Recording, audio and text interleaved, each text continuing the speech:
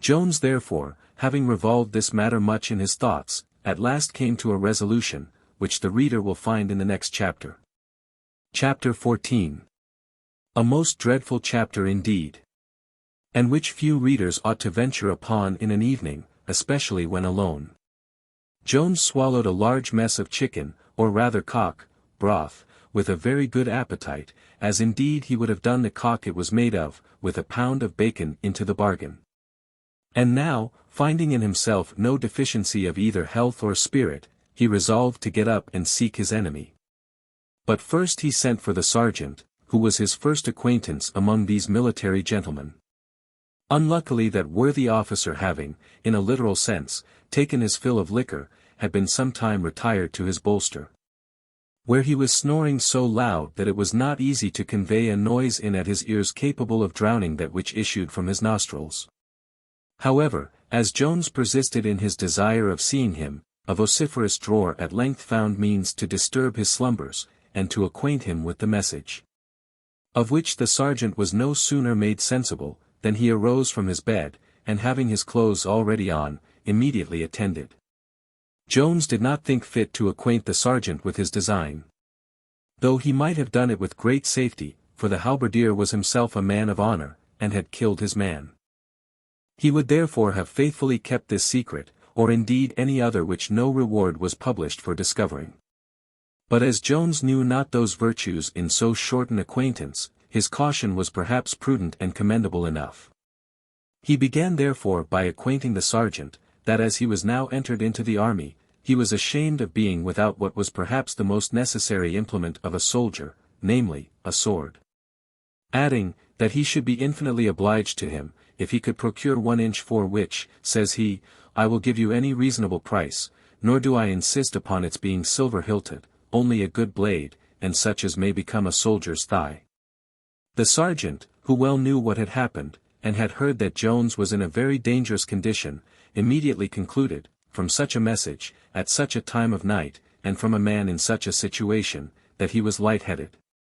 Now as he had his wit, to use that word in its common signification, always ready, he bethought himself of making his advantage of this humor in the sick man. Sir, says he, I believe I can fit you. I have a most excellent piece of stuff by me. It is not indeed silver-hilted, which, as you say, doth not become a soldier, but the handle is decent enough, and the blade one of the best in Europe. It is a blade that, in short, I will fetch it you this instant, and you shall see it and handle it. I am glad to see your honor so well with all my heart. Being instantly returned with the sword, he delivered it to Jones, who took it and drew it, and then told the sergeant it would do very well, and bid him name his price. The sergeant now began to harangue in praise of his goods. He said, nay, he swore very heartily, that the blade was taken from a French officer, of very high rank, at the battle of Dettingen. I took it myself, says he, from his side, after I had knocked him o' the head. The hilt was a golden one. That I sold to one of our fine gentlemen, for there are some of them, and please your honor, who value the hilt of a sword more than the blade. Here the other stopped him, and begged him to name a price. The sergeant, who thought Jones absolutely out of his senses, and very near his end, was afraid lest he should injure his family by asking too little. However, after a moment's hesitation, he contented himself with naming 20 guineas, and swore he would not sell it for less to his own brother. 20 guineas. Says Jones, in the utmost surprise, sure you think I am mad, or that I never saw a sword in my life. 20 guineas, indeed. I did not imagine you would endeavor to impose upon me. Here, take the sword. No, now I think on't, I will keep it myself, and show it your officer in the morning, acquainting him, at the same time, what a price you asked me for it. The sergeant, as we have said, had always his wit, in sensu predicto, about him, and now plainly saw that Jones was not in the condition he had apprehended him to be. He now, therefore, counterfeited as great surprise as the other had shown, and said, I am certain, sir, I have not asked you so much out of the way. Besides, you are to consider, it is the only sword I have, and I must run the risque of my officer's displeasure, by going without one myself. And truly, putting all this together, I don't think 20 shillings was so much out of the way. 20 shillings, cries Jones, why, you just now asked me 20 guineas. How, cries the sergeant, sure your honour must have mistaken me, or else I mistook myself, and indeed I am but half awake. 20 guineas, indeed. No wonder your honour flew into such a passion. I say 20 guineas too. No, no, I mean 20 shillings, I assure you. And when your honour comes to consider everything, I hope you will not think that so extravagant a price. It is indeed true, you may buy a weapon which looks as well for less money. But. Here Jones interrupted him, saying, I will be so far from making any words with you, that I will give you a shilling more than your demand. He then gave him a guinea, bid him return to his bed, and wished him a good march, adding, he hoped to overtake them before the division reached Worcester. The sergeant very civilly took his leave, fully satisfied with his merchandise, and not a little pleased with his dexterous recovery from that false step into which his opinion of the sick man's light-headedness had betrayed him. As soon as the sergeant was departed, Jones rose from his bed, and dressed himself entirely, putting on even his coat, which, as its colour was white, showed very visibly the streams of blood which had flowed down it. And now, having grasped his new-purchased sword in his hand, he was going to issue forth, when the thought of what he was about to undertake laid suddenly hold of him. And he began to reflect that in a few minutes he might possibly deprive a human being of life, or might lose his own. Very well, said he, and in what cause do I venture my life? Why, in that of my honour. And who is this human being? A rascal who hath injured and insulted me without provocation. But is not revenge forbidden by heaven? Yes, but it is enjoined by the world. Well, but shall I obey the world in opposition to the express commands of heaven? Shall I incur the divine displeasure rather than be called, coward, scoundrel? I'll think no more. I am resolved, and must fight him.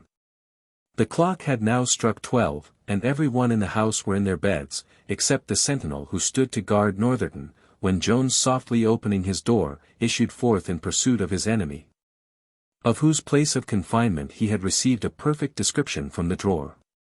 It is not easy to conceive a much more tremendous figure than he now exhibited. He had on, as we have said, a light-coloured coat, covered with streams of blood. His face, which missed that very blood, as well as 20 ounces more drawn from him by the surgeon, was pallid.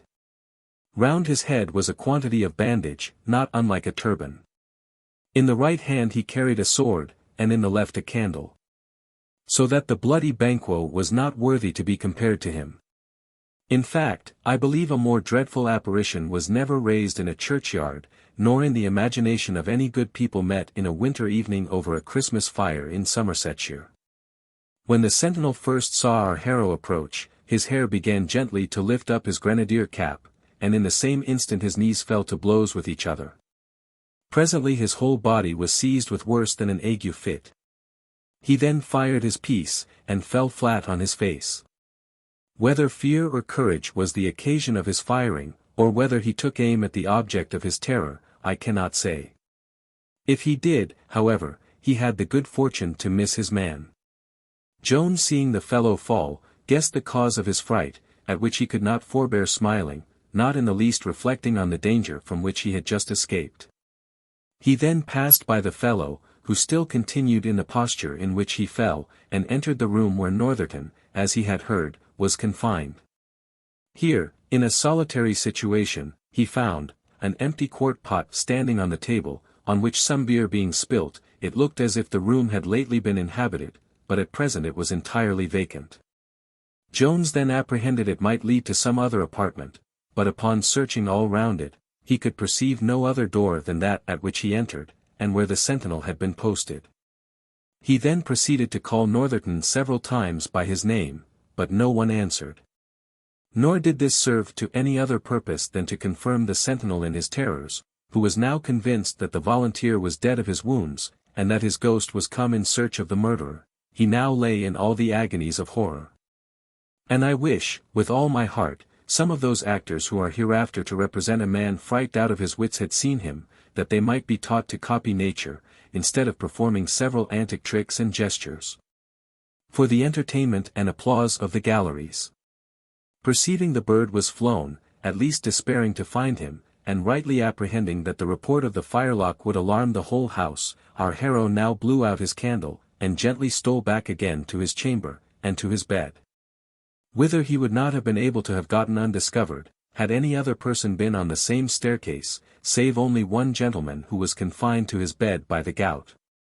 For before he could reach the door to his chamber, the hall where the sentinel had been posted was half full of people, some in their shirts, and others not half dressed, all very earnestly inquiring of each other what was the matter.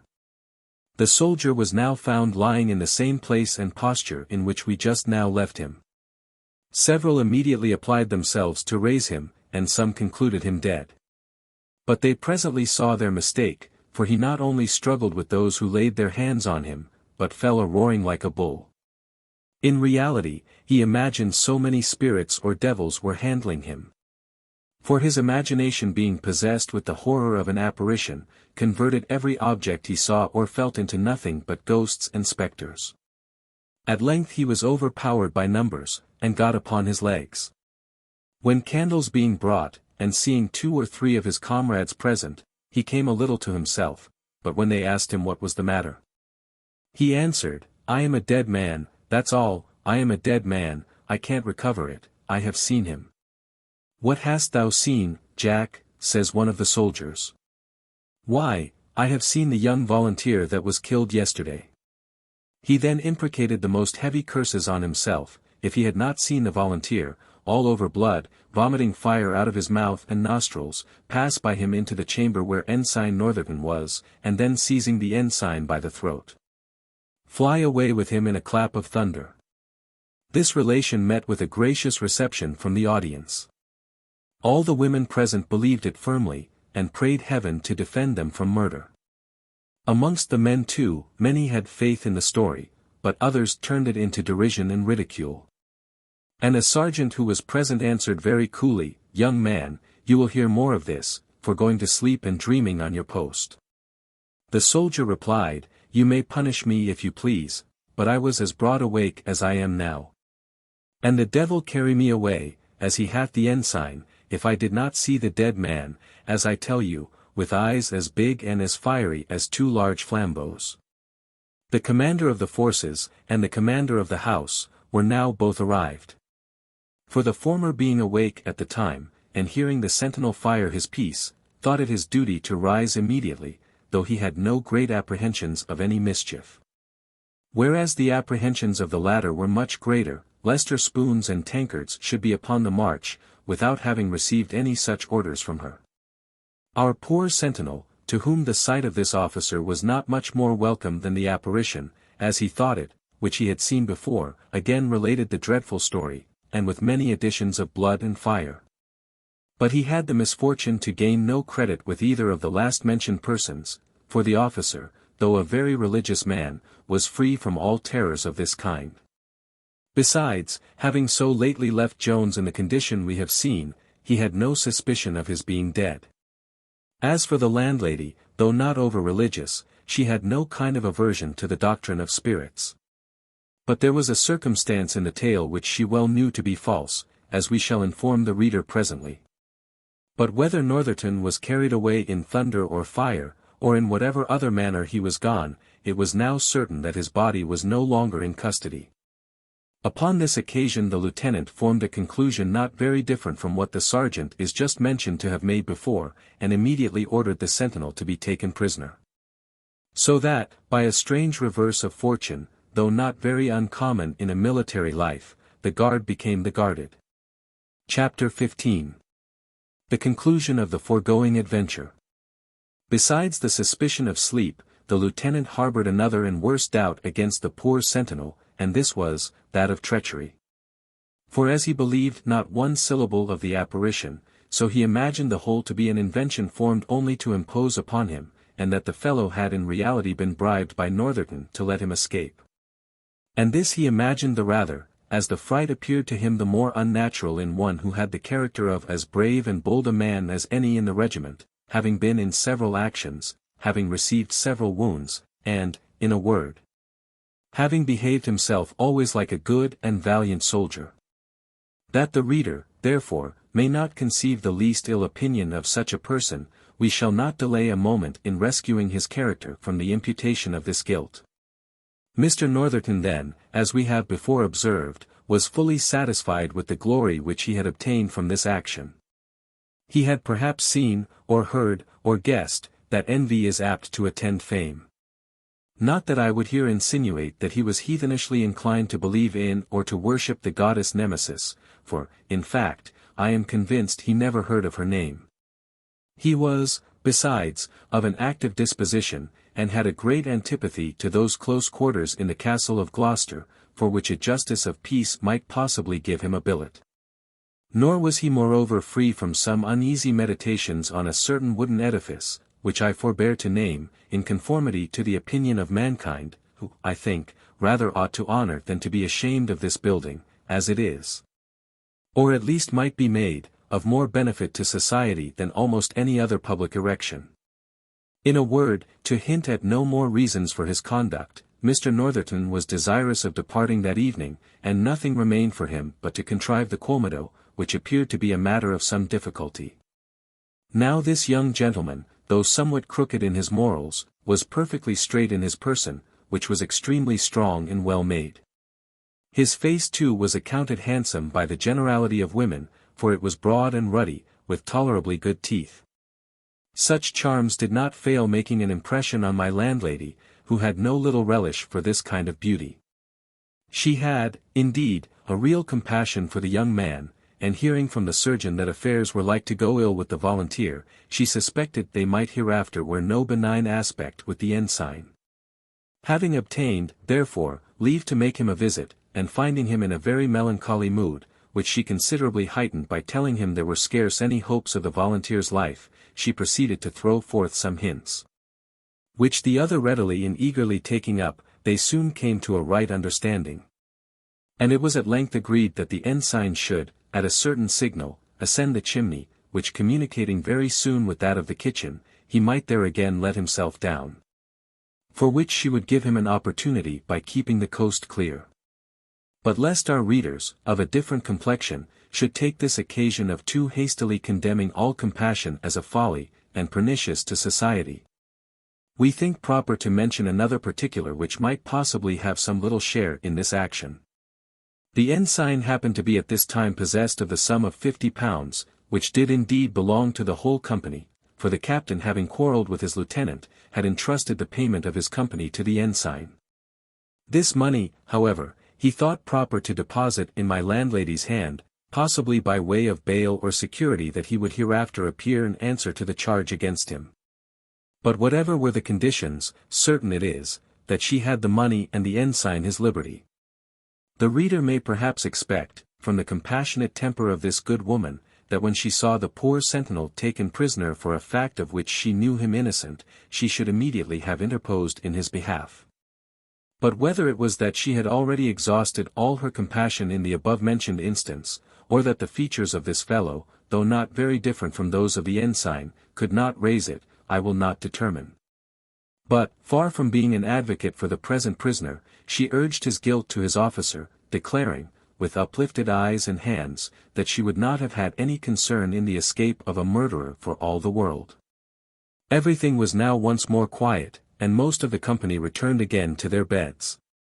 But the landlady, either from the natural activity of her disposition, or from her fear for her plate, having no propensity to sleep, prevailed with the officers, as they were to march within little more than an hour, to spend that time with her over a bowl of punch. Jones had lain awake all this while, and had heard great part of the hurry and bustle that had passed, of which he had now some curiosity to know the particulars. He therefore applied to his bell, which he rung at least 20 times without any effect, for my landlady was in such high mirth with her company, that no clapper could be heard there but her own. And the drawer and chambermaid, who were sitting together in the kitchen, for neither durst he sit up nor she lie in bed alone, the more they heard the bell ring the more they were frightened, and as it were nailed down in their places. At last, at a lucky interval of chat, the sound reached the ears of our good landlady, who presently sent forth her summons, which both her servants instantly obeyed. "Joe," says the mistress, "don't you hear the gentleman's bell ring? Why don't you go up?" "It is not my business," answered the drawer, "to wait upon the chambers, it is Betty chambermaid's." "If you come to that," answered the maid, "it is not my business to wait upon gentlemen. I have done it indeed sometimes. But the devil fetch me if ever I do again, since you make your preambles about it." The bell still ringing violently, their mistress fell into a passion, and swore, if the drawer did not go up immediately, she would turn him away that very morning. "If you do, madam," says he, "I can't help it. I won't do another servant's business." She then applied herself to the maid, and endeavored to prevail by gentle means, but all in vain. Betty was as inflexible as Joe. Both insisted it was not their business, and they would not do it. The lieutenant then fell a-laughing, and said, "Come, I will put an end to this contention." And then turning to the servants, commended them for their resolution in not giving up the point, but added, he was sure, if one would consent to go the other would. To which proposal they both agreed in an instant, and accordingly went up very lovingly and close together. When they were gone, the lieutenant appeased the wrath of the landlady, by satisfying her why they were both so unwilling to go alone. They returned soon after, and acquainted their mistress, that the sick gentleman was so far from being dead, that he spoke as heartily as if he was well. And that he gave his service to the captain, and should be very glad of the favor of seeing him before he marched. The good lieutenant immediately complied with his desires, and sitting down by his bedside, acquainted him with the scene which had happened below, concluding with his intentions to make an example of the sentinel.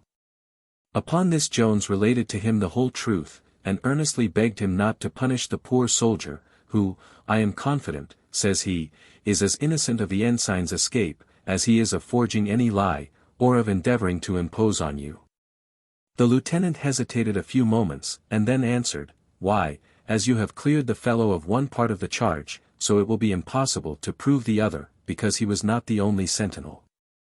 But I have a good mind to punish the rascal for being a coward, yet who knows what effect the terror of such an apprehension may have. And, to say the truth, he hath always behaved well against an enemy.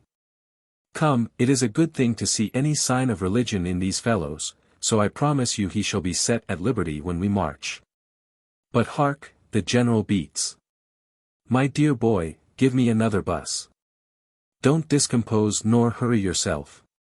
But remember the Christian doctrine of patience, and I warrant you will soon be able to do yourself justice, and to take an honorable revenge on the fellow who hath injured you."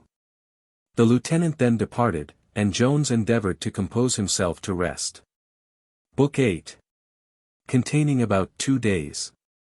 Chapter 1, a wonderful long chapter concerning the marvellous. Being much the longest of all our introductory chapters. As we are now entering upon a book in which the course of our history will oblige us to relate some matters of a more strange and surprising kind than any which have hitherto occurred, it may not be amiss, in the prolegomenous or introductory chapter, to say something of that species of writing which is called the marvellous. To this we shall, as well for the sake of ourselves as of others, endeavor to set some certain bounds, and indeed nothing can be more necessary, as critics, of different complexions are here apt to run into very different extremes.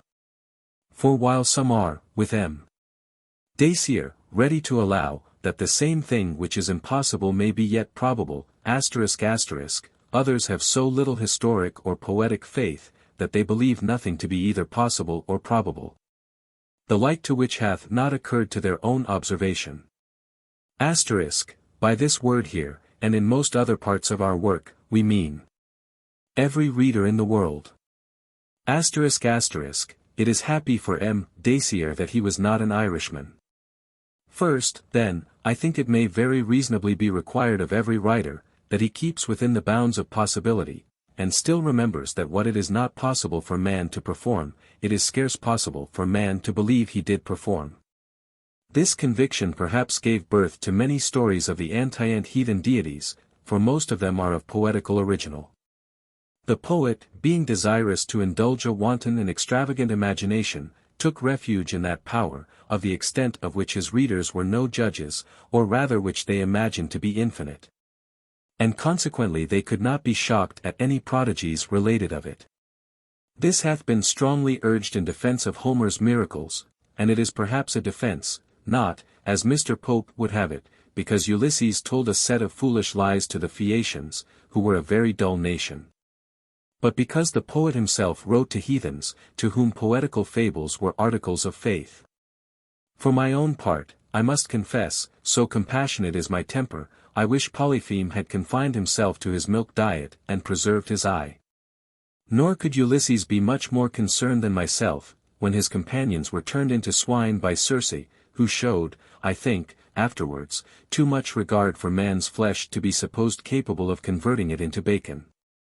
I wish, likewise, with all my heart, that Homer could have known the rule prescribed by Horace, to introduce supernatural agents as seldom as possible. We should not then have seen his gods coming on trivial errands, and often behaving themselves so as not only to forfeit all title to respect, but to become the objects of scorn and derision. A conduct which must have shocked the credulity of a pious and sagacious heathen. And which could never have been defended, unless by agreeing with a supposition to which I have been sometimes almost inclined, that this most glorious poet, as he certainly was, had an intent to burlesque the superstitious faith of his own age and country. But I have rested too long on a doctrine which can be of no use to a Christian writer. For as he cannot introduce into his works any of that heavenly host which make a part of his creed, so it is horrid puerility to search the heathen theology for any of those deities who have been long since dethroned from their immortality. Lord Shaftesbury observes, that nothing is more cold than the invocation of a muse by a modern. He might have added, that nothing can be more absurd. A modern may with much more elegance invoke a ballad, as some have thought Homer did, or a mug of ale, with the author of Hudibras. Which latter may perhaps have inspired much more poetry, as well as prose, than all the liquors of Hippocrene or Helicon. The only supernatural agents which can in any manner be allowed to us moderns, are ghosts. But of these I would advise an author to be extremely sparing. These are indeed, like arsenic, and other dangerous drugs in physic, to be used with the utmost caution. Nor would I advise the introduction of them at all in those works, or by those authors, to which, or to whom, a horse laugh in the reader would be any great prejudice or mortification.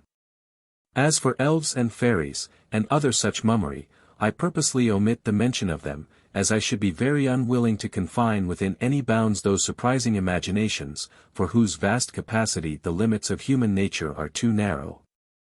Whose works are to be considered as a new creation, and who have consequently just right to do what they will with their own. Man therefore is the highest subject, unless on very extraordinary occasions indeed, which presents itself to the pen of our historian, or of our poet.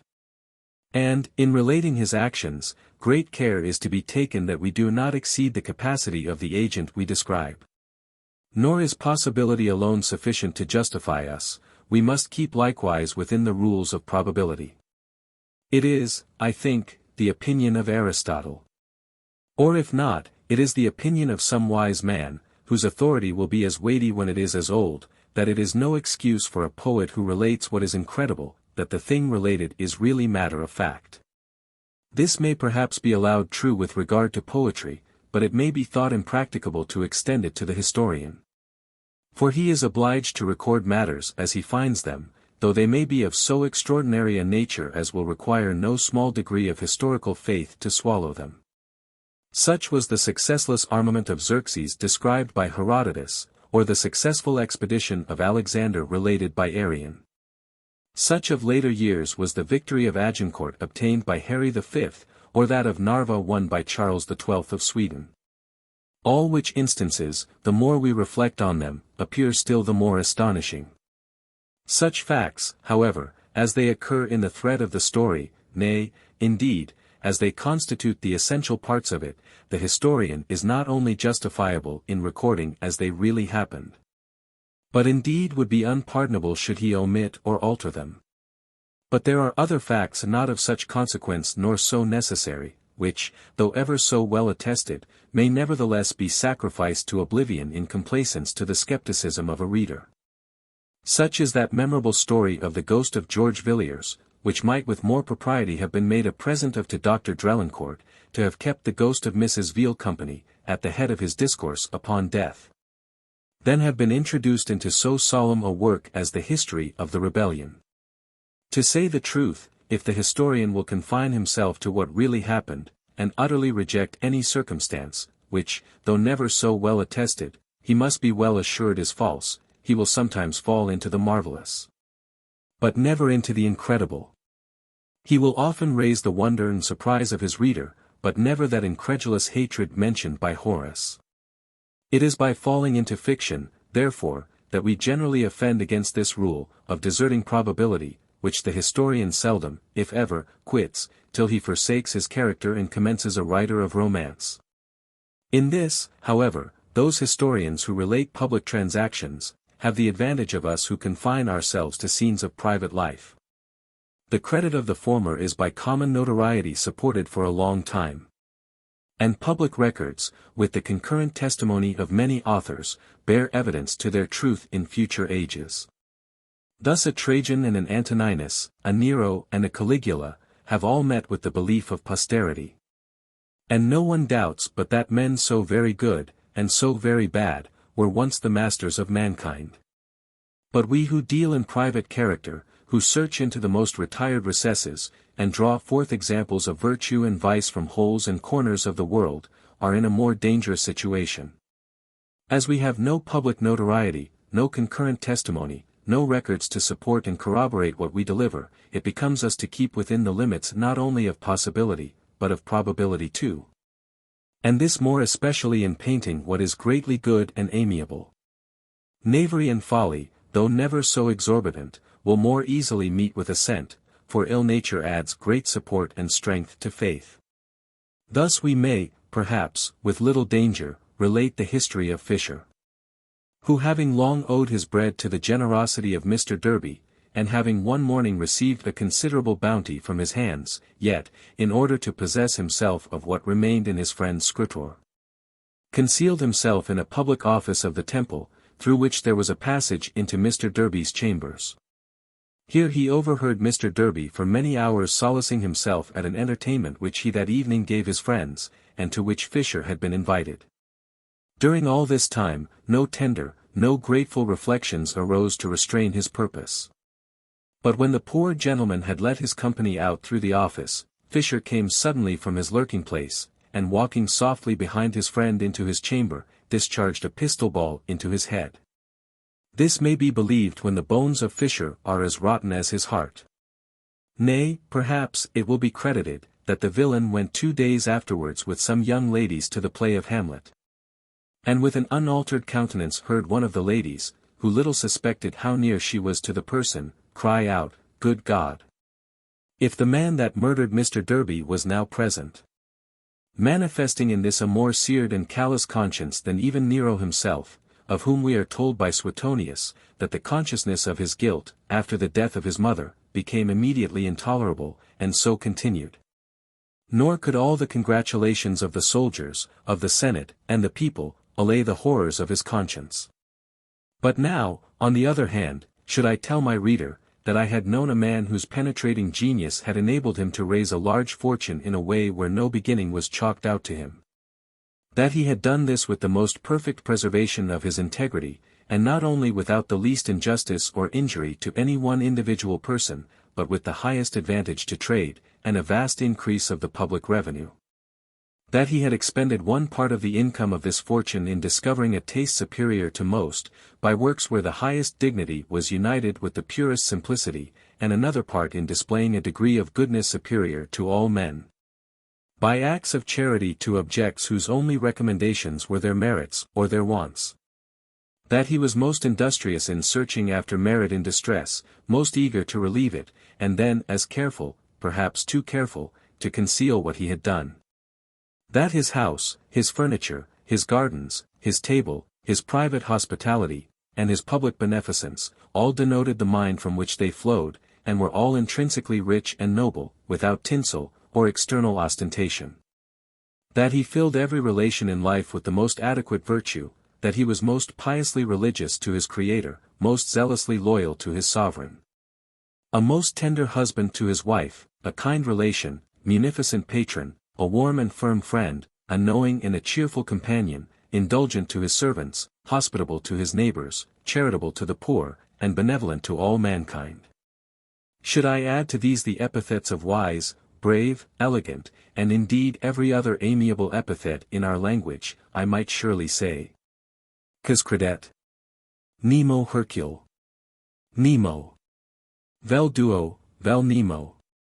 And yet I know a man who is all I have here described. But a single instance, and I really know not such another, is not sufficient to justify us, while we are writing to thousands who never heard of the person, nor of anything like him.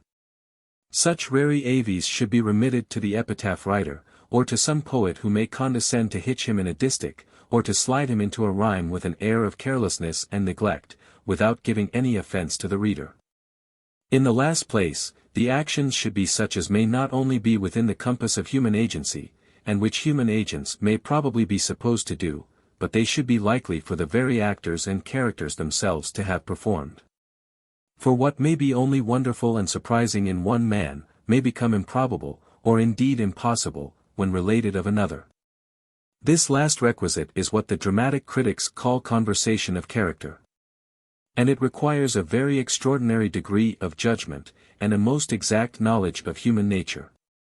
It is admirably remarked by a most excellent writer, that zeal can no more hurry a man to act in direct opposition to itself, than a rapid stream can carry a boat against its own current. I will venture to say, that for a man to act in direct contradiction to the dictates of his nature, is, if not impossible, as improbable and as miraculous as anything which can well be conceived. Should the best parts of the story of M. Antoninus be ascribed to Nero, or should the worst incidents of Nero's life be imputed to Antoninus, what would be more shocking to belief than either instance? Whereas both these being related of their proper agent, constitute the truly marvellous. Our modern authors of comedy have fallen almost universally into the error here hinted at. Their heroes generally are notorious rogues, and their heroines abandoned jades, during the first 4 acts. But in the 5th, the former become very worthy gentlemen, and the latter women of virtue and discretion, nor is the writer often so kind as to give himself the least trouble to reconcile or account for this monstrous change and incongruity. There is, indeed, no other reason to be assigned for it, than because the play is drawing to a conclusion, as if it was no less natural in a rogue to repent in the last act of a play, than in the last of his life. Which we perceive to be generally the case at Tyburn, a place which might indeed close the scene of some comedies with much propriety, as the heroes in these are most commonly eminent for those very talents which not only bring men to the gallows, but enable them to make an heroic figure when they are there. Within these few restrictions, I think, every writer may be permitted to deal as much in the wonderful as he pleases. Nay, if he thus keeps within the rules of credibility, the more he can surprise the reader the more he will engage his attention, and the more he will charm him. As a genius of the highest rank observes in his 5th chapter of the Bathos, the great art of all poetry is to mix truth with fiction, in order to join the credible with the surprising. For though every good author will confine himself within the bounds of probability, it is by no means necessary that his characters, or his incidents, should be trite, common, or vulgar. Such as happen in every street, or in every house, or which may be met with in the home articles of a newspaper. Nor must he be inhibited from showing many persons and things, which may possibly have never fallen within the knowledge of great part of his readers. If the writer strictly observes the rules above mentioned, he hath discharged his part, and is then entitled to some faith from his reader, who is indeed guilty of critical infidelity if he disbelieves him. For want of a portion of such faith, I remember the character of a young lady of quality, which was condemned on the stage for being unnatural, by the unanimous voice of a very large assembly of clerks and apprentices. Though it had the previous suffrages of many ladies of the first rank, one of whom, very eminent for her understanding, declared it was the picture of half the young people of her acquaintance. Chapter 2. In which the landlady pays a visit to Mr. Jones. When Jones had taken leave of his friend the lieutenant, he endeavored to close his eyes, but all in vain, his spirits were too lively and wakeful to be lulled to sleep. So having amused, or rather tormented, himself with the thoughts of his Sophia till it was open daylight, he called for some tea, upon which occasion my landlady herself vouchsafed to pay him a visit. This was indeed the first time she had seen him, or at least had taken any notice of him, but as the lieutenant had assured her that he was certainly some young gentleman of fashion, she now determined to show him all the respect in her power. For, to speak truly, this was one of those houses where gentlemen, to use the language of advertisements, meet with civil treatment for their money. She had no sooner begun to make his tea, than she likewise began to discourse. "La! Sir," said she, "I think it is great pity that such a pretty young gentleman should undervalue himself so, as to go about with these soldier fellows. They call themselves gentlemen, I warrant you. But, as my first husband used to say, they should remember it is we that pay them. And to be sure it is very hard upon us to be obliged to pay them, and to keep, too, as we publicans are. I had 20 of, last night, besides officers, nay, for matter that, I had rather have the soldiers than officers, for nothing is ever good enough for those sparks, and I am sure, if you was to see the bills, la! Sir, it is nothing. I have had less trouble, I warrant you, with a good squire's family, where we take 40 or 50 shillings of a night, besides horses. And yet I warrants me, there is narrow a one of those officer fellows but looks upon himself to be as good as arrow a squire of £500 a year.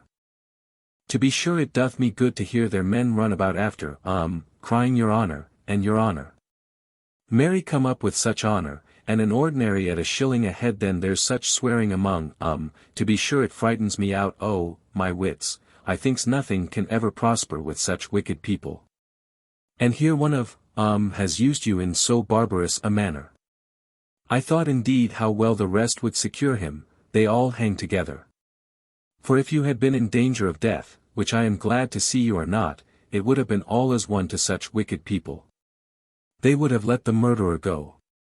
Lord have mercy upon, I would not have such a sin to answer for the whole world. But though you are likely, with the blessing, to recover, there is law for him yet, and if you will employ lawyer Small, I darest be sworn he'll make the fellow fly the country for him. Though perhaps he'll have fled the country before, for it is here today and gone tomorrow with such chaps. I hope, however, you will learn more wit for the future, and return back to your friends. I warrant they are all miserable for your loss.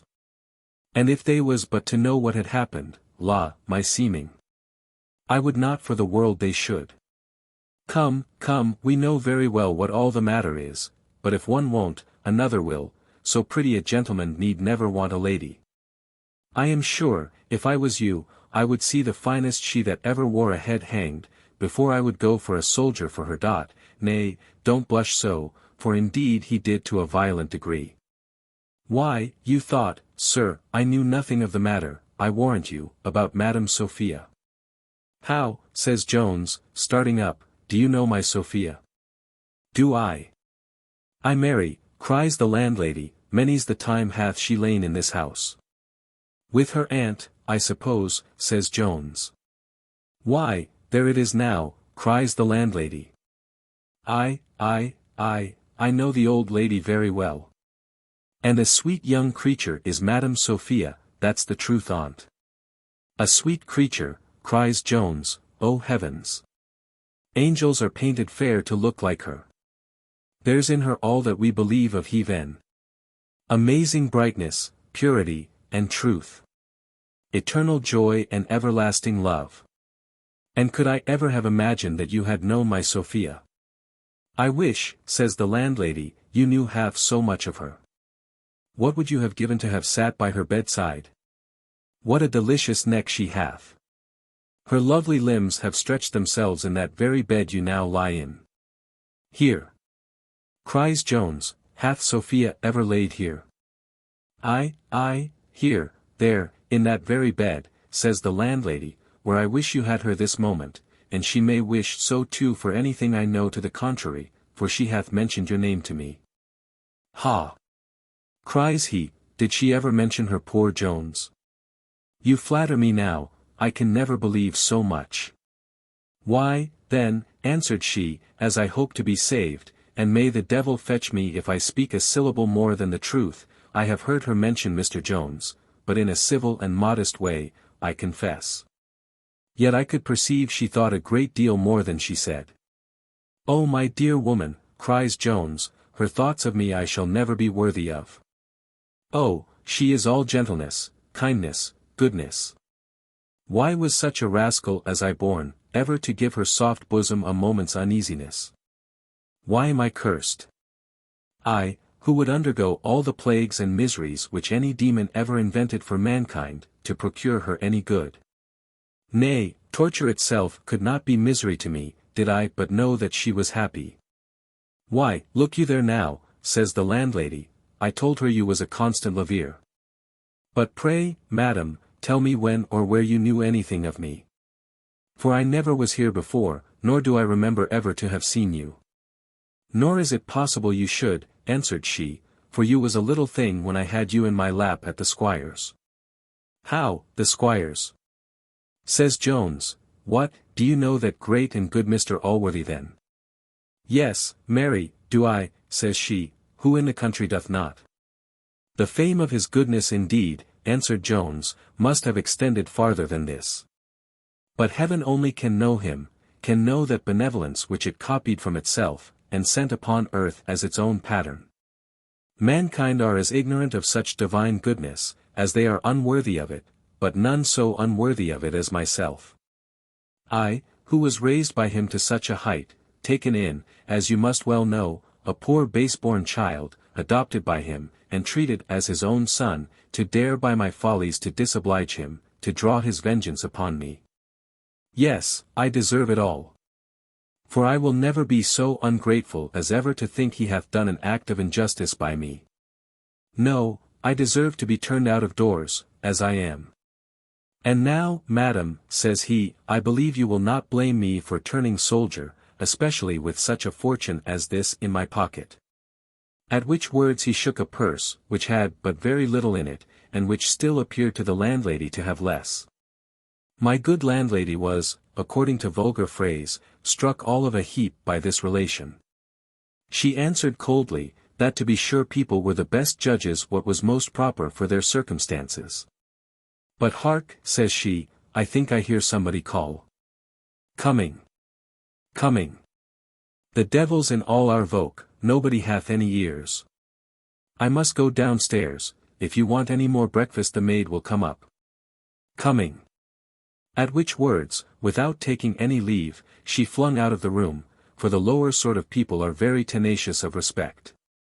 And though they are contented to give this gratis to persons of quality, yet they never confer it on those of their own order without taking care to be well paid for their pains. Chapter 3. In which the surgeon makes his second appearance. Before we proceed any farther, that the reader may not be mistaken in imagining the landlady knew more than she did, nor surprised that she knew so much. It may be necessary to inform him that the lieutenant had acquainted her that the name of Sophia had been the occasion of the quarrel. And as for the rest of her knowledge, the sagacious reader will observe how she came by it in the preceding scene. Great curiosity was indeed mixed with her virtues. And she never willingly suffered any one to depart from her house, without inquiring as much as possible into their names, families, and fortunes. She was no sooner gone than Jones, instead of animadverting on her behavior, reflected that he was in the same bed which he was informed had held his dear Sophia. This occasioned 1,000 fond and tender thoughts, which we would dwell longer upon, did we not consider that such kind of lovers will make a very inconsiderable part of our readers. In this situation the surgeon found him, when he came to dress his wound. The doctor perceiving, upon examination, that his pulse was disordered, and hearing that he had not slept, declared that he was in great danger. For he apprehended a fever was coming on, which he would have prevented by bleeding, but Jones would not submit, declaring he would lose no more blood. And, doctor, says he, if you will be so kind only to dress my head, I have no doubt of being well in a day or two. I wish, answered the surgeon, I could assure your being well in a month or two. Well, indeed. No, no, people are not so soon well of such contusions, but, sir, I am not at this time of day to be instructed in my operations by a patient, and I insist on making a revulsion before I dress you. Jones persisted obstinately in his refusal, and the doctor at last yielded. Telling him at the same time that he would not be answerable for the ill consequence, and hoped he would do him the justice to acknowledge that he had given him a contrary advice, which the patient promised he would. The doctor retired into the kitchen, where, addressing himself to the landlady, he complained bitterly of the undutiful behavior of his patient, who would not be blooded, though he was in a fever. "It is an eating fever then," says the landlady. "For he hath devoured 2 swinging buttered toasts this morning for breakfast." "Very likely," says the doctor, "I have known people eat in a fever, and it is very easily accounted for. Because the acidity occasioned by the febrile matter may stimulate the nerves of the diaphragm, and thereby occasion a craving which will not be easily distinguishable from a natural appetite. But the aliment will not be concreted, nor assimilated into chyle, and so will corrode the vascular orifices, and thus will aggravate the febrific symptoms. Indeed, I think the gentleman in a very dangerous way, and, if he is not blooded, I am afraid will die." "Every man must die some time or other," answered the good woman, "it is no business of mine. I hope, doctor, you would not have me hold him while you bleed him.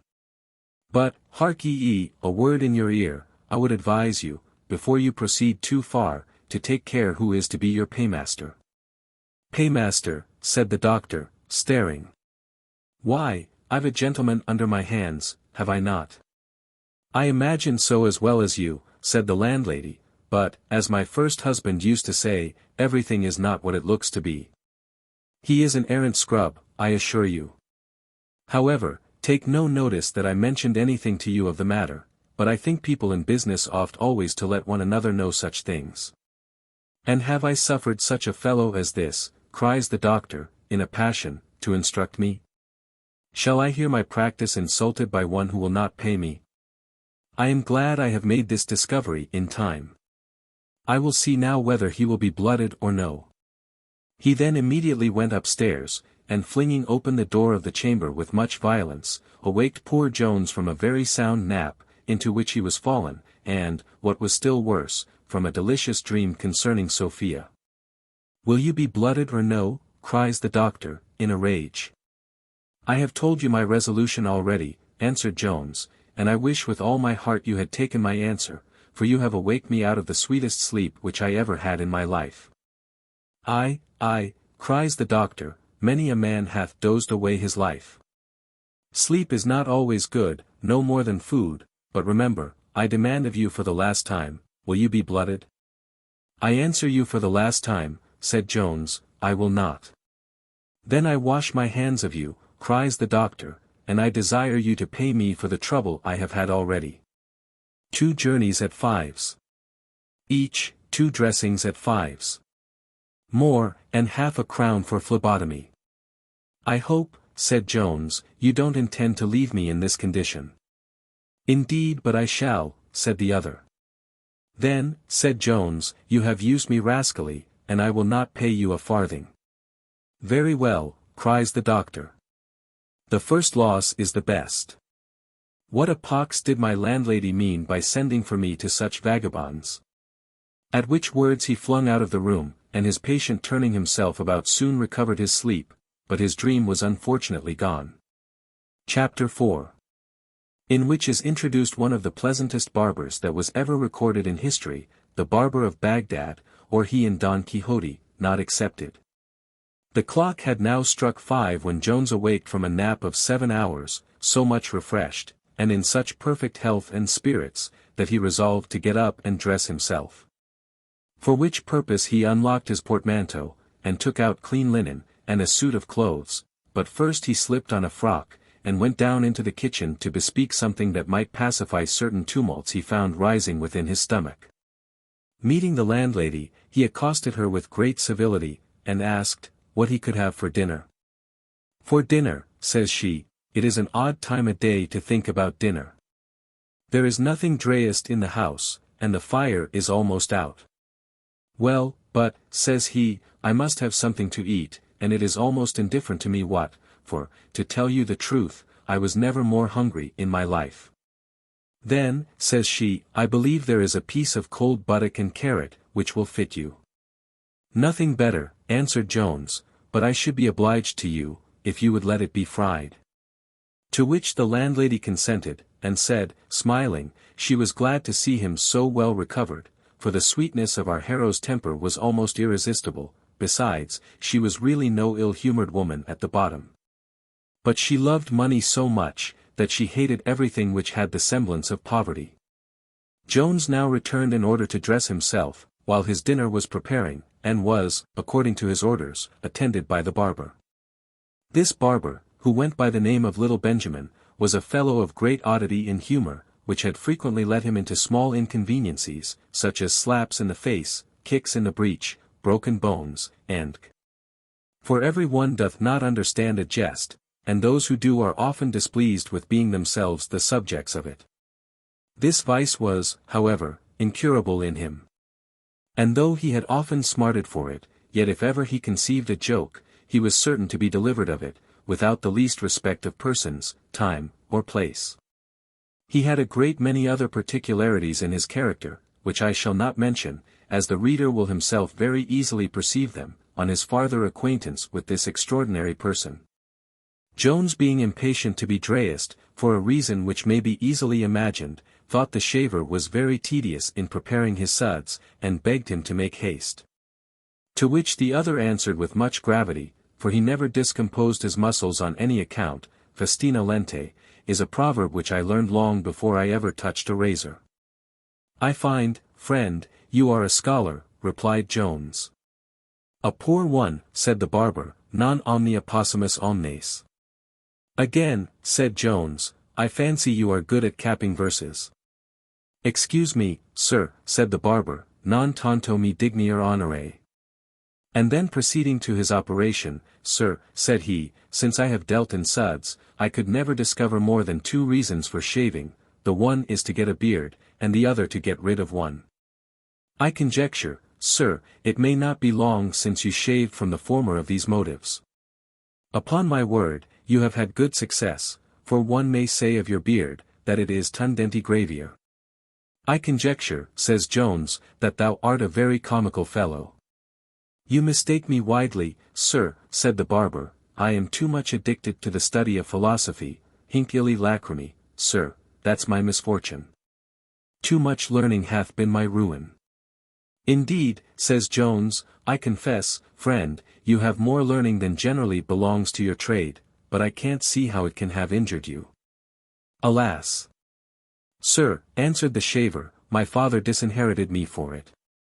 He was a dancing master, and because I could read before I could dance, he took an aversion to me, and left every farthing among his other children. Will you please to have your temples, O law? I ask your pardon, I fancy there is hiatus in manuscriptis. I heard you was going to the wars, but I find it was a mistake. Why do you conclude so, says Jones. Sure, sir, answered the barber, you are too wise a man to carry a broken head thither, for that would be carrying coals to Newcastle. Upon my word, cries Jones, thou art a very odd fellow, and I like thy humour extremely. I shall be very glad if thou wilt come to me after dinner, and drink a glass with me, I long to be better acquainted with thee. Oh dear sir, said the barber, I can do you 20 times as great a favour, if you will accept of it. What is that, my friend, cries Jones. Why, I will drink a bottle with you if you please, for I dearly love good nature. And as you have found me out to be a comical fellow, so I have no skill in physiognomy, if you are not one of the best-natured gentlemen in the universe. Jones now walked downstairs neatly dressed, and perhaps the fair Adonis was not a lovelier figure, and yet he had no charms for my landlady, for as that good woman did not resemble Venus at all in her person, so neither did she in her taste. Happy had it been for Nanny the chambermaid, if she had seen with the eyes of her mistress, for that poor girl fell so violently in love with Jones in 5 minutes, that her passion afterwards cost her many a sigh. This Nanny was extremely pretty, and altogether as coy, for she had refused a drawer, and 1 or 2 young farmers in the neighbourhood, but the bright eyes of our hero thawed all her ice in a moment. When Jones returned to the kitchen, his cloth was not yet laid, nor indeed was there any occasion it should, his dinner remaining in statu quo, as did the fire which was to dress it. This disappointment might have put many a philosophical temper into a passion, but it had no such effect on Jones. He only gave the landlady a gentle rebuke, saying, since it was so difficult to get it heated he would eat the beef cold. But now the good woman, whether moved by compassion, or by shame, or by whatever other motive, I cannot tell, first gave her servants a round scold for disobeying the orders which she had never given. And then bidding the drawer lay a napkin in the sun, she set about the matter in good earnest, and soon accomplished it. This sun, into which Jones was now conducted, was truly named, as lucus a non lucendo, for it was an apartment into which the sun had scarce ever looked. It was indeed the worst room in the house, and happy was it for Jones that it was so. However, he was now too hungry to find any fault, but having once satisfied his appetite, he ordered the drawer to carry a bottle of wine into a better room, and expressed some resentment at having been shown into a dungeon. The drawer having obeyed his commands, he was, after some time, attended by the barber, who would not indeed have suffered him to wait so long for his company had he not been listening in the kitchen to the landlady, who was entertaining a circle that she had gathered round her with the history of poor Jones, part of which she had extracted from his own lips, and the other part was her own ingenious composition. For she said, he was a poor parish boy, taken into the house of Squire Allworthy, where he was bred up as an apprentice, and now turned out of doors for his misdeeds, particularly for making love to his young mistress. And probably for robbing the house. For how else should he come by the little money he hath, and this, says she, is your gentleman, forsooth. A servant of Squire Allworthy, says the barber, what's his name? Why he told me his name was Jones, says she, perhaps he goes by a wrong name. Nay, and he told me, too, that the squire had maintained him as his own son, though he had quarrelled with him now. And if his name be Jones, he told you the truth, said the barber, for I have relations who live in that country, nay, and some people say he is his son. Why doth he not go by the name of his father? I can't tell that, said the barber. Many people's sons don't go by the name of their father. Nay, said the landlady, if I thought he was a gentleman's son, though he was a byblow, I should behave to him in another guess manner. For many of these byblows come to be great men, and, as my poor first husband used to say, never affront any customer that's a gentleman. Chapter 5, A Dialogue between Mr. Jones and the Barber. This conversation passed partly while Jones was at dinner in his dungeon, and partly while he was expecting the barber in the parlour. And, as soon as it was ended, Mr. Benjamin, as we have said, attended him, and was very kindly desired to sit down. Jones then filling out a glass of wine, drank his health by the appellation of Doctissime Tonsorum, Ego Tibi Gratias, Domini, said the barber. And then looking very steadfastly at Jones, he said, with great gravity, and with a seeming surprise, as if he had recollected a face he had seen before, Sir, may I crave the favour to know if your name is not Jones? To which the other answered, that it was. Pro deum ac hominem fidem, says the barber, how strangely things come to pass. Mr. Jones, I am your most obedient servant. I find you do not know me, which indeed is no wonder, since you never saw me but once, and then you was very young. Pray, sir, how doth the good Squire Allworthy? How doth thou Optimus Omnium Patronus? I find, said Jones, you do indeed know me. But I have not the like happiness of recollecting you. I do not wonder at that, cries Benjamin, but I am surprised I did not know you sooner, for you are not in the least altered. And pray, sir, may I, without offence, inquire whither you are travelling this way? Fill the glass, Mr. Barber, said Jones, and ask no more questions. Nay, sir, answered Benjamin, I would not be troublesome. And I hope you don't think me a man of an impertinent curiosity, for that is a vice which nobody can lay to my charge, but I ask pardon. For when a gentleman of your figure travels without his servants, we may suppose him to be, as we say, in casu incognito, and perhaps I ought not to have mentioned your name. I own, says Jones, I did not expect to have been so well known in this country as I find I am, yet, for particular reasons, I shall be obliged to you if you will not mention my name to any other person till I am gone from hence. Pauca verba, answered the barber, and I wish no other here knew you but myself, for some people have tongues, but I promise you I can keep a secret. My enemies will allow me that virtue. And yet that is not the characteristic of your profession, Mr. Barber, answered Jones. Alas!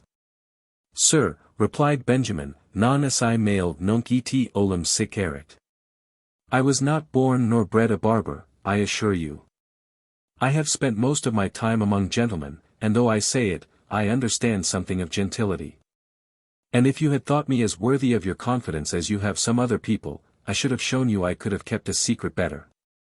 I should not have degraded your name in a public kitchen, for indeed, sir, some people have not used you well. For besides making a public proclamation of what you told them of a quarrel between yourself and Squire Allworthy, they added lies of their own, things which I knew to be lies. You surprise me greatly, cries Jones. Upon my word, sir, answered Benjamin, I tell the truth, and I need not tell you my landlady was the person. I am sure it moved me to hear the story, and I hope it is all false. For I have a great respect for you, I do assure you I have, and have had ever since the good nature you showed to Black George, which was talked of all over the country, and I received more than one letter about it. Indeed, it made you beloved by everybody. You will pardon me, therefore, for it was real concern at what I heard made me ask many questions. For I have no impertinent curiosity about me, but I love good nature and thence became amorous abundantia erga te. Every profession of friendship easily gains credit with the miserable. It is no wonder therefore, if Jones, who, besides his being miserable, was extremely open-hearted, very readily believed all the professions of Benjamin, and received him into his bosom. The scraps of Latin, some of which Benjamin applied properly enough, though it did not savour of profound literature, seemed yet to indicate something superior to a common barber, and so indeed did his whole behaviour. Jones therefore believed the truth of what he had said, as to his original and education. And at length, after much entreaty, he said, Since you have heard, my friend, so much of my affairs, and seem so desirous to know the truth, if you will have patience to hear it, I will inform you of the whole. Patience! Cries Benjamin, that I will, if the chapter was never so long, and I am very much obliged to you for the honour you do me. Jones now began, and related the whole history, forgetting only a circumstance or two, namely, everything which passed on that day in which he had fought with Thwackum. And ended with his resolution to go to sea, till the rebellion in the north had made him change his purpose, and had brought him to the place where he then was. Little Benjamin, who had been all attention, never once interrupted the narrative. But when it was ended he could not help observing, that there must be surely something more invented by his enemies, and told Mr. Allworthy against him, or so good a man would never have dismissed one he had loved so tenderly, in such a manner. To which Jones answered, he doubted not but such villainous arts had been made use of to destroy him. And surely it was scarce possible for any one to have avoided making the same remark with the barber, who had not indeed heard from Jones one single circumstance upon which he was condemned. For his actions were not now placed in those injurious lights in which they had been misrepresented to Allworthy. Nor could he mention those many false accusations which had been from time to time preferred against him to Allworthy, for with none of these he was himself acquainted. He had likewise, as we have observed, omitted many material facts in his present relation. Upon the whole, indeed, everything now appeared in such favourable colours to Jones, that malice itself would have found it no easy matter to fix any blame upon him. Not that Jones desired to conceal or to disguise the truth. Nay, he would have been more unwilling to have suffered any censure to fall on Mr. Allworthy for punishing him, than on his own actions for deserving it, but, in reality, so it happened, and so it always will happen.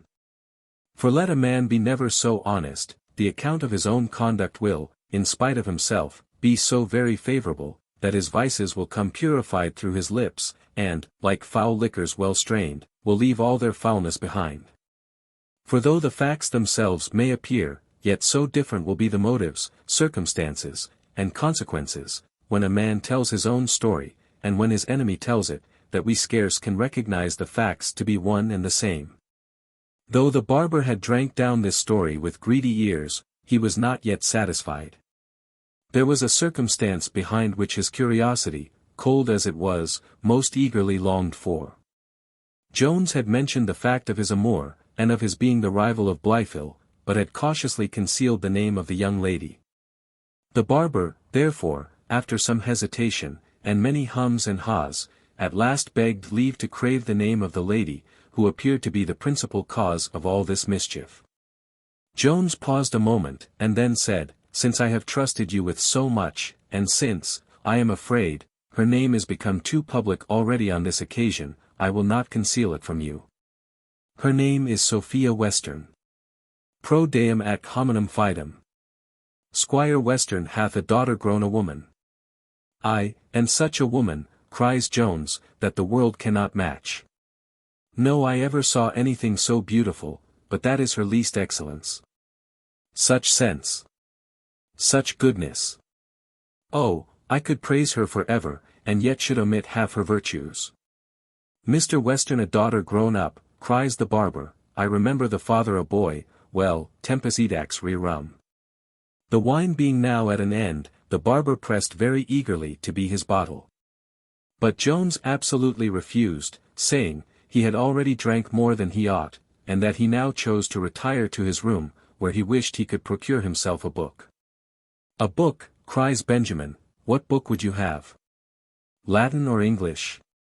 I have some curious books in both languages, such as Erasmi Colloquia, Ovid de Tristibus, Gradus ad Parnassum, and in English I have several of the best books, though some of them are a little torn, but I have a great part of Stowe's Chronicle. The 6th volume of Pope's Homer, the 3rd volume of The Spectator, the 2nd volume of Eckhard's Roman History, The Craftsman, Robinson Crusoe, Thomas à Kempis, and 2 volumes of Tom Brown's works. Those last, cries Jones, are books I never saw, so if you please lend me one of those volumes. The barber assured him he would be highly entertained, for he looked upon the author to have been one of the greatest wits that ever the nation produced. He then stepped to his house, which was hard by, and immediately returned. After which, the barber having received very strict injunctions of secrecy from Jones, and having sworn inviolably to maintain it, they separated, the barber went home, and Jones retired to his chamber. Chapter 6. In which more of the talents of Mr. Benjamin will appear, as well as who this extraordinary person was. In the morning Jones grew a little uneasy at the desertion of his surgeon, as he apprehended some inconvenience, or even danger, might attend the not dressing his wound. He inquired of the drawer, what other surgeons were to be met with in that neighborhood. The drawer told him, there was one not far off, but he had known him often refuse to be concerned after another had been sent before him. But, sir, says he, if you will take my advice, there is not a man in the kingdom can do your business better than the barber who was with you last night. We look upon him to be one of the ablest men at a cut in all this neighborhood.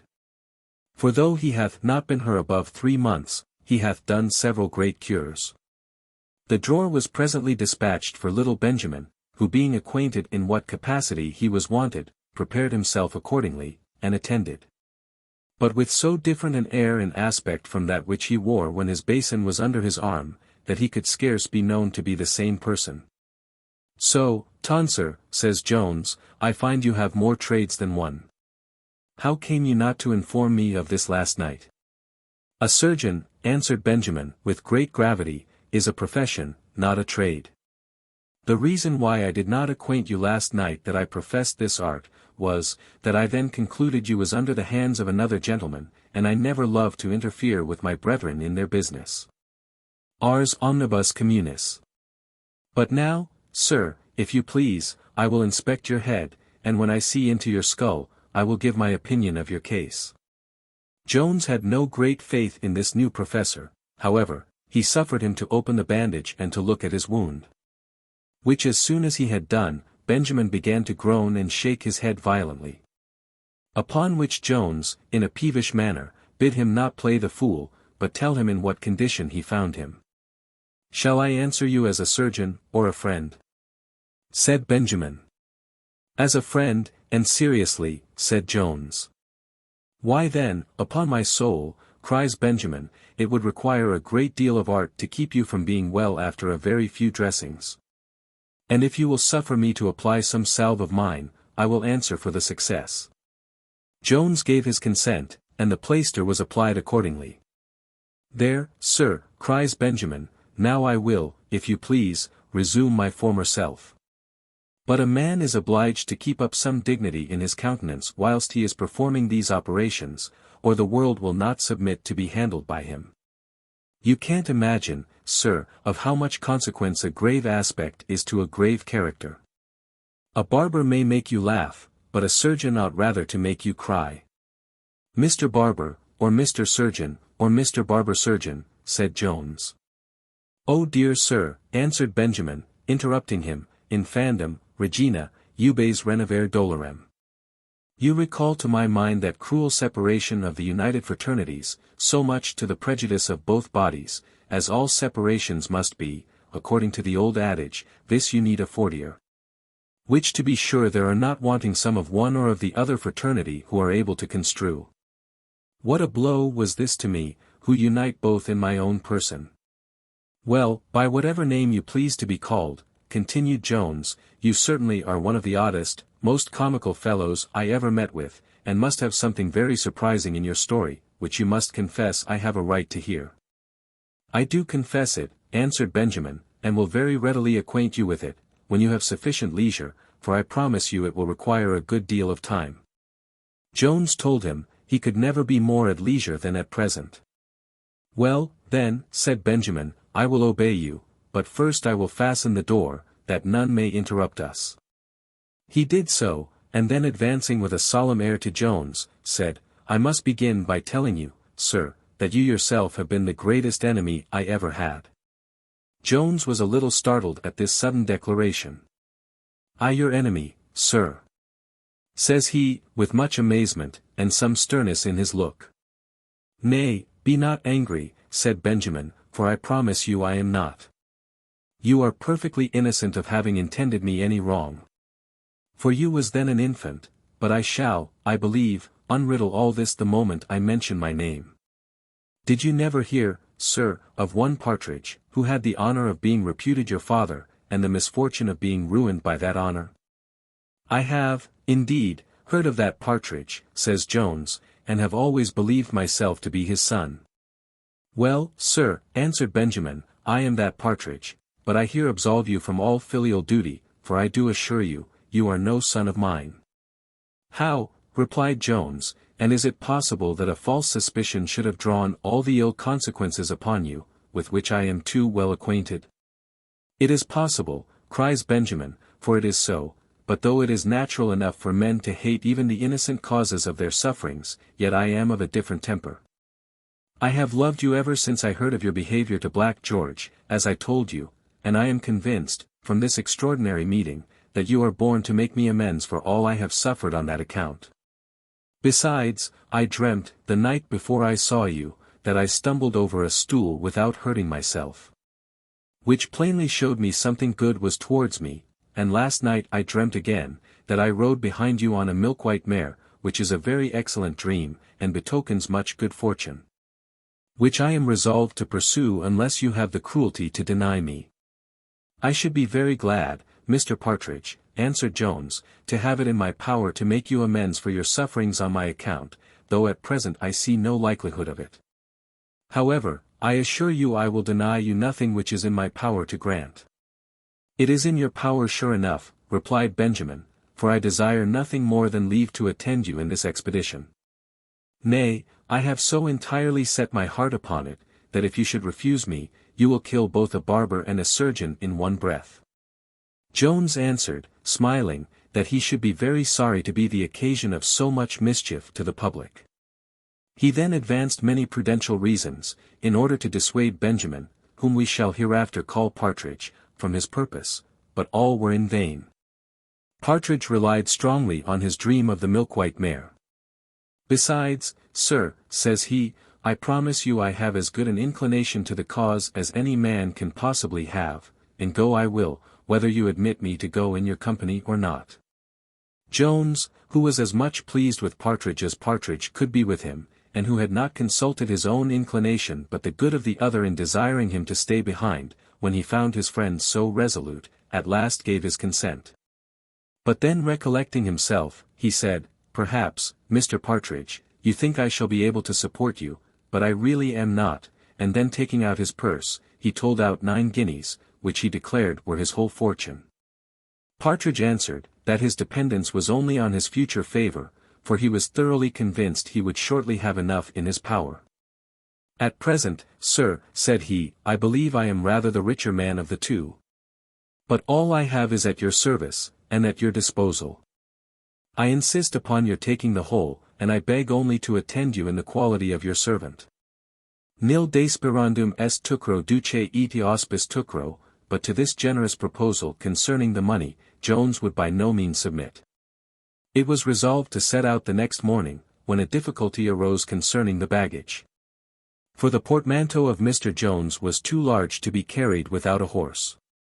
"If I may presume to give my advice," says Partridge, "this portmanteau, with everything in it, except a few shirts, should be left behind.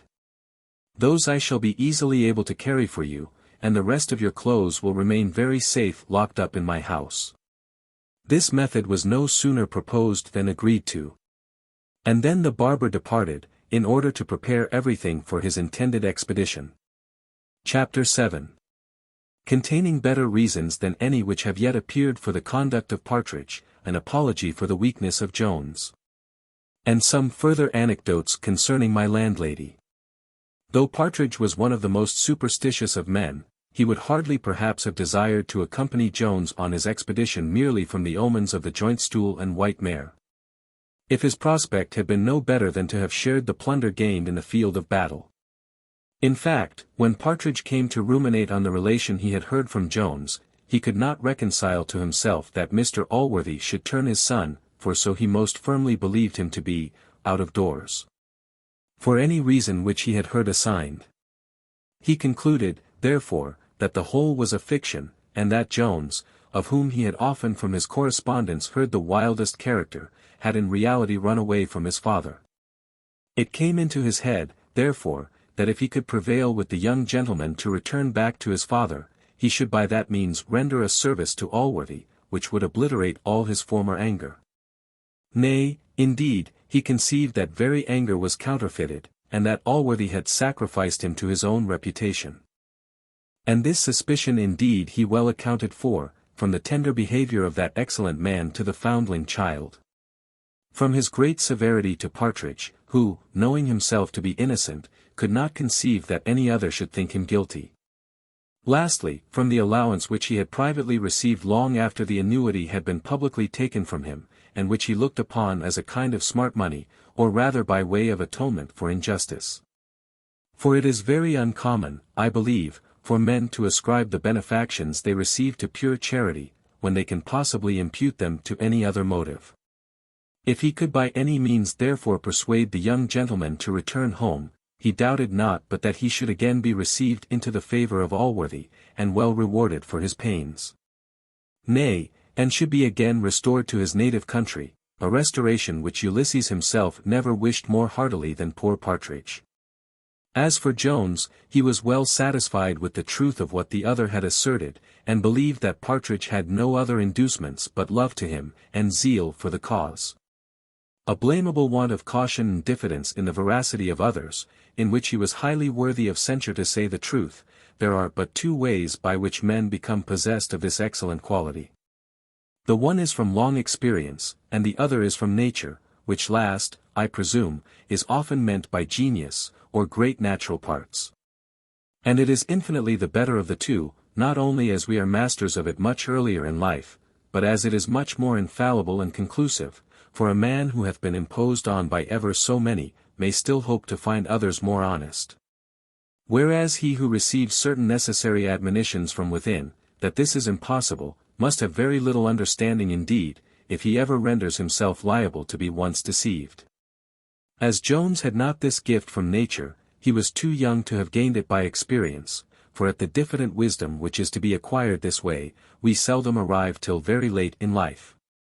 Which is perhaps the reason why some old men are apt to despise the understandings of all those who are a little younger than themselves.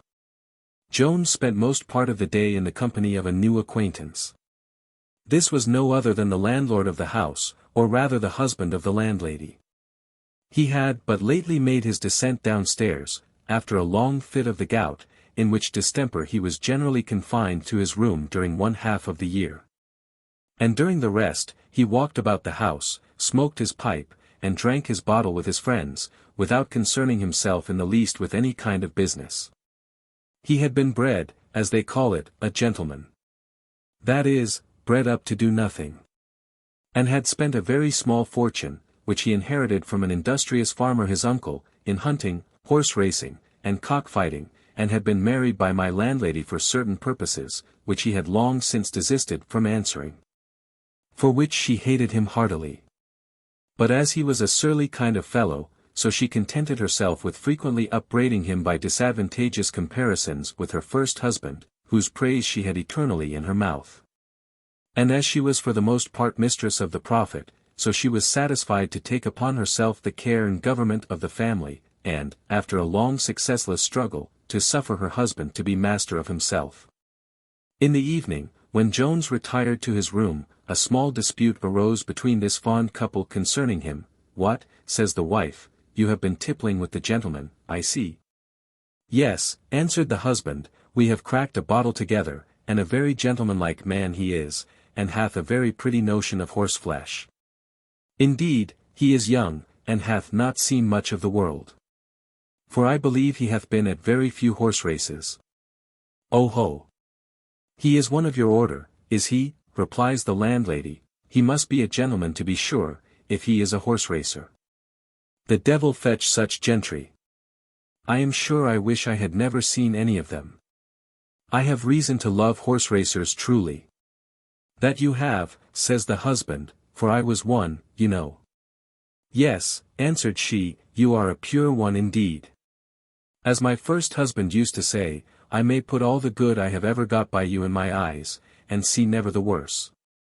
"D—n your first husband," cries he. "Don't D—n a better man than yourself," answered the wife. "If he had been alive, you durst not have done it."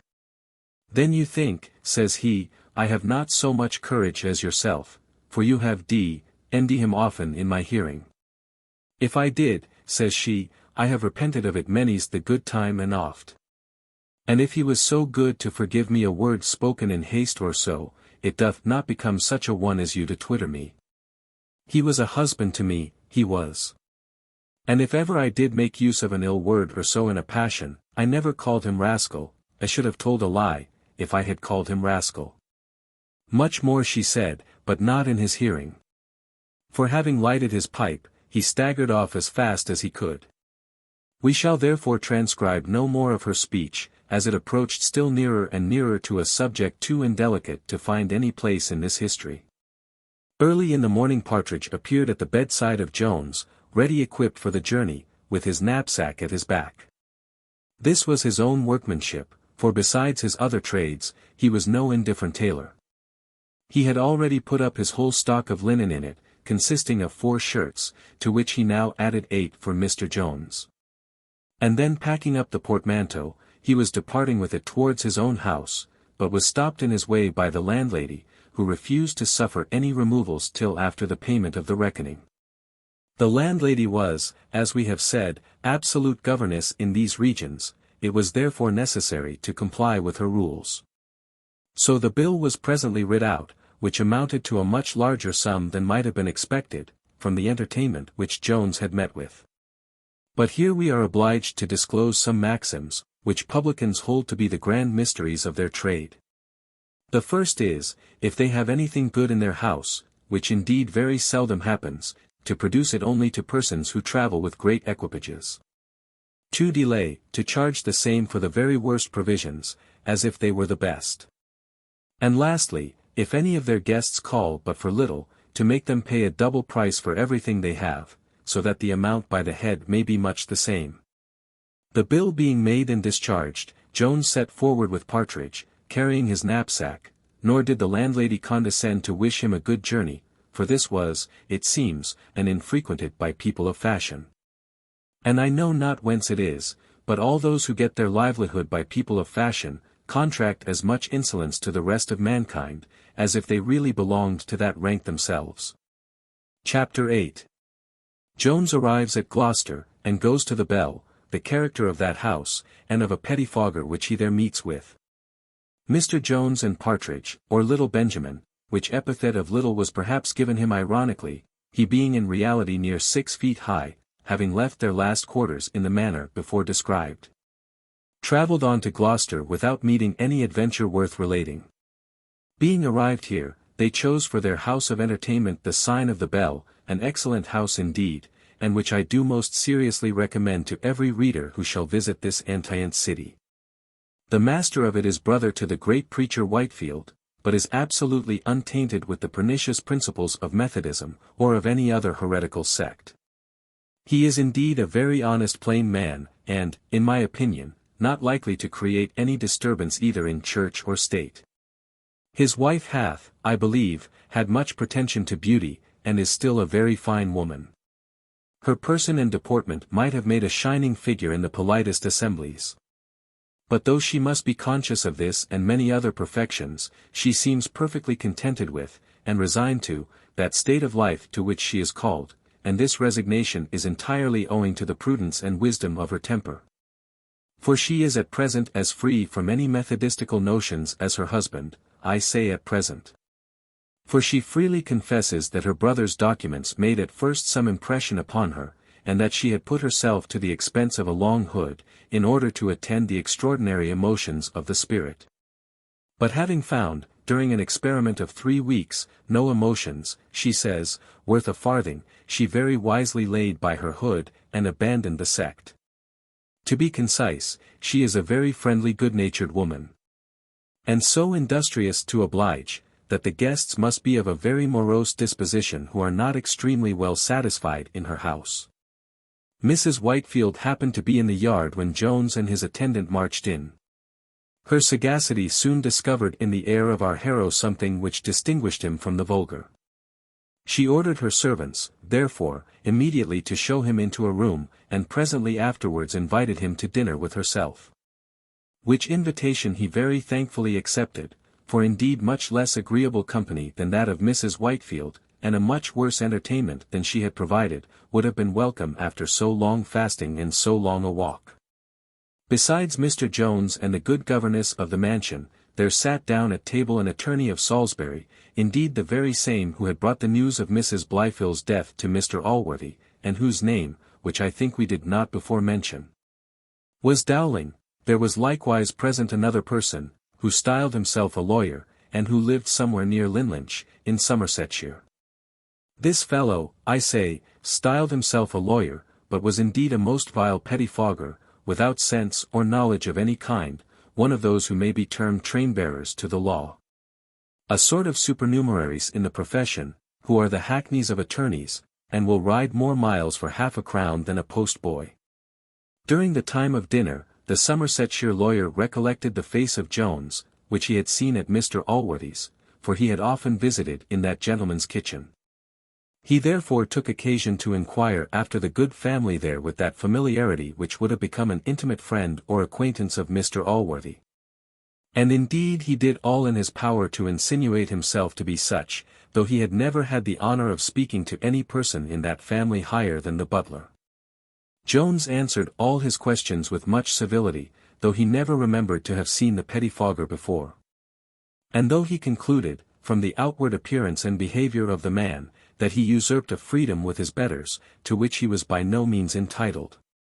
As the conversation of fellows of this kind is of all others the most detestable to men of any sense, the cloth was no sooner removed than Mr. Jones withdrew, and a little barbarously left poor Mrs. Whitefield to do a penance, which I have often heard Mr. Timothy Harris, and other publicans of good taste, lament, as the severest lot annexed to their calling, namely, that of being obliged to keep company with their guests. Jones had no sooner quitted the room, than the pettifogger, in a whispering tone, asked Mrs. Whitefield, if she knew who that fine spark was? She answered, she had never seen the gentleman before. The gentleman, indeed, replied the pettifogger, a pretty gentleman, truly. Why, he's the bastard of a fellow who was hanged for horse stealing. He was dropped at Squire Allworthy's door, where one of the servants found him in a box so full of rain water, that he would certainly have been drowned, had he not been reserved for another fate. You need not mention it, I protest, we understand what that fate is very well, cries Dowling, with a most facetious grin.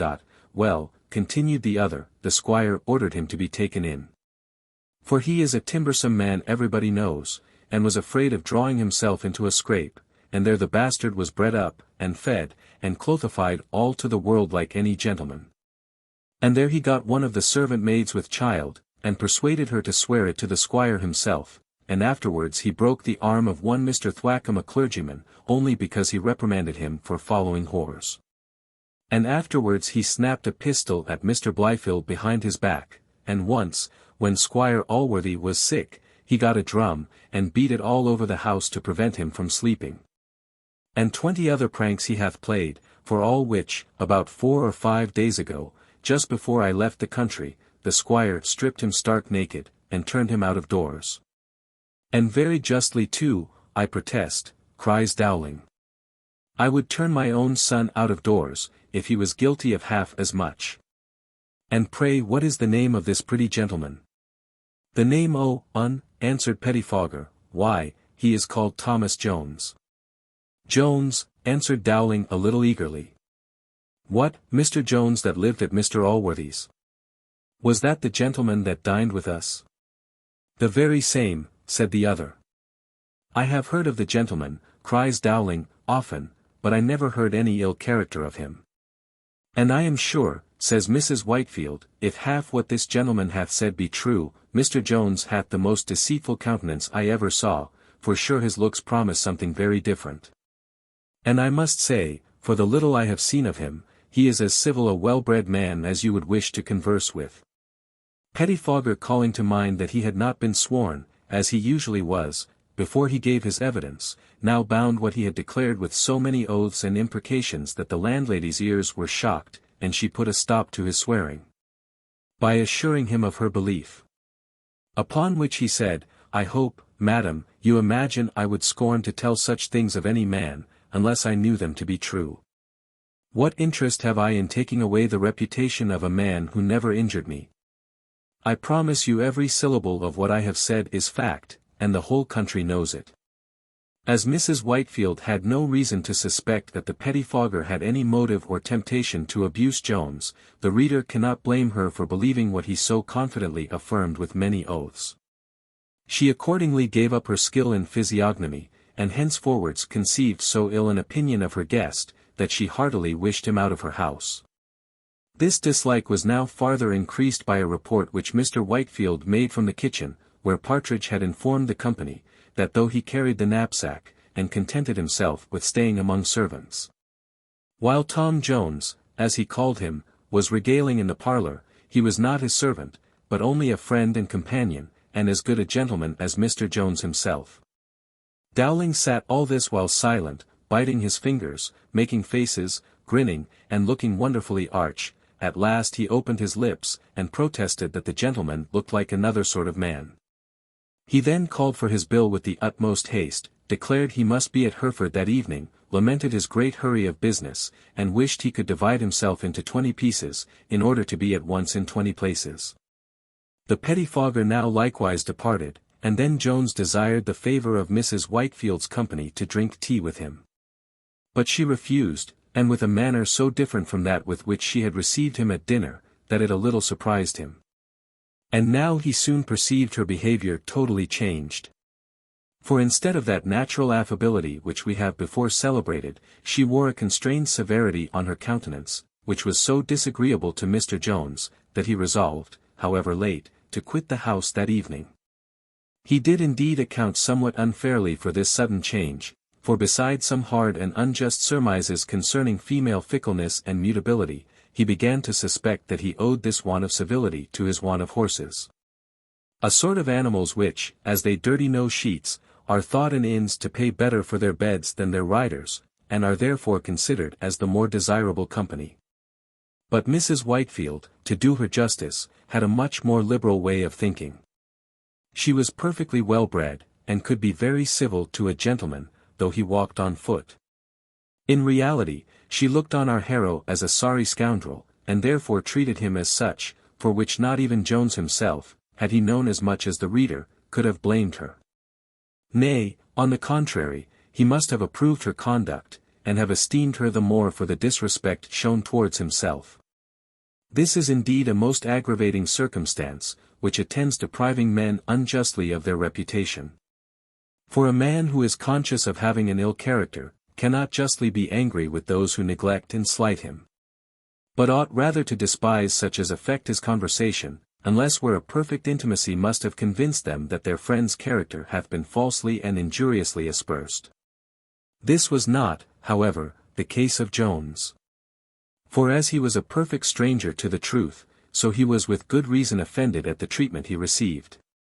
He therefore paid his reckoning and departed, highly against the will of Mr. Partridge, who having remonstrated much against it to no purpose, at last condescended to take up his knapsack and to attend his friend. Chapter 9. Containing several dialogues between Jones and Partridge, concerning love, cold, hunger, and other matters, with the lucky and narrow escape of Partridge, as he was on the very brink of making a fatal discovery to his friend. The shadows began now to descend larger from the high mountains, the feathered creation had betaken themselves to their rest.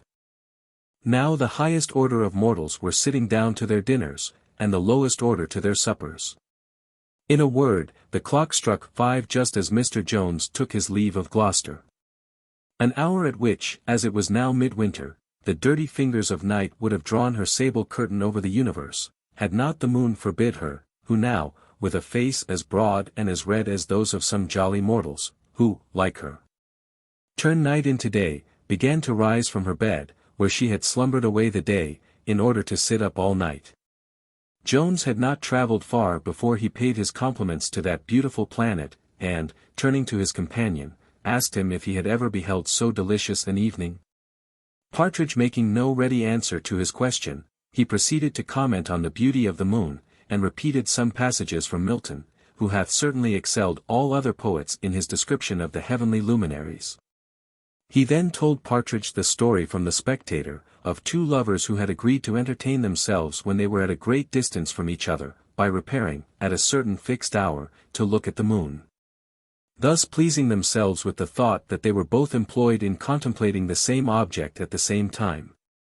Those lovers, added he, must have had souls truly capable of feeling all the tenderness of the sublimest of all human passions.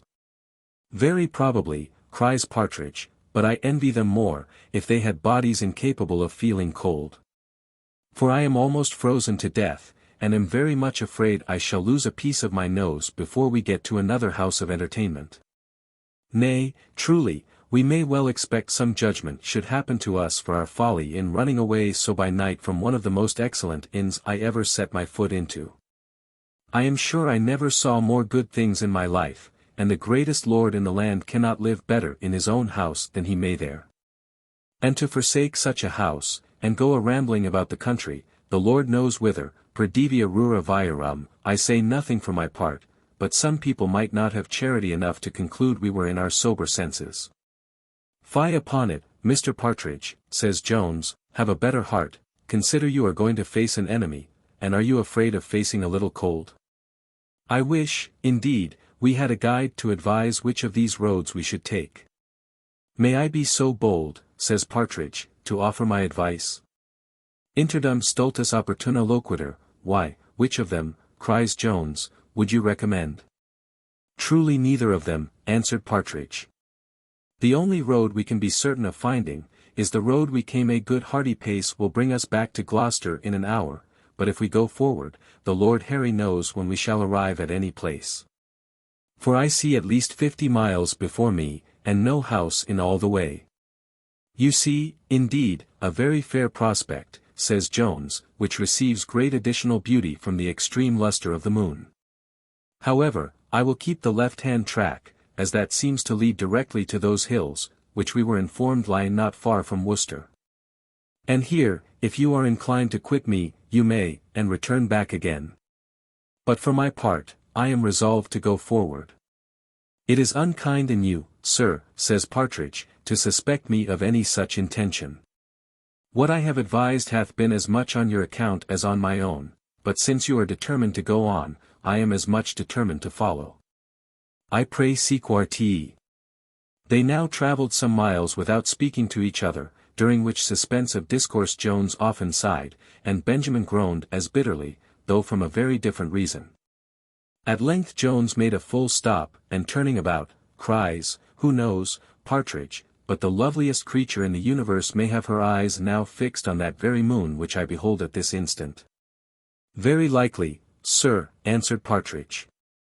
"And if my eyes were fixed on a good sirloin of roast beef, the devil might take the moon and her horns into the bargain." "Did ever Tremontaine make such an answer?" cries Jones. "Prithee, Partridge, wast thou ever susceptible of love in thy life, or hath time worn away all the traces of it from thy memory?" "Alack a day," cries Partridge, "well would it have been for me if I had never known what love was. Infandum regina ubes renover dolorem. I am sure I have tasted all the tenderness, and sublimities, and bitternesses of the passion." "Was your mistress unkind, then?" says Jones. "Very unkind, indeed, sir," answered Partridge. "For she married me, and made one of the most confounded wives in the world. However, heaven be praised, she's gone. And if I believed she was in the moon, according to a book I once read, which teaches that to be the receptacle of departed spirits, I would never look at it for fear of seeing her. But I wish, sir, that the moon was a looking-glass for your sake, and that Miss Sophia Western was now placed before it." "My dear Partridge," cries Jones, "what a thought was there! A thought which I am certain could never have entered into any mind but that of a lover. Oh Partridge! Could I hope once again to see that face, but, alas! All those golden dreams are vanished for ever, and my only refuge from future misery is to forget the object of all my former happiness." "And do you really despair of ever seeing Miss Western again?" answered Partridge. "If you will follow my advice I will engage you shall not only see her but have her in your arms." "Ha! Do not awaken a thought of that nature," cries Jones, "I have struggled sufficiently to conquer all such wishes already." "Nay," answered Partridge, "if you do not wish to have your mistress in your arms you are a most extraordinary lover indeed." "Well, well," says Jones, "let us avoid this subject, but pray what is your advice?" "To give it you in the military phrase, then," says Partridge, "as we are soldiers, to the right about. Let us return the way we came, we may yet reach Gloucester tonight, though late. Whereas, if we proceed, we are likely, for aught I see, to ramble about for ever without coming either to house or home." "I have already told you my resolution is to go on," answered Jones, "but I would have you go back. I am obliged to you for your company hither, and I beg you to accept a guinea as a small instance of my gratitude. Nay, it would be cruel in me to suffer you to go any farther. For, to deal plainly with you, my chief end and desire is a glorious death in the service of my king and country." "As for your money," replied Partridge, "I beg, sir, you will put it up, I will receive none of you at this time. For at present I am, I believe, the richer man of the two. And as your resolution is to go on, so mine is to follow you if you do. Nay, now my presence appears absolutely necessary to take care of you, since your intentions are so desperate. For I promise you my views are much more prudent, as you are resolved to fall in battle if you can, so I am resolved as firmly to come to no hurt if I can help it. And, indeed, I have the comfort to think there will be but little danger. For a popish priest told me the other day the business would soon be over, and he believed without a battle." "A popish priest," cries Jones, "I have heard is not always to be believed when he speaks in behalf of his religion." "Yes, but so far," answered the other, "from speaking in behalf of his religion, he assured me the Catholics did not expect to be any gainers by the change, for that Prince Charles was as good a Protestant as any in England. And that nothing but regard to right made him and the rest of the popish party to be Jacobites. I believe him to be as much a Protestant as I believe he hath any right, says Jones, and I make no doubt of our success, but not without a battle. So that I am not so sanguine as your friend the popish priest. Nay, to be sure, sir, answered Partridge, all the prophecies I have ever read speak of a great deal of blood to be spilt in the quarrel, and the miller with 3 thumbs, who is now alive, is to hold the horses of 3 kings. Up to his knees in blood. Lord, have mercy upon us all, and send better times. With what stuff and nonsense hast thou filled thy head, answered Jones, this too, I suppose, comes from the popish priest. Monsters and prodigies are the proper arguments to support monstrous and absurd doctrines. The cause of King George is the cause of liberty and true religion. In other words, it is the cause of common sense, my boy, and I warrant you will succeed, though Briareus himself was to rise again with his 100 thumbs, and to turn miller. Partridge made no reply to this.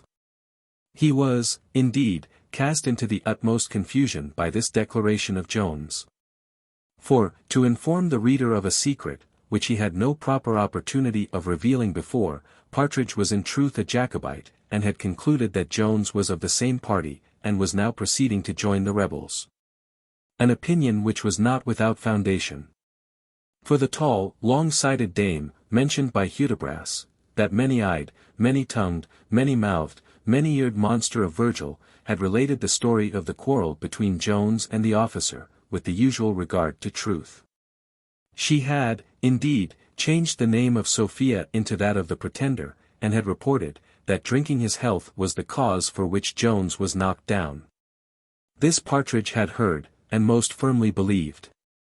'Tis no wonder, therefore, that he had thence entertained the above-mentioned opinion of Jones, and which he had almost discovered to him before he found out his own mistake. And at this the reader will be the less inclined to wonder, if he pleases to recollect the doubtful phrase in which Jones first communicated his resolution to Mr. Partridge. And, indeed, had the words been less ambiguous, Partridge might very well have construed them as he did, being persuaded as he was that the whole nation were of the same inclination in their hearts. Nor did it stagger him that Jones had travelled in the company of soldiers, for he had the same opinion of the army which he had of the rest of the people. But however well affected he might be to James or Charles, he was still much more attached to little Benjamin than to either. For which reason he no sooner discovered the principles of his fellow-traveller than he thought proper to conceal and outwardly give up his own to the man on whom he depended for the making his fortune. Since he by no means believed the affairs of Jones to be so desperate as they really were with Mr. Allworthy. For as he had kept a constant correspondence with some of his neighbours since he left that country, he had heard much, indeed more than was true, of the great affection Mr. Allworthy bore this young man, who, as Partridge had been instructed, was to be that gentleman's heir, and whom, as we have said, he did not in the least doubt to be his son. He imagined therefore that whatever quarrel was between them, it would be certainly made up at the return of Mr. Jones. An event from which he promised great advantages, if he could take this opportunity of ingratiating himself with that young gentleman. And if he could by any means be instrumental in procuring his return, he doubted not, as we have before said, but it would as highly advance him in the favour of Mr. Allworthy. We have already observed, that he was a very good-natured fellow, and he hath himself declared the violent attachment he had to the person and character of Jones. But possibly the views which I have just before mentioned, might likewise have some little share in prompting him to undertake this expedition, at least in urging him to continue it, after he had discovered that his master and himself, like some prudent fathers and sons, though they travelled together in great friendship, had embraced opposite parties. I am led into this conjecture, by having remarked, that though love, friendship, esteem, and such like, have very powerful operations in the human mind, interest, however, is an ingredient seldom omitted by wise men, when they would work others to their own purposes. This is indeed a most excellent medicine, and, like Ward's pill, flies at once to the particular part of the body on which you desire to operate, whether it be the tongue, the hand, or any other member, where it scarce ever fails of immediately producing the desired effect. Chapter 10, in which our travellers meet with a very extraordinary adventure.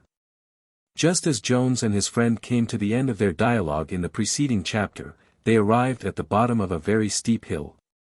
Here Jones stopped short, and directing his eyes upwards, stood for a while silent.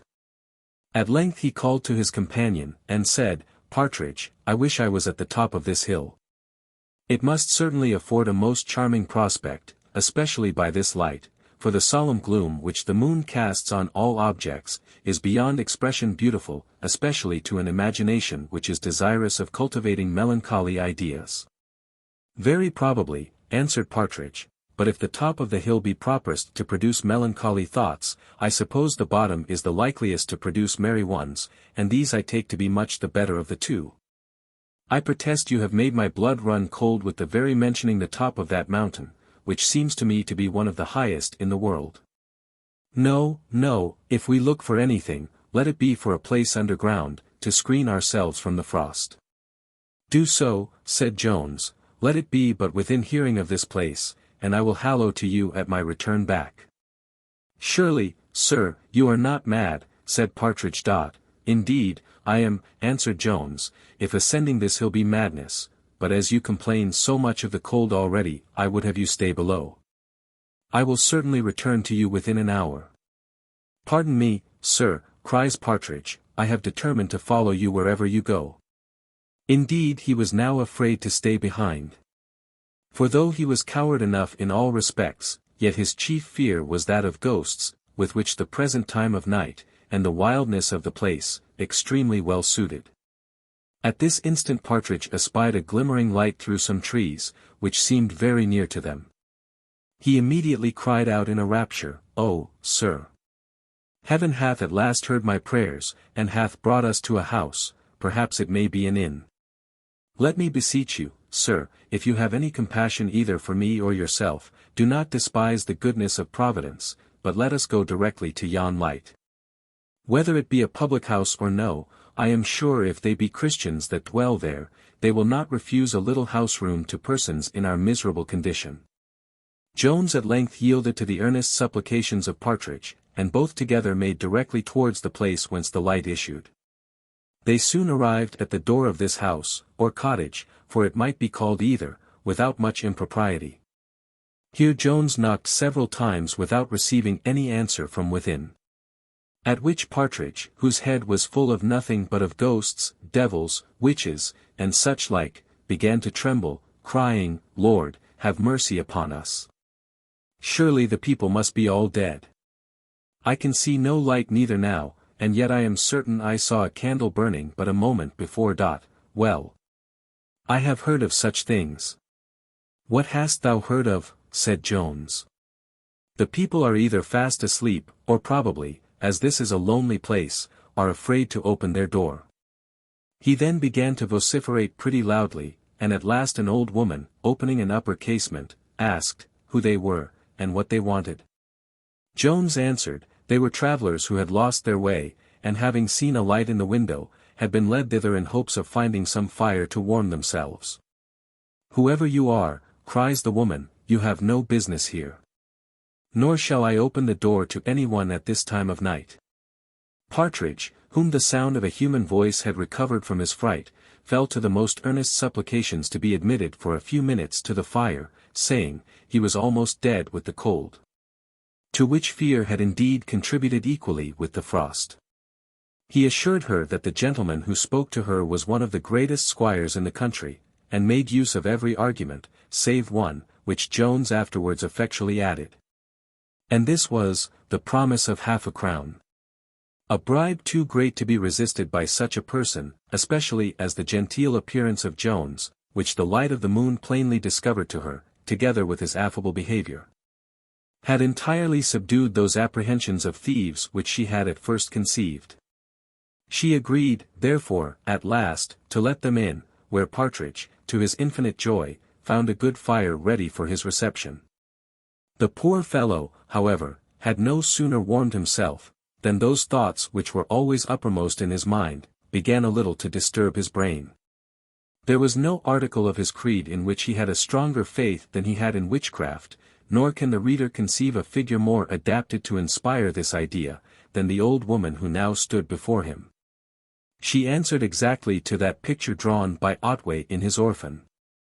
Indeed, if this woman had lived in the reign of James I, her appearance alone would have hanged her, almost without any evidence.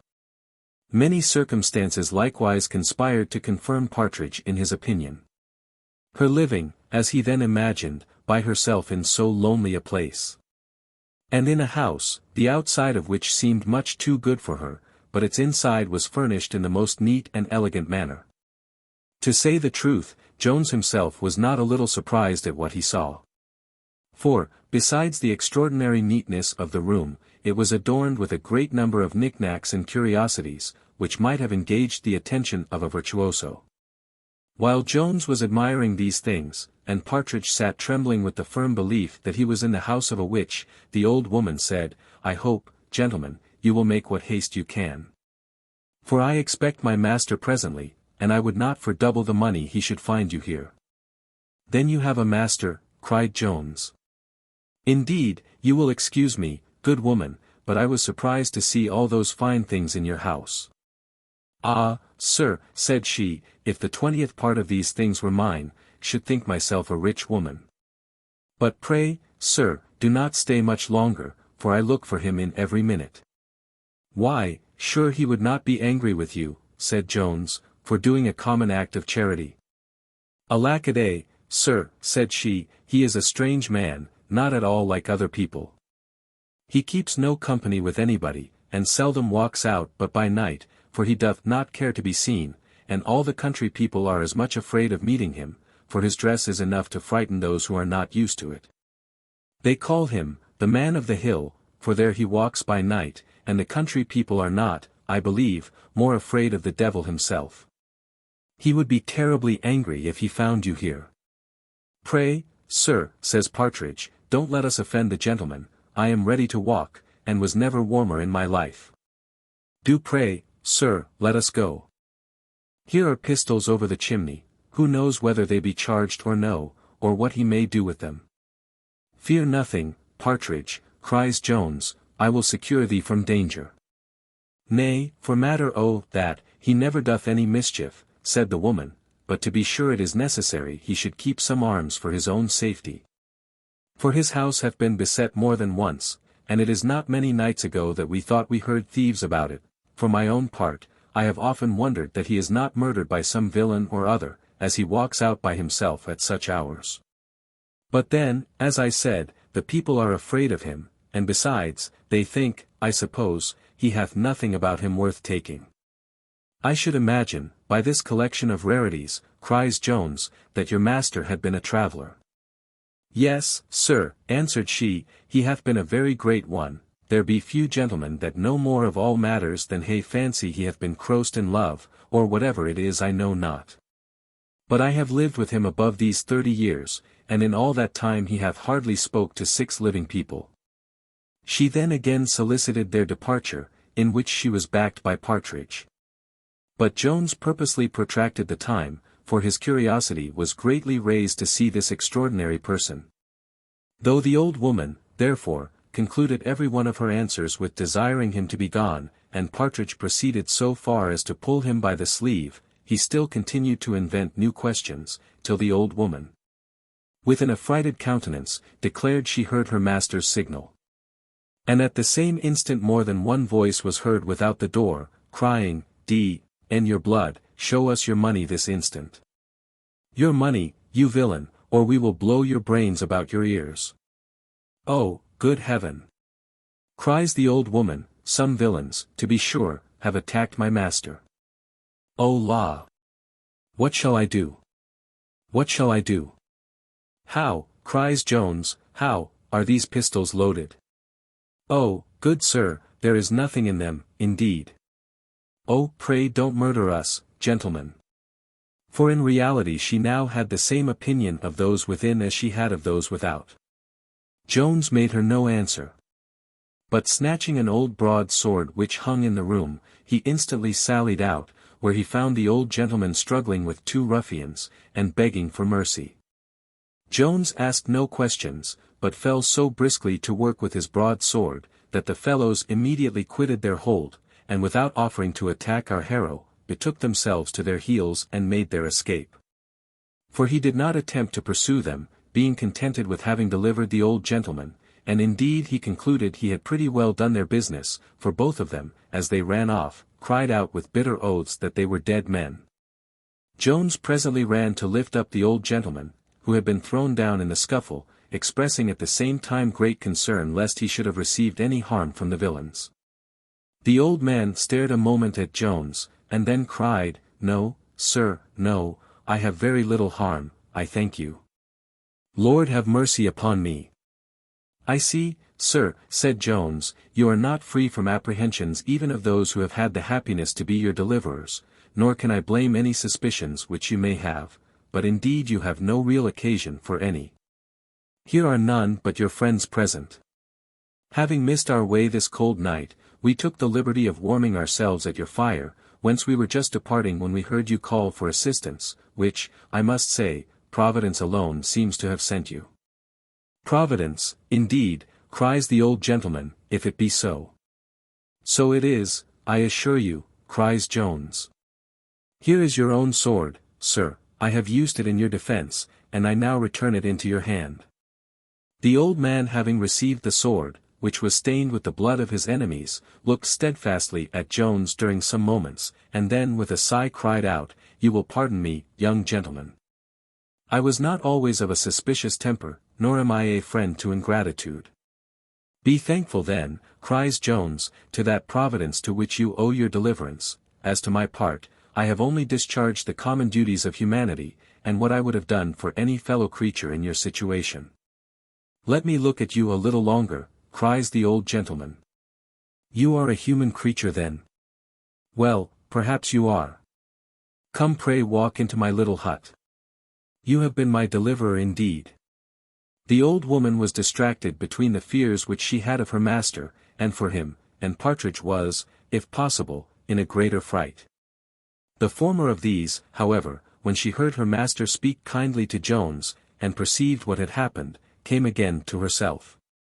But Partridge no sooner saw the gentleman, than the strangeness of his dress infused greater terrors into that poor fellow than he had before felt, either from the strange description which he had heard, or from the uproar which had happened at the door. To say the truth, it was an appearance which might have affected a more constant mind than that of Mr. Partridge. This person was of the tallest size, with a long beard as white as snow. His body was clothed with the skin of an ass, made something into the form of a coat. He wore likewise boots on his legs, and a cap on his head, both composed of the skin of some other animals. As soon as the old gentleman came into his house, the old woman began her congratulations on his happy escape from the ruffians. "Yes," cried he, "I have escaped, indeed, thanks to my preserver. Oh, the blessing on him!" Answered she, "He is a good gentleman, I warrant him. I was afraid your worship would have been angry with me for letting him in. And to be certain I should not have done it, had not I seen by the moonlight, that he was a gentleman, and almost frozen to death. And to be certain it must have been some good angel that sent him hither, and tempted me to do it. I am afraid, sir," said the old gentleman to Jones, "that I have nothing in this house which you can either eat or drink, unless you will accept a dram of brandy, of which I can give you some most excellent, and which I have had by me these 30 years. Jones declined this offer in a very civil and proper speech, and then the other asked him, whither he was travelling when he missed his way, saying, "I must own myself surprised to see such a person as you appear to be, journeying on foot at this time of night. I suppose, sir, you are a gentleman of these parts, for you do not look like one who is used to travel far without horses." "Appearances," cried Jones, "are often deceitful, men sometimes look what they are not. I assure you I am not of this country, and whither I am travelling, in reality I scarce know myself." "Whoever you are, or whithersoever you are going," answered the old man, "I have obligations to you which I can never return." "I once more," replied Jones, "affirm that you have none. For there can be no merit in having hazarded that in your service on which I set no value, and nothing is so contemptible in my eyes as life. "I am sorry, young gentleman," answered the stranger, "that you have any reason to be so unhappy at your years." "Indeed I am, sir," answered Jones, "the most unhappy of mankind." "Perhaps you have had a friend, or a mistress," replied the other. "How could you," cries Jones, "mention 2 words sufficient to drive me to distraction?" "Either of them are enough to drive any man to distraction," answered the old man. "I inquire no farther, sir. Perhaps my curiosity hath led me too far already." "Indeed, sir," cries Jones, "I cannot censure a passion which I feel at this instant in the highest degree. You will pardon me when I assure you, that everything which I have seen or heard since I first entered this house hath conspired to raise the greatest curiosity in me. Something very extraordinary must have determined you to this course of life, and I have reason to fear your own history is not without misfortunes." Here the old gentleman again sighed, and remained silent for some minutes. At last, looking earnestly on Jones, he said, "I have read that a good countenance is a letter of recommendation. If so, none ever can be more strongly recommended than yourself. If I did not feel some yearnings towards you from another consideration, I must be the most ungrateful monster upon earth. And I am really concerned it is no otherwise in my power than by words to convince you of my gratitude." Jones, after a moment's hesitation, answered, that it was in his power by words to gratify him extremely. "I have confessed a curiosity," said he, "sir, need I say how much obliged I should be to you, if you would condescend to gratify it? Will you suffer me therefore to beg, unless any consideration restrains you, that you would be pleased to acquaint me what motives have induced you thus to withdraw from the society of mankind, and to betake yourself to a course of life to which it sufficiently appears you were not born? I scarce think myself at liberty to refuse you anything after what hath happened," replied the old man. "If you desire therefore to hear the story of an unhappy man, I will relate it to you. Indeed you judge rightly, in thinking there is commonly something extraordinary in the fortunes of those who fly from society. For however it may seem a paradox, or even a contradiction, certain it is, that great philanthropy chiefly inclines us to avoid and detest mankind, not on account so much of their private and selfish vices, but for those of a relative kind, such as envy, malice, treachery, cruelty, with every other species of malevolence. These are the vices which true philanthropy abhors, and which rather than see and converse with, she avoids society itself. However, without a compliment to you, you do not appear to me one of those whom I should shun or detest. Nay, I must say, in what little hath dropped from you, there appears some parity in our fortunes. I hope, however, yours will conclude more successfully." Here some compliments passed between our hero and his host, and then the latter was going to begin his history, when Partridge interrupted him. His apprehensions had now pretty well left him, but some effects of his terrors remained. He therefore reminded the gentleman of that excellent brandy which he had mentioned. This was presently brought, and Partridge swallowed a large bumper. The gentleman then, without any farther preface, began as you may read in the next chapter. Chapter 11. In which the man of the hill begins to relate his history. I was born in a village of Somersetshire, called Mark, in the year 1657. My father was one of those whom they call gentlemen farmers. He had a little estate of about £300 a year of his own, and rented another estate of near the same value. He was prudent and industrious, and so good a husbandman, that he might have led a very easy and comfortable life, had not an errant vixen of a wife soured his domestic quiet. But though this circumstance perhaps made him miserable, it did not make him poor.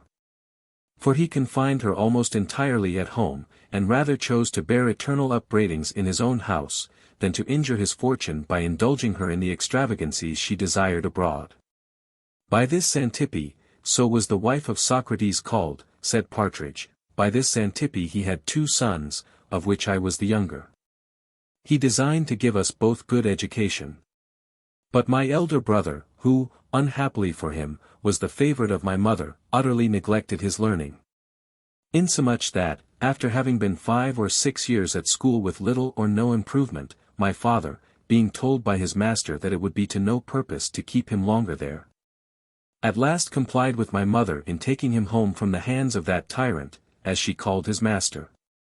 Though indeed he gave the lad much less correction than his idleness deserved, but much more, it seems, than the young gentleman liked, who constantly complained to his mother of his severe treatment, and she as constantly gave him a hearing.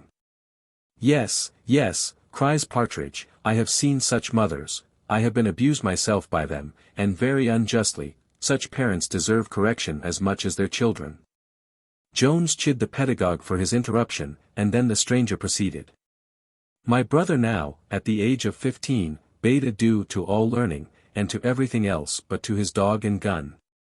With which latter he became so expert, that, though perhaps you may think it incredible, he could not only hit a standing mark with great certainty, but hath actually shot a crow as it was flying in the air. He was likewise excellent at finding a hare sitting, and was soon reputed one of the best sportsmen in the country, a reputation which both he and his mother enjoyed as much as if he had been thought the finest scholar. The situation of my brother made me at first think my lot the harder, in being continued at school, but I soon changed my opinion. For as I advanced pretty fast in learning, my labors became easy, and my exercise so delightful, that holidays were my most unpleasant time. For my mother, who never loved me, now apprehending that I had the greater share of my father's affection, and finding, or at least thinking, that I was more taken notice of by some gentlemen of learning, and particularly by the parson of the parish, than my brother, she now hated my sight, and made home so disagreeable to me, that what is called by schoolboys Black Monday, was to me the whitest in the whole year. Having at length gone through the school at Taunton, I was thence removed to Exeter College in Oxford, where I remained 4 years, at the end of which an accident took me off entirely from my studies. And hence, I may truly date the rise of all which happened to me afterwards in life. There was at the same college with myself one Sir George Gresham, a young fellow who was entitled to a very considerable fortune, which he was not, by the will of his father, to come into full possession of till he arrived at the age of 25. However, the liberality of his guardians gave him little cause to regret the abundant caution of his father. For they allowed him £500 a year while he remained at the university, where he kept his horses and his whore, and lived as wicked and as profligate a life as he could have done had he been never so entirely master of his fortune. For besides the 500 a year which he received from his guardians, he found means to spend 1,000 more. He was above the age of 21, and had no difficulty in gaining what credit he pleased. This young fellow, among many other tolerable bad qualities, had one very diabolical. He had a great delight in destroying and ruining the youth of inferior fortune, by drawing them into expenses which they could not afford so well as himself. And the better, and worthier, and soberer any young man was, the greater pleasure and triumph had he in his destruction. Thus acting the character which is recorded of the devil, and going about seeking whom he might devour. It was my misfortune to fall into an acquaintance and intimacy with this gentleman. My reputation of diligence in my studies made me a desirable object of his mischievous intention.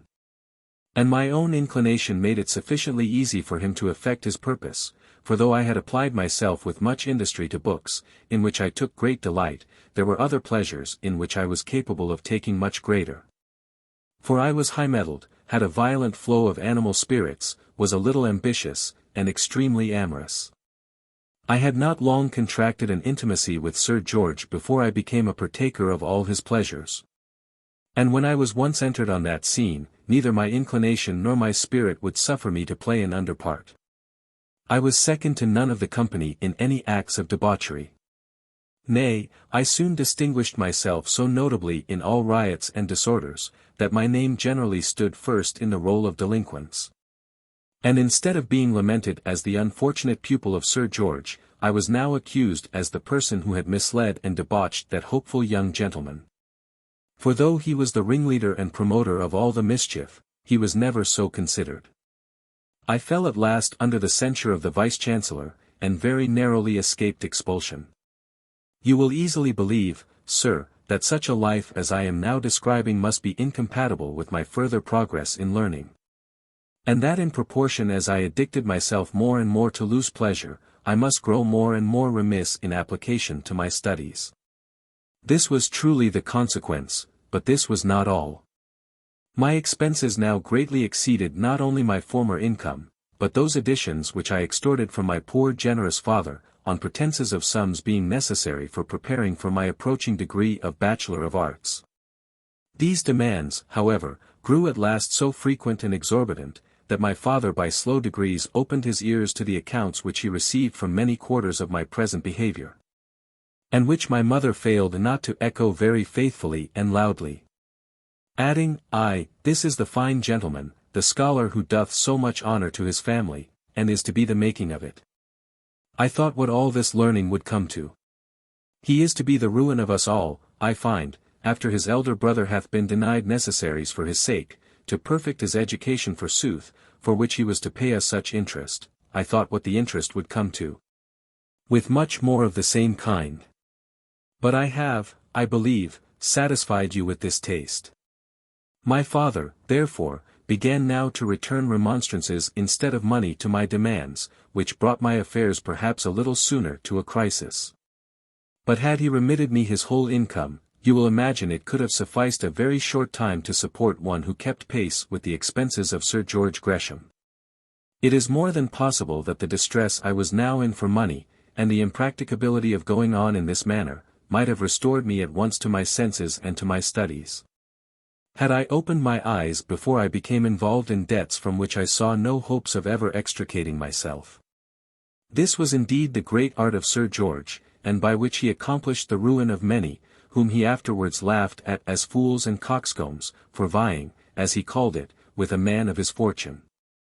To bring this about, he would now and then advance a little money himself, in order to support the credit of the unfortunate youth with other people, till, by means of that very credit, he was irretrievably undone.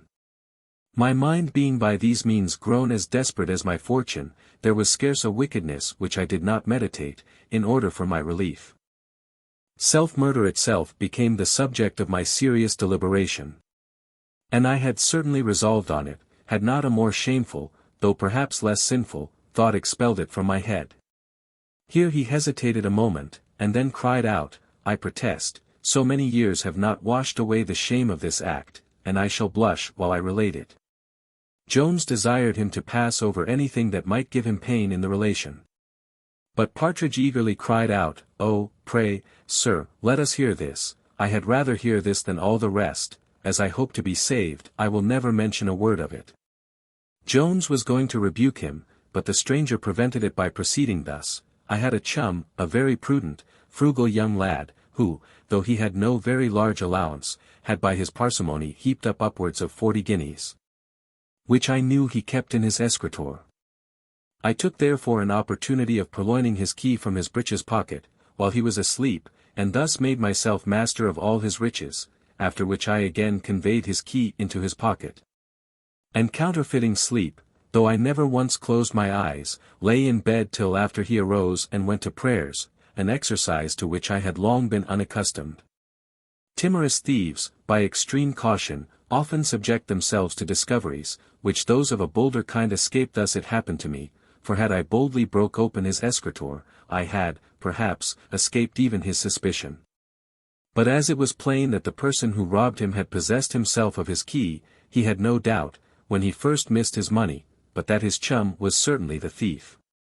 Now as he was of a fearful disposition, and much my inferior in strength, and I believe in courage, he did not dare to confront me with my guilt, for fear of worse bodily consequences which might happen to him. He repaired therefore immediately to the Vice-Chancellor, and upon swearing to the robbery, and to the circumstances of it, very easily obtained a warrant against one who had now so bad a character through the whole university. Luckily for me, I lay out of the college the next evening.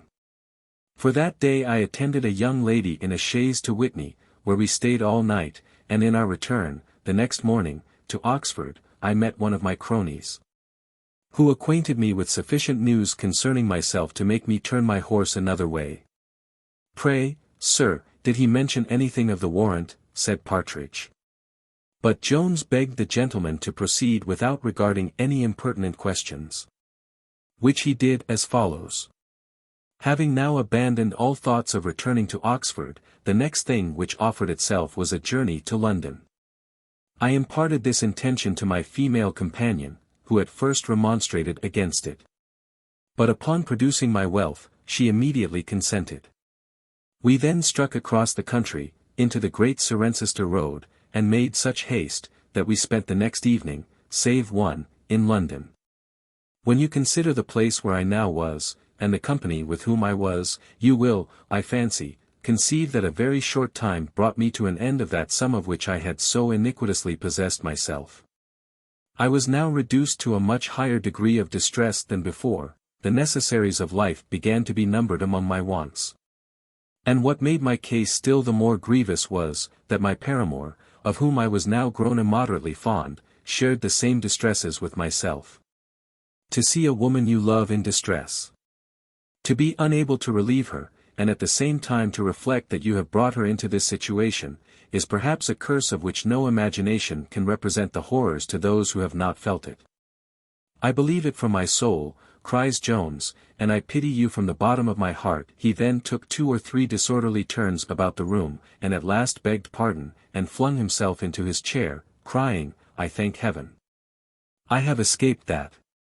This circumstance, continued the gentleman, so severely aggravated the horrors of my present situation, that they became absolutely intolerable. I could with less pain endure the raging in my own natural unsatisfied appetites, even hunger or thirst, than I could submit to leave ungratified the most whimsical desires of a woman on whom I so extravagantly dote, that, though I knew she had been the mistress of half my acquaintance, I firmly intended to marry her. But the good creature was unwilling to consent to an action which the world might think so much to my disadvantage.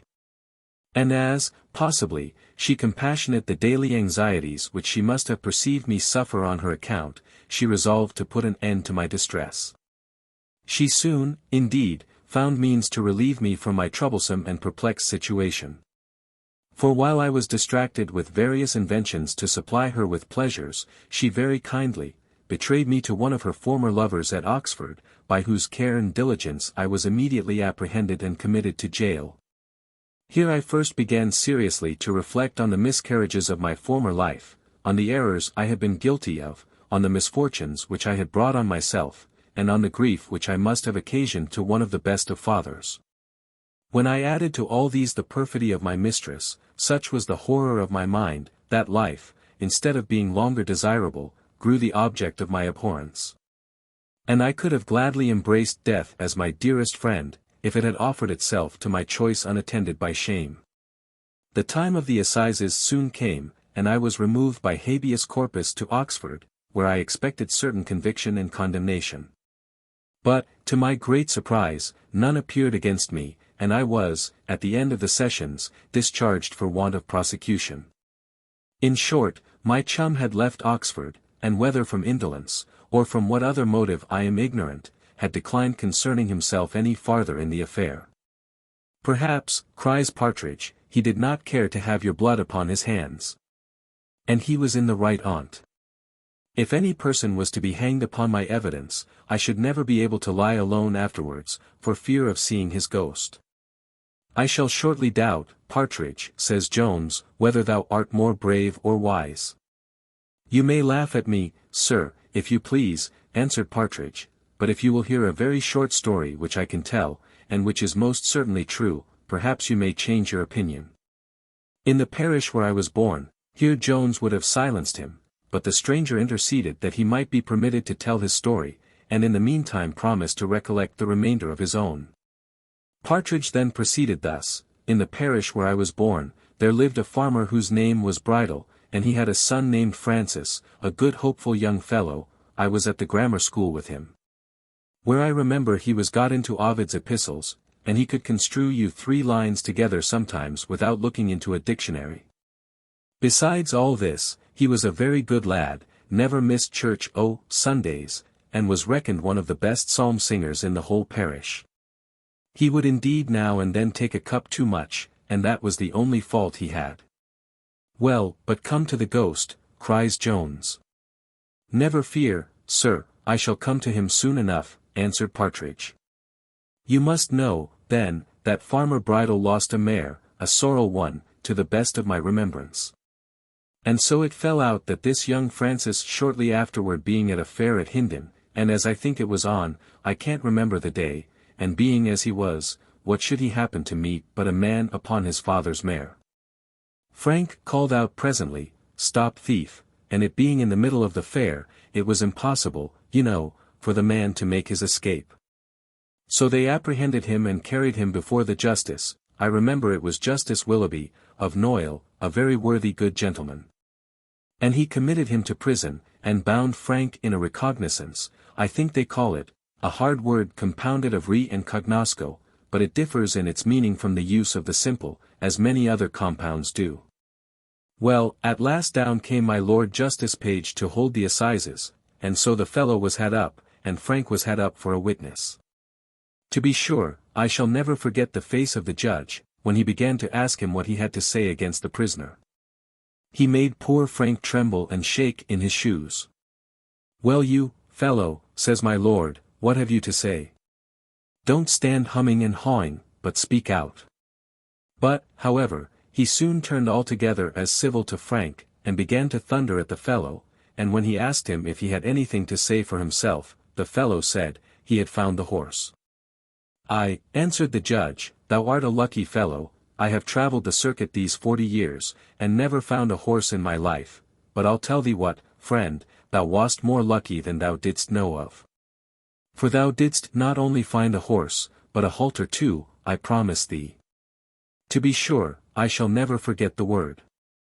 Upon which everybody fell a-laughing, as how could they help it? Nay, and 20 other jests he made, which I can't remember now. There was something about his skill in horseflesh which made all the folks laugh. To be certain, the judge must have been a very brave man, as well as a man of much learning. It is indeed charming sport to hear trials upon life and death. One thing I own I thought a little hard, that the prisoner's counsel was not suffered to speak for him, though he desired only to be heard one very short word, but my lord would not hearken to him. Though he suffered a counsellor to talk against him for above half an hour. I thought it hard, I own, that there should be so many of them, my lord, and the court, and the jury, and the counsellors, and the witnesses, all upon one poor man, and he too in chains. Well, the fellow was hanged, as to be sure it could be no otherwise, and poor Frank could never be easy about it. He never was in the dark alone, but he fancied he saw the fellow's spirit. "Well, and is this thy story?" cries Jones. "No, no," answered Partridge. "O Lord, have mercy upon me. I am just now coming to the matter, for one night, coming from the alehouse, in a long, narrow, dark lane, there he ran directly up against him. And the spirit was all in white, and fell upon Frank, and Frank, who was a sturdy lad, fell upon the spirit again, and there they had a tussle together, and poor Frank was dreadfully beat, indeed he made a shift at last to crawl home. But what with the beating, and what with the fright, he lay ill above a fortnight, and all this is most certainly true, and the whole parish will bear witness to it." The stranger smiled at this story, and Jones burst into a loud fit of laughter. Upon which Partridge cried, "Aye, you may laugh, sir," and so did some others, particularly a squire, who is thought to be no better than an atheist. Who, forsooth, because there was a calf with a white face found dead in the same lane the next morning, would fain have it that the battle was between Frank and that, as if a calf would set upon a man. Besides, Frank told me he knew it to be a spirit, and could swear to him in any court in Christendom, and he had not drank above a quart or two or such a matter of liquor, at the time. Lud have mercy upon us, and keep us all from dipping our hands in blood, I say. "Well, sir," said Jones to the stranger, "Mr. Partridge hath finished his story, and I hope will give you no future interruption, if you will be so kind to proceed." He then resumed his narration, but as he hath taken breath for a while, we think proper to give it to our reader, and shall therefore put an end to this chapter. Chapter 12. In which the man of the hill continues his history. "I had now regained my liberty," said the stranger, "but I had lost my reputation. For there is a wide difference between the case of a man who is barely acquitted of a crime in a court of justice, and of him who is acquitted in his own heart, and in the opinion of the people. I was conscious of my guilt and ashamed to look any one in the face, so resolved to leave Oxford the next morning, before the daylight discovered me to the eyes of any beholders. When I had got clear of the city, it first entered into my head to return home to my father, and endeavour to obtain his forgiveness. But as I had no reason to doubt his knowledge of all which had passed, and as I was well assured of his great aversion to all acts of dishonesty, I could entertain no hopes of being received by him. Especially since I was too certain of all the good offices in the power of my mother. Nay, had my father's pardon been as sure, as I conceived his resentment to be, I yet question whether I could have had the assurance to behold him, or whether I could, upon any terms, have submitted to live and converse with those who, I was convinced, knew me to have been guilty of so base an action. I hastened therefore back to London, the best retirement of either grief or shame, unless for persons of a very public character. For here you have the advantage of solitude without its disadvantage, since you may be alone and in company at the same time. And while you walk or sit unobserved, noise, hurry, and a constant succession of objects, entertain the mind, and prevent the spirits from preying on themselves, or rather on grief or shame, which are the most unwholesome diet in the world. And on which, though there are many who never taste either but in public, there are some who can feed very plentifully and very fatally when alone. But as there is scarce any human good without its concomitant evil, so there are people who find an inconvenience in this unobserving temper of mankind, I mean persons who have no money. For as you are not put out of countenance, so neither are you clothed or fed by those who do not know you. And a man may be as easily starved in Leadenhall Market as in the deserts of Arabia. It was at present my fortune to be destitute of that great evil, as it is apprehended to be by several writers, who I suppose were overburthened with it, namely, money. With submission, sir, said Partridge, I do not remember any writers who have called it malorum, but iridimenta malorum. Effodianter opes, iridimenta malorum, well, sir, continued the stranger, whether it be an evil, or only the cause of evil, I was entirely void of it, and at the same time of friends, and, as I thought, of acquaintance. When one evening, as I was passing through the inner temple, very hungry, and very miserable, I heard a voice on a sudden hailing me with great familiarity by my Christian name. And upon turning about, I presently recollected the person who so saluted me to have been my fellow collegiate, one who had left the university above a year, and long before any of my misfortunes had befallen me. This gentleman, whose name was Watson, shook me heartily by the hand, and expressing great joy at meeting me, proposed our immediately drinking a bottle together.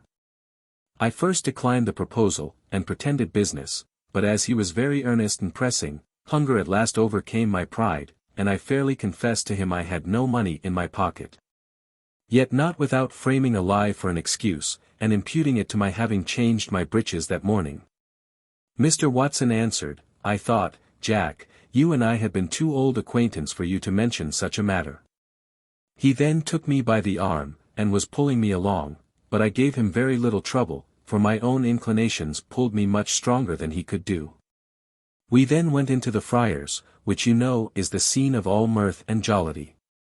Here, when we arrived at the tavern, Mr. Watson applied himself to the drawer only, without taking the least notice of the cook, for he had no suspicion but that I had dined long since. However, as the case was really otherwise, I forged another falsehood, and told my companion I had been at the further end of the city on business of consequence, and had snapped up a mutton chop in haste. So that I was again hungry, and wished he would add a beefsteak to his bottle.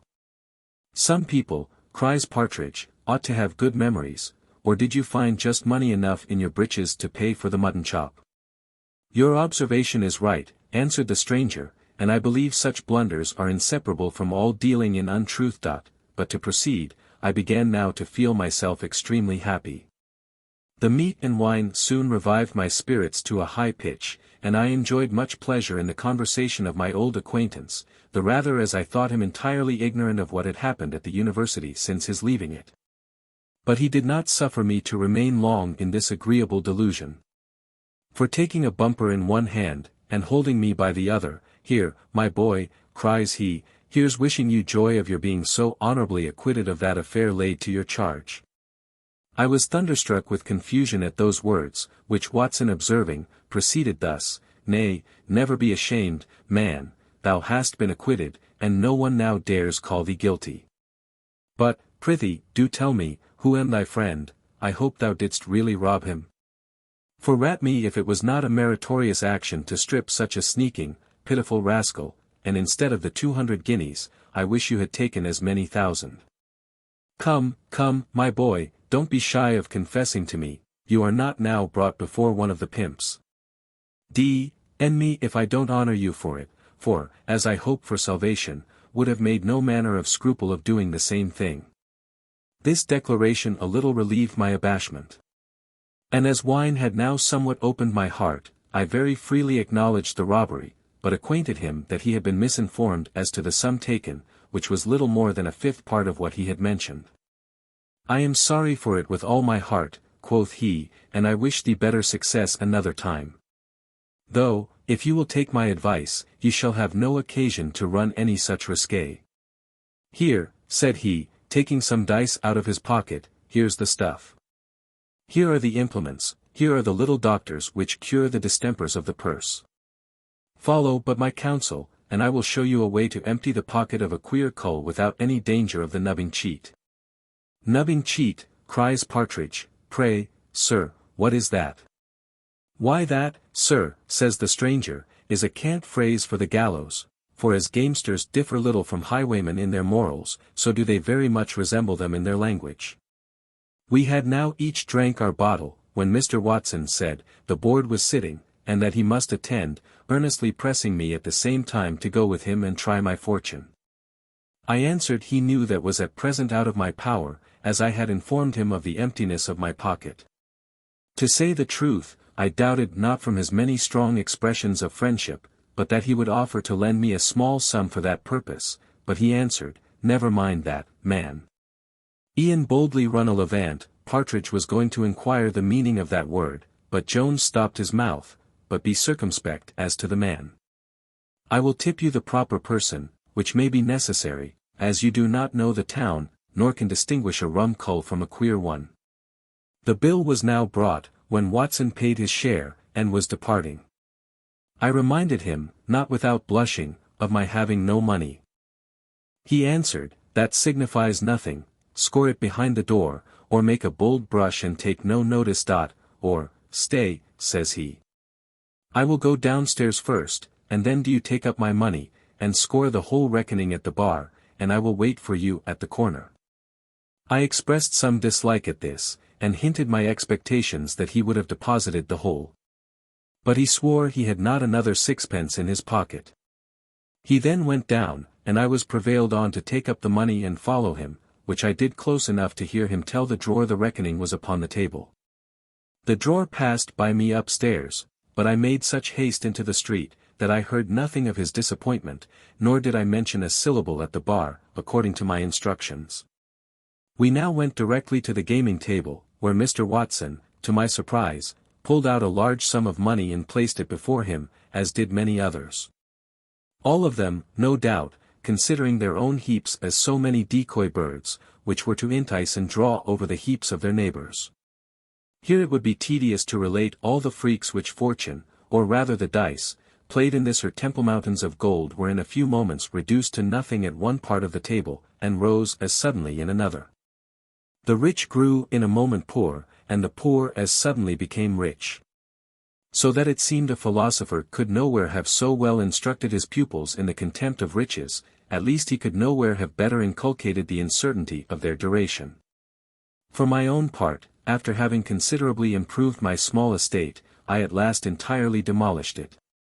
Mr. Watson too, after much variety of luck, rose from the table in some heat, and declared he had lost a cool 100, and would play no longer.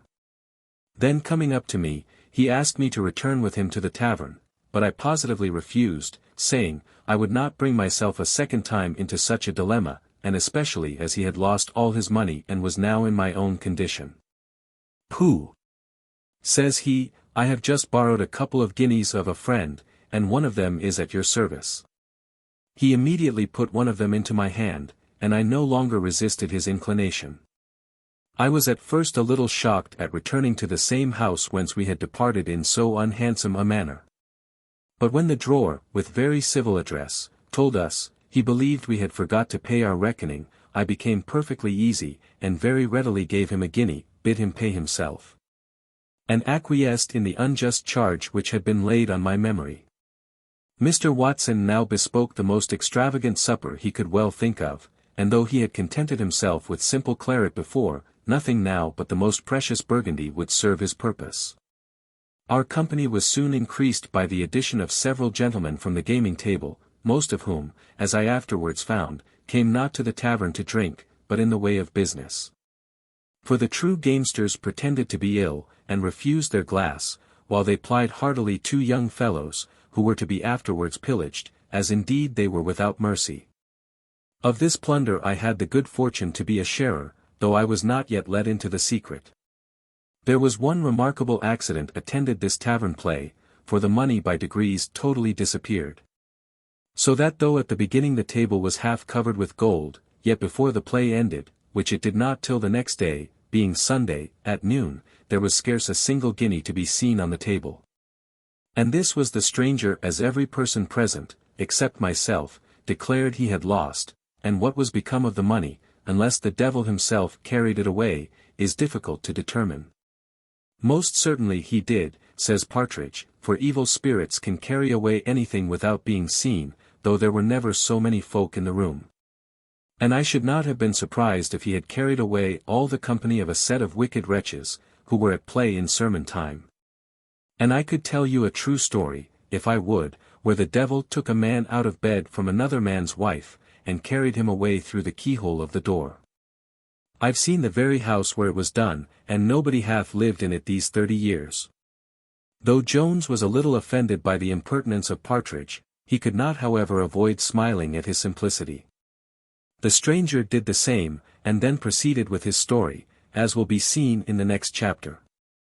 Chapter 13. In which the foregoing story is farther continued. My fellow collegiate had now entered me in a new scene of life. I soon became acquainted with the whole fraternity of sharpers, and was let into their secrets, I mean, into the knowledge of those gross cheats which are proper to impose upon the raw and unexperienced. For there are some tricks of a finer kind, which are known only to a few of the gang, who are at the head of their profession, a degree of honor beyond my expectation. For drink, to which I was immoderately addicted, and the natural warmth of my passions, prevented me from arriving at any great success in an art which requires as much coolness as the most austere school of philosophy. Mr. Watson, with whom I now lived in the closest amity, had unluckily the former failing to a very great excess. So that instead of making a fortune by his profession, as some others did, he was alternately rich and poor, and was often obliged to surrender to his cooler friends, over a bottle which they never tasted. That plunder that he had taken from culls at the public table. However, we both made a shift to pick up an uncomfortable livelihood, and for 2 years I continued of the calling.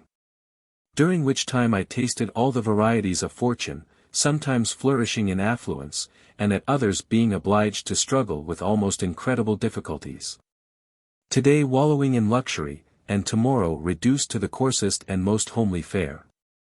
My fine clothes being often on my back in the evening, and at the pawnshop the next morning. One night, as I was returning penniless from the gaming table, I observed a very great disturbance, and a large mob gathered together in the street. As I was in no danger from pickpockets, I ventured into the crowd, where upon inquiry I found that a man had been robbed and very ill used by some ruffians. The wounded man appeared very bloody, and seemed scarce able to support himself on his legs. As I had not therefore been deprived of my humanity by my present life and conversation, though they had left me very little of either honesty or shame, I immediately offered my assistance to the unhappy person, who thankfully accepted it, and, putting himself under my conduct, begged me to convey him to some tavern, where he might send for a surgeon, being, as he said, faint with loss of blood. He seemed indeed highly pleased at finding one who appeared in the dress of a gentleman, for as to all the rest of the company present, their outside was such that he could not wisely place any confidence in them. I took the poor man by the arm, and led him to the tavern where we kept our rendezvous, as it happened to be the nearest at hand. A surgeon happening luckily to be in the house, immediately attended, and applied himself to dressing his wounds, which I had the pleasure to hear were not likely to be mortal. The surgeon having very expeditiously and dexterously finished his business, began to inquire in what part of the town the wounded man lodged, who answered, that he was come to town that very morning. That his horse was at an inn in Piccadilly, and that he had no other lodging, and very little or no acquaintance in town. This surgeon, whose name I have forgot, though I remember it began with an R, had the first character in his profession, and was sergeant surgeon to the king. He had moreover many good qualities, and was a very generous good-natured man, and ready to do any service to his fellow creatures. He offered his patient the use of his chariot to carry him to his inn, and at the same time whispered in his ear, that if he wanted any money, he would furnish him. The poor man was not now capable of returning thanks for this generous offer. For having had his eyes for some time steadfastly on me, he threw himself back in his chair, crying, "Oh, my son! My son," and then fainted away. Many of the people present imagined this accident had happened through his loss of blood. But I, who at the same time began to recollect the features of my father, was now confirmed in my suspicion, and satisfied that it was he himself who appeared before me. I presently ran to him, raised him in my arms, and kissed his cold lips with the utmost eagerness. Here I must draw a curtain over a scene which I cannot describe. For though I did not lose my being, as my father for a while did, my senses were however so overpowered with affright and surprise, that I am a stranger to what passed during some minutes. And indeed till my father had again recovered from his swoon, and I found myself in his arms, both tenderly embracing each other, while the tears trickled apace down the cheeks of each of us. Most of those present seemed affected by this scene, which we, who might be considered as the actors in it, were desirous of removing from the eyes of all spectators as fast as we could. My father therefore accepted the kind offer of the surgeon's chariot, and I attended him in it to his inn.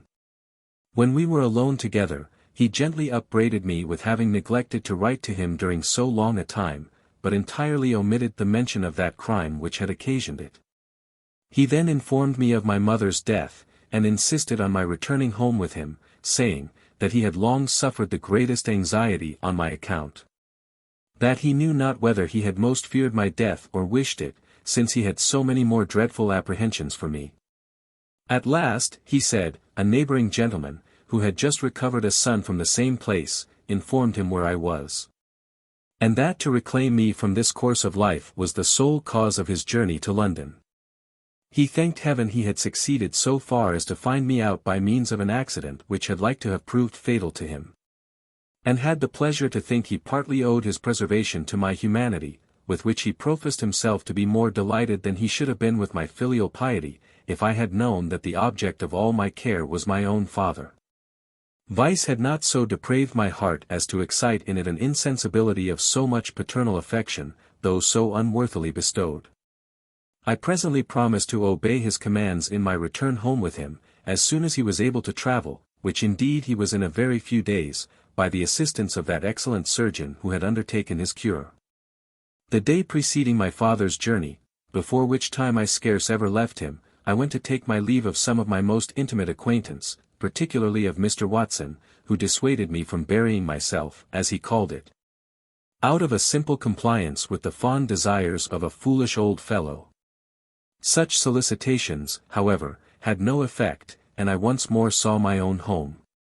My father now greatly solicited me to think of marriage, but my inclinations were utterly averse to any such thoughts. I had tasted of love already, and perhaps you know the extravagant excesses of that most tender and most violent passion. Here the old gentleman paused, and looked earnestly at Jones, whose countenance, within a minute's space, displayed the extremities of both red and white. Upon which the old man, without making any observations, renewed his narrative. Being now provided with all the necessaries of life, I betook myself once again to study, and that with a more inordinate application than I had ever done formerly. The books which now employed my time solely were those, as well antient as modern, which treat of true philosophy, a word which is by many thought to be the subject only of farce and ridicule. I now read over the works of Aristotle and Plato, with the rest of those inestimable treasures which antient Greece had bequeathed to the world. These authors, though they instructed me in no science by which men may promise to themselves to acquire the least riches or worldly power, taught me, however, the art of despising the highest acquisitions of both. They elevate the mind, and steel and harden it against the capricious invasions of fortune. They not only instruct in the knowledge of wisdom, but confirm men in her habits, and demonstrate plainly, that this must be our guide, if we propose ever to arrive at the greatest worldly happiness, or to defend ourselves, with any tolerable security, against the misery which everywhere surrounds and invests us. To this I added another study, compared to which, all the philosophy taught by the wisest heathens is little better than a dream, and is indeed as full of vanity as the silliest jester ever pleased to represent it. This is that divine wisdom which is alone to be found in the Holy Scriptures, for they impart to us the knowledge and assurance of things much more worthy our attention than all which this world can offer to our acceptance. Of things which heaven itself hath condescended to reveal to us, and to the smallest knowledge of which the highest human wit unassisted could never ascend. I began now to think all the time I had spent with the best heathen writers was little more than labor lost, for, however pleasant and delightful their lessons may be, or however adequate to the right regulation of our conduct with respect to this world only, yet, when compared with the glory revealed in Scripture, their highest documents will appear as trifling, and of as little consequence, as the rules by which children regulate their childish little games and pastime. True it is, that philosophy makes us wiser, but Christianity makes us better men. Philosophy elevates and steels the mind, Christianity softens and sweetens it. The former makes us the objects of human admiration, the latter of divine love. That ensures us a temporal, but this an eternal happiness. But I am afraid I tire you with my rhapsody. Not at all, cries Partridge, Lud forbid we should be tired with good things. I had spent, continued the stranger, about 4 years in the most delightful manner to myself, totally given up to contemplation, and entirely unembarrassed with the affairs of the world, when I lost the best of fathers, and one whom I so entirely loved, that my grief at his loss exceeds all description.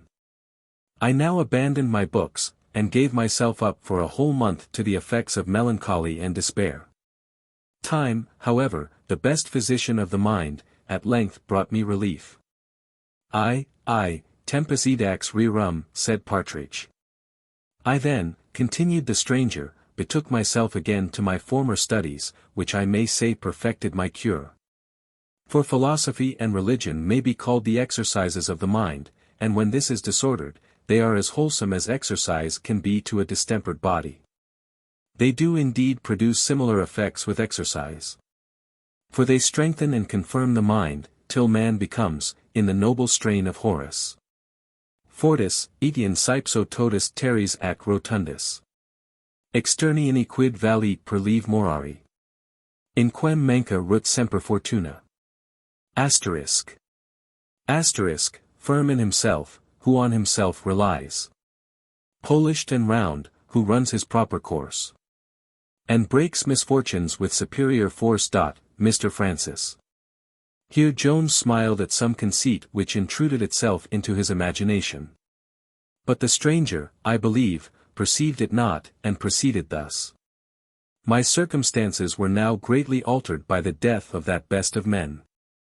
For my brother, who was now become master of the house, differed so widely from me in his inclinations, and our pursuits in life had been so very various, that we were the worst of company to each other.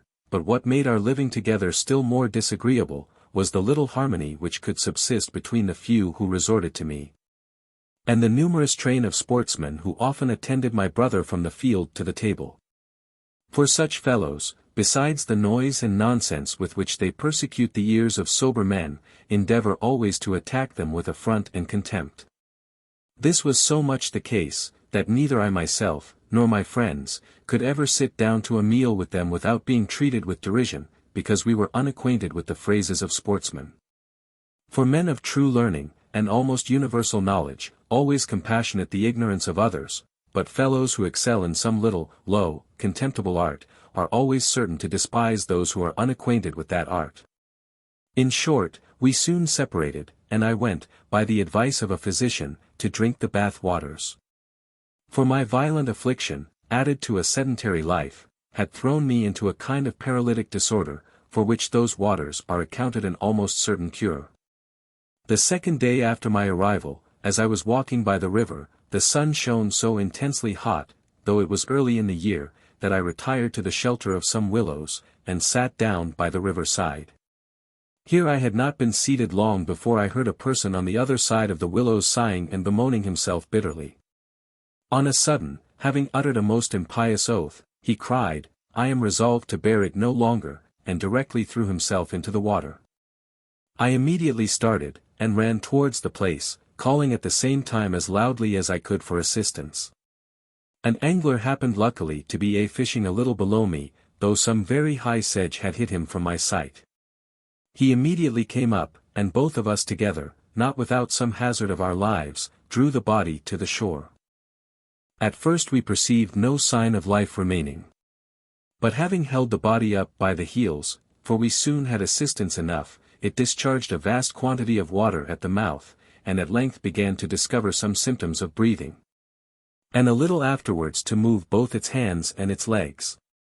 An apothecary, who happened to be present among others, advised that the body, which seemed now to have pretty well emptied itself of water, and which began to have many convulsive motions, should be directly taken up, and carried into a warm bed. This was accordingly performed, the apothecary and myself attending. As we were going towards an inn, for we knew not the man's lodgings, luckily a woman met us, who, after some violent screaming, told us that the gentleman lodged at her house. When I had seen the man safely deposited there, I left him to the care of the apothecary, I suppose, used all the right methods with him, for the next morning I heard he had perfectly recovered his senses. I then went to visit him, intending to search out, as well as I could, the cause of his having attempted so desperate an act, and to prevent, as far as I was able, his pursuing such wicked intentions for the future. I was no sooner admitted into his chamber, than we both instantly knew each other, for who should this person be but my good friend Mr. Watson? Here I will not trouble you with what passed at our first interview, for I would avoid prolixity as much as possible. "Pray let us hear all," cries Partridge, "I want mightily to know what brought him to Bath." "You shall hear everything material," answered the stranger. And then proceeded to relate what we shall proceed to write, after we have given a short breathing time to both ourselves and the reader. Chapter 14, in which the man of the hill concludes his history. Mr. Watson, continued the stranger, very freely acquainted me, that the unhappy situation of his circumstances, occasioned by a tide of ill luck, had in a manner forced him to a resolution of destroying himself. I now began to argue very seriously with him, in opposition to this heathenish, or indeed diabolical, principle of the lawfulness of self-murder, and said everything which occurred to me on the subject. But, to my great concern, it seemed to have very little effect on him. He seemed not at all to repent of what he had done, and gave me reason to fear he would soon make a second attempt of the like horrible kind. When I had finished my discourse, instead of endeavoring to answer my arguments, he looked me steadfastly in the face, and with a smile said, "You are strangely altered, my good friend, since I remember you. I question whether any of our bishops could make a better argument against suicide than you have entertained me with, but unless you can find somebody who will lend me a cool 100, I must either hang, or drown, or starve. And, in my opinion, the last death is the most terrible of the three." I answered him very gravely that I was indeed altered since I had seen him last. That I had found leisure to look into my follies and to repent of them. I then advised him to pursue the same steps, and at last concluded with an assurance that I myself would lend him £100, if it would be of any service to his affairs, and he would not put it into the power of a die to deprive him of it. Mr. Watson, who seemed almost composed in slumber by the former part of my discourse, was roused by the latter. He seized my hand eagerly, gave me 1,000 thanks, and declared I was a friend indeed. adding that he hoped I had a better opinion of him than to imagine he had profited so little by experience, as to put any confidence in those damned dice which had so often deceived him. No, no, cries he. Let me but once handsomely be set up again, and if ever fortune makes a broken merchant of me afterwards, I will forgive her. I very well understood the language of setting up, and broken merchant. I therefore said to him, with a very grave face, Mr. Watson, you must endeavour to find out some business or employment, by which you may procure yourself a livelihood. And I promise you, could I see any probability of being repaid hereafter, I would advance a much larger sum than what you have mentioned, to equip you in any fair and honourable calling. But as to gaming, besides the baseness and wickedness of making it a profession, you are really, to my own knowledge, unfit for it, and it will end in your certain ruin. Why now, that's strange, answered he. Neither you, nor any of my friends, would ever allow me to know anything of the matter, and yet I believe I am as good a hand at every game as any of you all. And I heartily wish I was to play with you only for your whole fortune, I should desire no better sport, and I would let you name your game into the bargain, but come, my dear boy, have you the 100 in your pocket? I answered I had only a bill for £50, which I delivered him, and promised to bring him the rest next morning, and after giving him a little more advice, took my leave. I was indeed better than my word, for I returned to him that very afternoon. When I entered the room, I found him sitting up in his bed at cards with a notorious gamester. This sight, you will imagine, shocked me not a little. To which I may add the mortification of seeing my bill delivered by him to his antagonist, and 30 guineas only given in exchange for it. The other gamester presently quitted the room, and then Watson declared he was ashamed to see me. But, says he, I find luck runs so damnably against me, that I will resolve to leave off play for ever. I have thought of the kind proposal you made me ever since, and I promise you there shall be no fault in me, if I do not put it in execution. Though I had no great faith in his promises, I produced him the remainder of the 100 in consequence of my own, for which he gave me a note, which was all I ever expected to see in return for my money. We were prevented from any further discourse at present by the arrival of the apothecary, who, with much joy in his countenance, and without even asking his patient how he did, proclaimed there was great news arrived in a letter to himself, which he said would shortly be public. That the Duke of Monmouth was landed in the west with a vast army of Dutch. And that another vast fleet hovered over the coast of Norfolk, and was to make a descent there, in order to favour the Duke's enterprise with a diversion on that side. This apothecary was one of the greatest politicians of his time. He was more delighted with the most paltry packet, than with the best patient, and the highest joy he was capable of, he received from having a piece of news in his possession an hour or two sooner than any other person in the town. His advices, however, were seldom authentic, for he would swallow almost anything as a truth, a humour which many made use of to impose upon him. Thus it happened with what he at present communicated. For it was known within a short time afterwards that the Duke was really landed, but that his army consisted only of a few attendants, and as to the diversion in Norfolk, it was entirely false. The apothecary stayed no longer in the room than while he acquainted us with his news, and then, without saying a syllable to his patient on any other subject, departed to spread his advices all over the town. Events of this nature in the public are generally apt to eclipse all private concerns. Our discourse therefore now became entirely political. For my own part, I had been for some time very seriously affected with the danger to which the Protestant religion was so visibly exposed under a popish prince, and thought the apprehension of it alone sufficient to justify that insurrection. For no real security can ever be found against the persecuting spirit of popery, when armed with power, except the depriving it of that power, as woeful experience presently showed. You know how King James behaved after getting the better of this attempt, how little he valued either his royal word, or coronation oath, or the liberties and rights of his people. But all had not the sense to foresee this at first. And therefore the Duke of Monmouth was weakly supported, yet all could feel when the evil came upon them. And therefore all united, at last, to drive out that king, against whose exclusion a great party among us had so warmly contended during the reign of his brother, and for whom they now fought with such zeal and affection.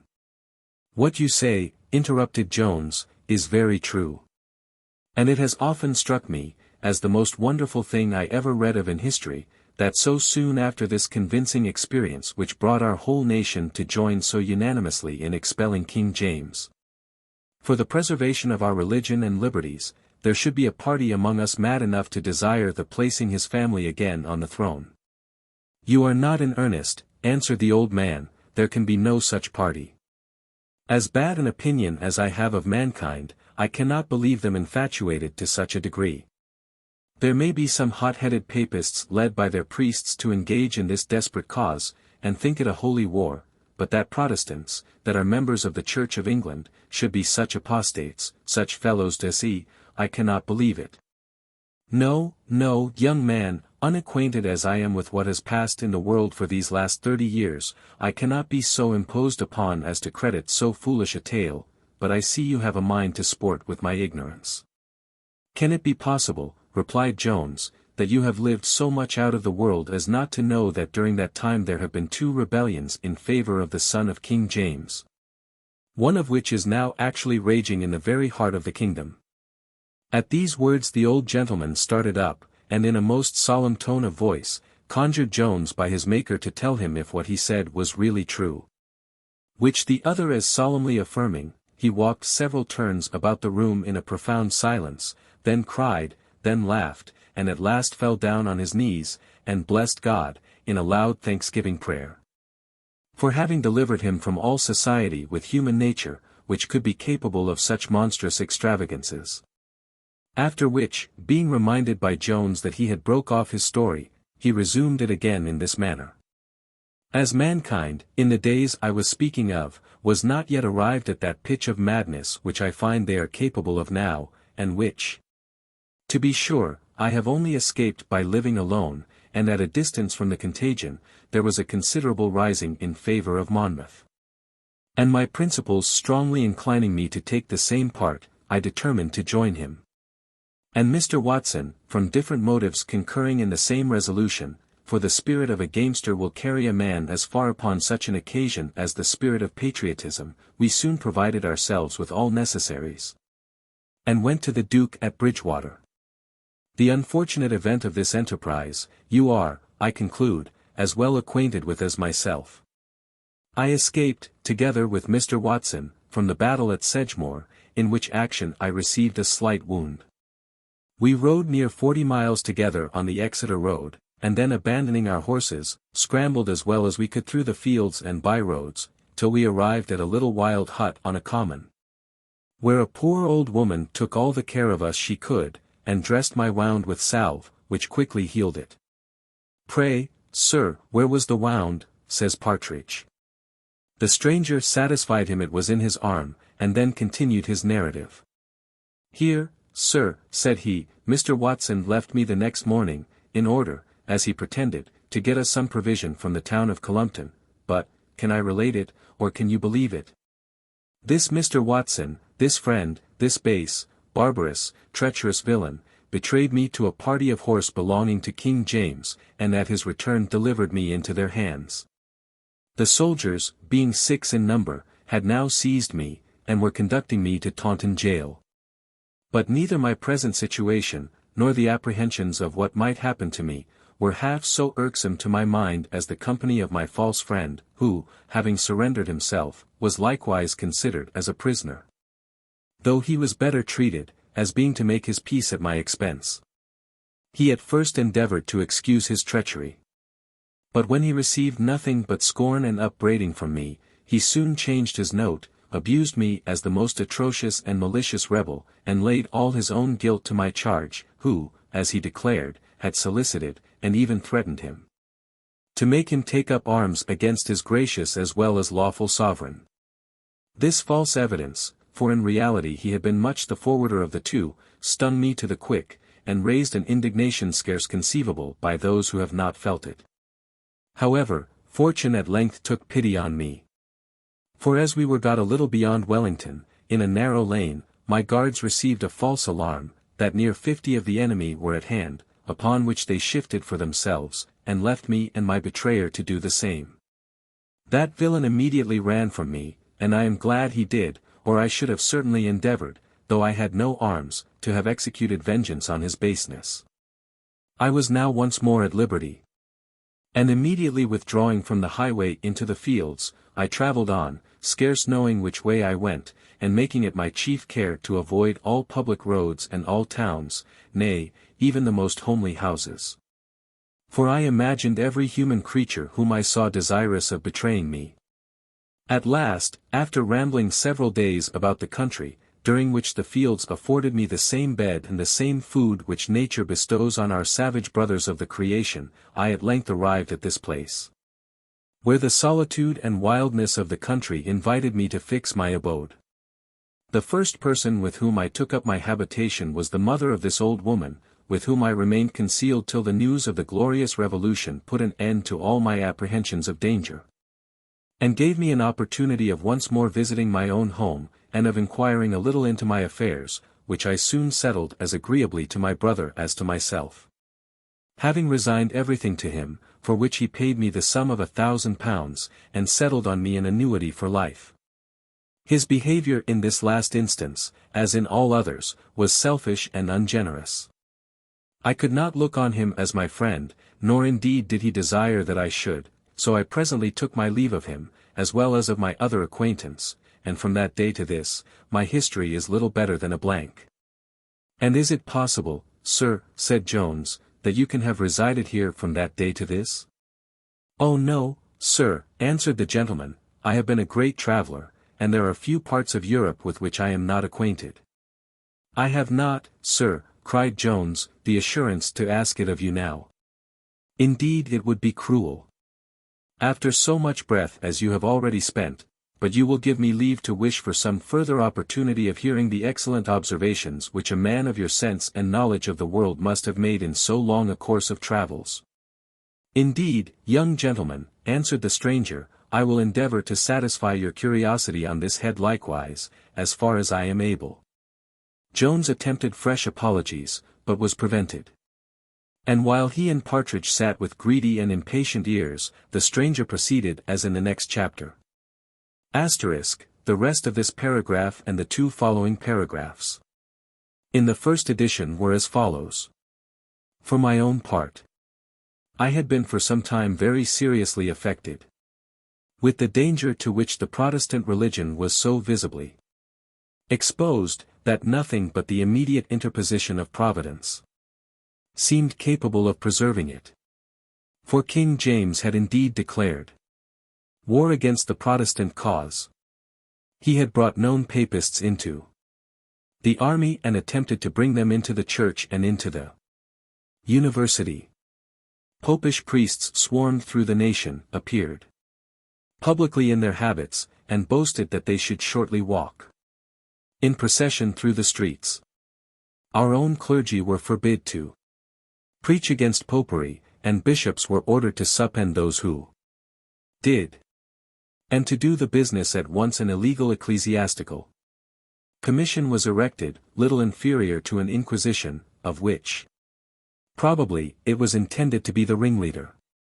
Thus, as our duty to the king can never be called more than our second duty, he had discharged us from this by making it incompatible with our preserving the first, which is surely to heaven. Besides this, he had dissolved his subjects from their allegiance by breaking his coronation oath, to which their allegiance is annexed. For he had imprisoned bishops because they would not give up their religion, and turned out judges because they would not absolutely surrender the law into his hands. Nay, he seized this himself, and when he claimed a dispensing power, he declared himself, in fact, as absolute as any tyrant ever was or can be. I have recapitulated these matters in full lest some of them should have been omitted in history. And I think nothing less than such provocations as I have here mentioned, nothing less than certain and imminent danger to their religion and liberties, can justify or even mitigate the Dreadful sin of rebellion in any people. I promise you, sir, says Jones, all these facts, and more, I have. Read in history, but I will tell you a fact which is not yet recorded and of which I suppose you are ignorant. There is actually now a rebellion on foot in this kingdom in favor of the son of that very King James, a professed papist, more bigoted, if possible, than his father. And this carried on by Protestants against a king who hath never in one single instance made the least invasion on our liberties. Prodigious indeed, answered the stranger. You tell me what would be incredible of a nation which did not deserve the character that Virgil gives of a woman, varium et mutabile semper. Surely this is to be unworthy of the care which Providence seems to have taken of us in the preservation of our religion against the powerful designs and constant machinations of popery. A preservation so strange and unaccountable that I almost think we may appeal to it as to a miracle for the proof of its holiness. Prodigious indeed. A Protestant rebellion in favor of a popish prince. The folly of mankind is as wonderful as their knavery, but to conclude my story. I resolved to take arms in defense of my country, of my religion, and my liberty, and Mr. Watson joined in the same resolution. We soon provided ourselves with the necessaries and joined the Duke at Bridgewater. The unfortunate event of this enterprise you are perhaps better acquainted with than myself. I escaped together with Mr. Watson from the battle at Sedgemoor.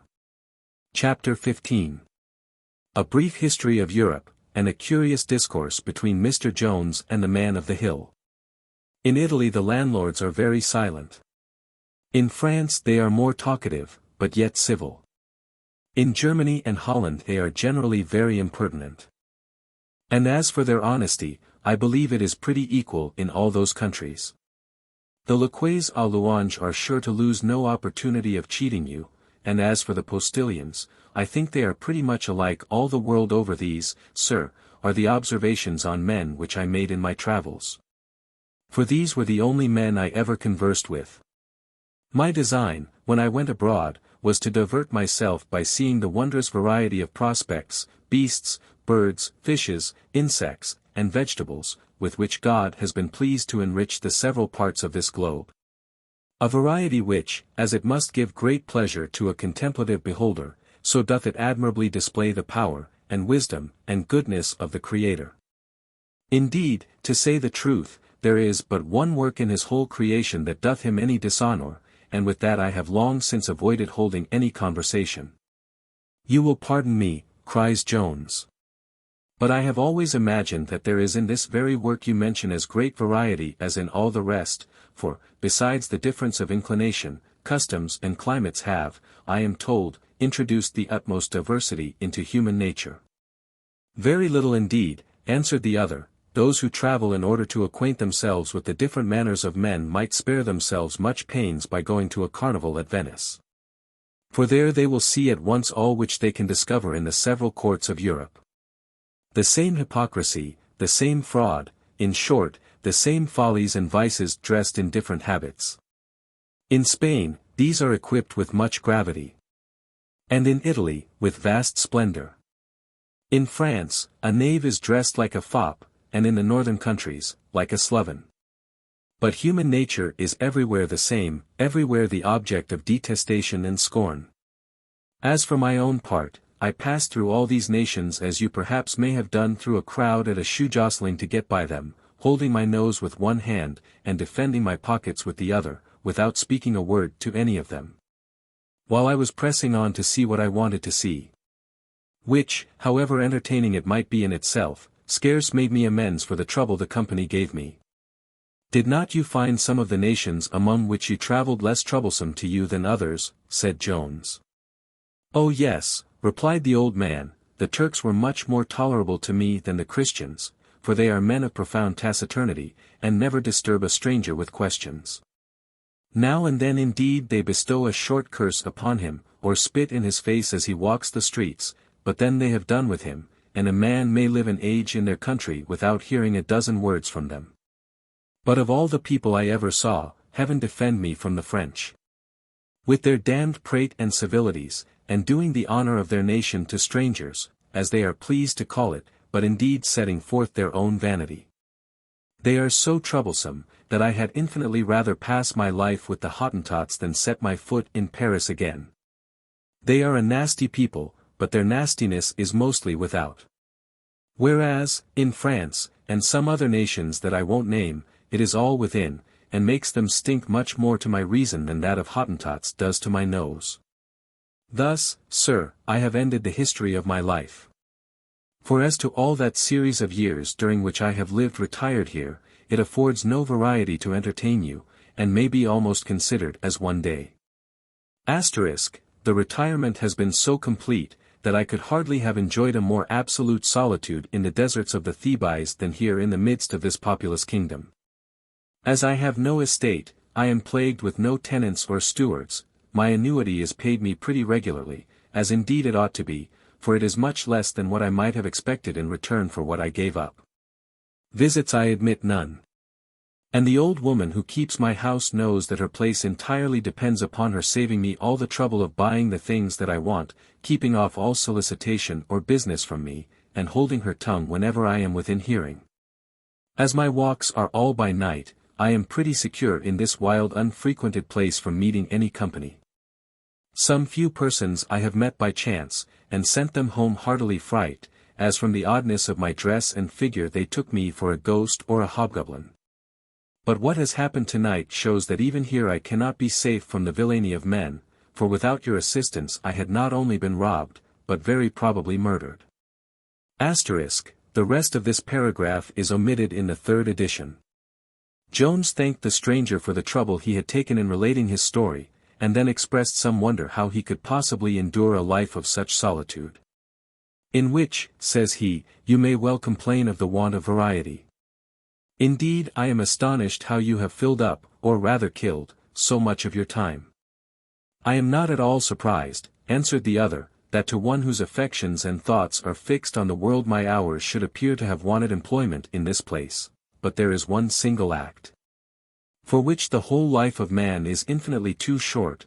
What time can suffice for the contemplation and worship of that glorious, immortal, and eternal being, among the works of whose stupendous creation not only this globe, but even those numberless luminaries which we may here behold spangling all the sky, though they should many of them be suns lighting different systems of worlds, may possibly appear but as a few atoms opposed to the whole earth which we inhabit?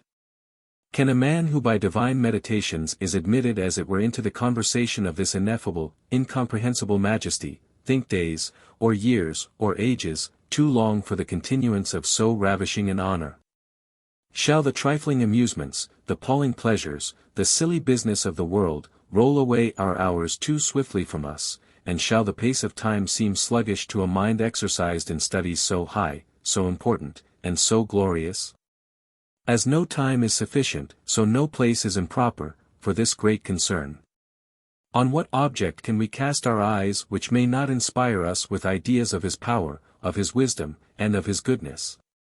It is not necessary that the rising sun should dart his fiery glories over the eastern horizon, nor that the boisterous winds should rush from their caverns, and shake the lofty forest.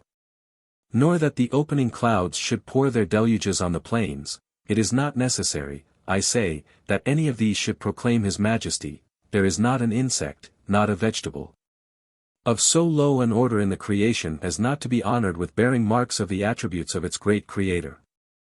Marks not only of his power, but of his wisdom and goodness. Man alone, the king of this globe, the last and greatest work of the Supreme Being, below the sun, man alone hath basely dishonored his own nature. And by dishonesty, cruelty, ingratitude, and treachery, hath called his Maker's goodness in question, by puzzling us to account how a benevolent being should form so foolish and so vile an animal. Yet this is the being from whose conversation you think, I suppose, that I have been unfortunately restrained, and without whose blessed society, life, in your opinion, must be tedious and insipid. In the former part of what you said, replied Jones, I most heartily and readily concur, but I believe, as well as hope, that the abhorrence which you express for mankind in the conclusion, is much too general. Indeed, you here fall into an error, which in my little experience I have observed to be a very common one, by taking the character of mankind from the worst and basest among them. Whereas, indeed, as an excellent writer observes, nothing should be esteemed as characteristical of a species, but what is to be found among the best and most perfect individuals of that species. This error, I believe, is generally committed by those who from want of proper caution in the choice of their friends and acquaintance, have suffered injuries from bad and worthless men. 2 or 3 instances of which are very unjustly charged on all human nature. I think I had experience enough of it, answered the other. My first mistress and my first friend betrayed me in the basest manner, and in matters which threatened to be of the worst of consequences, even to bring me to a shameful death. But you will pardon me, cries Jones, if I desire you to reflect who that mistress and who that friend were. What better, my good sir, could be expected in love derived from the stews, or in friendship first produced and nourished at the gaming table? To take the characters of women from the former instance, or of men from the latter, would be as unjust as to assert that air is a nauseous and unwholesome element, because we find it so in a Jakes. I have lived but a short time in the world, and yet have known men worthy of the highest friendship, and women of the highest love. Alas! Young man, answered the stranger, you have lived, you confess, but a very short time in the world. I was somewhat older than you when I was of the same opinion. You might have remained so still, replies Jones, if you had not been unfortunate, I will venture to say incautious, in the placing your affections. If there was, indeed, much more wickedness in the world than there is, it would not prove such general assertions against human nature, since much of this arrives by mere accident. And many a man who commits evil is not totally bad and corrupt in his heart. In truth, none seem to have any title to assert human nature to be necessarily and universally evil, but those whose own minds afford them one instance of this natural depravity, which is not, I am convinced, your case. And such, said the stranger, will be always the most backward to assert any such thing. Knaves will no more endeavor to persuade us of the baseness of mankind, than a highwayman will inform you that there are thieves on the road. This would, indeed, be a method to put you on your guard, and to defeat their own purposes. For which reason, though knaves, as I remember, are very apt to abuse particular persons, yet they never cast any reflection on human nature in general. The old gentleman spoke this so warmly, that as Jones despaired of making a convert, and was unwilling to offend, he returned no answer. The day now began to send forth its first streams of light, when Jones made an apology to the stranger for having stayed so long, and perhaps detained him from his rest. The stranger answered, he never wanted rest less than at present. For that day and night were in different seasons to him, and that he commonly made use of the former for the time of his repose and of the latter for his walks and lucubrations. However, said he, it is now a most lovely morning, and if you can bear any longer to be without your own rest or food, I will gladly entertain you with the sight of some very fine prospects which I believe you have not yet seen. Jones very readily embraced this offer, and they immediately set forward together from the cottage. As for Partridge, he had fallen into a profound repose just as the stranger had finished his story.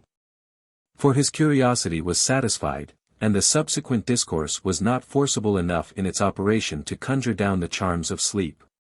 Jones therefore left him to enjoy his nap. And as the reader may perhaps be at this season glad of the same favor, we will here put an end to the 8th book of our history. Book 9. Containing 12 hours. Chapter 1. Of those who lawfully may, and of those who may not, write such histories as this. Among other good uses for which I have thought proper to institute these several introductory chapters, I have considered them as a kind of mark or stamp, which may hereafter enable a very indifferent reader to distinguish what is true and genuine in this historic kind of writing, from what is false and counterfeit. Indeed, it seems likely that some such mark may shortly become necessary, since the favorable reception which 2 or 3 authors have lately procured for their works of this nature from the public. will probably serve as an encouragement to many others to undertake the like. Thus a swarm of foolish novels and monstrous romances will be produced, either to the great impoverishing of booksellers, or to the great loss of time and deprivation of morals in the reader. Nay, often to the spreading of scandal and calumny, and to the prejudice of the characters of many worthy and honest people. I question not but the ingenious author of The Spectator was principally induced to prefix Greek and Latin mottos to every paper, from the same consideration of guarding against the pursuit of those scribblers, who having no talents of a writer but what is taught by the writing master, are yet nowise afraid nor ashamed to assume the same titles with the greatest genius, than their good brother in the fable was of braying in the lion's skin. By the device therefore of his motto, it became impracticable for any man to presume to imitate the spectators, without understanding at least one sentence in the learned languages. In the same manner I have now secured myself from the imitation of those who are utterly incapable of any degree of reflection, and whose learning is not equal to an essay. I would not be here understood to insinuate, that the greatest merit of such historical productions can ever lie in these introductory chapters. But, in fact, those parts which contain mere narrative only, afford much more encouragement to the pen of an imitator, than those which are composed of observation and reflection. Here I mean such imitators as Rowe was of Shakespeare, or as Horace hints some of the Romans were of Cato, by bare feet and sour faces. To invent good stories, and to tell them well, are possibly very rare talents, and yet I have observed few persons who have scrupled to aim at both, and if we examine the romances and novels with which the world abounds, I think we may fairly conclude, that most of the authors would not have attempted to show their teeth, if the expression may be allowed me, in any other way of writing. Nor could indeed have strung together a dozen sentences on any other subject whatever. Scribimus indocti doctique passim, asterisk. Asterisk, each desperate blockhead dares to write. Verse is the trade of every living white dot, Francis.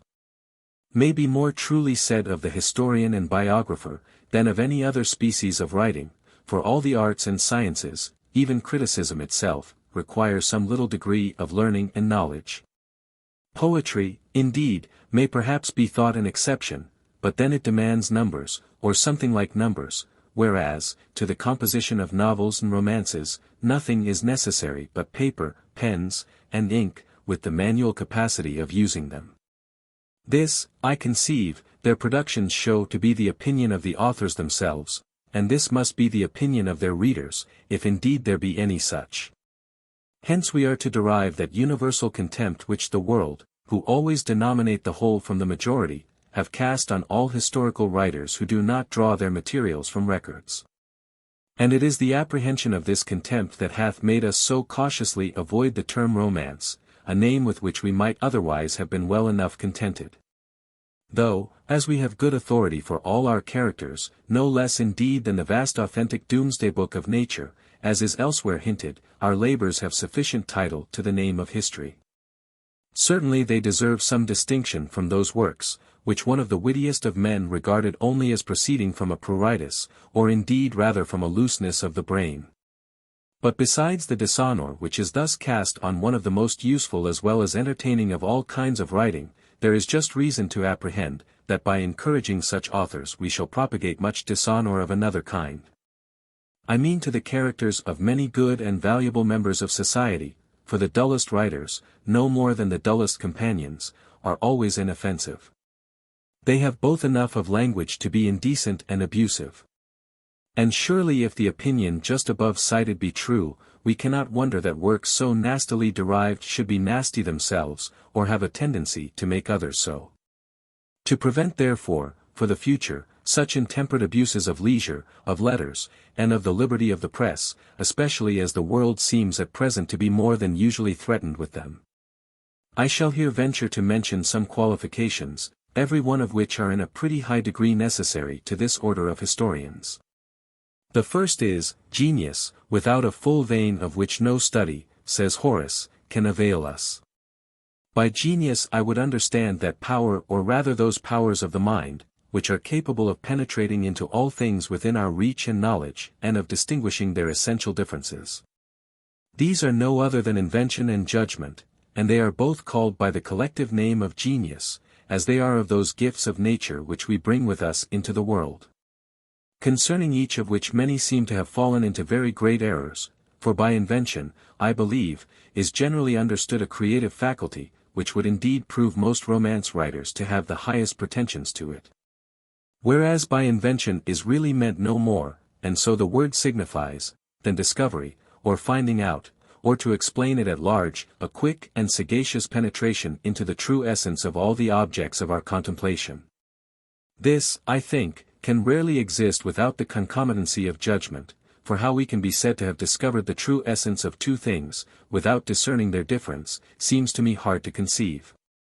Now this last is the undisputed province of judgment, and yet some few men of wit have agreed with all the dull fellows in the world in representing these two to have been seldom or never the property of one and the same person. But though they should be so, they are not sufficient for our purpose, without a good share of learning. For which I could again cite the authority of Horace, and of many others, if any was necessary to prove that tools are of no service to a workman, when they are not sharpened by art, or when he wants rules to direct him in his work, or hath no matter to work upon. All these uses are supplied by learning, for nature can only furnish us with capacity, or, as I have chose to illustrate it, with the tools of our profession. Learning must fit them for use, must direct them in it, and, lastly, must contribute part at least of the materials. A competent knowledge of history and of the belles lettres is here absolutely necessary. And without this share of knowledge at least, to affect the character of an historian, is as vain as to endeavor at building a house without timber or mortar, or brick or stone. Homer and Milton, who, though they added the ornament of numbers to their works, were both historians of our order, were masters of all the learning of their times.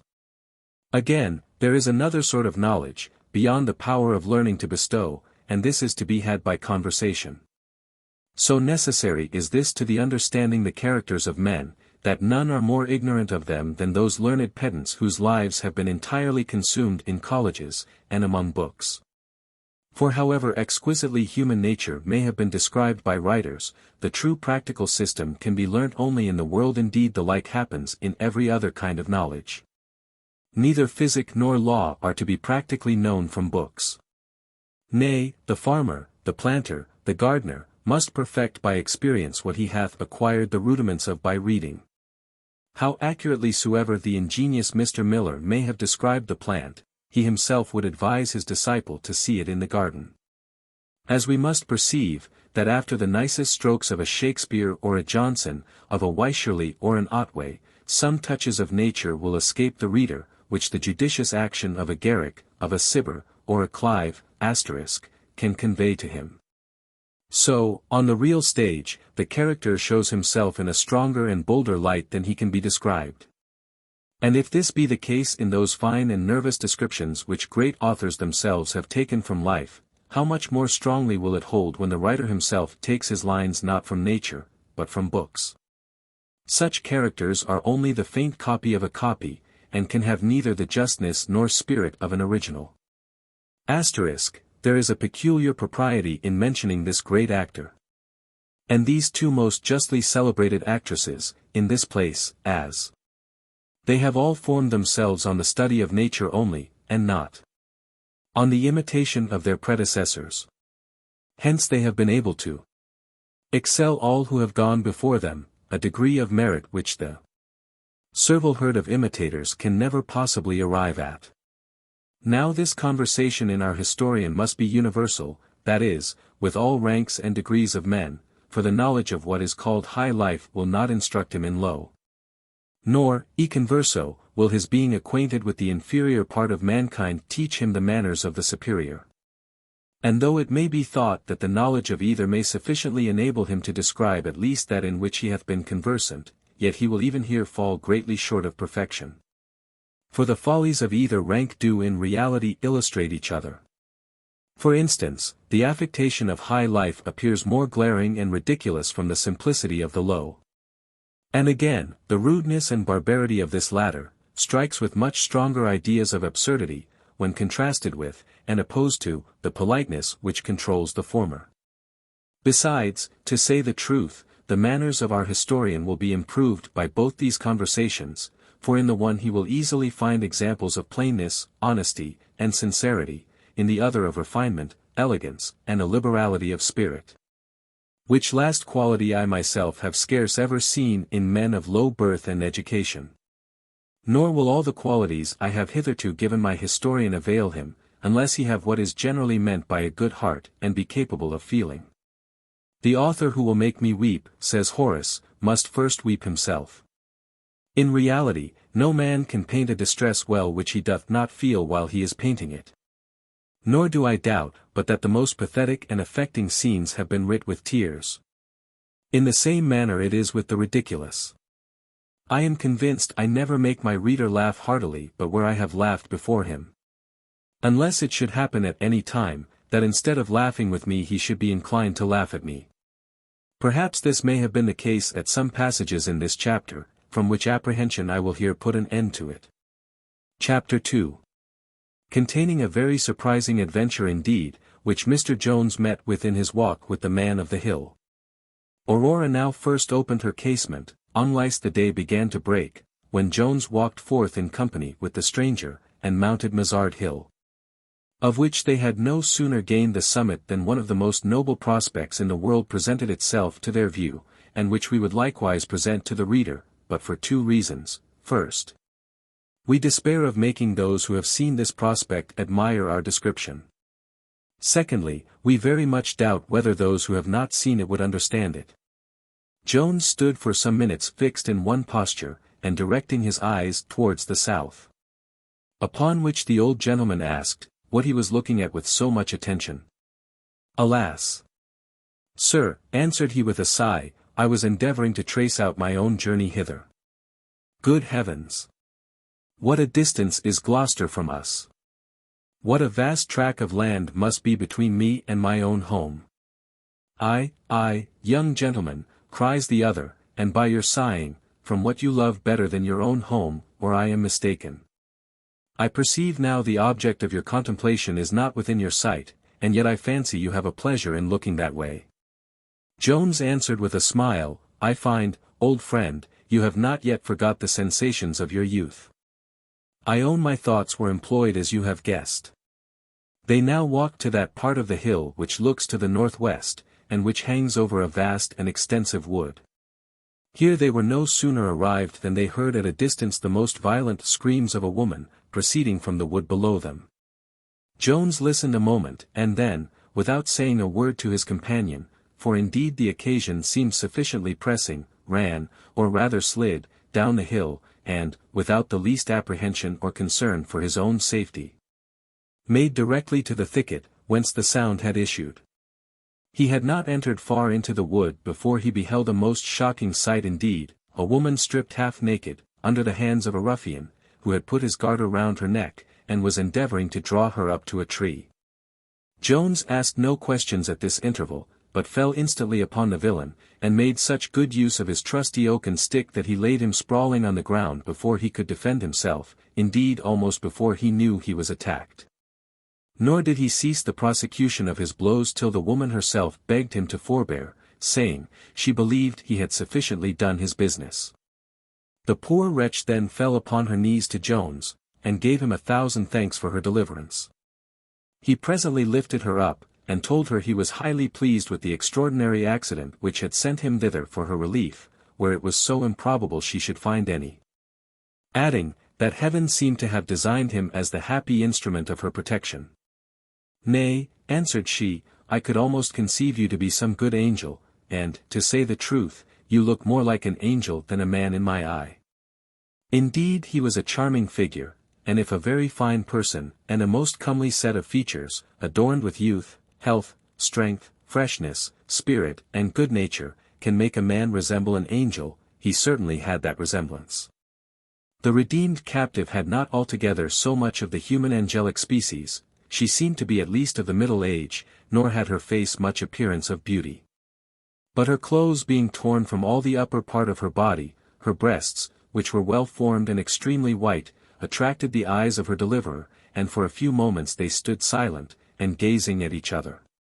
Till the ruffian on the ground beginning to move, Jones took the garter which had been intended for another purpose, and bound both his hands behind him.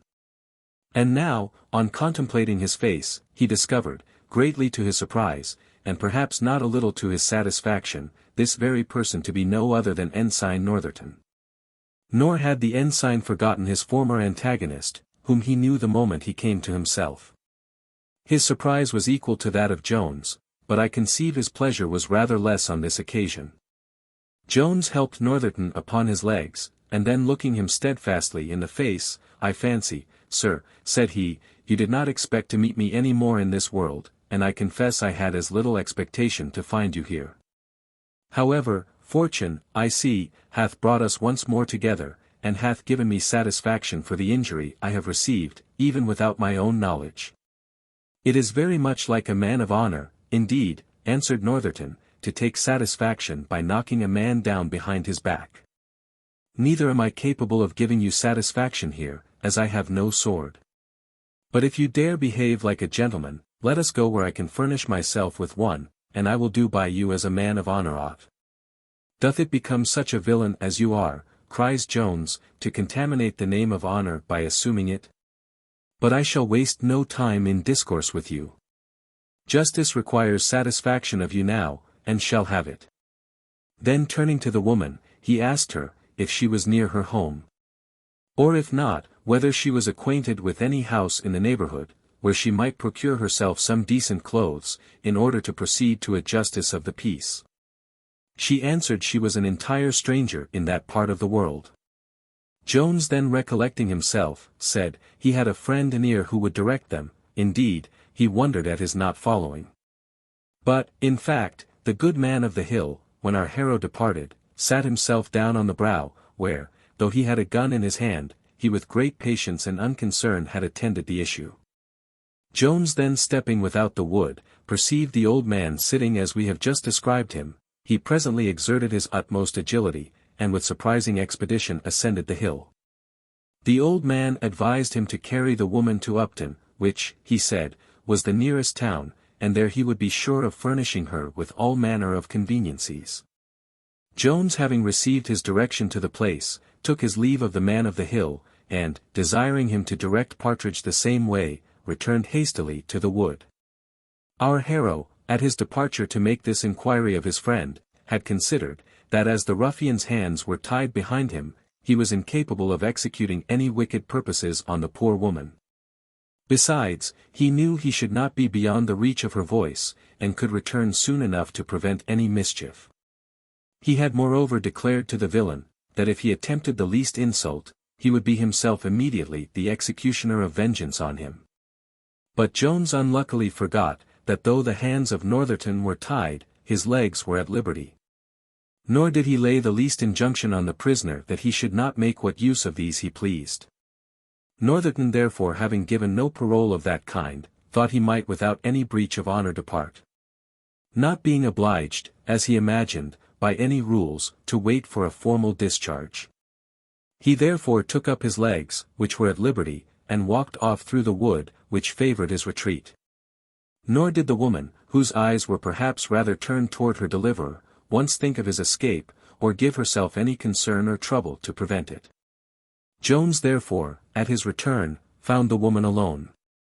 He would have spent some time in searching for Northerton, but she would not permit him, earnestly entreating that he would accompany her to the town whither they had been directed. "As to the fellow's escape," said she, "it gives me no uneasiness. For philosophy and Christianity both preach up forgiveness of injuries. But for you, sir, I am concerned at the trouble I give you, nay, indeed, my nakedness may well make me ashamed to look you in the face. And if it was not for the sake of your protection, I should wish to go alone." Jones offered her his coat, but, I know not for what reason, she absolutely refused the most earnest solicitations to accept it. He then begged her to forget both the causes of her confusion. "With regard to the former," says he, "I have done no more than my duty in protecting you, and as for the latter, I will entirely remove it, by walking before you all the way. For I would not have my eyes offend you, and I could not answer for my power of resisting the attractive charms of so much beauty. Thus our hero and the redeemed lady walked in the same manner as Orpheus and Eurydice marched heretofore. But though I cannot believe that Jones was designedly tempted by his fair one to look behind him, yet as she frequently wanted his assistance to help her over stiles, and had besides many trips and other accidents, he was often obliged to turn about. However, he had better fortune than what attended poor Orpheus, for he brought his companion, or rather follower, safe into the famous town of Upton. Chapter 3. The arrival of Mr. Jones with his lady at the inn. With a very full description of the Battle of Upton. Though the reader, we doubt not, is very eager to know who this lady was, and how she fell into the hands of Mr. Northerton, we must beg him to suspend his curiosity for a short time, as we are obliged, for some very good reasons which hereafter perhaps he may guess, to delay his satisfaction a little longer. Mr. Jones and his fair companion no sooner entered the town, than they went directly to that in which in their eyes presented the fairest appearance to the street. Here Jones, having ordered a servant to show a room above stairs, was ascending, when the dishevelled fair, hastily following, was laid hold on by the master of the house, who cried, "Heyday, where is that beggar wench going? Stay below stairs, I desire you." But Jones at that instant thundered from above, "Let the lady come up," in so authoritative a voice, that the good man instantly withdrew his hands, and the lady made the best of her way to the chamber. Here Jones wished her joy of her safe arrival, and then departed, in order, as he promised, to send the landlady up with some clothes. The poor woman thanked him heartily for all his kindness, and said, she hoped she should see him again soon, to thank him 1,000 times more. During this short conversation, she covered her white bosom as well as she could possibly with her arms. For Jones could not avoid stealing a sly peep or two, though he took all imaginable care to avoid giving any offence. Our travellers had happened to take up their residence at a house of exceeding good repute, whither Irish ladies of strict virtue, and many northern lasses of the same predicament, were accustomed to resort in their way to Bath. The landlady therefore would by no means have admitted any conversation of a disreputable kind to pass under her roof. Indeed, so foul and contagious are all such proceedings, that they contaminate the very innocent scenes where they are committed, and give the name of a bad house, or of a house of ill repute, to all those where they are suffered to be carried on. Not that I would intimate that such strict chastity as was preserved in the temple of Vesta can possibly be maintained at a public inn. My good landlady did not hope for such a blessing, nor would any of the ladies I have spoken of, or indeed any others of the most rigid note, have expected or insisted on any such thing. But to exclude all vulgar concubinage, and to drive all whores in rags from within the walls, is within the power of every one. This my landlady very strictly adhered to, and this her virtuous guests, who did not travel in rags, would very reasonably have expected of her. Now it required no very blamable degree of suspicion to imagine that Mr. Jones and his ragged companion had certain purposes in their intention, which, though tolerated in some Christian countries, connived at in others, and practised in all, are however as expressly forbidden as murder, or any other horrid vice, by that religion which is universally believed in those countries. The landlady, therefore, had no sooner received an intimation of the entrance of the above said persons than she began to meditate the most expeditious means for their expulsion. In order to this, she had provided herself with a long and deadly instrument, with which, in times of peace, the chambermaid was wont to demolish the labours of the industrious spider. In vulgar phrase, she had taken up the broomstick, and was just about to sally from the kitchen, when Jones accosted her with a demand of a gown and other vestments, to cover the half-naked woman upstairs. Nothing can be more provoking to the human temper, nor more dangerous to that cardinal virtue, patience, than solicitations of extraordinary offices of kindness on behalf of those very persons with whom we are highly incensed. For this reason Shakespeare hath artfully introduced his Desdemona soliciting favours for Cassio of her husband, as the means of inflaming, not only his jealousy, but his rage, to the highest pitch of madness. And we find the unfortunate more less able to command his passion on this occasion, than even when he beheld his valued present to his wife in the hands of his supposed rival. In fact, we regard these efforts as insults on our understanding, and to such the pride of man is very difficultly brought to submit. My landlady, though a very good-tempered woman, had, I suppose, some of this pride in her composition, for Jones had scarce ended his request, when she fell upon him with a certain weapon, which, though it be neither long, nor sharp, nor hard, nor indeed threatens from its appearance with either death or wound, hath been however held in great dread and abhorrence by many wise men, nay, by many brave ones. Insomuch, that some who have dared to look into the mouth of a loaded cannon, have not dared to look into a mouth where this weapon was brandished. And rather than run the hazard of its execution, have contented themselves with making a most pitiful and sneaking figure in the eyes of all their acquaintance. To confess the truth, I am afraid Mr. Jones was one of these. For though he was attacked and violently belaboured with the aforesaid weapon, he could not be provoked to make any resistance, but in a most cowardly manner applied, with many entreaties, to his antagonist to desist from pursuing her blows. In plain English, he only begged her with the utmost earnestness to hear him. But before he could obtain his request, my landlord himself entered into the fray, and embraced that side of the cause which seemed to stand very little in need of assistance. There are a sort of heroes who are supposed to be determined in their choosing or avoiding a conflict by the character and behavior of the person whom they are to engage. These are said to know their men, and Jones, I believe, knew his woman. For though he had been so submissive to her, he was no sooner attacked by her husband, than he demonstrated an immediate spirit of resentment, and enjoined him silence under a very severe penalty. No less than that, I think, of being converted into fuel for his own fire. The husband, with great indignation, but with a mixture of pity, answered, "You must pray first to be made able. I believe I am a better man than yourself. I, every way, that I am."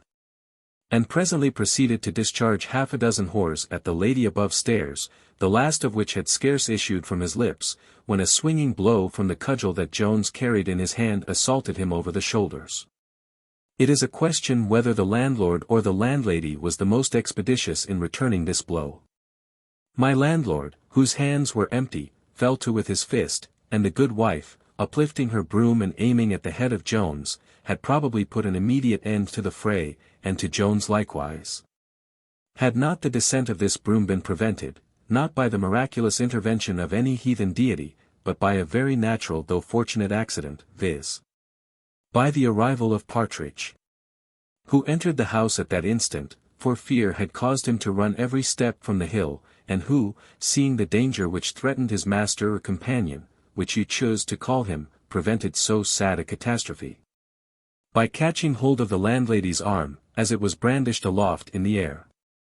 The landlady soon perceived the impediment which prevented her blow, and being unable to rescue her arm from the hands of Partridge, she let fall the broom. And then leaving Jones to the discipline of her husband, she fell with the utmost fury on that poor fellow, who had already given some intimation of himself, by crying, "Zounds! Do you intend to kill my friend?" Partridge, though not much addicted to battle, would not however stand still when his friend was attacked, nor was he much displeased with that part of the combat which fell to his share. He therefore returned my landlady's blows as soon as he received them, and now the fight was obstinately maintained on all parts, and it seemed doubtful to which side fortune would incline, when the naked lady, who had listened at the top of the stairs to the dialogue which preceded the engagement, descended suddenly from above, and without weighing the unfair inequality of 2 to 1, fell upon the poor woman who was boxing with Partridge.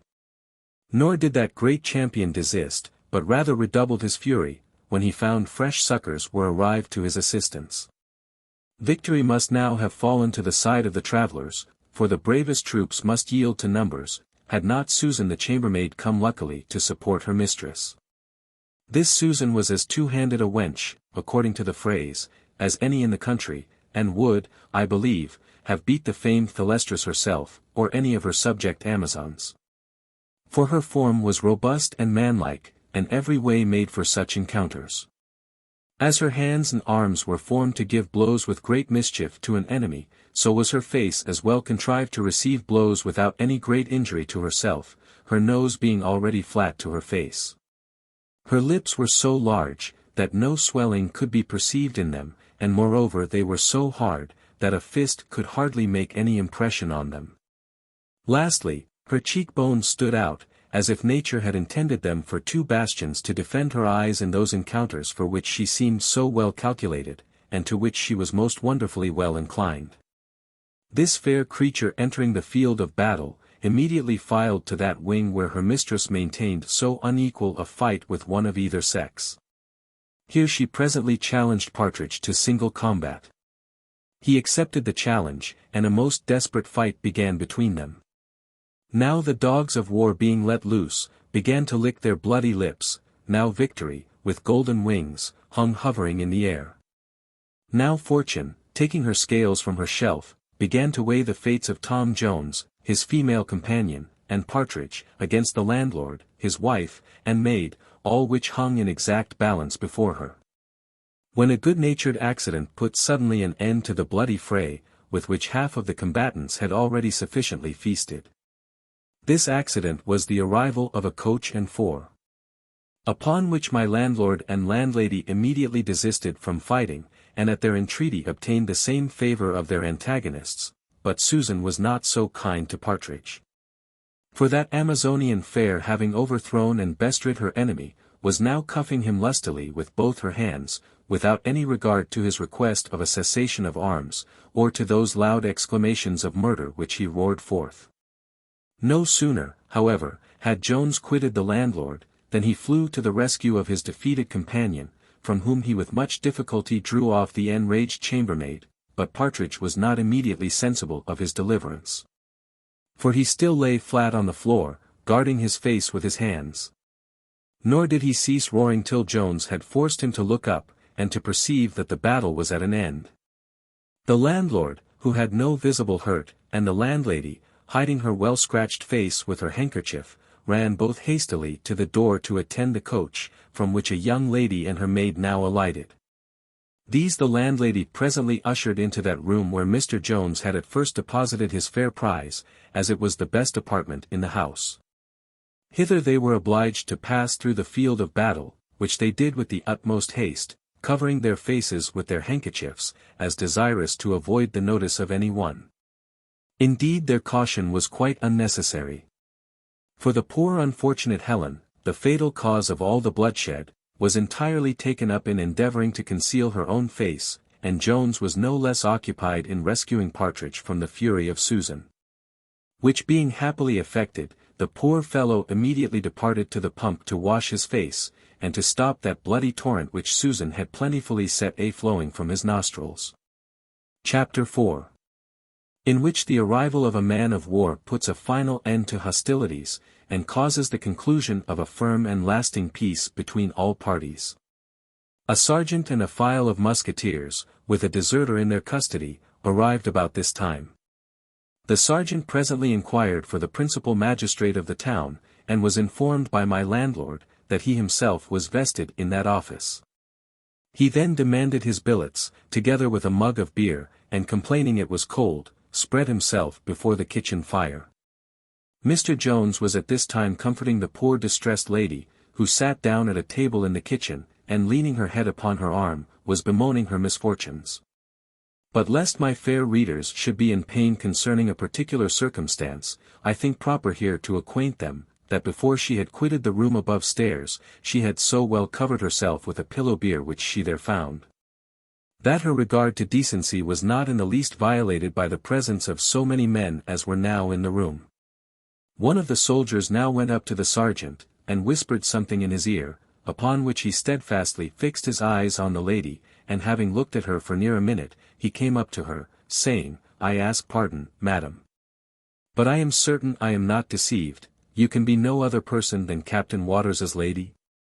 The poor woman, who in her present distress had very little regarded the face of any person present, no sooner looked at the sergeant than she presently recollected him, and calling him by his name, answered, that she was indeed the unhappy person he imagined her to be. But added, "I wonder any one should know me in this disguise." To which the sergeant replied, he was very much surprised to see her ladyship in such a dress, and was afraid some accident had happened to her. "An accident hath happened to me, indeed," says she, "and I am highly obliged to this gentleman," pointing to Jones, that it was not a fatal one, or that I am now living to mention it. Whatever the gentleman hath done, cries the sergeant, I am sure the captain will make him amends for it. And if I can be of any service, your ladyship may command me, and I shall think myself very happy to have it in my power to serve your ladyship, and so indeed may any one, for I know the captain will well reward them for it.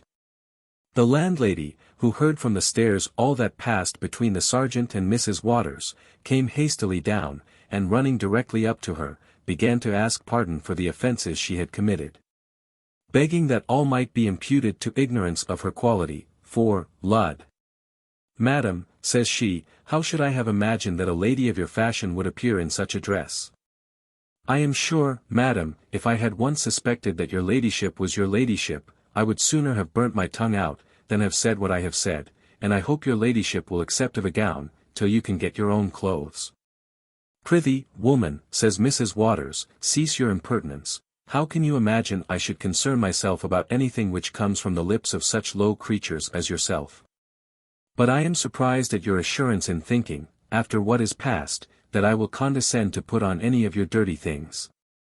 I would have you know, creature, I have a spirit above that.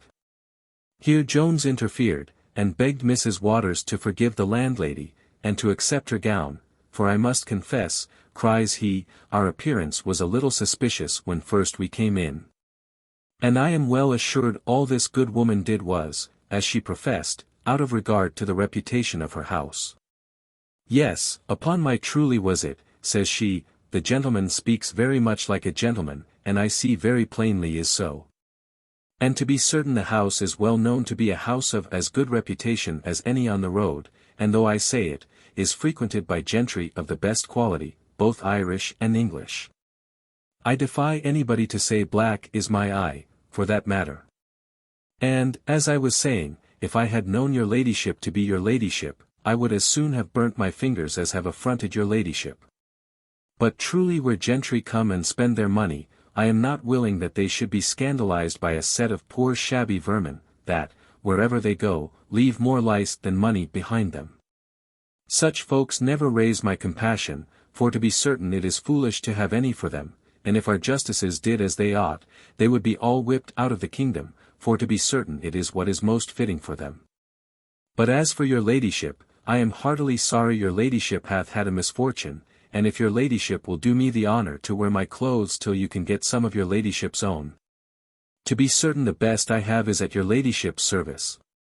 Whether cold, shame, or the persuasions of Mr. Jones prevailed most on Mrs. Waters, I will not determine, but she suffered herself to be pacified by this speech of my landlady, and retired with that good woman, in order to apparel herself in a decent manner. My landlord was likewise beginning his oration to Jones, but was presently interrupted by that generous youth, who shook him heartily by the hand, and assured him of entire forgiveness, saying, if you are satisfied, my worthy friend, I promise you I am. And indeed, in one sense, the landlord had the better reason to be satisfied, for he had received a bellyful of drubbing, whereas Jones had scarce felt a single blow. Partridge, who had been all this time washing his bloody nose at the pump, returned into the kitchen at the instant when his master and the landlord were shaking hands with each other. As he was of a peaceable disposition, he was pleased with those symptoms of reconciliation. And though his face bore some marks of Susan's fist, and many more of her nails, he rather chose to be contented with his fortune in the last battle than to endeavour at bettering it in another. The heroic Susan was likewise well contented with her victory, though it had cost her a black eye, which Partridge had given her at the first onset. Between these two, therefore, a league was struck, and those hands which had been the instruments of war became now the mediators of peace. Matters were thus restored to a perfect calm. At which the sergeant, though it may seem so contrary to the principles of his profession, testified his approbation. Why now, that's friendly, said he, and me, I hate to see two people bear ill will to one another after they have had a tussle. The only way when friends quarrel is to see it out fairly in a friendly manner, as a man may call it, either with a fist, or sword, or pistol, according as they like, and then let it be all over. For my own part, and me if ever I love my friend better than when I am fighting with him. To bear malice is more like a Frenchman than an Englishman. He then proposed a libation as a necessary part of the ceremony at all treaties of this kind. Perhaps the reader may here conclude that he was well versed in antient history, but this, though highly probable, as he cited no authority to support the custom, I will not affirm with any confidence. Most likely indeed it is, that he founded his opinion on very good authority, since he confirmed it with many violent oaths. Jones no sooner heard the proposal than, immediately agreeing with the learned sergeant, he ordered a bowl, or rather a large mug, filled with the liquor used on these occasions, to be brought in, and then began the ceremony himself. He placed his right hand in that of the landlord, and, seizing the bowl with his left, uttered the usual words, and then made his libation. After which, the same was observed by all present. Indeed, there is very little need of being particular in describing the whole form, as it differed so little from those libations of which so much is recorded in antient authors and their modern transcribers. The principal difference lay in two instances, for, first, the present company poured the liquor only down their throats, and, secondly, the sergeant, who officiated as priest, drank the last. But he preserved, I believe, the antient form, in swallowing much the largest draught of the whole company, and in being the only person present who contributed nothing towards the libation besides his good offices in assisting at the performance. The good people now ranged themselves round the kitchen fire, where good humour seemed to maintain an absolute dominion, and Partridge not only forgot his shameful defeat, but converted hunger into thirst, and soon became extremely facetious. We must however quit this agreeable assembly for a while, and attend Mr. Jones to Mrs. Waters's apartment, where the dinner which he had bespoke was now on the table. Indeed, it took no long time in preparing, having been all dressed 3 days before, and required nothing more from the cook than to warm it over again. Chapter 5. An apology for all heroes who have good stomachs, with a description of a battle of the amorous kind. Heroes, notwithstanding the high ideas which, by the means of flatterers, they may entertain of themselves, or the world may conceive of them, have certainly more of mortal than divine about them. However elevated their minds may be, their bodies at least, which is much the major part of most, are liable to the worst infirmities, and subject to the vilest offices of human nature. Among these latter, the act of eating, which hath by several wise men been considered as extremely mean and derogatory from the philosophic dignity, must be in some measure performed by the greatest prince, hero, or philosopher upon earth. Nay, sometimes nature hath been so frolicsome as to exact of these dignified characters a much more exorbitant share of this office than she hath obliged those of the lowest order to perform.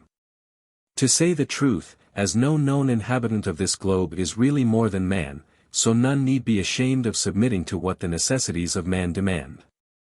But when those great personages I have just mentioned condescend to aim at confining such low offices to themselves, as when, by hoarding or destroying, they seem desirous to prevent any others from eating, then they surely become very low and despicable. Now, after this short preface, we think it no disparagement to our hero to mention the immoderate ardour with which he laid about him at this season. Indeed, it may be doubted whether Ulysses, who by the way seems to have had the best stomach of all the heroes in that eating poem of the Odyssey, ever made a better meal. 3 pounds at least of that flesh which formerly had contributed to the composition of an ox was now honoured with becoming part of the individual Mr. Jones. This particular we thought ourselves obliged to mention, as it may account for our hero's temporary neglect of his fair companion, who eat but very little, and was indeed employed in considerations of a very different nature, which passed unobserved by Jones, till he had entirely satisfied that appetite which a fast of 24 hours had procured him. But his dinner was no sooner ended than his attention to other matters revived. With these matters therefore we shall now proceed to acquaint the reader. Mr. Jones, of whose personal accomplishments we have hitherto said very little, was, in reality, one of the handsomest young fellows in the world. His face, besides being the picture of health, had in it the most apparent marks of sweetness and good nature. These qualities were indeed so characteristical in his countenance, that, while the spirit and sensibility in his eyes, though they must have been perceived by an accurate observer, might have escaped the notice of the less discerning, So strongly was this good nature painted in his look, that it was remarked by almost everyone who saw him. It was, perhaps, as much owing to this as to a very fine complexion that his face had a delicacy in it almost inexpressible, and which might have given him an air rather too effeminate. Had it not been joined to a most masculine person and mien, which latter had as much in them of the Hercules as the former had of the Adonis. He was besides active, genteel, gay, and good-humored, and had a flow of animal spirits which enlivened every conversation where he was present. When the reader hath duly reflected on these many charms which all centered in our hero, and considers at the same time the fresh obligations which Mrs. Waters had to him, it will be a mark more of prudery than candor to entertain a bad opinion of her because she conceived a very good opinion of him.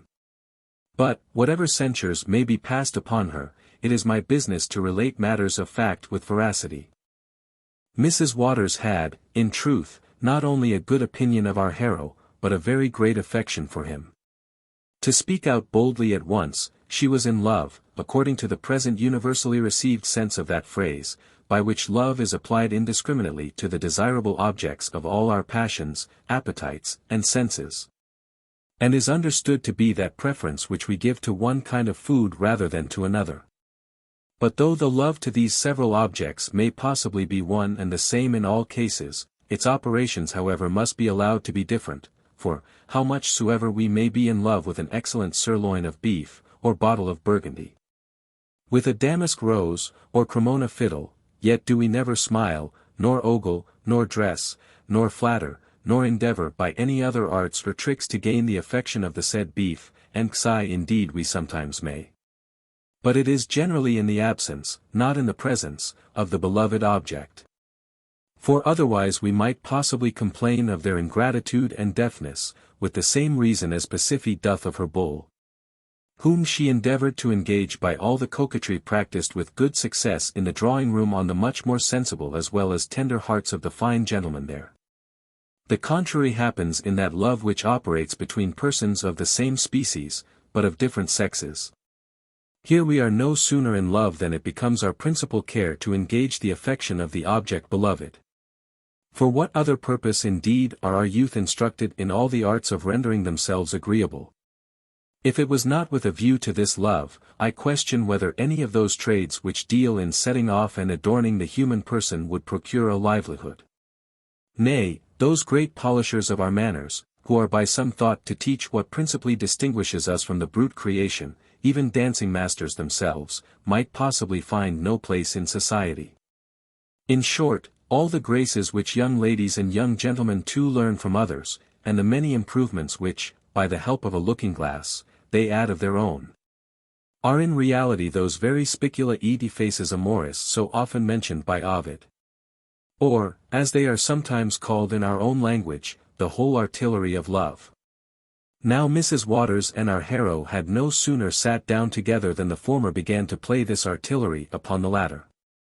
But here, as we are about to attempt a description hitherto unassayed either in prose or verse, we think proper to invoke the assistance of certain aerial beings, who will, we doubt not, come kindly to our aid on this occasion. Say then, ye graces, you that inhabit the heavenly mansions of Seraphina's countenance, for you are truly divine, are always in her presence, and well know all the arts of charming, say, what were the weapons now used to captivate the heart of Mr. Jones? First, from two lovely blue eyes, whose bright orbs flashed lightning at their discharge, flew forth two pointed ogles. But, happily for our hero, hid only a vast piece of beef which he was then conveying into his plate, and harmless spent their force. The fair warrior perceived their miscarriage, and immediately from her fair bosom drew forth a deadly sigh.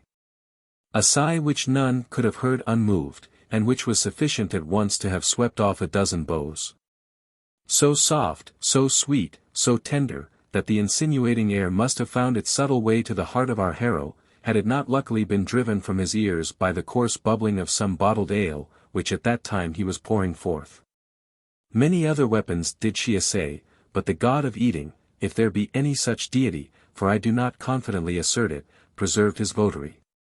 Or perhaps it may not be dignus vindice nodis, and the present security of Jones may be accounted for by natural means, for as love frequently preserves from the attacks of hunger, so may hunger possibly, in some cases, defend us against love.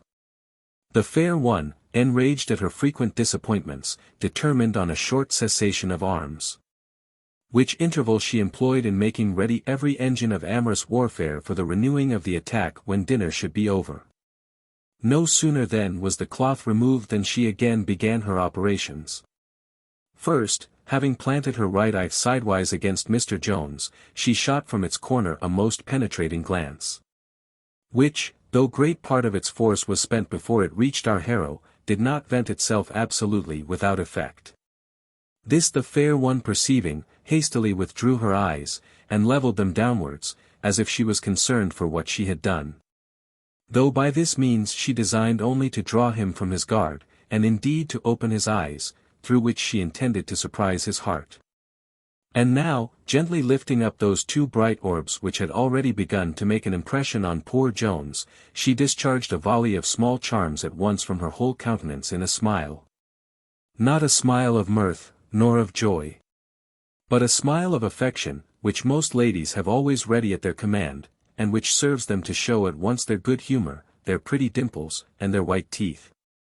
This smile our hero received full in his eyes, and was immediately staggered with its force.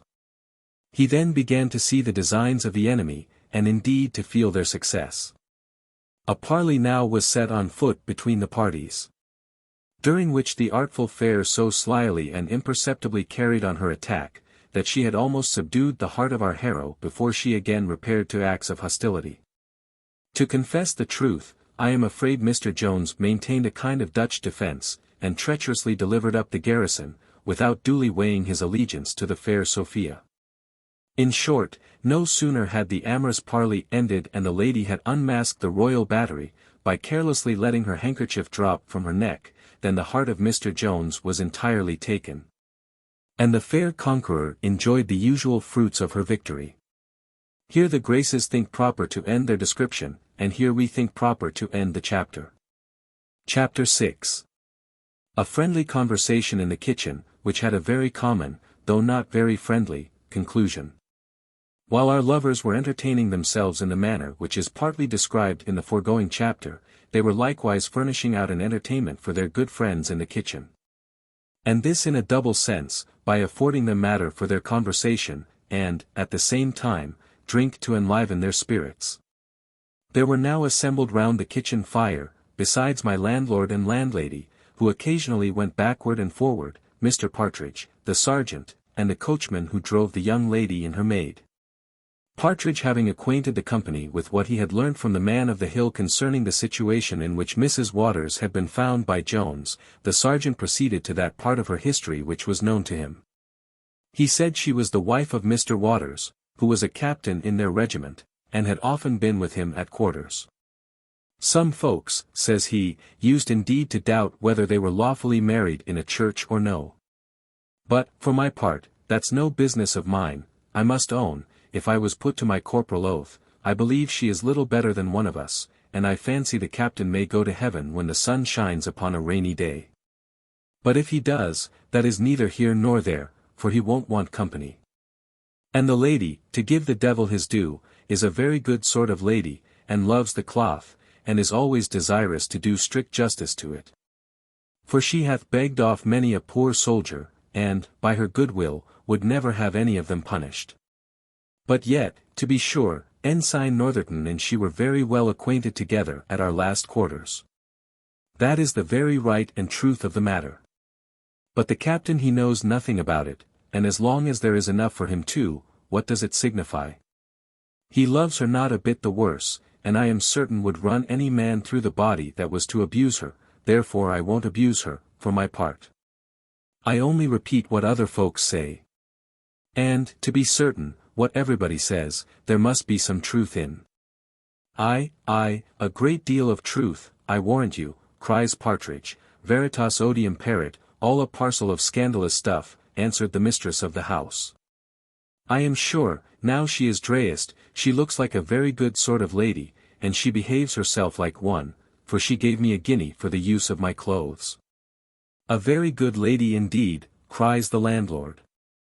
And if you had not been a little too hasty, you would not have quarrelled with her as you did at first. You need mention that with my truly, answered she, if it had not been for your nonsense, nothing had happened. You must be meddling with what did not belong to you, and throw in your fool's discourse. Well, well, answered he, what's past cannot be mended, so there's an end of the matter. Yes, cries she, for this once. But will it be mended ever the more hereafter?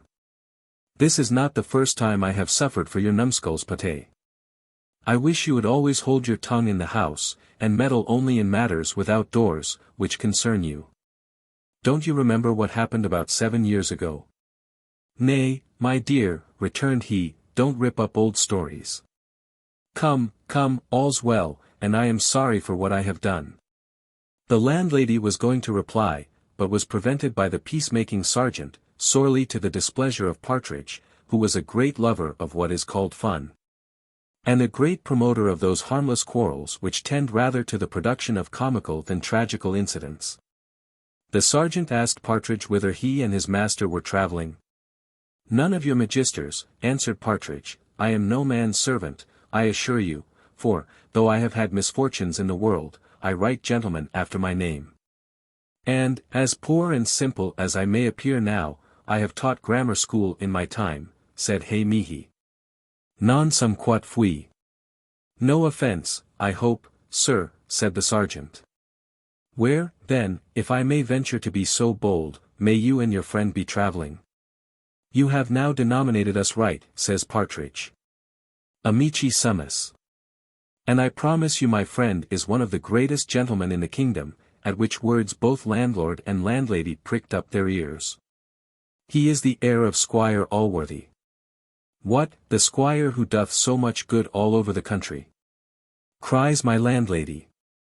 Even he, answered Partridge. Then I warrant, says she, he'll have a swinging great estate hereafter. Most certainly, answered Partridge. Well, replied the landlady, I thought the first moment I saw him he looked like a good sort of gentleman, but my husband here, to be sure, is wiser than anybody. I own, my dear, cries he, it was a mistake. A mistake, indeed, answered she. But when did you ever know me to make such mistakes?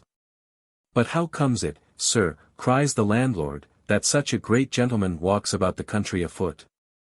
I don't know, returned Partridge, great gentlemen have humour sometimes.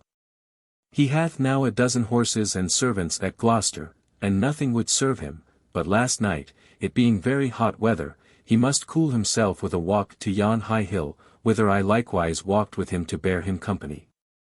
But if ever you catch me there again, for I was never so frightened in all my life.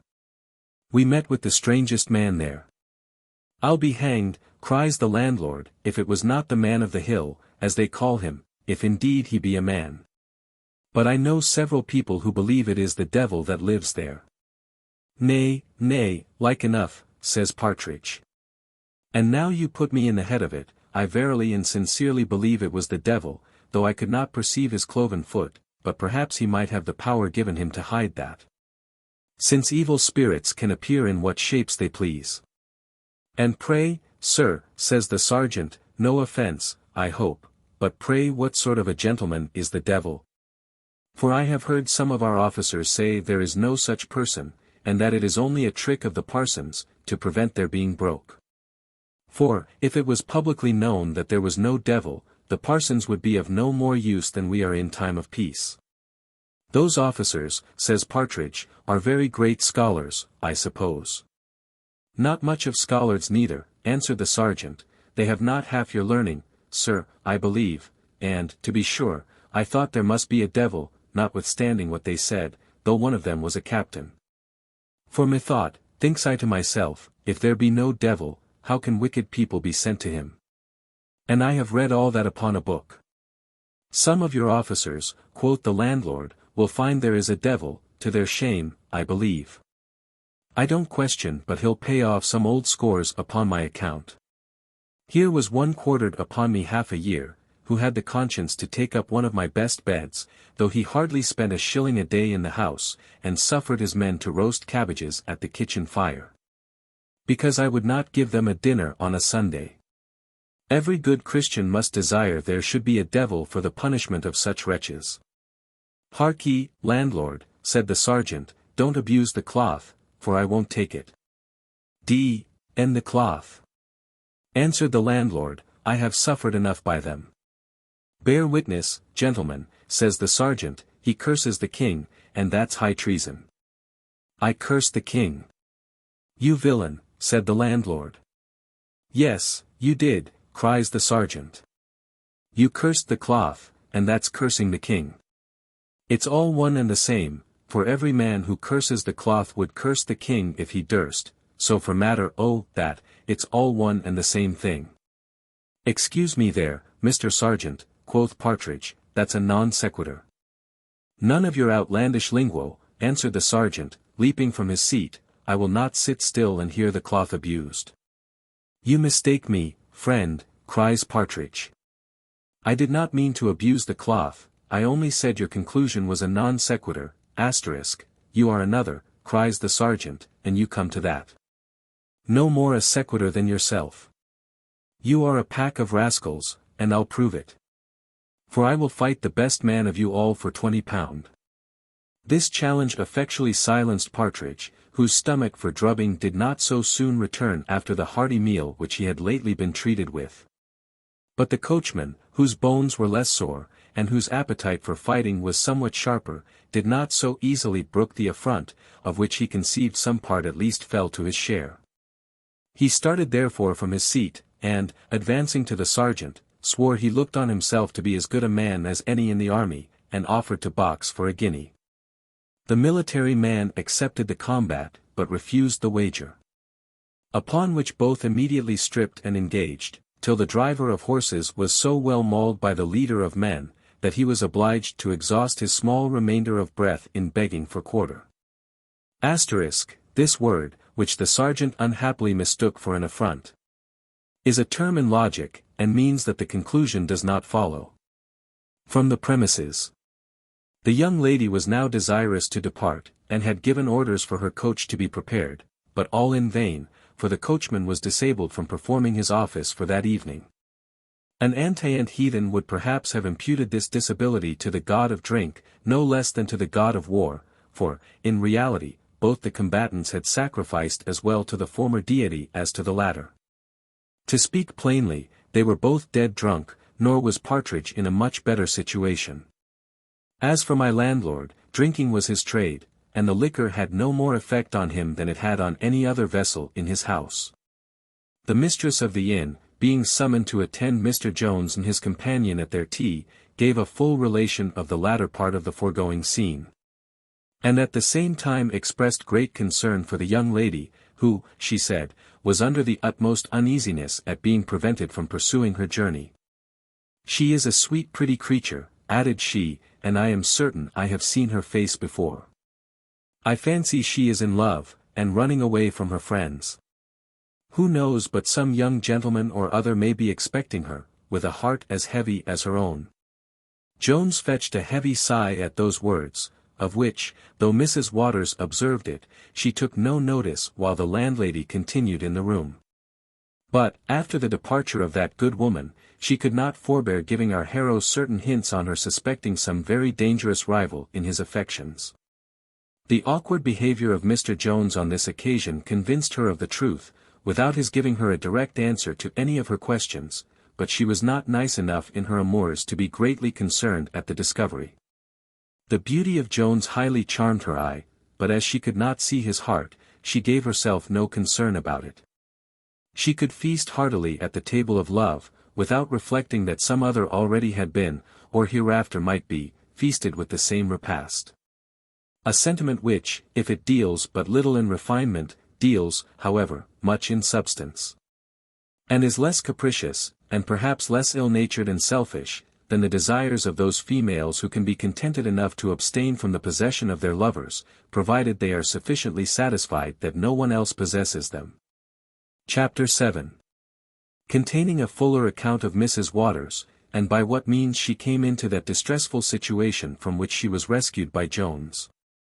Though nature hath by no means mixed up an equal share either of curiosity or vanity in every human composition, there is perhaps no individual to whom she hath not allotted such a proportion of both as requires much arts, and pains too, to subdue and keep under. A conquest, however, absolutely necessary to every one who would in any degree deserve the characters of wisdom or good breeding. As Jones, therefore, might very justly be called a well-bred man, he had stifled all that curiosity which the extraordinary manner in which he had found Mrs. Waters must be supposed to have occasioned. He had, indeed, at first thrown out some few hints to the lady. But, when he perceived her industriously avoiding any explanation, he was contented to remain in ignorance, the rather as he was not without suspicion that there were some circumstances which must have raised her blushes. Had she related the whole truth? Now, since it is possible that some of our readers may not so easily acquiesce under the same ignorance, and as we are very desirous to satisfy them all, we have taken uncommon pains to inform ourselves of the real fact, with the relation of which we shall conclude this book. This lady, then, had lived some years with one Captain Waters, who was a captain in the same regiment to which Mr. Northerton belonged. She passed for that gentleman's wife, and went by his name. And yet, as the sergeant said, there were some doubts concerning the reality of their marriage, which we shall not at present take upon us to resolve. Mrs. Waters, I am sorry to say it, had for some time contracted an intimacy with the above-mentioned ensign, which did no great credit to her reputation. That she had a remarkable fondness for that young fellow is most certain. But whether she indulged this to any very criminal lengths is not so extremely clear, unless we will suppose that women never grant every favor to a man but one, without granting him that one also. The division of the regiment to which Captain Waters belonged had 2 days preceded the march of that company to which Mr. Northerton was the ensign. So that the former had reached Worcester the very day after the unfortunate re-encounter between Jones and Northerton which we have before recorded. Now, it had been agreed between Mrs. Waters and the captain that she would accompany him in his march as far as Worcester, where they were to take their leave of each other, and she was thence to return to Bath, where she was to stay till the end of the winter's campaign against the rebels. With this agreement Mr. Northerton was made acquainted. To say the truth, the lady had made him an assignation at this very place, and promised to stay at Worcester till his division came thither. With what view, and for what purpose, must be left to the reader's divination, for, though we are obliged to relate facts, we are not obliged to do a violence to our nature by any comments to the disadvantage of the loveliest part of the creation. Northerton no sooner obtained a release from his captivity, as we have seen, than he hasted away to overtake Mrs. Waters. Which, as he was a very active nimble fellow, he did at the last-mentioned city, some few hours after Captain Waters had left her. At his first arrival he made no scruple of acquainting her with the unfortunate accident, which he made appear very unfortunate indeed, for he totally extracted every particle of what could be called fault, at least in a court of honor, though he left some circumstances which might be questionable in a court of law. Women, to their glory be it spoken, are more generally capable of that violent and apparently disinterested passion of love, which seeks only the good of its object, than men. Mrs. Waters, therefore, was no sooner apprised of the danger to which her lover was exposed, than she lost every consideration besides that of his safety. And this being a matter equally agreeable to the gentleman, it became the immediate subject of debate between them. After much consultation on this matter, it was at length agreed that the ensign should go across the country to Hereford, whence he might find some conveyance to one of the seaports in Wales, and thence might make his escape abroad. In all which expedition Mrs. Waters declared she would bear him company, and for which she was able to furnish him with money, a very material article to Mr. Northerton, she having then in her pocket 3 bank notes to the amount of £90, besides some cash, and a diamond ring of pretty considerable value on her finger. All which she, with the utmost confidence, revealed to this wicked man, little suspecting she should by these means inspire him with a design of robbing her. Now, as they must, by taking horses from Worcester, have furnished any pursuers with the means of hereafter discovering their route, the ensign proposed, and the lady presently agreed, to make their first stage on foot. For which purpose the hardness of the frost was very seasonable. The main part of the lady's baggage was already at Bath, and she had nothing with her at present besides a very small quantity of linen, which the gallant undertook to carry in his own pockets. All things, therefore, being settled in the evening, they arose early the next morning, and at 5 o'clock departed from Worcester, it being then above 2 hours before day, but the moon, which was then at the full, gave them all the light she was capable of affording.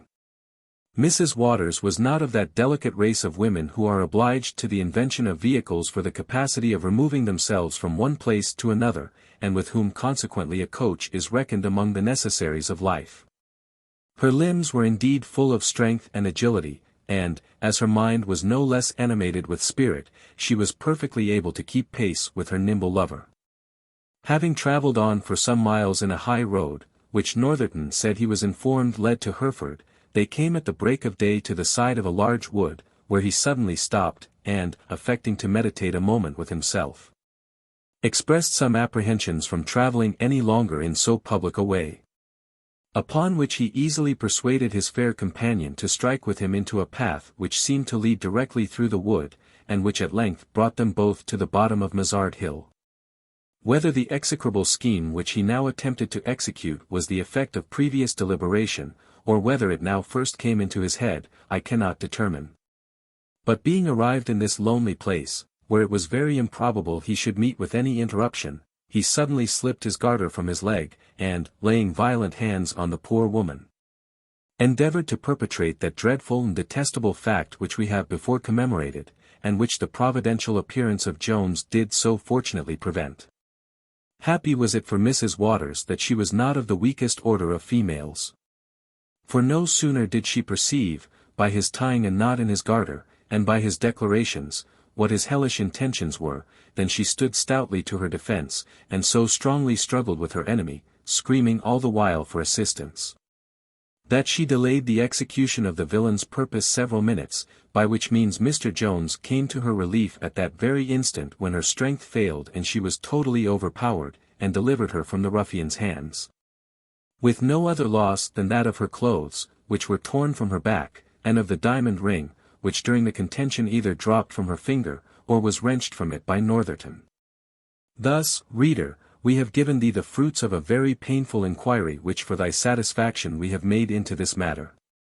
And here we have opened to thee a scene of folly as well as villainy, which we could scarce have believed a human creature capable of being guilty of, had we not remembered that this fellow was at that time firmly persuaded that he had already committed a murder, and had forfeited his life to the law. As he concluded therefore that his only safety lay in flight, he thought the possessing himself of this poor woman's money and ring would make him amends for the additional burthen he was to lay on his conscience. And here, reader, we must strictly caution thee that thou dost not take any occasion, from the misbehavior of such a wretch as this, to reflect on so worthy and honourable a body of men as are the officers of our army in general. Thou wilt be pleased to consider that this fellow, as we have already informed thee, had neither the birth nor education of a gentleman, nor was a proper person to be enrolled among the number of such. If, therefore, his baseness can justly reflect on any besides himself, it must be only on those who gave him his commission. Book X, in which the history goes forward about 12 hours. Chapter 1. Containing instructions very necessary to be perused by modern critics. Reader, it is impossible we should know what sort of person thou wilt be. For, perhaps, thou mayst be as learned in human nature as Shakespeare himself was, and, perhaps, thou mayst be no wiser than some of his editors. Now, lest this latter should be the case, we think proper, before we go any farther together, to give thee a few wholesome admonitions. That thou mayst not as grossly misunderstand and misrepresent us, as some of the said editors have misunderstood and misrepresented their author. First, then, we warn thee not too hastily to condemn any of the incidents in this our history as impertinent and foreign to our main design, because thou dost not immediately conceive in what manner such incident may conduce to that design.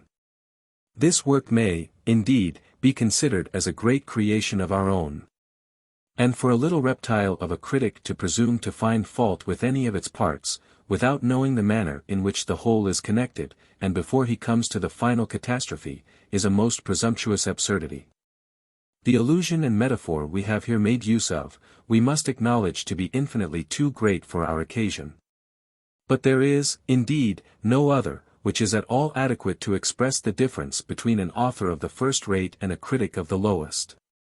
Another caution we would give thee, my good reptile, is, that thou dost not find out too near a resemblance between certain characters here introduced, as, for instance, between the landlady who appears in the 7th book and her in the 9th.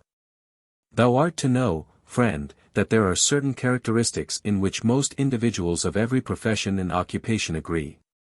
To be able to preserve these characteristics, and at the same time to diversify their operations, is one talent of a good writer. Again, to mark the nice distinction between two persons actuated by the same vice or folly is another. And, as this last talent is found in very few writers, so is the true discernment of it found in as few readers, though, I believe, the observation of this forms a very principal pleasure in those who are capable of the discovery. Every person, for instance, can distinguish between Sir Epicure Mammon and Sir Fopling Flutter. But to note the difference between Sir Fopling Flutter and Sir Courtly Nice requires a more exquisite judgment, for want of which, vulgar spectators of plays very often do great injustice in the theatre. Where I have sometimes known a poet in danger of being convicted as a thief, upon much worse evidence than the resemblance of hands hath been held to be in the law.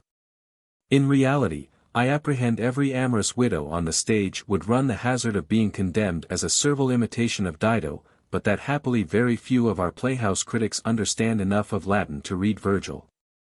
In the next place, we must admonish thee, my worthy friend, for, perhaps, thy heart may be better than thy head, not to condemn a character as a bad one, because it is not perfectly a good one.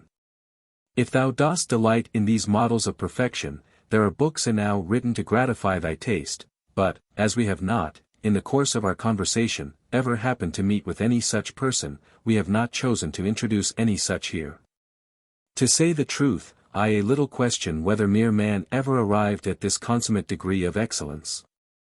As well as whether there hath ever existed a monster bad enough to verify that. Nulla virtut redemptum. Avidius, asterisk. Asterisk, whose vices are not allayed with a single virtue. In Juvenal. Nor do I, indeed, conceive the good purposes served by inserting characters of such angelic perfection, or such diabolical depravity, in any work of invention. Since, from contemplating either, the mind of man is more likely to be overwhelmed with sorrow and shame than to draw any good uses from such patterns. For in the former instance he may be both concerned and ashamed to see a pattern of excellence in his nature, which he may reasonably despair of ever arriving at. And in contemplating the latter he may be no less affected with those uneasy sensations, at seeing the nature of which he is a partaker degraded into so odious and detestable a creature. In fact, if there be enough of goodness in a character to engage the admiration and affection of a well-disposed mind, though there should appear some of those little blemishes quas humana parum cabit natura, they will raise our compassion rather than our abhorrence. Indeed, nothing can be of more moral use than the imperfections which are seen in examples of this kind, since such form a kind of surprise, more apt to affect and dwell upon our minds than the faults of very vicious and wicked persons. The foibles and vices of men, in whom there is great mixture of good, become more glaring objects from the virtues which contrast them and shew their deformity. And when we find such vices attended with their evil consequence to our favorite characters, we are not only taught to shun them for our own sake, but to hate them for the mischiefs they have already brought on those we love. And now, my friend, having given you these few admonitions, we will, if you please, once more set forward with our history. Chapter 2. Containing the arrival of an Irish gentleman, with very extraordinary adventures which ensued at the inn. Now the little trembling hare, which the dread of all her numerous enemies, and chiefly of that cunning, cruel, carnivorous animal, man, had confined all the day to her lurking place, sports wantonly o'er the lawns. Now on some hollow tree the owl, shrill chorister of the night, hoots forth notes which might charm the ears of some modern connoisseurs in music. Now, in the imagination of the half-drunk clown, as he staggers through the churchyard, or rather charnel-yard, to his home, fear paints the bloody hobgoblin. Now thieves and ruffians are awake, and honest watchmen fast asleep. In plain English, it was now midnight, and the company at the inn, as well those who have been already mentioned in this history, as some others who arrived in the evening, were all in bed. Only Susan chambermaid was now stirring, she being obliged to wash the kitchen before she retired to the arms of the fond expecting hostler. In this posture were affairs at the inn when a gentleman arrived their post. He immediately alighted from his horse, and, coming up to Susan, inquired of her, in a very abrupt and confused manner, being almost out of breath with eagerness, whether there was any lady in the house. The hour of night, and the behaviour of the man, who stared very wildly all the time, a little surprised Susan, so that she hesitated before she made any answer. Upon which the gentleman, with redoubled eagerness, begged her to give him a true information, saying, he had lost his wife, and was come in pursuit of her. Upon my shoul, cries he, I have been near catching her already in 2 or 3 places, if I had not found her gone just as I came up with her. If she be in the house, do carry me up in the dark and show her to me. And if she be gone away before me, do tell me which way I shall go after her to meet her, and, upon my shoul, I will make you the richest poor woman in the nation. He then pulled out a handful of guineas, a sight which would have bribed persons of much greater consequence than this poor wench to much worse purposes. Susan, from the account she had received of Mrs. Waters, made not the least doubt but that she was the very identical stray whom the right owner pursued. As she concluded, therefore, with great appearance of reason, that she never could get money in an honester way than by restoring a wife to her husband, she made no scruple of assuring the gentleman that the lady he wanted was then in the house. And was presently afterwards prevailed upon, by very liberal promises, and some earnest paid into her hands, to conduct him to the bedchamber of Mrs. Waters. It hath been a custom long established in the polite world, and that upon very solid and substantial reasons, that a husband shall never enter his wife's apartment without first knocking at the door.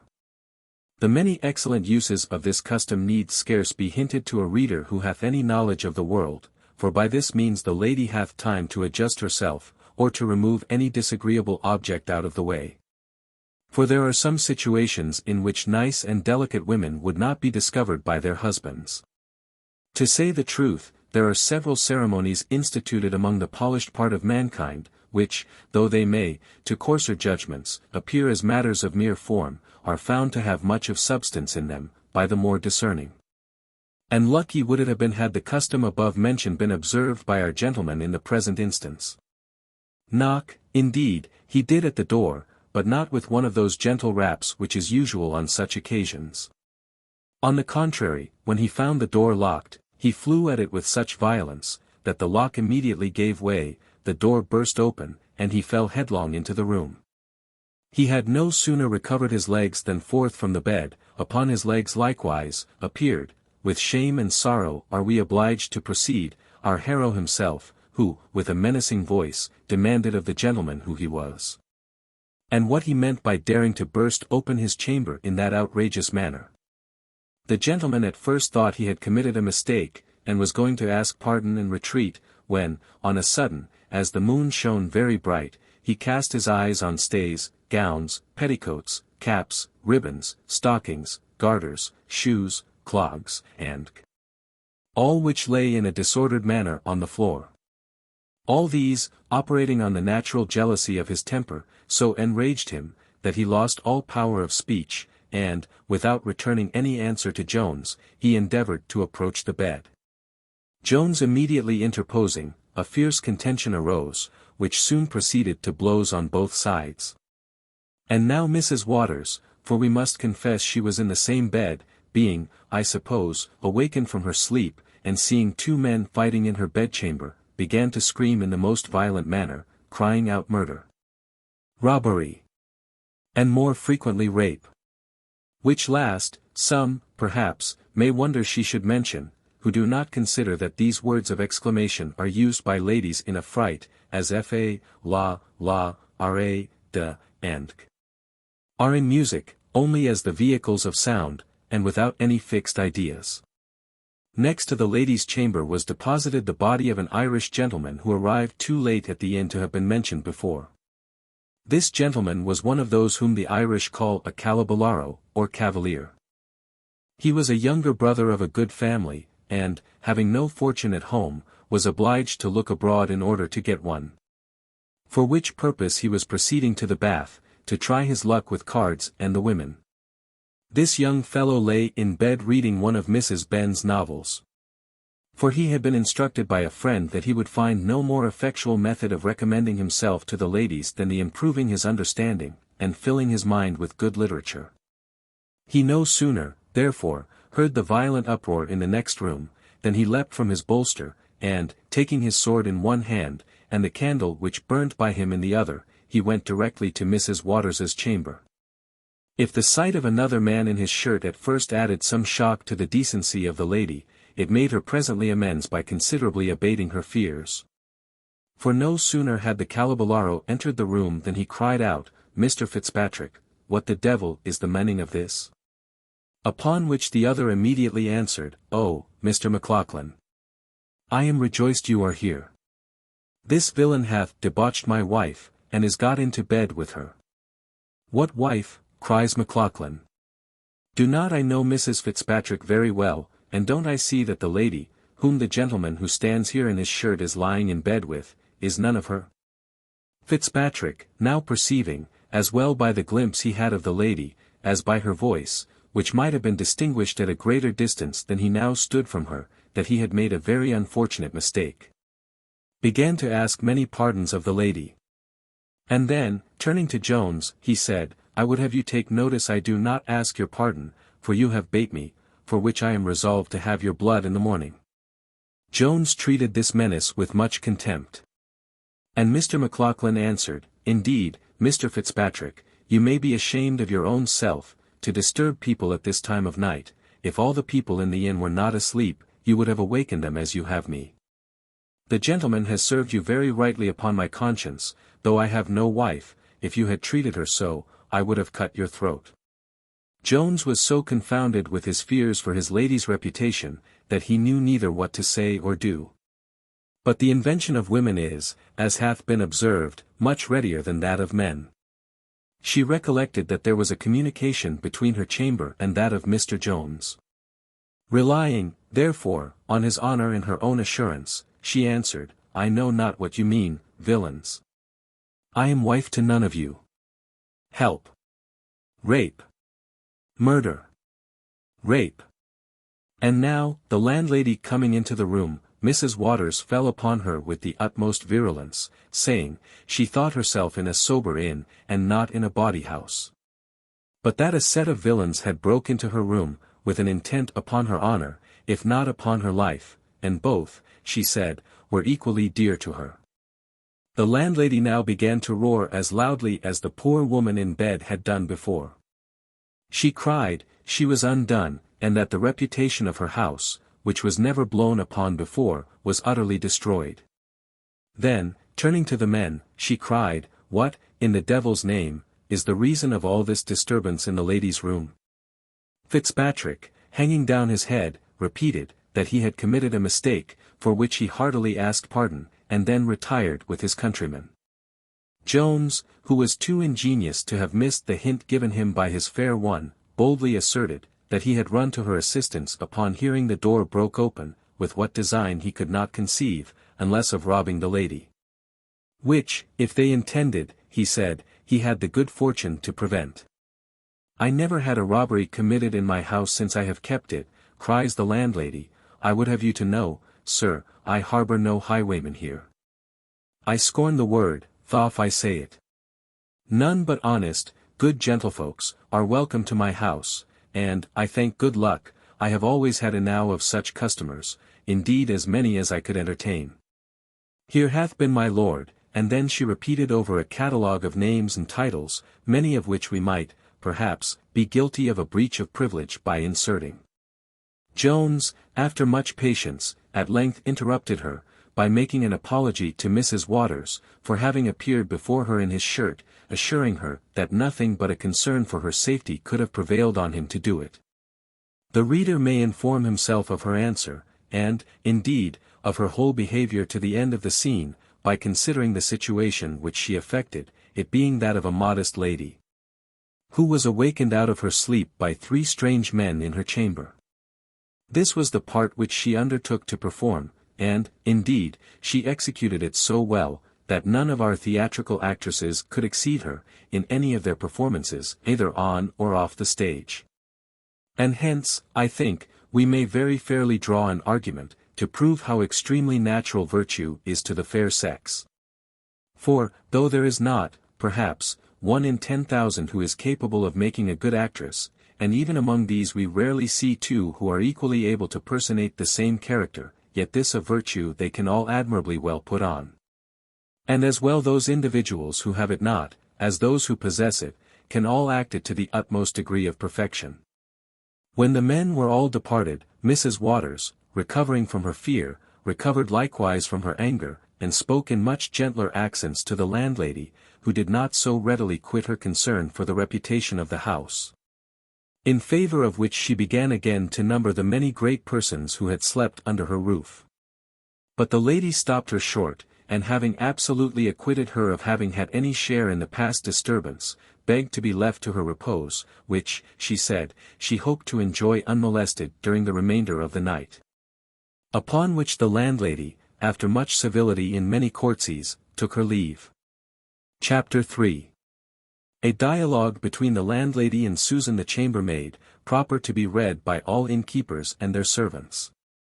With the arrival, an affable behavior of a beautiful young lady, which may teach persons of condition how they may acquire the love of the whole world.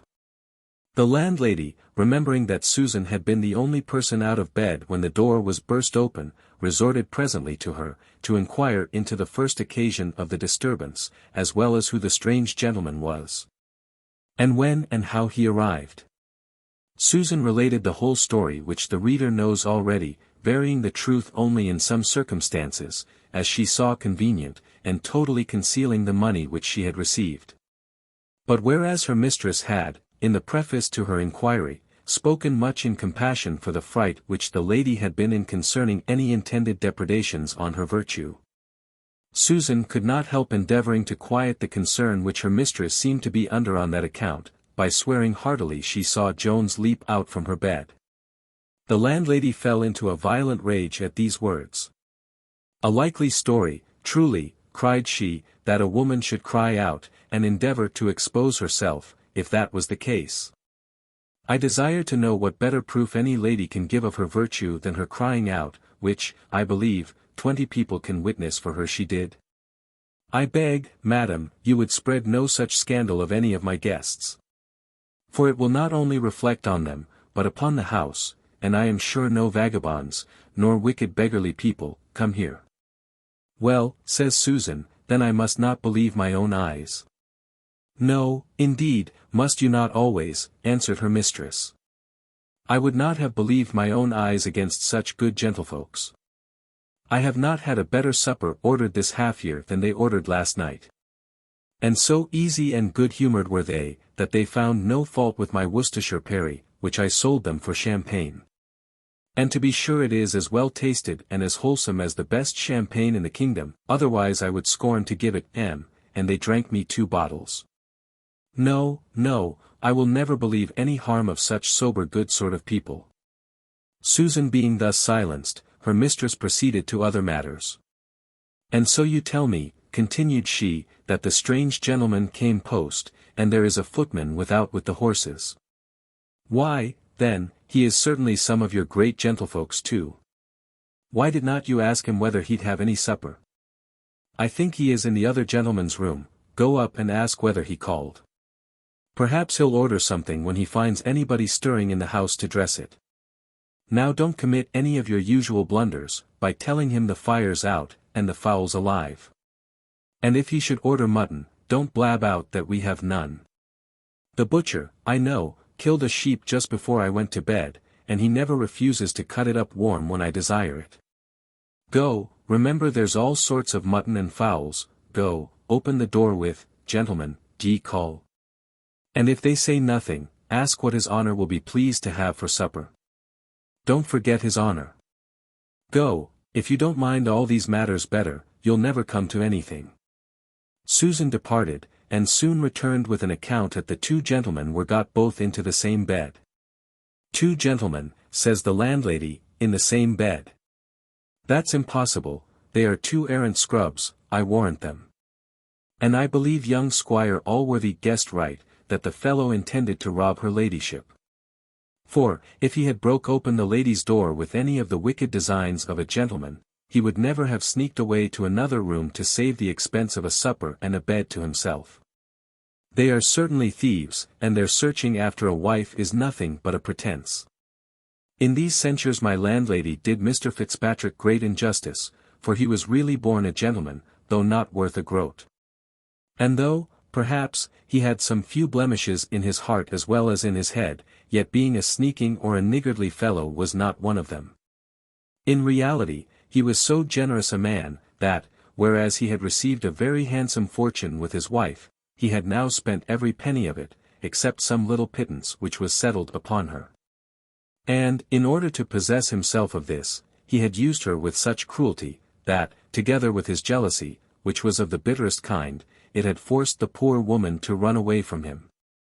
This gentleman then being well tired with his long journey from Chester in one day, with which, and some good dry blows he had received in the scuffle, his bones were so sore, that, added to the soreness of his mind, it had quite deprived him of any appetite for eating. And being now so violently disappointed in the woman whom, at the maid's instance, he had mistaken for his wife, it never once entered into his head that she might nevertheless be in the house. Though he had erred in the first person he had attacked. He therefore yielded to the dissuasions of his friend from searching any farther after her that night, and accepted the kind offer of part of his bed. The footman and postboy were in a different disposition. They were more ready to order than the landlady was to provide. However, after being pretty well satisfied by them of the real truth of the case, and that Mr. Fitzpatrick was no thief, she was at length prevailed on to set some cold meat before them, which they were devouring with great greediness. When Partridge came into the kitchen, he had been first awaked by the hurry which we have before seen.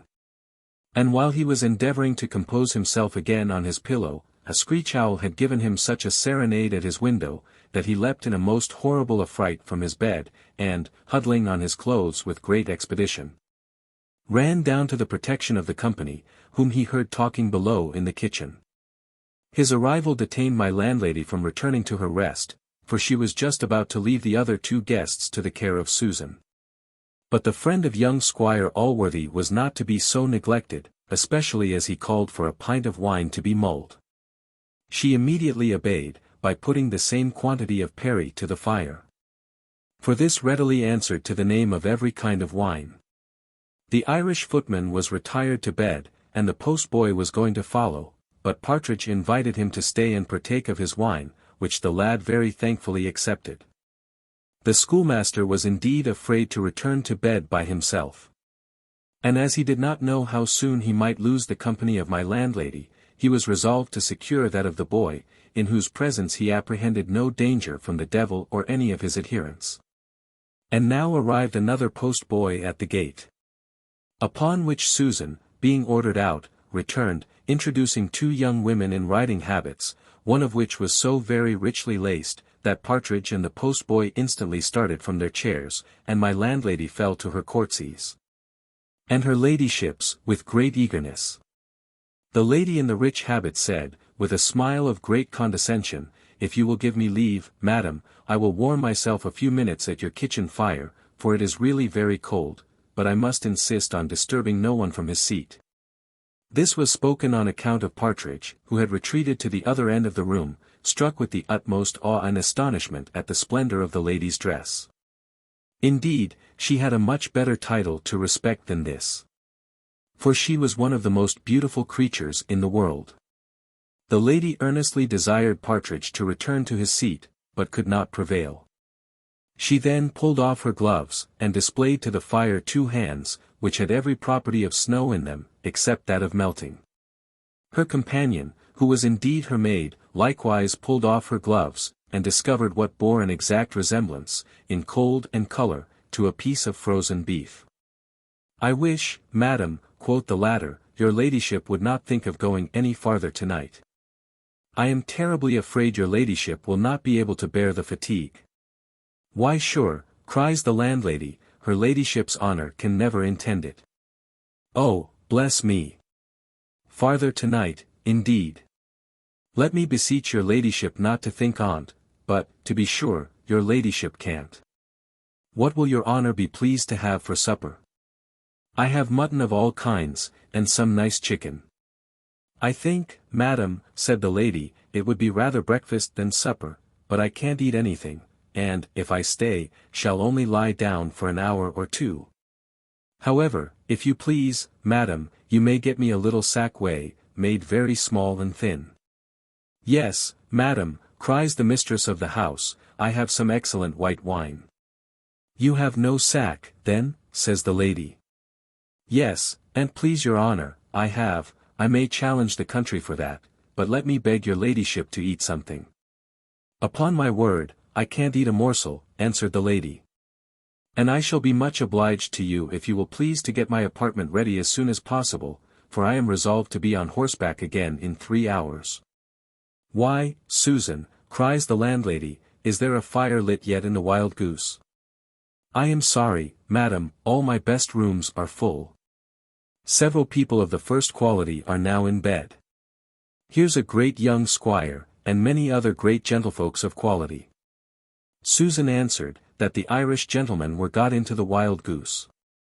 Was ever anything like it, says the mistress, why the devil would you not keep some of the best rooms for the quality, when you know scarce a day passes without some calling here? If they be gentlemen, I am certain, when they know it is for her ladyship, they will get up again. Not upon my account, says the lady, I will have no person disturbed for me. If you have a room that is commonly decent, it will serve me very well, though it be never so plain. I beg, madam, you will not give yourself so much trouble on my account. Oh, madam! Cries the other, I have several very good rooms for that matter, but none good enough for your honour's ladyship. However, as you are so condescending to take up with the best I have, do, Susan, get a fire in the Rose this minute. Will your ladyship be pleased to go up now, or stay till the fire is lighted? I think I have sufficiently warmed myself, answered the lady, so, if you please, I will go now. I am afraid I have kept people, and particularly that gentleman, meaning Partridge, too long in the cold already. Indeed, I cannot bear to think of keeping any person from the fire this dreadful weather. She then departed with her maid, the landlady marching with 2 lighted candles before her. When that good woman returned, the conversation in the kitchen was all upon the charms of the young lady. There is indeed in perfect beauty a power which none almost can withstand, for my landlady, though she was not pleased at the negative given to the supper, declared she had never seen so lovely a creature. Partridge ran out into the most extravagant encomiums on her face, though he could not refrain from paying some compliments to the gold lace on her habit. The postboy sung forth the praises of her goodness, which were likewise echoed by the other postboy, who was now come in. She's a true good lady, I warrant her, says he, for she hath mercy upon dumb creatures. For she asked me every now and tan upon the journey, if I did not think she should hurt the horses by riding too fast. And when she came in she charged me to give them as much corn as ever they would eat. Such charms are there in affability, and so sure is it to attract the praises of all kinds of people. It may indeed be compared to the celebrated Mrs. Hussey. It is equally sure to set off every female perfection to the highest advantage, and to palliate and conceal every defect. A short reflection, which we could not forbear making in this place, where my reader hath seen the loveliness of an affable deportment, and truth will now oblige us to contrast it, by showing the reverse. A celebrated mantua maker in the Strand, famous for setting off the shapes of women. Chapter 4. Containing infallible nostrums for procuring universal disesteem and hatred. The lady had no sooner laid herself on her pillow than the waiting woman returned to the kitchen to regale with some of those dainties which her mistress had refused.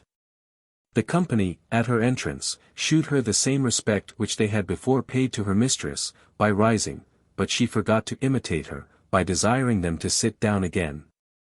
Indeed, it was scarce possible they should have done so, for she placed her chair in such a posture as to occupy almost the whole fire. She then ordered a chicken to be broiled that instant, declaring, if it was not ready in a quarter of an hour, she would not stay for it. Now, though the said chicken was then at roost in the stable, and required the several ceremonies of catching, killing, and picking, before it was brought to the gridiron, my landlady would nevertheless have undertaken to do all within the time. But the guest, being unfortunately admitted behind the scenes, must have been witness to the forgery. The poor woman was therefore obliged to confess that she had none in the house. But, madam, said she, I can get any kind of mutton in an instant from the butcher's. Do you think, then, answered the waiting gentlewoman, that I have the stomach of a horse, to eat mutton at this time of night? Sure you people that keep inns imagine your betters are like yourselves indeed. I expected to get nothing at this wretched place. I wonder my lady would stop at it. I suppose none but tradesmen and graziers ever call here. The landlady fired at this indignity offered to her house. However, she suppressed her temper, and contented herself with saying, very good quality frequented it, she thanked heaven. Don't tell me, cries the other, of quality. I believe I know more of people of quality than such as you dot, but, prithee, without troubling me with any of your impertinence, do tell me what I can have for supper, for, though I cannot eat horse flesh, I am really hungry. Why, truly, madam, answered the landlady, you could not take me again at such a disadvantage. For I must confess I have nothing in the house, unless a cold piece of beef, which indeed a gentleman's footman and the postboy have almost cleared to the bone. Woman, said Mrs. Abigail, so for shortness we will call her, I entreat you not to make me sick.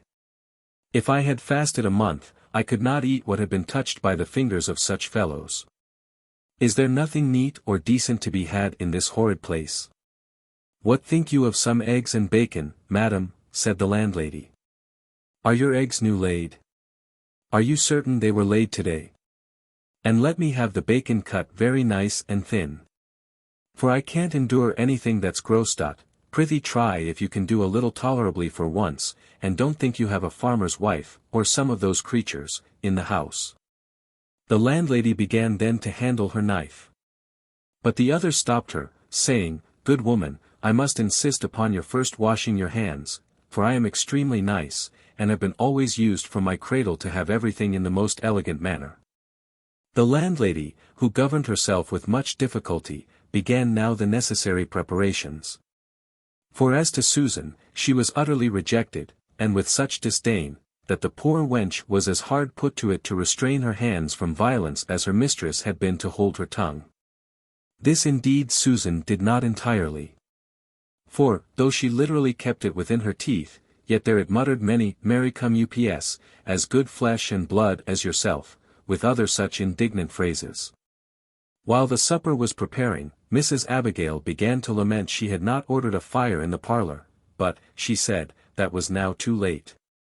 However, said she, I have novelty to recommend a kitchen, for I do not believe I ever eat in one before.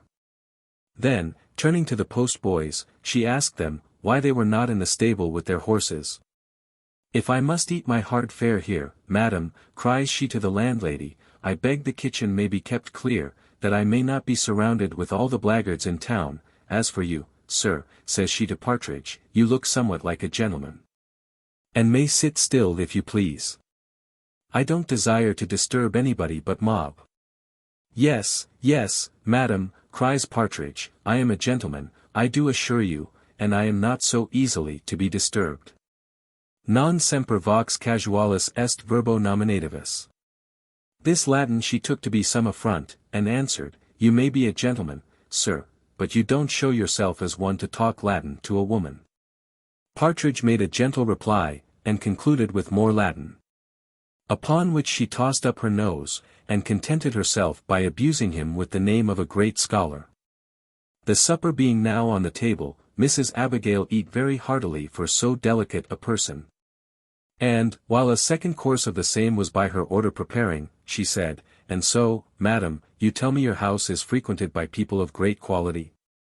The landlady answered in the affirmative, saying, there were a great many very good quality in gentlefolks in it now.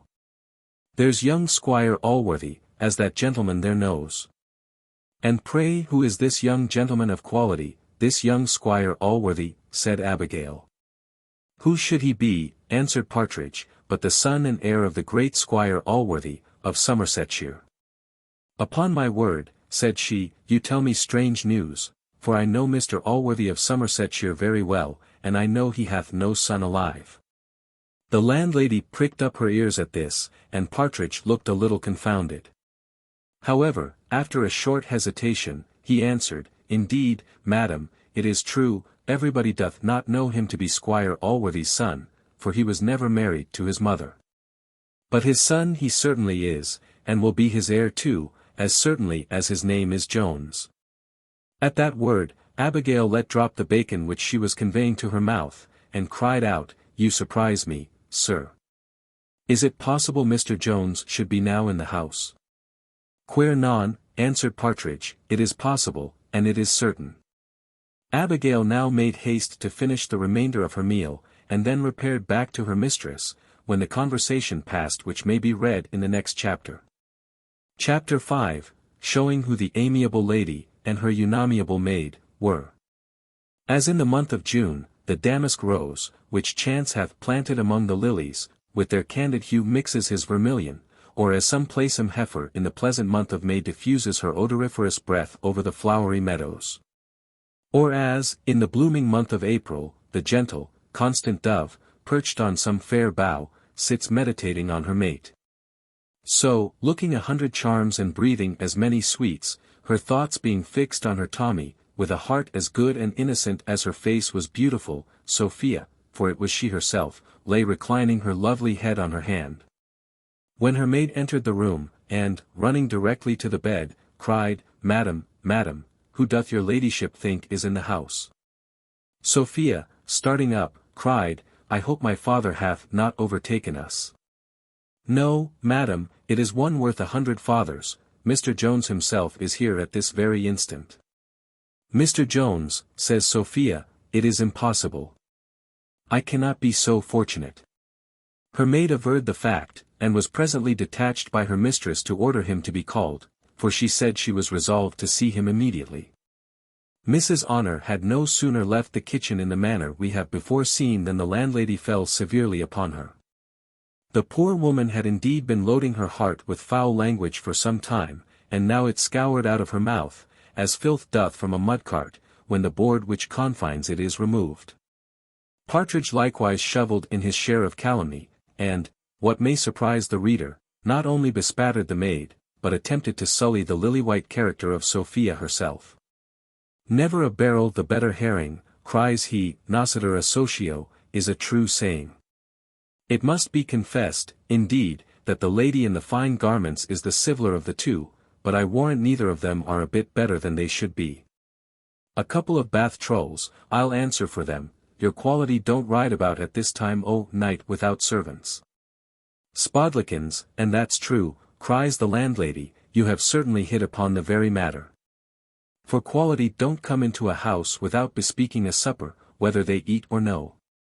While they were thus discoursing, Mrs. Honor returned and discharged her commission, by bidding the landlady immediately wake Mr. Jones, and tell him a lady wanted to speak with him. The landlady referred her to Partridge, saying, he was the squire's friend, but, for her part, she never called men folks, especially gentlemen, and then walked sullenly out of the kitchen. Honor applied herself to Partridge.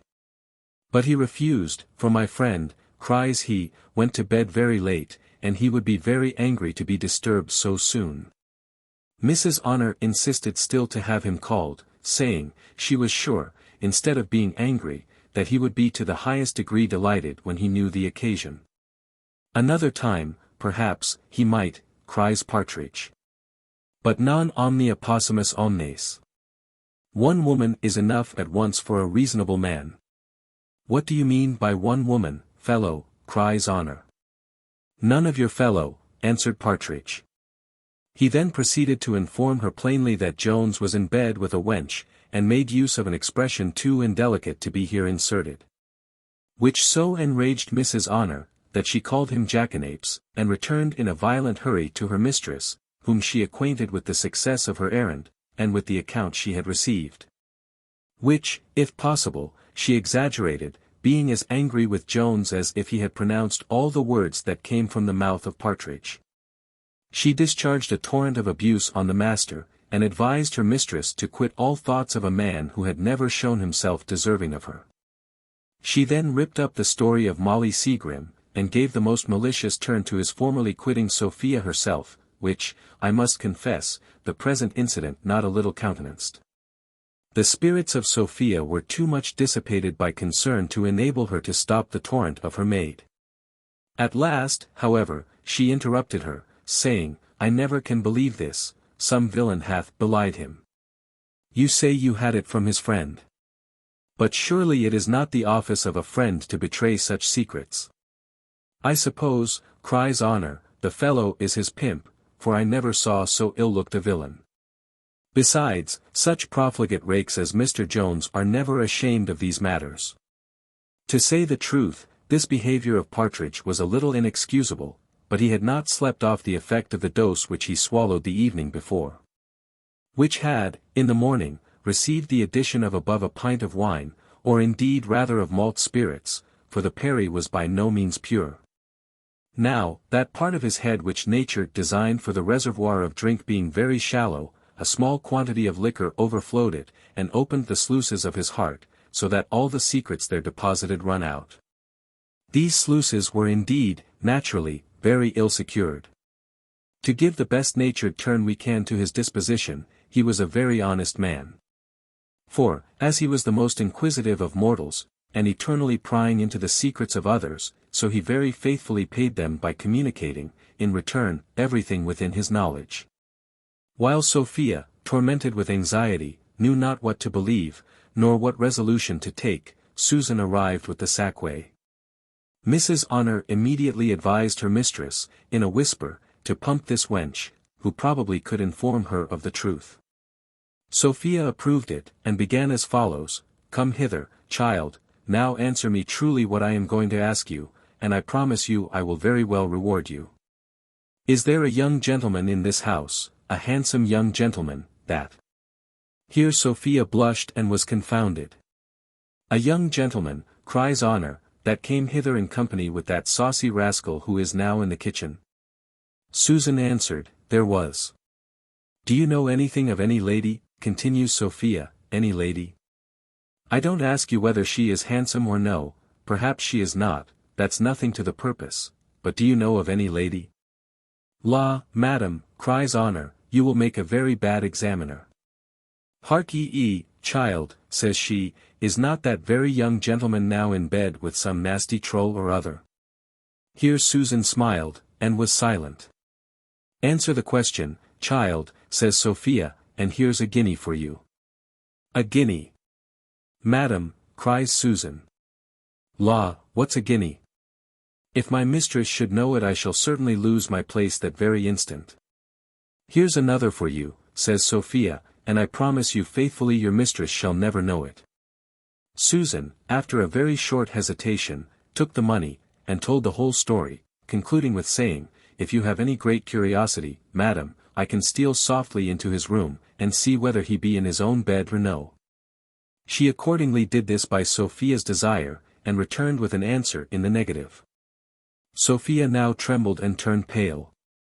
Mrs. Honor begged her to be comforted, and not to think any more of so worthless a fellow. Why there, says Susan, I hope, madam, your ladyship won't be offended, but pray, madam, is not your ladyship's name Madam Sophia Western? How is it possible you should know me, answered Sophia. Why that man, that the gentlewoman spoke of, who is in the kitchen, told about you last night. But I hope your ladyship is not angry with me. Indeed, child, said she, I am not, pray tell me all, and I promise you I'll reward you. Why, madam, continued Susan, that man told us all in the kitchen that Madam Sophia Western, indeed I don't know how to bring it out. Here she stopped, till, having received encouragement from Sophia, and being vehemently pressed by Mrs. Honor, she proceeded thus, he told us, madam, though to be sure it is all a lie, that your ladyship was dying for love of the young squire. And that he was going to the wars to get rid of you. I thought to myself then he was a false-hearted wretch, but, now, to see such a fine, rich, beautiful lady as you be, forsaken for such an ordinary woman, for to be sure so she is, and another man's wife into the bargain. It is such a strange unnatural thing, in a manner. Sophia gave her a 3rd guinea, and, telling her she would certainly be her friend if she mentioned nothing of what had passed, nor informed anyone who she was, dismissed the girl, with orders to the postboy to get the horses ready immediately. Being now left alone with her maid, she told her trusty waiting woman, that she never was more easy than at present. I am now convinced, said she, he is not only a villain, but a low despicable wretch. I can forgive all rather than his exposing my name in so barbarous a manner. That renders him the object of my contempt. Yes, honor, I am now easy, I am indeed, I am very easy, and then she burst into a violent flood of tears. After a short interval spent by Sophia, chiefly in crying, and assuring her maid that she was perfectly easy, Susan arrived with an account that the horses were ready, when a very extraordinary thought suggested itself to our young heroine. By which Mr. Jones would be acquainted with her having been at the inn, in a way which, if any sparks of affection for her remained in him, would be at least some punishment for his faults. The reader will be pleased to remember a little muff, which hath had the honor of being more than once remembered already in this history. This muff, ever since the departure of Mr. Jones, had been the constant companion of Sophia by day, and her bedfellow by night, and this muff she had at this very instant upon her arm. Whence she took it off with great indignation, and, having writ her name with her pencil upon a piece of paper which she pinned to it, she bribed the maid to convey it into the empty bed of Mr. Jones, in which, if he did not find it, she charged her to take some method of conveying it before his eyes in the morning. Then, having paid for what Mrs. Honor had eaten, in which bill was included an account for what she herself might have eaten, she mounted her horse, and, once more assuring her companion that she was perfectly easy, continued her journey. Chapter 6. Containing, among other things, the ingenuity of Partridge, the madness of Jones, and the folly of Fitzpatrick. It was now past 5 in the morning, and other company began to rise and come to the kitchen, among whom were the sergeant and the coachman, who, being thoroughly reconciled, made a libation, or, in the English phrase, drank a hearty cup together. In this drinking nothing more remarkable happened than the behaviour of Partridge, who, when the sergeant drank a health to King George, repeated only the word king, nor could he be brought to utter more. For though he was going to fight against his own cause, yet he could not be prevailed upon to drink against it. Mr. Jones, being now returned to his own bed, but from whence he returned we must beg to be excused from relating, summoned Partridge from this agreeable company, who, after a ceremonious preface, having obtained leave to offer his advice, delivered himself as follows. It is, sir, an old saying, and a true one, that a wise man may sometimes learn counsel from a fool. I wish, therefore, I might be so bold as to offer you my advice, which is to return home again, and leave these horrida bella, these bloody wars, to fellows who are contented to swallow gunpowder, because they have nothing else to eat. Now, everybody knows your honor wants for nothing at home. When that's the case, why should any man travel abroad? Partridge, cries Jones, thou art certainly a coward. I wish, therefore, thou wouldst return home thyself, and trouble me no more. I ask your honor's pardon, cries Partridge, I spoke on your account more than my own. For as to me, heaven knows my circumstances are bad enough, and I am so far from being afraid, that I value a pistol, or a blunderbuss, or any such thing, no more than a pop-gun. Every man must die once, and what signifies the manner how? Besides, perhaps I may come off with the loss only of an arm or a leg. I assure you, sir, I was never less afraid in my life, and so, if your honor is resolved to go on, I am resolved to follow you. But, in that case, I wish I might give my opinion. To be sure, it is a scandalous way of travelling, for a great gentleman like you to walk afoot. Now here are 2 or 3 good horses in the stable, which the landlord will certainly make no scruple of trusting you with, but, if he should, I can easily contrive to take them. And, let the worst come to the worst, the king would certainly pardon you, as you are going to fight in his cause. Now, as the honesty of Partridge was equal to his understanding, and both dealt only in small matters, he would never have attempted a roguery of this kind, had he not imagined it altogether safe. For he was one of those who have more consideration of the gallows than of the fitness of things, but, in reality, he thought he might have committed this felony without any danger.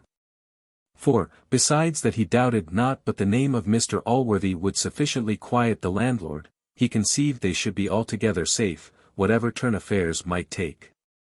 As Jones, he imagined, would have friends enough on one side, and as his friends would as well secure him on the other.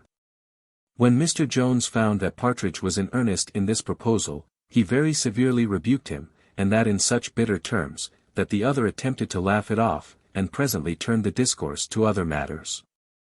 Saying, he believed they were then in a bawdy house, and that he had with much ado prevented 2 wenches from disturbing his honour in the middle of the night. Heyday, says he, I believe they got into your chamber whether I would or no. For here lies the muff of one of them on the ground. Indeed, as Jones returned to his bed in the dark, he had never perceived the muff on the quilt, and, in leaping into his bed, he had tumbled it on the floor.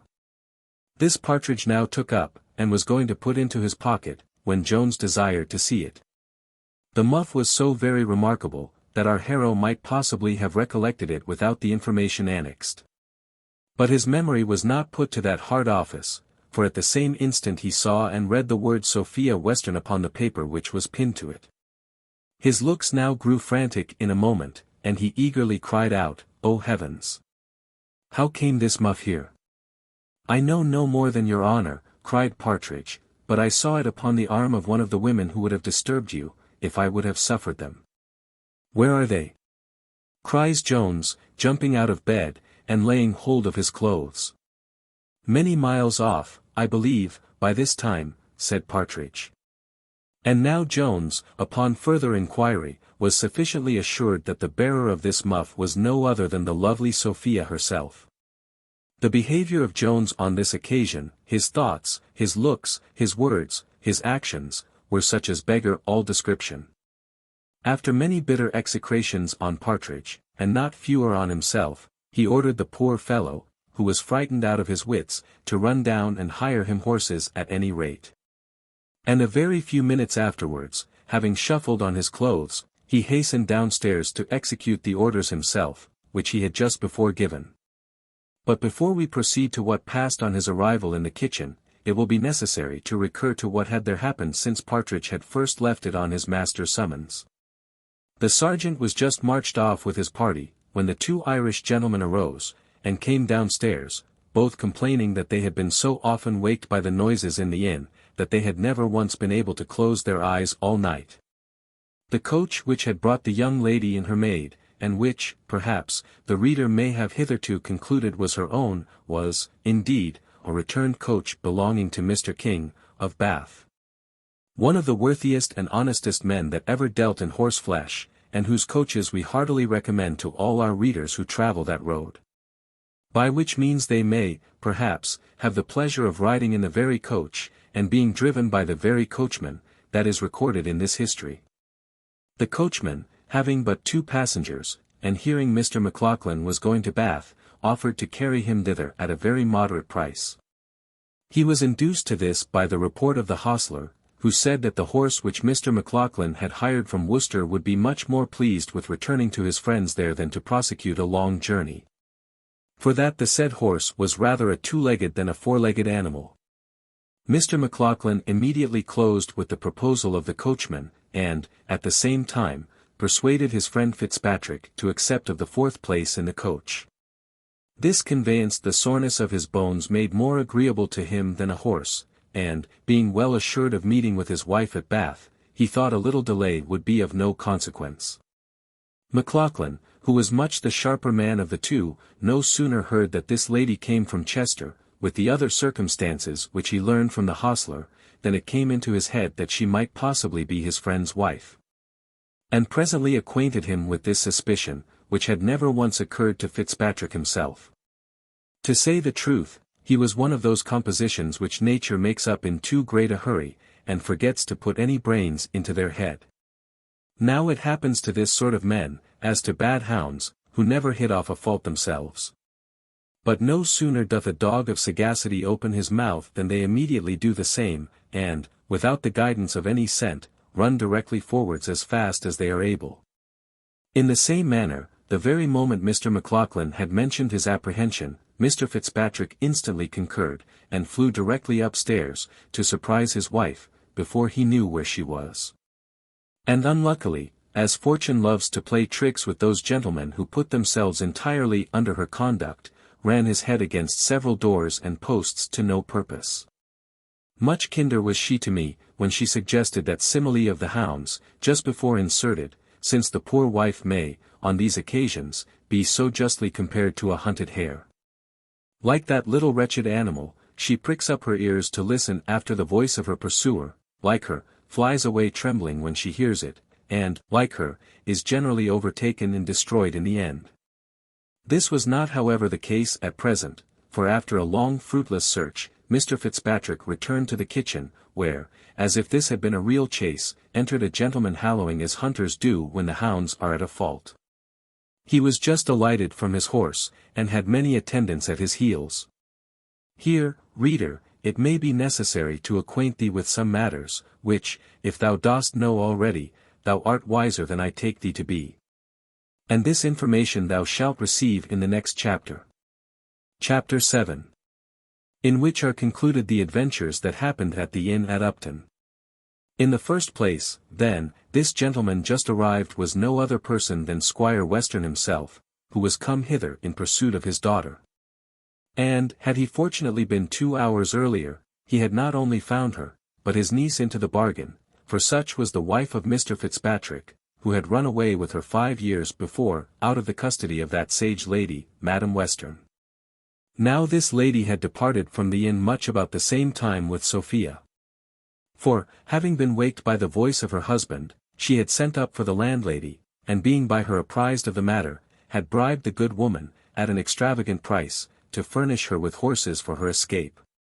Such prevalence had money in this family, and though the mistress would have turned away her maid for a corrupt hussy, if she had known as much as the reader, yet she was no more proof against corruption herself than poor Susan had been.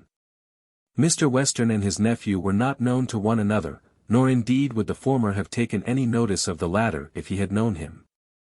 For, this being a stolen match, and consequently an unnatural one in the opinion of the good squire, he had, from the time of her committing it, abandoned the poor young creature, who was then no more than 18, as a monster.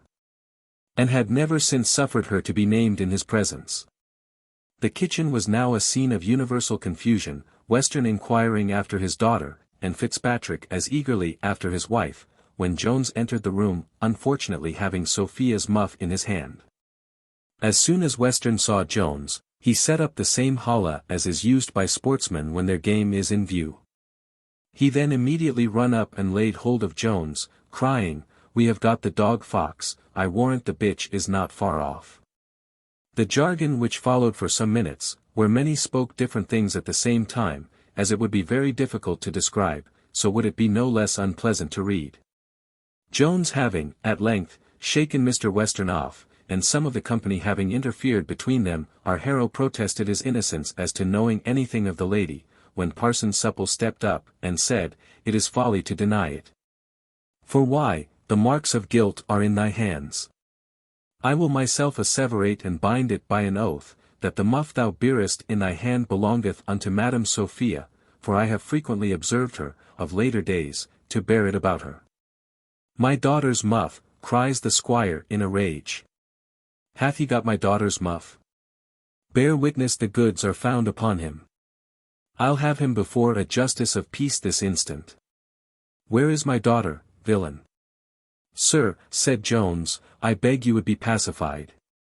The muff, I acknowledge, is the young lady's, but, upon my honor, I have never seen her." At these words Western lost all patience, and grew inarticulate with rage. Some of the servants had acquainted Fitzpatrick who Mr. Western was. The good Irishman, therefore, thinking he had now an opportunity to do an act of service to his uncle, and by that means might possibly obtain his favour, stepped up to Jones, and cried out, "Upon my conscience, sir, you may be ashamed of denying your having seen the gentleman's daughter before my face, when you know I found you there upon the bed together." Then, turning to Western, he offered to conduct him immediately to the room where his daughter was. Which offer being accepted, he, the squire, the parson, and some others, ascended directly to Mrs. Waters's chamber, which they entered with no less violence than Mr. Fitzpatrick had done before.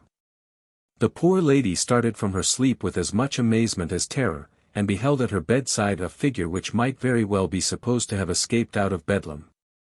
Such wildness and confusion were in the looks of Mr. Western, who no sooner saw the lady than he started back, shewing sufficiently by his manner, before he spoke, that this was not the person sought after. So much more tenderly do women value their reputation than their persons, that, though the latter seemed now in more danger than before, yet, as the former was secure, the lady screamed not with such violence as she had done on the other occasion. However, she no sooner found herself alone than she abandoned all thoughts of further repose, and, as she had sufficient reason to be dissatisfied with her present lodging, she dressed herself with all possible expedition. Mr. Western now proceeded to search the whole house, but to as little purpose as he had disturbed poor Mrs. Waters. He then returned disconsolate into the kitchen, where he found Jones in the custody of his servants. This violent uproar had raised all the people in the house, though it was yet scarcely daylight. Among these was a grave gentleman, who had the honour to be in the commission of the peace for the county of Worcester, of which Mr. Western was no sooner informed than he offered to lay his complaint before him. The justice declined executing his office, as he said he had no clerk present, nor no book about justice business, and that he could not carry all the law in his head about stealing away daughters, and such sort of things. Here Mr. Fitzpatrick offered to lend him his assistance, informing the company that he had been himself bred to the law. And indeed he had served 3 years as clerk to an attorney in the north of Ireland, when, choosing a genteeler walk in life, he quitted his master, came over to England, and set up that business which requires no apprenticeship, namely, that of a gentleman, in which he had succeeded, as hath been already partly mentioned. Mr. Fitzpatrick declared that the law concerning daughters was out of the present case, that stealing a muff was undoubtedly felony, and the goods being found upon the person, were sufficient evidence of the fact. The magistrate, upon the encouragement of so learned a coadjutor, and upon the violent intercession of the squire, was at length prevailed upon to seat himself in the chair of justice, where being placed. Upon viewing the muff which Jones still held in his hand, and upon the parson swearing it to be the property of Mr. Western, he desired Mr. Fitzpatrick to draw up a commitment, which he said he would sign. Jones now desired to be heard, which was at last, with difficulty, granted him. He then produced the evidence of Mr. Partridge, as to the finding it. But, what was still more, Susan deposed that Sophia herself had delivered the muff to her, and had ordered her to convey it into the chamber where Mr. Jones had found it. Whether a natural love of justice, or the extraordinary comeliness of Jones, had wrought on Susan to make the discovery, I will not determine. But such were the effects of her evidence, that the magistrate, throwing himself back in his chair, declared that the matter was now altogether as clear on the side of the prisoner as it had before been against him, with which the parson concurred, saying, "The Lord forbid he should be instrumental in committing an innocent person to durance." The justice then arose, acquitted the prisoner, and broke up the court. Mr. Western now gave every one present a hearty curse, and, immediately ordering his horses, departed in pursuit of his daughter, without taking the least notice of his nephew Fitzpatrick, or returning any answer to his claim of kindred, notwithstanding all the obligations he had just received from that gentleman. In the violence, moreover, of his hurry, and of his passion, he luckily forgot to demand the muff of Jones. I say luckily, for he would have died on the spot rather than have parted with it. Jones likewise, with his friend Partridge, set forward the moment he had paid his reckoning, in quest of his lovely Sophia, whom he now resolved never more to abandon the pursuit of. Nor could he bring himself even to take leave of Mrs. Waters, of whom he detested the very thoughts, as she had been, though not designedly, the occasion of his missing the happiest interview with Sophia, to whom he now vowed eternal constancy. As for Mrs. Waters, she took the opportunity of the coach which was going to Bath, for which place she set out in company with the 2 Irish gentlemen, the landlady kindly lending her clothes. In return for which she was contented only to receive about double their value, as a recompense for the loan. Upon the road she was perfectly reconciled to Mr. Fitzpatrick, who was a very handsome fellow, and indeed did all she could to console him in the absence of his wife. Thus ended the many odd adventures which Mr. Jones encountered at his inn at Upton, where they talk, to this day, of the beauty and lovely behaviour of the charming Sophia, by the name of the Somersetshire Angel. Chapter 8. In which the history goes backward. Before we proceed any farther in our history, it may be proper to look a little back, in order to account for the extraordinary appearance of Sophia and her father at the inn at Upton. The reader may be pleased to remember that, in the 9th chapter of the 7th book of our history, we left Sophia, after a long debate between love and duty, deciding the cause, as it usually, I believe, happens, in favour of the former. This debate had arisen, as we have there shown, from a visit which her father had just before made her, in order to force her consent to a marriage with Blifil, and which he had understood to be fully implied in her acknowledgment that she neither must nor could refuse any absolute command of his. Now from this visit the squire retired to his evening potation, overjoyed at the success he had gained with his daughter. And, as he was of a social disposition, and willing to have partakers in his happiness, the beer was ordered to flow very liberally into the kitchen. So that before 11 in the evening there was not a single person sober in the house except only Mrs. Western herself and the charming Sophia. Early in the morning a messenger was dispatched to summon Mr. Blifil. For, though the squire imagined that young gentleman had been much less acquainted than he really was with the former aversion of his daughter, as he had not, however, yet received her consent, he longed impatiently to communicate it to him. Not doubting but that the intended bride herself would confirm it with her lips. As to the wedding, it had the evening before been fixed, by the male parties, to be celebrated on the next morning save one. Breakfast was now set forth in the parlour, where Mr. Blifil attended, and where the squire and his sister likewise were assembled, and now Sophia was ordered to be called. "Oh, Shakespeare! Had I thy pen? Oh, Hogarth! Had I thy pencil? Then would I draw the picture of the poor serving man, who, with pale countenance, staring eyes, chattering teeth, faltering tongue, and trembling limbs. E'en such a man, so faint, so spiritless. So dull, so dead in look, so woebegone. Drew Priam's curtains in the dead of night. And would have told him, half his Troy was burned.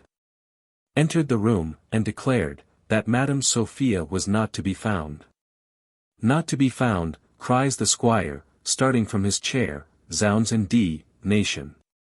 Blood and fury. Where, when, how, what, not to be found? Where? La! Brother, said Mrs. Western, with true political coldness, you are always throwing yourself into such violent passions for nothing. My niece, I suppose, is only walked out into the garden. I protest you are grown so unreasonable, that it is impossible to live in the house with you. Nay, nay, answered the squire, returning as suddenly to himself, as he had gone from himself, if that be all the matter, it signifies not much. But, upon my soul, my mind misgave me when the fellow said she was not to be found. He then gave orders for the bell to be rung in the garden, and sat himself contentedly down. No two things could be more the reverse of each other than were the brother and sister in most instances. Particularly in this, that as the brother never foresaw anything at a distance, but was most sagacious in immediately seeing everything the moment it had happened. So the sister eternally foresaw at a distance, but was not so quick-sighted to objects before her eyes. Of both these the reader may have observed examples, and, indeed, both their several talents were excessive. For, as the sister often foresaw what never came to pass, so the brother often saw much more than was actually the truth. This was not however the case at present. The same report was brought from the garden as before had been brought from the chamber, that Madame Sophia was not to be found. The squire himself now sallied forth, and began to roar forth the name of Sophia as loudly, and in as hoarse a voice, as whilome did Hercules that of Hylas. And, as the poet tells us that the whole shore echoed back the name of that beautiful youth, so did the house, the garden, and all the neighboring fields resound nothing but the name of Sophia, in the hoarse voices of the men, and in the shrill pipes of the women. While echoes seemed so pleased to repeat the beloved sound, that, if there is really such a person, I believe Ovid hath belied her sex, nothing reigned for a long time but confusion. Till at last the squire, having sufficiently spent his breath, returned to the parlour, where he found Mrs. Western and Mr. Blifil, and threw himself, with the utmost dejection in his countenance, into a great chair. Here Mrs. Western began to apply the following consolation. "Brother, I am sorry for what hath happened, and that my niece should have behaved herself in a manner so unbecoming her family.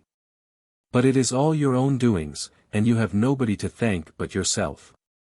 You know she hath been educated always in a manner directly contrary to my advice, and now you see the consequence. Have I not 1,000 times argued with you about giving my niece her own will? But you know I never could prevail upon you. And when I had taken so much pains to eradicate her headstrong opinions, and to rectify your errors in policy, you know she was taken out of my hands, so that I have nothing to answer for.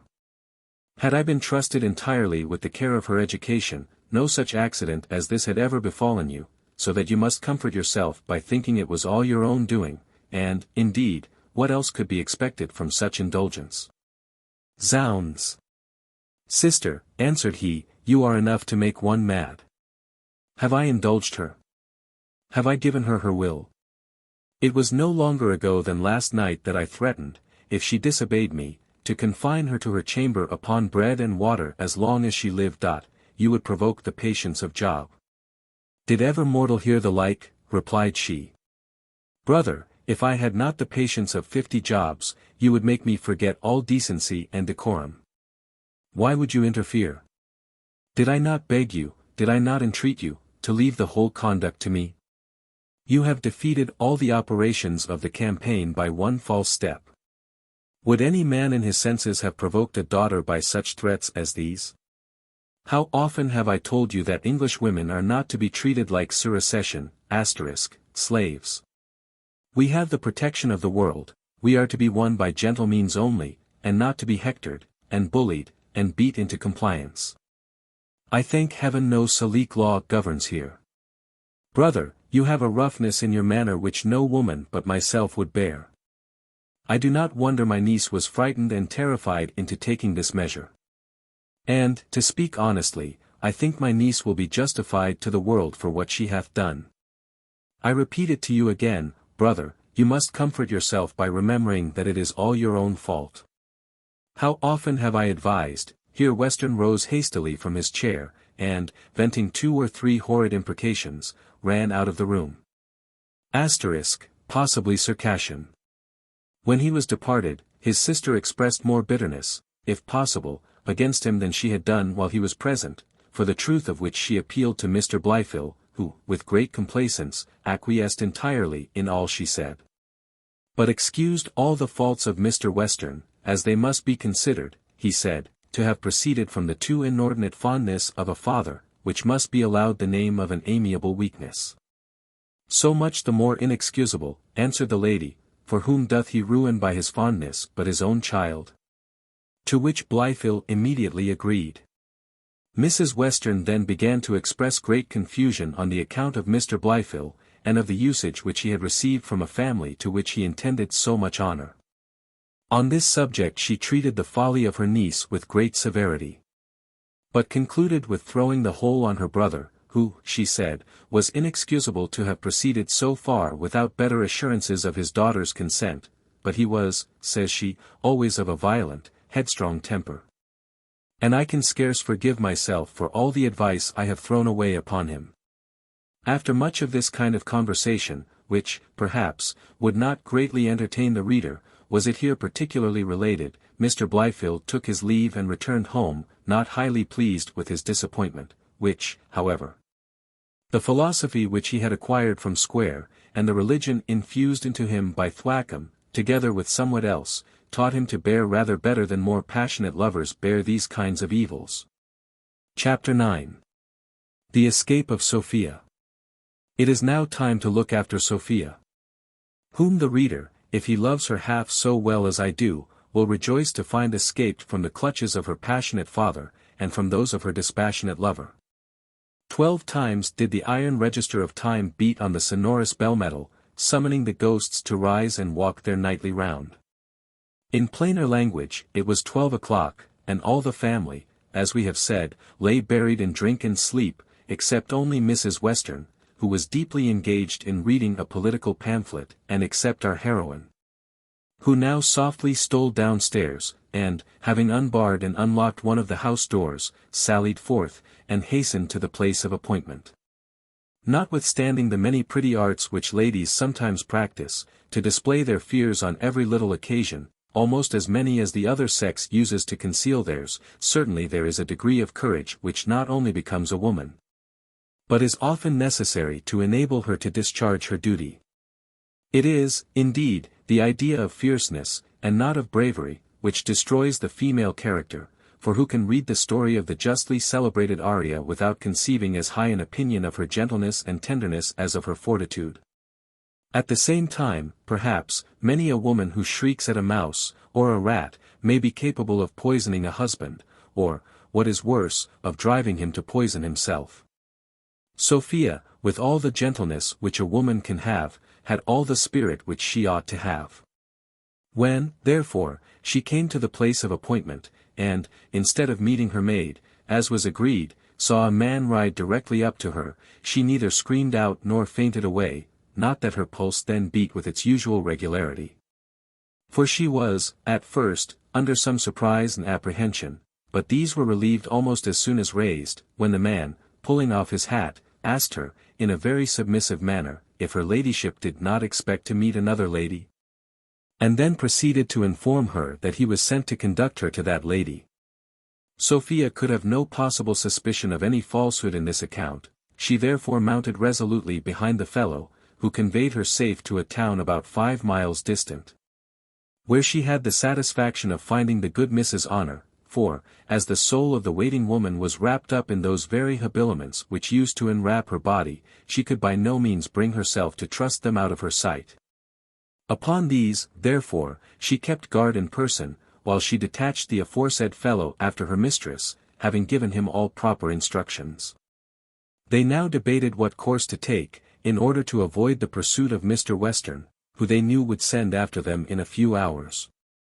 The London road had such charms for Honor, that she was desirous of going on directly.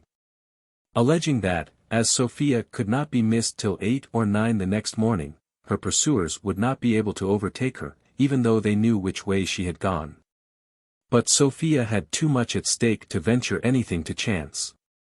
Nor did she dare trust too much to her tender limbs, in a contest which was to be decided only by swiftness. She resolved, therefore, to travel across the country, for at least 20 or 30 miles, and then to take the direct road to London. So, having hired horses to go 20 miles one way, when she intended to go 20 miles the other, she set forward with the same guide behind whom she had ridden from her father's house. The guide having now taken up behind him, in the room of Sophia, a much heavier, as well as much less lovely burden. Being, indeed, a huge portmanteau, well stuffed with those outside ornaments, by means of which the fair Honor hoped to gain many conquests, and, finally, to make her fortune in London city. When they had gone about 200 paces from the inn on the London road, Sophia rode up to the guide, and, with a voice much fuller of honey than was ever that of Plato, though his mouth is supposed to have been a beehive, begged him to take the first turning which led towards Bristol. Reader, I am not superstitious, nor any great believer of modern miracles. I do not, therefore, deliver the following as a certain truth. For, indeed, I can scarce credit it myself, but the fidelity of an historian obliges me to relate what hath been confidently asserted. The horse, then, on which the guide rode, is reported to have been so charmed by Sophia's voice, that he made a full stop, and expressed an unwillingness to proceed any farther. Perhaps, however, the fact may be true, and less miraculous than it hath been represented. Since the natural cause seems adequate to the effect, for, as the guide at that moment desisted from a constant application of his armed right heel, for, like Hudibras, he wore but one spur. It is more than possible that this omission alone might occasion the beast to stop, especially as this was very frequent with him at other times. But if the voice of Sophia had really an effect on the horse, it had very little on the rider. He answered somewhat surlily, that Meester had ordered him to go a different way, and that he should lose his place if he went any other than that he was ordered. Sophia, finding all her persuasions had no effect, began now to add irresistible charms to her voice, charms which, according to the proverb, makes the old mare trot, instead of standing still, charms to which modern ages have attributed all that irresistible force which the ancients imputed to perfect oratory. In a word, she promised she would reward him to his utmost expectation. The lad was not totally deaf to these promises. But he disliked their being indefinite, for, though perhaps he had never heard that word, yet that, in fact, was his objection. He said, gentlefolks did not consider the case of poor volks. That he had liked to have been turned away the other day, for riding about the country with a gentleman from Squire Allworthy's, who did not reward him as he should have done. With whom? Says Sophia eagerly. With a gentleman from Squire Allworthy's, repeated the lad, the squire's son, I think they call on. Whither? Which way did he go? Says Sophia. Why, a little one side Bristol, about 20 miles off, answered the lad. Guide me, says Sophia, to the same place, and I'll give thee a guinea, or two, if one is not sufficient. To be certain, said the boy, it is honestly worth two, when your ladyship considers what a risk I run. But, however, if your ladyship will promise me the 2 guineas, I'll e'en venture. To be certain it is a sinful thing to ride about my meester's horses, but one comfort is, I can only be turned away, and 2 guineas will partly make me amends. The bargain being thus struck, the lad turned aside into the Bristol road, and Sophia set forward in pursuit of Jones, highly contrary to the remonstrances of Mrs. Honour, who had much more desire to see London than to see Mr. Jones, for indeed she was not his friend with her mistress, as he had been guilty of some neglect in certain pecuniary civilities, which are by custom due to the waiting gentlewoman in all love affairs, and more especially in those of a clandestine kind. This we impute rather to the carelessness of his temper than to any want of generosity, but perhaps she derived it from the latter motive. Certain it is that she hated him very bitterly on that account, and resolved to take every opportunity of injuring him with her mistress. It was therefore highly unlucky for her, that she had gone to the very same town and in whence Jones had started, and still more unlucky was she in having stumbled on the same guide, and on this accidental discovery which Sophia had made. Our travellers arrived at Hambrook, at the break of day, where Honour was against her will charge to inquire the route which Mr. Jones had taken. Of this, indeed, the guide himself could have informed them. But Sophia, I know not for what reason, never asked him the question. This was the village where Jones met the Quaker. When Mrs. Honour had made her report from the landlord, Sophia, with much difficulty, procured some indifferent horses, which brought her to the inn where Jones had been confined rather by the misfortune of meeting with a surgeon than by having met with a broken head.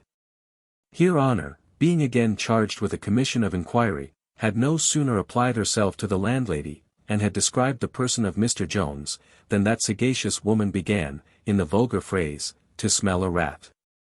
When Sophia therefore entered the room, instead of answering the maid, the landlady, addressing herself to the mistress, began the following speech, Good lack a day.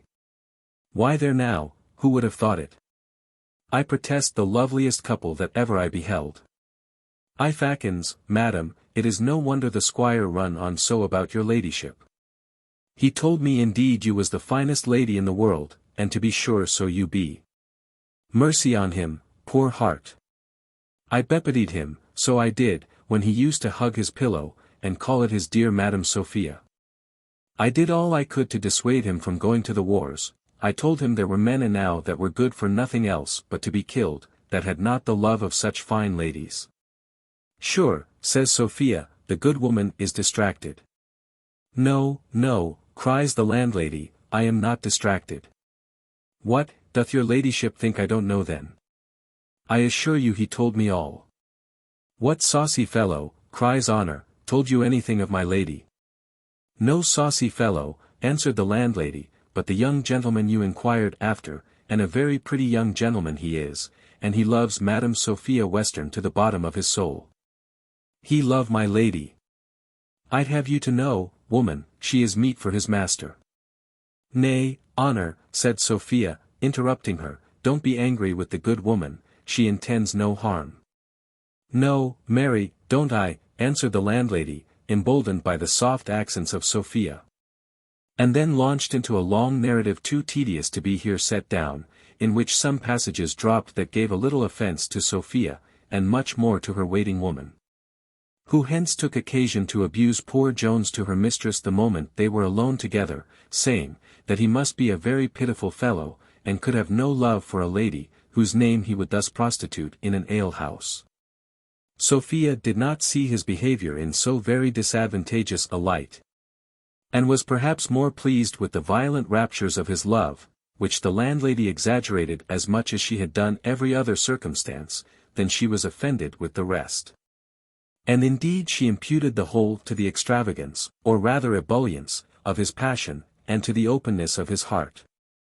This incident, however, being afterwards revived in her mind, and placed in the most odious colours by Honor, served to heighten and give credit to those unlucky occurrences at Upton, and assisted the waiting woman in her endeavours to make her mistress depart from that inn without seeing Jones.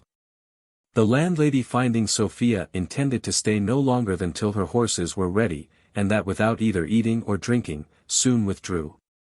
When Honor began to take her mistress to task, for indeed she used great freedom, and after a long harangue, in which she reminded her of her intention to go to London, and gave frequent hints of the impropriety of pursuing a young fellow, she at last concluded with this serious exhortation, for heaven's sake, madam, consider what you are about, and whither you are going. This advice to a lady who had already rode near 40 miles, and in no very agreeable season, may seem foolish enough. It may be supposed she had well considered and resolved this already. Nay, Mrs. Honor, by the hints she threw out, seemed to think so. And this I doubt not is the opinion of many readers, who have, I make no doubt, been long since well convinced of the purpose of our heroine, and have heartily condemned her for it as a wanton baggage. But in reality this was not the case. Sophia had been lately so distracted between hope and fear, her duty and love to her father, her hatred to Blifil, her compassion, and, why should we not confess the truth, her love for Jones? Which last the behaviour of her father, of her aunt, of every one else, and more particularly of Jones himself, had blown into a flame, that her mind was in that confused state which may be truly said to make us ignorant of what we do, or whither we go, or rather, indeed, indifferent as to the consequence of either. The prudent and sage advice of her maid produced, however, some cool reflection, and she at length determined to go to Gloucester, and thence to proceed directly to London. But, unluckily, a few miles before she entered that town, she met the hack attorney, who, as is before mentioned, had dined there with Mr. Jones. This fellow, being well known to Mrs. Honor, stopped and spoke to her. Of which Sophia at that time took little notice, more than to inquire who he was. But, having had a more particular account from Honor of this man afterwards at Gloucester, and hearing of the great expedition he usually made in travelling, for which, as hath been before observed, he was particularly famous. Recollecting, likewise, that she had overheard Mrs. Honor inform him that they were going to Gloucester, she began to fear lest her father might, by this fellow's means, be able to trace her to that city. Wherefore, if she should there strike into the London road, she apprehended he would certainly be able to overtake her. She therefore altered her resolution. And, having hired horses to go a week's journey away which she did not intend to travel, she again set forward after a light refreshment, contrary to the desire and earnest entreaties of her maid. And to the no less vehement remonstrances of Mrs. Whitefield, who, from good breeding, or perhaps from good nature, for the poor young lady appeared much fatigued, pressed her very heartily to stay that evening at Gloucester. Having refreshed herself only with some tea, and with lying about 2 hours on the bed, while her horses were getting ready, she resolutely left Mrs. Whitefield's about 11 at night, and, striking directly into the Worcester road, within less than 4 hours arrived at that very inn where we last saw her. Having thus traced our heroine very particularly back from her departure, till her arrival at Upton, we shall in a very few words bring her father to the same place. Who, having received the first sent from the post-boy, who conducted his daughter to Hambrook, very easily traced her afterwards to Gloucester.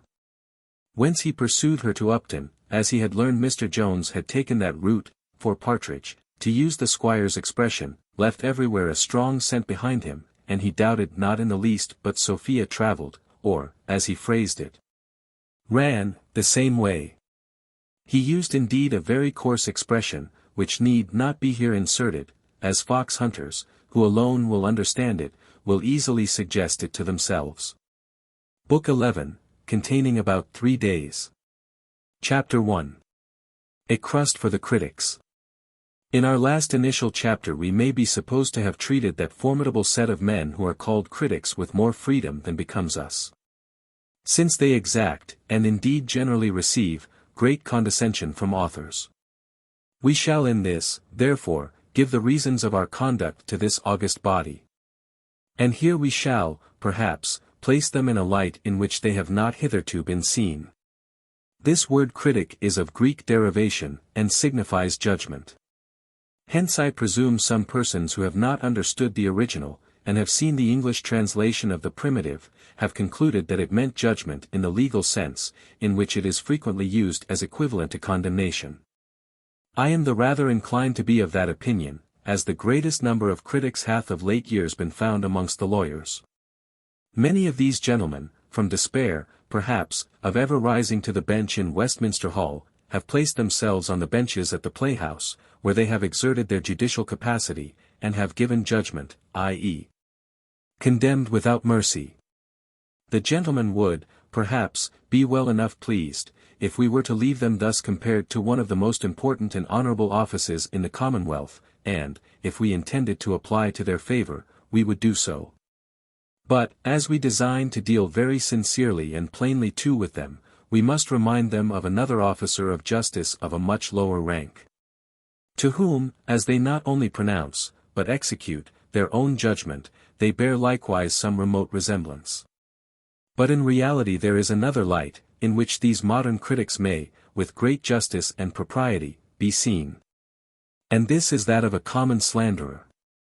If a person who prys into the characters of others, with no other design but to discover their faults, and to publish them to the world, deserves the title of a slanderer of the reputations of men, why should not a critic, who reads with the same malevolent view, be as properly styled the slanderer of the reputation of books?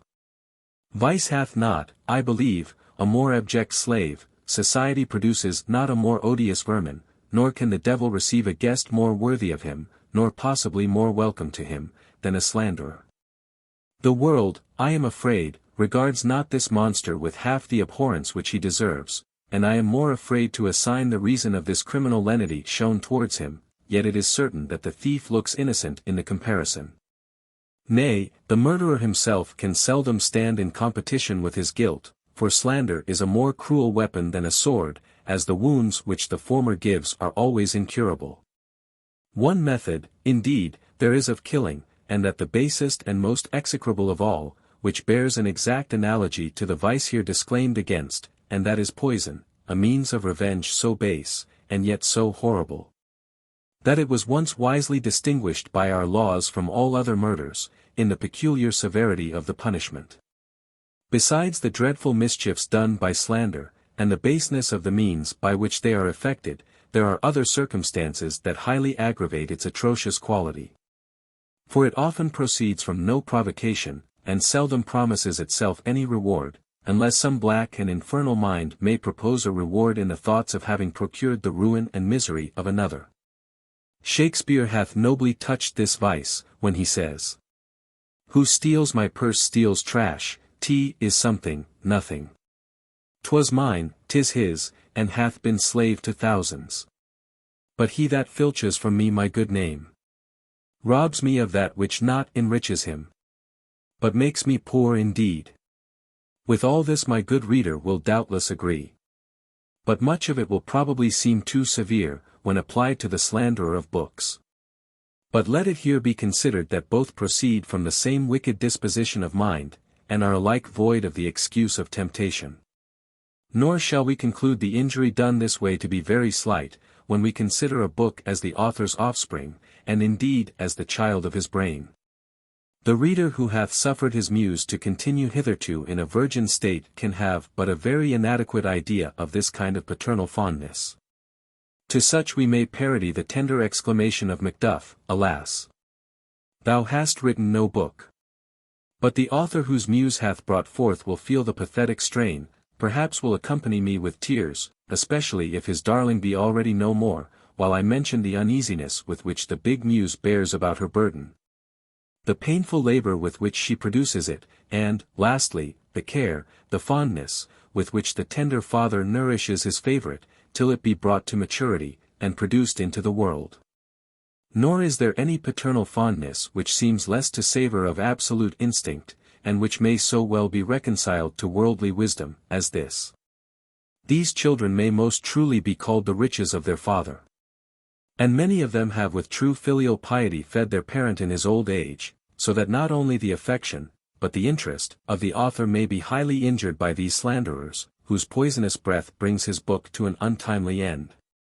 Lastly, the slander of a book is, in truth, the slander of the author, for, as no one can call another bastard, without calling the mother a whore, so neither can any one give the names of sad stuff, horrid nonsense, and to a book, without calling the author a blockhead, which, though in a moral sense it is a preferable appellation to that of villain, is perhaps rather more injurious to his worldly interest.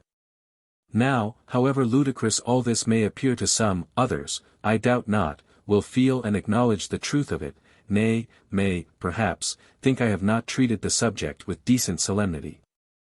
But surely a man may speak truth with a smiling countenance. In reality, to depreciate a book maliciously, or even wantonly, is at least a very ill-natured office, and a morose snarling critic may, I believe, be suspected to be a bad man. I will therefore endeavor, in the remaining part of this chapter, to explain the marks of this character, and to show what criticism I here intend to obviate, for I can never be understood, unless by the very persons here meant.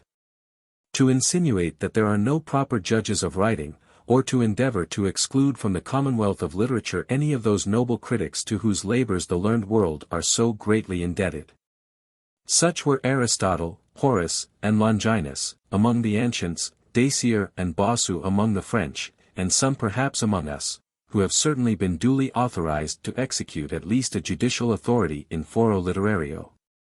But without ascertaining all the proper qualifications of a critic, which I have touched on elsewhere, I think I may very boldly object to the censures of any one passed upon works which he hath not himself read. Such censures as these, whether they speak from their own guess or suspicion, or from the report and opinion of others, may properly be said to slander the reputation of the book they condemn. Such may likewise be suspected of deserving this character, who, without assigning any particular faults, condemn the whole in general defamatory terms, such as vile, dull, stuff, and particularly by the use of the monosyllable low. A word which becomes the mouth of no critic who is not right honorable. Again, though there may be some faults justly assigned in the work, yet, if those are not in the most essential parts, or if they are compensated by greater beauties, it will savor rather of the malice of a slanderer than of the judgment of a true critic to pass a severe sentence upon the whole, merely on account of some vicious part. This is directly contrary to the sentiments of Horace. Verum ubi plura nitent in carmine, non ego paucis. Offenda maculis, quas aut in curia fudit. Aut humana parum cavit natura.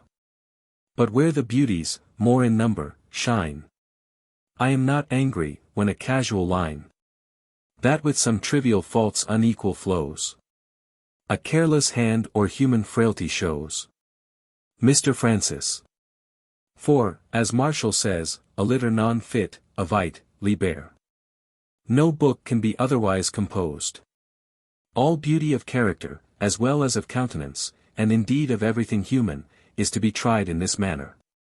Cruel indeed would it be if such a work as this history, which hath employed some thousands of hours in the composing, should be liable to be condemned, because some particular chapter, or perhaps chapters, may be obnoxious to very just and sensible objections.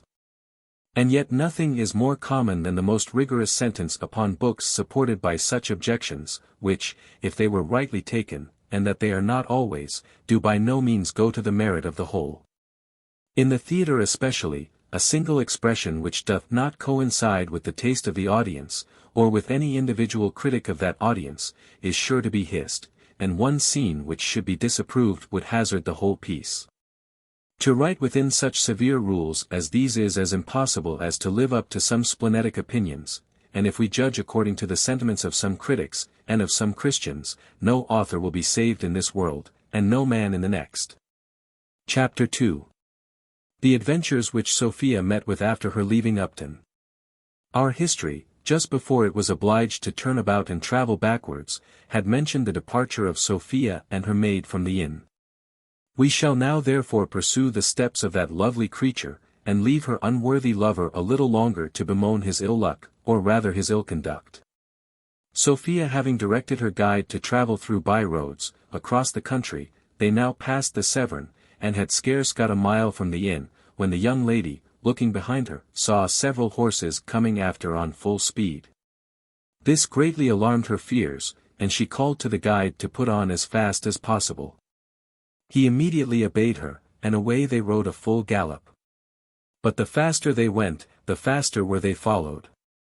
And as the horses behind were somewhat swifter than those before, so the former were at length overtaken. A happy circumstance for poor Sophia, whose fears, joined to her fatigue, had almost overpowered her spirits. But she was now instantly relieved by a female voice, that greeted her in the softest manner, and with the utmost civility. This greeting Sophia, as soon as she could recover her breath, with like civility, and with the highest satisfaction to herself, returned. The travellers who joined Sophia, and who had given her such terror, consisted, like her own company, of 2 females and a guide. The 2 parties proceeded 3 full miles together before any one offered again to open their mouths.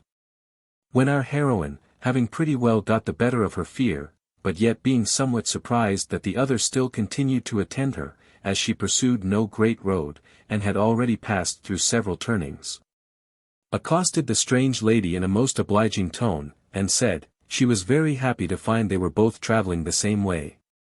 The other, who, like a ghost, only wanted to be spoke to, readily answered, that the happiness was entirely hers.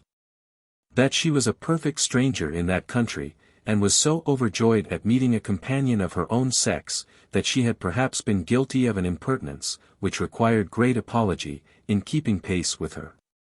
More civilities passed between these 2 ladies, for Mrs. Honor had now given place to the fine habit of the stranger, and had fallen into the rear.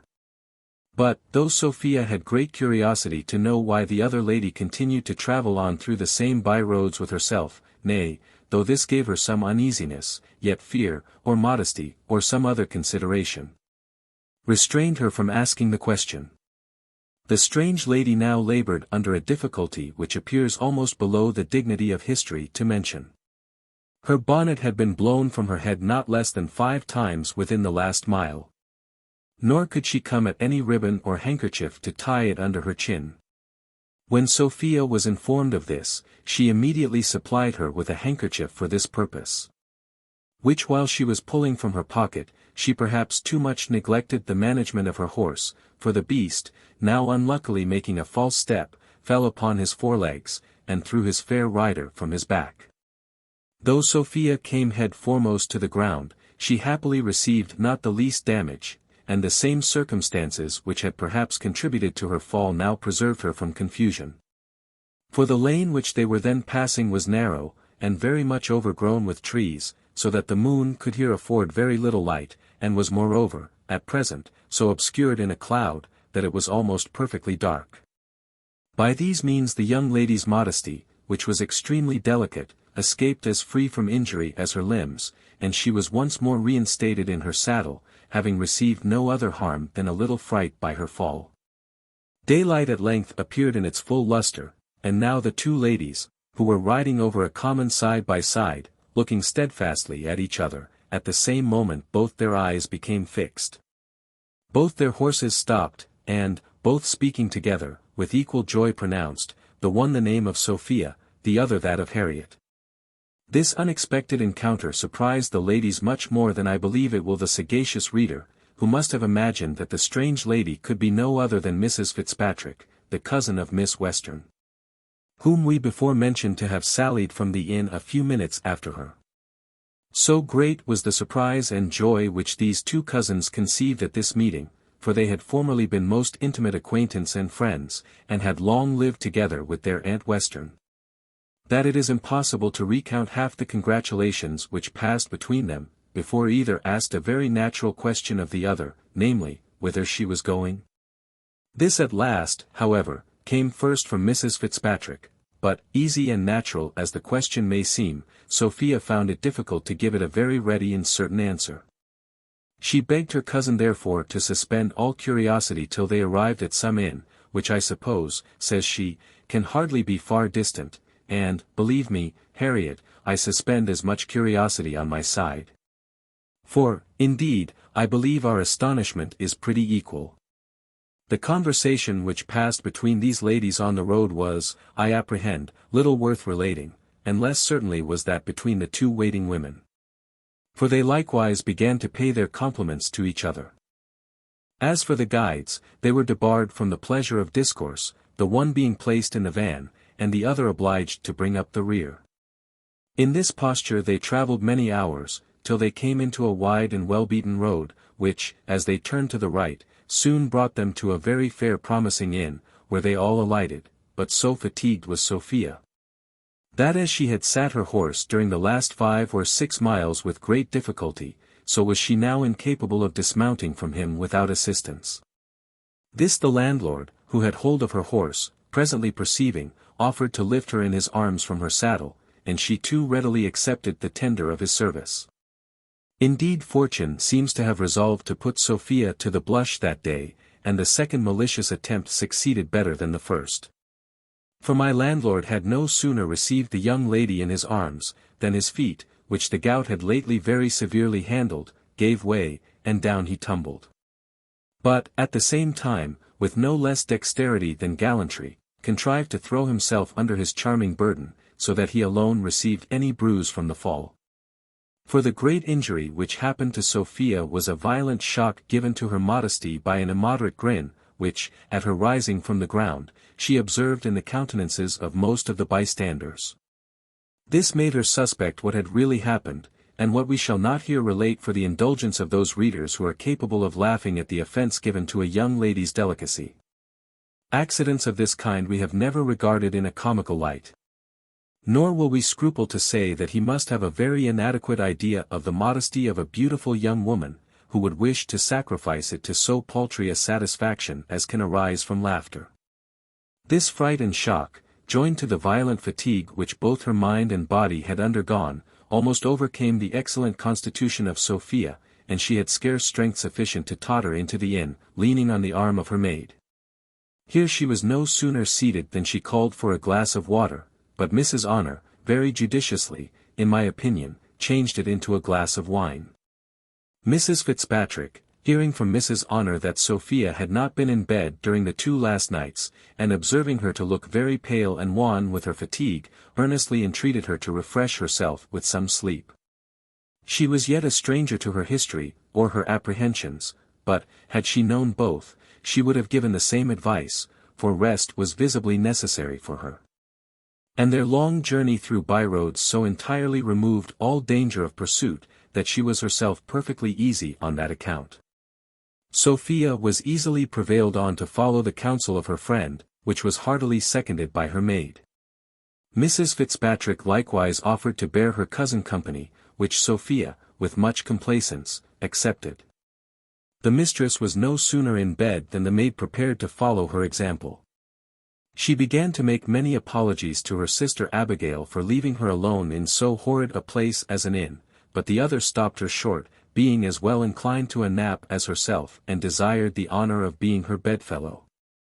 Sophia's maid agreed to give her a share of her bed, but put in her claim to all the honor. So, after many courtesies and compliments, to bed together went the waiting women, as their mistresses had done before them. It was usual with my landlord, as indeed it is with the whole fraternity, to inquire particularly of all coachmen, footmen, postboys, and others, into the names of all his guests, what their estate was, and where it lay.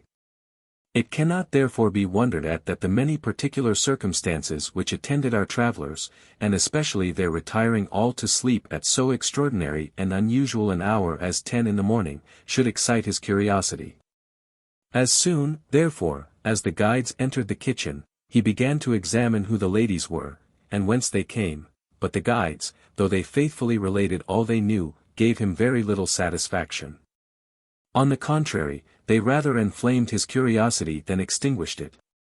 This landlord had the character, among all his neighbors, of being a very sagacious fellow. He was thought to see farther and deeper into things than any man in the parish, the parson himself not excepted. Perhaps his look had contributed not a little to procure him this reputation. For there was in this something wonderfully wise and significant, especially when he had a pipe in his mouth, which, indeed, he seldom was without. His behavior, likewise, greatly assisted in promoting the opinion of his wisdom. In his deportment he was solemn, if not sullen, and when he spoke, which was seldom, he always delivered himself in a slow voice. And, though his sentences were short, they were still interrupted with many hums and ha's, ayes, and other expletives, so that, though he accompanied his words with certain explanatory gestures, such as shaking or nodding the head, or pointing with his forefinger, he generally left his hearers to understand more than he expressed. Nay, he commonly gave them a hint that he knew much more than he thought proper to disclose. This last circumstance alone may, indeed, very well account for his character of wisdom. Since men are strangely inclined to worship what they do not understand. A grand secret, upon which several imposers on mankind have totally relied for the success of their frauds. This polite person, now taking his wife aside, asked her, what she thought of the ladies lately arrived. "Think of them," said the wife. "Why, what should I think of them?" "I know," answered he, "what I think. The guides tell strange stories. One pretends to be come from Gloucester, and the other from Upton, and neither of them, for what I can find, can tell whither they are going. But what people ever travel across the country from Upton hither, especially to London?" And one of the maid servants, before she alighted from her horse, asked if this was not the London road. Now I have put all these circumstances together, and whom do you think I have found them out to be? "Nay," answered she, "you know I never pretend to guess at your discoveries." "It is a good girl," replied he, chucking her under the chin. "I must own you have always submitted to my knowledge of these matters."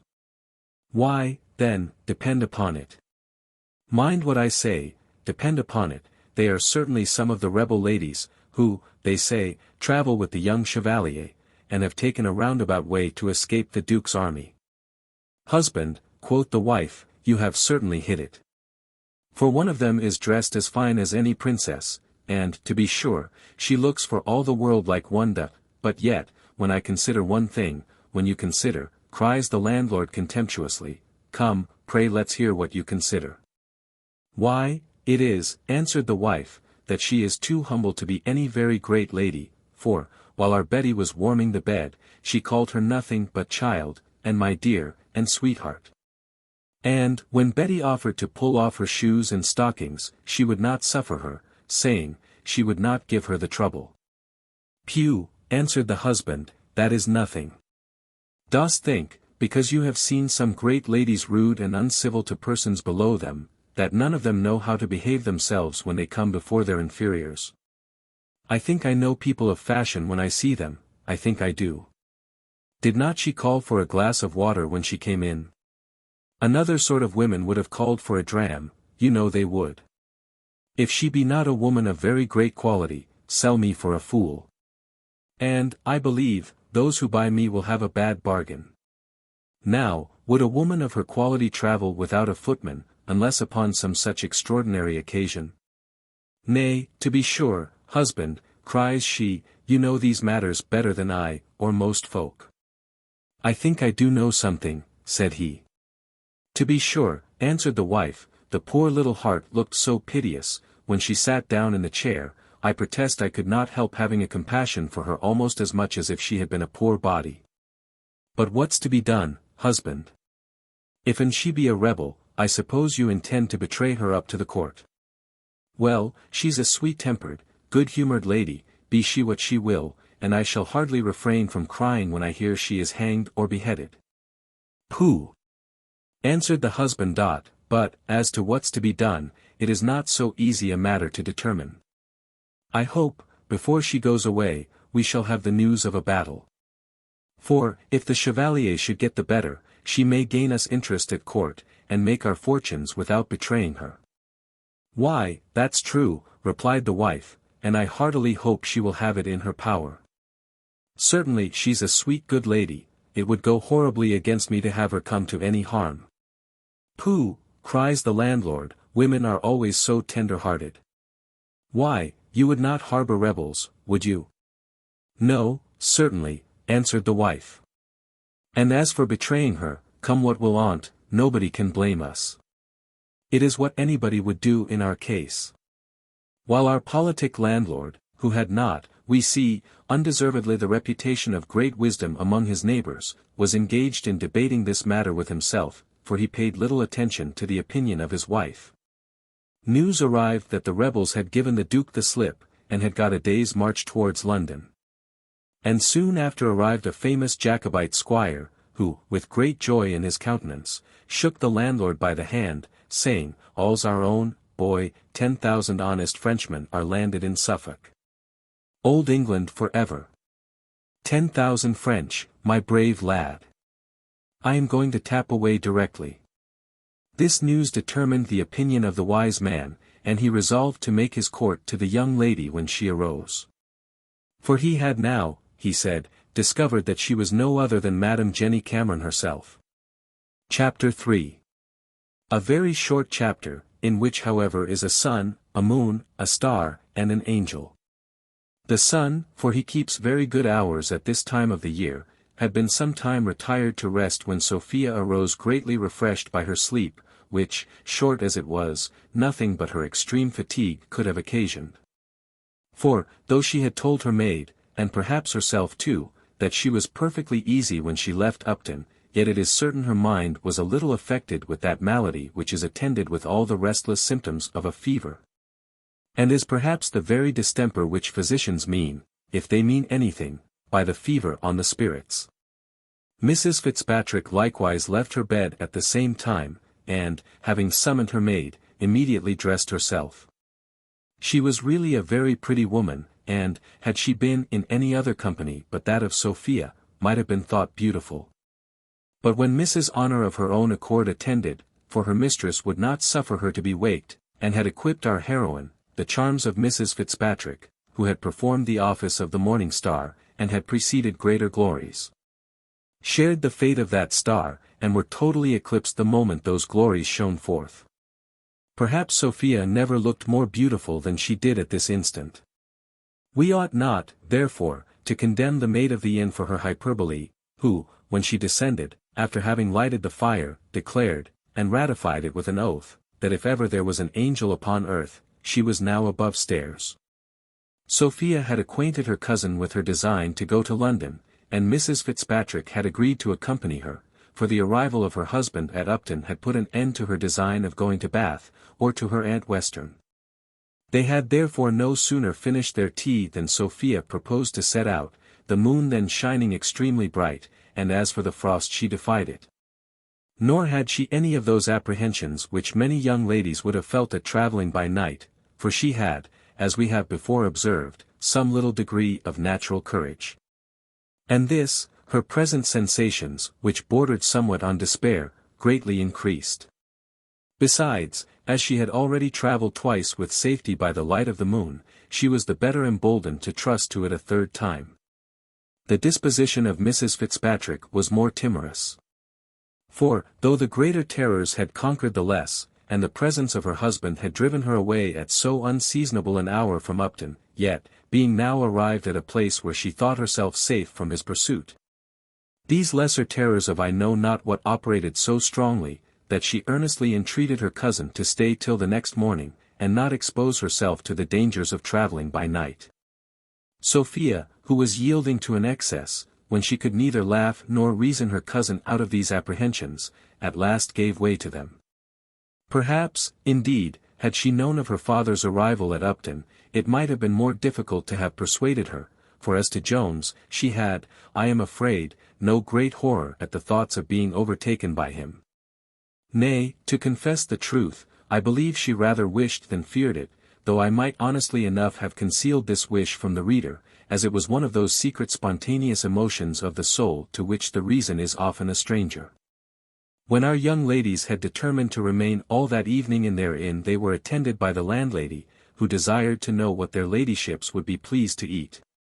Such charms were there in the voice, in the manner, and in the affable deportment of Sophia, that she ravished the landlady to the highest degree.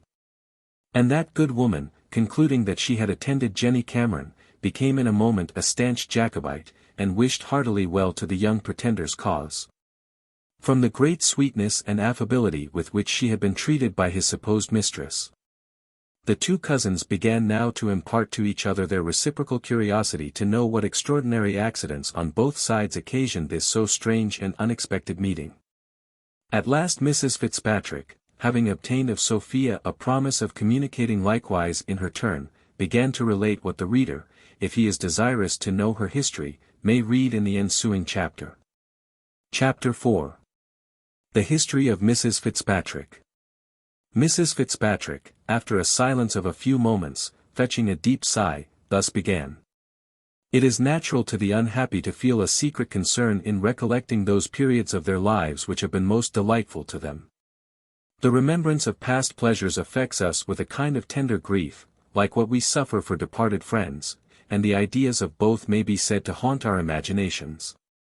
For this reason, I never reflect without sorrow on those days, the happiest far of my life, which we spent together when both were under the care of my Aunt Western. Alas!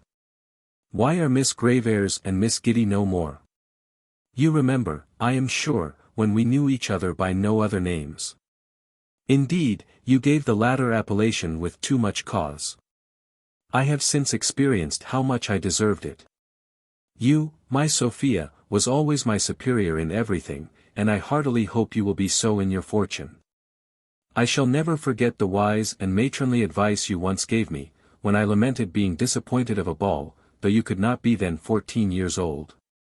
Oh my Sophie, how blessed must have been my situation, when I could think such a disappointment a misfortune, and when indeed it was the greatest I had ever known. And yet, my dear Harriet, answered Sophia, it was then a serious matter with you. Comfort yourself therefore with thinking, that whatever you now lament may hereafter appear as trifling and contemptible as a ball would at this time. Alas, my Sophia, replied the other lady, you yourself will think otherwise of my present situation, for greatly must that tender heart be altered if my misfortunes do not draw many a sigh, nay, many a tear, from you. The knowledge of this should perhaps deter me from relating what I am convinced will so much affect you. Here Mrs. Fitzpatrick stopped, till, at the repeated entreaties of Sophia, she thus proceeded. Though you must have heard much of my marriage. Yet, as matters may probably have been misrepresented, I will set out from the very commencement of my unfortunate acquaintance with my present husband, which was at Bath, soon after you left my aunt, and returned home to your father. Among the gay young fellows who were at this season at Bath, Mr. Fitzpatrick was one. He was handsome, degage, extremely gallant, and in his dress exceeded most others. In short, my dear, if you was unluckily to see him now, I could describe him no better than by telling you he was the very reverse of everything which he is, for he hath rusticated himself so long, that he is become an absolute wild Irishman.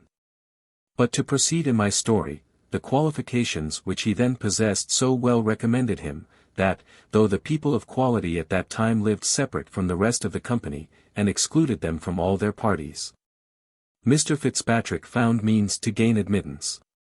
It was perhaps no easy matter to avoid him, for he required very little or no invitation. And as, being handsome and genteel, he found it no very difficult matter to ingratiate himself with the ladies, so, he having frequently drawn his sword, the men did not care publicly to affront him. Had it not been for some such reason, I believe he would have been soon expelled by his own sex, for surely he had no strict title to be preferred to the English gentry, nor did they seem inclined to show him any extraordinary favour. They all abused him behind his back, which might probably proceed from envy, for by the women he was well received, and very particularly distinguished by them. My aunt, though no person of quality herself, as she had always lived about the court, was enrolled in that party, for, by whatever means you get into the polite circle, when you are once there, it is sufficient merit for you that you are there. This observation, young as you was, you could scarce avoid making from my aunt, who was free, or reserved, with all people, just as they had more or less of this merit. And this merit, I believe, it was, which principally recommended Mr. Fitzpatrick to her favour. In which he so well succeeded, that he was always one of her private parties. Nor was he backward in returning such distinction.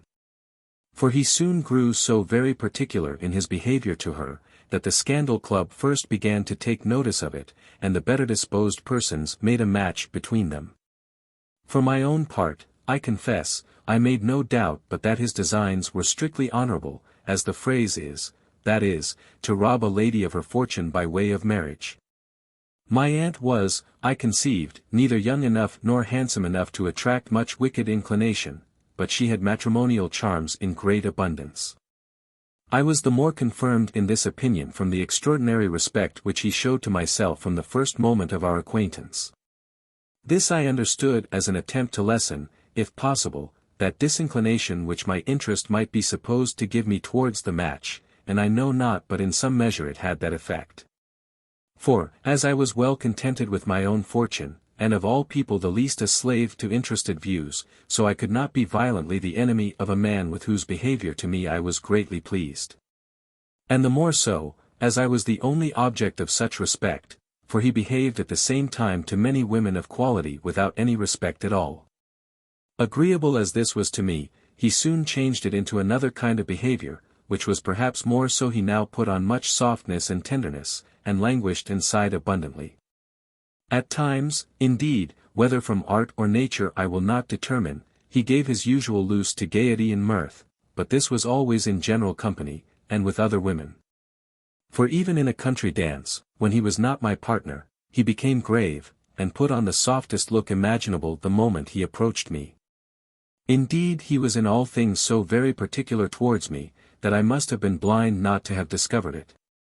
And you was more pleased still, my dear Harriet, cries Sophia, you need not be ashamed, added she, sighing.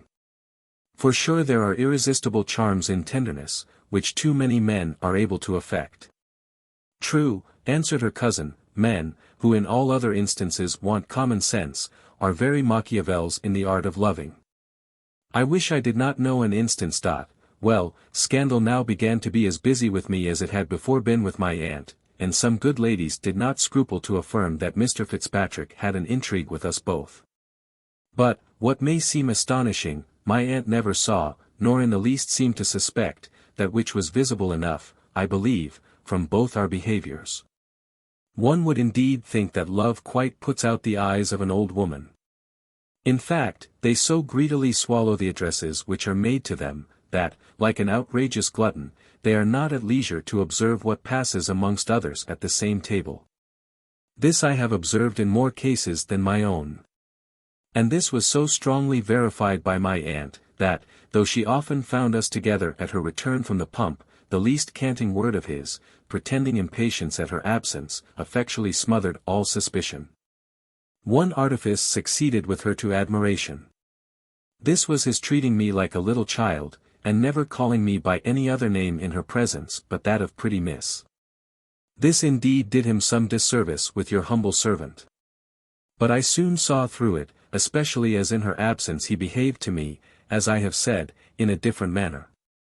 However, if I was not greatly disobliged by a conduct of which I had discovered the design, I smarted very severely for it.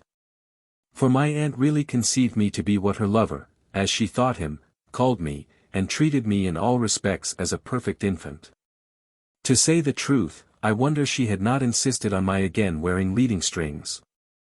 At last, my lover, for so he was, thought proper, in a most solemn manner, to disclose a secret which I had known long before. He now placed all the love which he had pretended to my aunt to my account.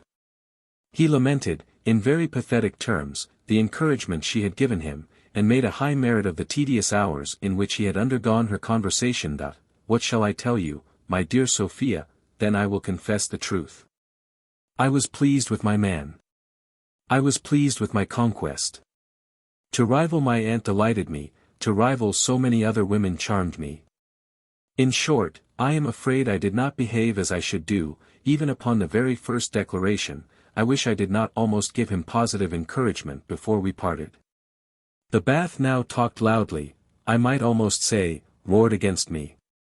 Several young women affected to shun my acquaintance, not so much, perhaps, from any real suspicion, as from a desire of banishing me from a company in which I too much engrossed their favourite man. And here I cannot omit expressing my gratitude to the kindness intended me by Mr. Nash, who took me one day aside, and gave me advice, which if I had followed, I had been a happy woman. Child, says he, I am sorry to see the familiarity which subsists between you and a fellow who is altogether unworthy of you, and I am afraid will prove your ruin. As for your old stinking aunt, if it was to be no injury to you and my pretty Sophia Western, I assure you I repeat his words, I should be heartily glad that the fellow was in possession of all that belongs to her. I never advise old women, for, if they take it into their heads to go to the devil, it is no more possible than worth while to keep them from him. Innocence and youth and beauty are worthy a better fate, and I would save them from his clutches. Let me advise you therefore, dear child, never suffer this fellow to be particular with you again. Many more things he said to me, which I have now forgotten, and indeed I attended very little to them at the time. For inclination contradicted all he said, and, besides, I could not be persuaded that women of quality would condescend to familiarity with such a person as he described. But I am afraid, my dear, I shall tire you with a detail of so many minute circumstances. To be concise, therefore, imagine me married, imagine me with my husband, at the feet of my aunt. And then imagine the maddest woman in Bedlam, in a raving fit, and your imagination will suggest to you no more than what really happened. The very next day my aunt left the place, partly to avoid seeing Mr. Fitzpatrick or myself, and as much perhaps to avoid seeing anyone else. For, though I am told she hath since denied everything stoutly, I believe she was then a little confounded at her disappointment. Since that time, I have written to her many letters, but never could obtain an answer, which I must own sits somewhat the heavier, as she herself was, though undesignedly, the occasion of all my sufferings, for, had it not been under the colour of paying his addresses to her, Mr. Fitzpatrick would never have found sufficient opportunities to have engaged my heart, which, in other circumstances, I still flatter myself would not have been an easy conquest to such a person. Indeed, I believe I should not have erred so grossly in my choice if I had relied on my own judgment. But I trusted totally to the opinion of others, and very foolishly took the merit of a man for granted whom I saw so universally well received by the women. What is the reason, my dear, that we, who have understandings equal to the wisest and greatest of the other sex, so often make choice of the silliest fellows for companions and favourites? It raises my indignation to the highest pitch to reflect on the numbers of women of sense who have been undone by fools. Here she paused a moment, but, Sophia making no answer, she proceeded as in the next chapter. Chapter 5. In which the history of Mrs. Fitzpatrick is continued. We remained at Bath no longer than a fortnight after our wedding, for as to any reconciliation with my aunt, there were no hopes. And of my fortune not one farthing could be touched till I was of age, of which I now wanted more than 2 years. My husband therefore was resolved to set out for Ireland. Against which I remonstrated very earnestly, and insisted on a promise which he had made me before our marriage that I should never take this journey against my consent, and indeed I never intended to consent to it. Nor will anybody, I believe, blame me for that resolution, but this, however, I never mentioned to my husband, and petitioned only for the reprieve of a month, but he had fixed the day, and to that day he obstinately adhered. The evening before our departure, as we were disputing this point with great eagerness on both sides, he started suddenly from his chair, and left me abruptly, saying he was going to the rooms. He was hardly out of the house when I saw a paper lying on the floor, which, I suppose, he had carelessly pulled from his pocket, together with his handkerchief. This paper I took up, and, finding it to be a letter, I made no scruple to open and read it, and indeed I read it so often that I can repeat it to you almost word for word. This then was the letter. To Mr. Brian Fitzpatrick. Sir. Yours received, and am surprised you should use me in this manner. As have never seen any of your cash, unless for one linsey woolsey coat, and your bill now is upwards of £150. Consider, sir, how often you have fobbed me off with your being shortly to be married to this lady and t'other lady, but I can neither live on hopes or promises. Nor will my woolen draper take any such in payment. You tell me you are secure of having either the aunt or the niece, and that you might have married the aunt before this, whose jointure you say is immense, but that you prefer the niece on account of her ready money. Pray, sir, take a fool's advice for once, and marry the first you can get. You will pardon my offering my advice, as you know I sincerely wish you well. Shall draw on you per next post, in favour of Messrs. John Drugget and Company, at 14 days, which doubt not your honouring, and am, sir, your humble servant, Sam Cosgrave. This was the letter, word for word. Guess, my dear girl, guess how this letter affected me. You prefer the niece on account of her ready money.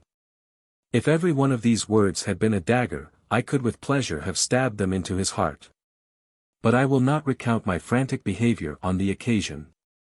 I had pretty well spent my tears before his return home, but sufficient remains of them appeared in my swollen eyes. He threw himself sullenly into his chair, and for a long time we were both silent. At length, in a haughty tone, he said, I hope, madam, your servants have packed up all your things, for the coach will be ready by 6 in the morning. My patience was totally subdued by this provocation, and I answered, No, sir, there is a letter still remains unpacked, and then throwing it on the table I fell to upbraiding him with the most bitter language I could invent. Whether guilt, or shame, or prudence, restrained him I cannot say, but, though he is the most passionate of men, he exerted no rage on this occasion. He endeavoured, on the contrary, to pacify me by the most gentle means.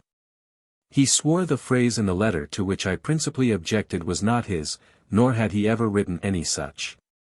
He owned, indeed, the having mentioned his marriage, and that preference which he had given to myself, but denied with many oaths the having mentioned any such matter at all on account of the straits he was in for money, arising, he said, from his having too long neglected his estate in Ireland. And this, he said, which he could not bear to discover to me, was the only reason of his having so strenuously insisted on our journey. He then used several very endearing expressions, and concluded by a very fond caress, and many violent protestations of love. There was one circumstance which, though he did not appeal to it, had much weight with me in his favour, and that was the word jointure in the tailor's letter, whereas my aunt never had been married, and this Mr. Fitzpatrick well knew. As I imagined, therefore, that the fellow must have inserted this of his own head, or from hearsay, I persuaded myself he might have ventured likewise on that odious line on no better authority. What reasoning was this, my dear? Was I not an advocate rather than a judge, but why do I mention such a circumstance as this, or appeal to it for the justification of my forgiveness? In short, had he been guilty of 20 times as much, half the tenderness and fondness which he used would have prevailed on me to have forgiven him. I now made no farther objections to our setting out, which we did the next morning, and in a little more than a week arrived at the seat of Mr. Fitzpatrick. Your curiosity will excuse me from relating any occurrences which passed during our journey. For it would indeed be highly disagreeable to travel it over again, and no less so to you to travel it over with me. This seat, then, is an ancient mansion house. If I was in one of those merry humours in which you have so often seen me, I could describe it to you ridiculously enough. It looked as if it had been formerly inhabited by a gentleman. Here was room enough, and not the less room on account of the furniture, for indeed there was very little in it. An old woman, who seemed coeval with the building, and greatly resembled her whom Chaumont mentions in The Orphan, received us at the gate, and in a howl scarce human, and to me unintelligible, welcomed her master home. In short, the whole scene was so gloomy and melancholy, that it threw my spirits into the lowest dejection, which my husband discerning, instead of relieving, increased by 2 or 3 malicious observations. There are good houses, madam, says he, as you find, in other places besides England, but perhaps you had rather be in a dirty lodgings at Bath. Happy, my dear, is the woman who, in any state of life, hath a cheerful good-natured companion to support and comfort her. But why do I reflect on happy situations only to aggravate my own misery? My companion, far from clearing up the gloom of solitude, soon convinced me that I must have been wretched with him in any place, and in any condition. In a word, he was a surly fellow, a character perhaps you have never seen. For, indeed, no woman ever sees it exemplified but in a father, a brother, or a husband, and, though you have a father, he is not of that character. This surly fellow had formerly appeared to me the very reverse, and so he did still to every other person. Good heaven! How is it possible for a man to maintain a constant lie in his appearance abroad and in company, and to content himself with shewing disagreeable truth only at home? Here, my dear, they make themselves amends for the uneasy restraint which they put on their tempers in the world. For I have observed, the more merry and gay and good-humoured my husband hath at any time been in company, the more sullen and morose he was sure to become at our next private meeting. How shall I describe his barbarity? To my fondness he was cold and insensible. My little comical ways, which you, my Sophie, and which others, have called so agreeable, he treated with contempt. In my most serious moments he sung and whistled.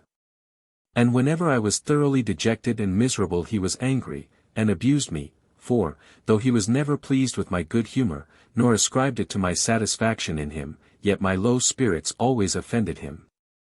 And those he imputed to my repentance of having, as he said, married an Irishman.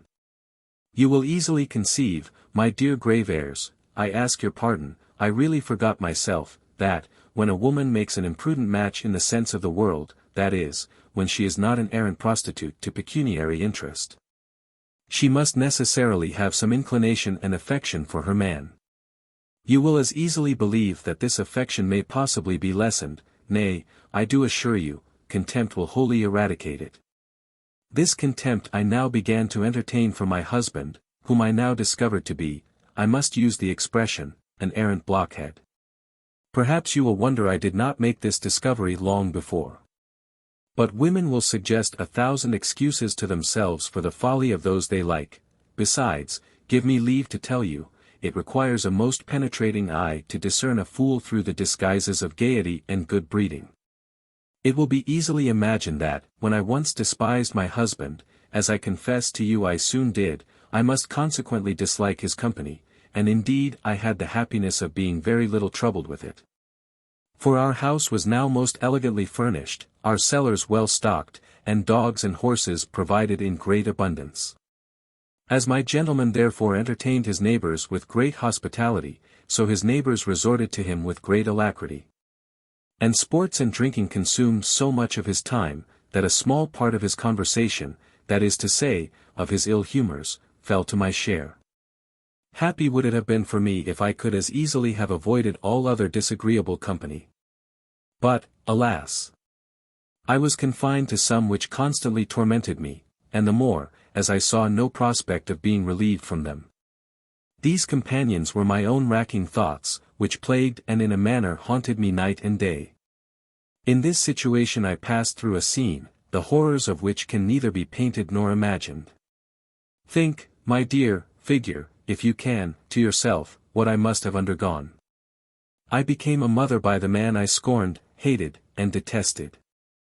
I went through all the agonies and miseries of a lying-in, 10 times more painful in such a circumstance than the worst labor can be when one endures it for a man one loves, in a desert, or rather, indeed, a scene of riot and revel. Without a friend, without a companion, or without any of those agreeable circumstances which often alleviate, and perhaps sometimes more than compensate, the sufferings of our sex at that season. Chapter 6. In which the mistake of the landlord throws Sophia into a dreadful consternation.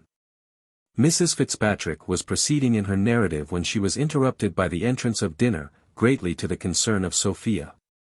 For the misfortunes of her friend had raised her anxiety, and left her no appetite but what Mrs. Fitzpatrick was to satisfy by her relation. The landlord now attended with a plate under his arm, and with the same respect in his countenance and address which he would have put on had the ladies arrived in a coach and six. The married lady seemed less affected with her own misfortunes than was her cousin, for the former eat very heartily, whereas the latter could hardly swallow a morsel. Sophia likewise showed more concern and sorrow in her countenance than appeared in the other lady, who, having observed these symptoms in her friend, begged her to be comforted, saying, "Perhaps all may yet end better than either you or I expect." Our landlord thought he had now an opportunity to open his mouth, and was resolved not to omit it. "I am sorry, madam," cries he, "that your ladyship can't eat, for to be sure you must be hungry after so long fasting. I hope your ladyship is not uneasy at anything, for, as madam there says, all may end better than anybody expects. A gentleman who was here just now brought excellent news. And perhaps some folks who have given other folks the slip may get to London before they are overtaken, and if they do, I make no doubt but they will find people who will be very ready to receive them. All persons under the apprehension of danger convert whatever they see and hear into the objects of that apprehension. Sophia therefore immediately concluded, from the foregoing speech, that she was known, and pursued by her father. She was now struck with the utmost consternation, and for a few minutes deprived of the power of speech, which she no sooner recovered than she desired the landlord to send his servants out of the room, and then, addressing herself to him, said, "I perceive, sir, you know who we are. But I beseech you, nay, I am convinced, if you have any compassion or goodness, you will not betray us."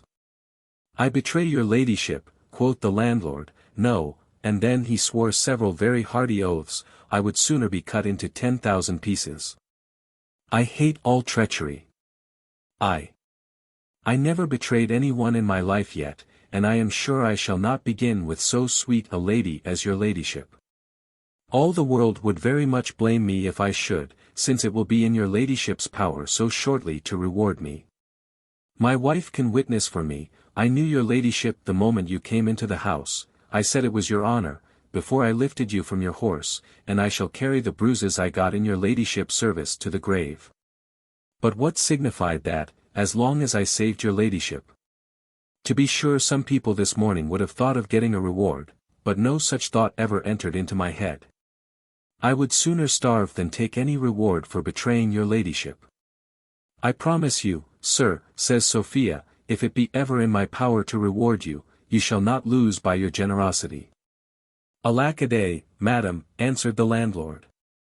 "In your ladyship's power. Heaven put it as much into your will. I am only afraid your honor will forget such a poor man as an innkeeper, but, if your ladyship should not, I hope you will remember what reward I refused. That is, I would have refused, and to be sure it may be called refusing, for I might have had it certainly, and to be sure you might have been in some houses. But, for my part, would not methinks for the world have your ladyship wrong me so much as to imagine I ever thought of betraying you, even before I heard the good news." "What news, pray?" says Sophia, something eagerly. "Hath not your ladyship heard it, then?" cries the landlord. "Nay, like enough, for I heard it only a few minutes ago, and if I had never heard it, may the devil fly away with me this instant if I would have betrayed your honor. No, if I would, may I. Here he subjoined several dreadful imprecations, which Sophia at last interrupted, and begged to know what he meant by the news. He was going to answer, when Mrs. Honor came running into the room, all pale and breathless, and cried out, "Madam, we are all undone, all ruined, they are come, they are come." These words almost froze up the blood of Sophia. But Mrs. Fitzpatrick asked Honor who were come. Who, answered she, why, the French, several hundred thousands of them are landed, and we shall be all murdered and ravished. As a miser, who hath, in some well-built city, a cottage, value 20 shillings, when at a distance he is alarmed with the news of a fire, turns pale and trembles at his loss. But when he finds the beautiful palaces only are burnt, and his own cottage remains safe, he comes instantly to himself, and smiles at his good fortunes, or as, for we dislike something in the former simile, the tender mother, when terrified with the apprehension that her darling boy is drowned, is struck senseless and almost dead with consternation. But when she is told that little master is safe, and the Victory only, with 1,200 brave men, gone to the bottom, life and sense again return, maternal fondness enjoys the sudden relief from all its fears. And the general benevolence which at another time would have deeply felt the dreadful catastrophe, lies fast asleep in her mind. So Sophia, than whom none was more capable of tenderly feeling the general calamity of her country, found such immediate satisfaction from the relief of those terrors she had of being overtaken by her father, that the arrival of the French scarce made any impression on her. She gently chid her maid for the fright into which she had thrown her, and said, she was glad it was no worse, for that she had feared somebody else was come. Ay, quoth the landlord, smiling, her ladyship knows better things. She knows the French are our very best friends, and come over hither only for our good. They are the people who are to make old England flourish again. I warrant her honor thought the Duke was coming, and that was enough to put her into a fright. I was going to tell your ladyship the news. His honor's majesty, heaven bless him, hath given the Duke the slip, and is marching as fast as he can to London, and 10,000 French are landed to join him on the road. Sophia was not greatly pleased with this news, nor with the gentleman who related it, but, as she still imagined he knew her, for she could not possibly have any suspicion of the real truth, she durst not show any dislike. And now the landlord, having removed the cloth from the table, withdrew, but at his departure frequently repeated his hopes of being remembered hereafter. The mind of Sophia was not at all easy under the supposition of being known at this house. For she still applied to herself many things which the landlord had addressed to Jenny Cameron. She therefore ordered her maid to pump out of him by what means he had become acquainted with her person, and who had offered him the reward for betraying her. She likewise ordered the horses to be in readiness by 4 in the morning, at which hour Mrs. Fitzpatrick promised to bear her company, and then, composing herself as well as she could, she desired that lady to continue her story. Chapter 7. In which Mrs. Fitzpatrick concludes her history. While Mrs. Honor, in pursuance of the commands of her mistress, ordered a bowl of punch, and invited my landlord and landlady to partake of it, Mrs. Fitzpatrick thus went on with her relation. Most of the officers who were quartered at a town in our neighborhood were of my husband's acquaintance. Among these there was a lieutenant, a very pretty sort of man, and who was married to a woman, so agreeable both in her temper and conversation, that from our first knowing each other, which was soon after my lying in, we were almost inseparable companions. For I had the good fortune to make myself equally agreeable to her. The lieutenant, who was neither a sot nor a sportsman, was frequently of our parties. Indeed he was very little with my husband, and no more than good breeding constrained him to be, as he lived almost constantly at our house. My husband often expressed much dissatisfaction at the lieutenant's preferring my company to his. He was very angry with me on that account, and gave me many a hearty curse for drawing away his companions, saying, I ought to be d—d for having spoiled one of the prettiest fellows in the world, by making a milksop of him. You will be mistaken, my dear Sophia, if you imagine that the anger of my husband arose from my depriving him of a companion, for the lieutenant was not a person with whose society a fool could be pleased. And, if I should admit the possibility of this, so little right had my husband to place the loss of his companion to me, that I am convinced it was my conversation alone which induced him ever to come to the house. No, child, it was envy, the worst and most rancorous kind of envy, the envy of superiority of understanding. The wretch could not bear to see my conversation preferred to his, by a man of whom he could not entertain the least jealousy. Oh my dear Sophie, you are a woman of sense, if you marry a man, as is most probable you will, of less capacity than yourself, make frequent trials of his temper before marriage, and see whether he can bear to submit to such a superiority. Promise me, Sophie, you will take this advice, for you will hereafter find its importance.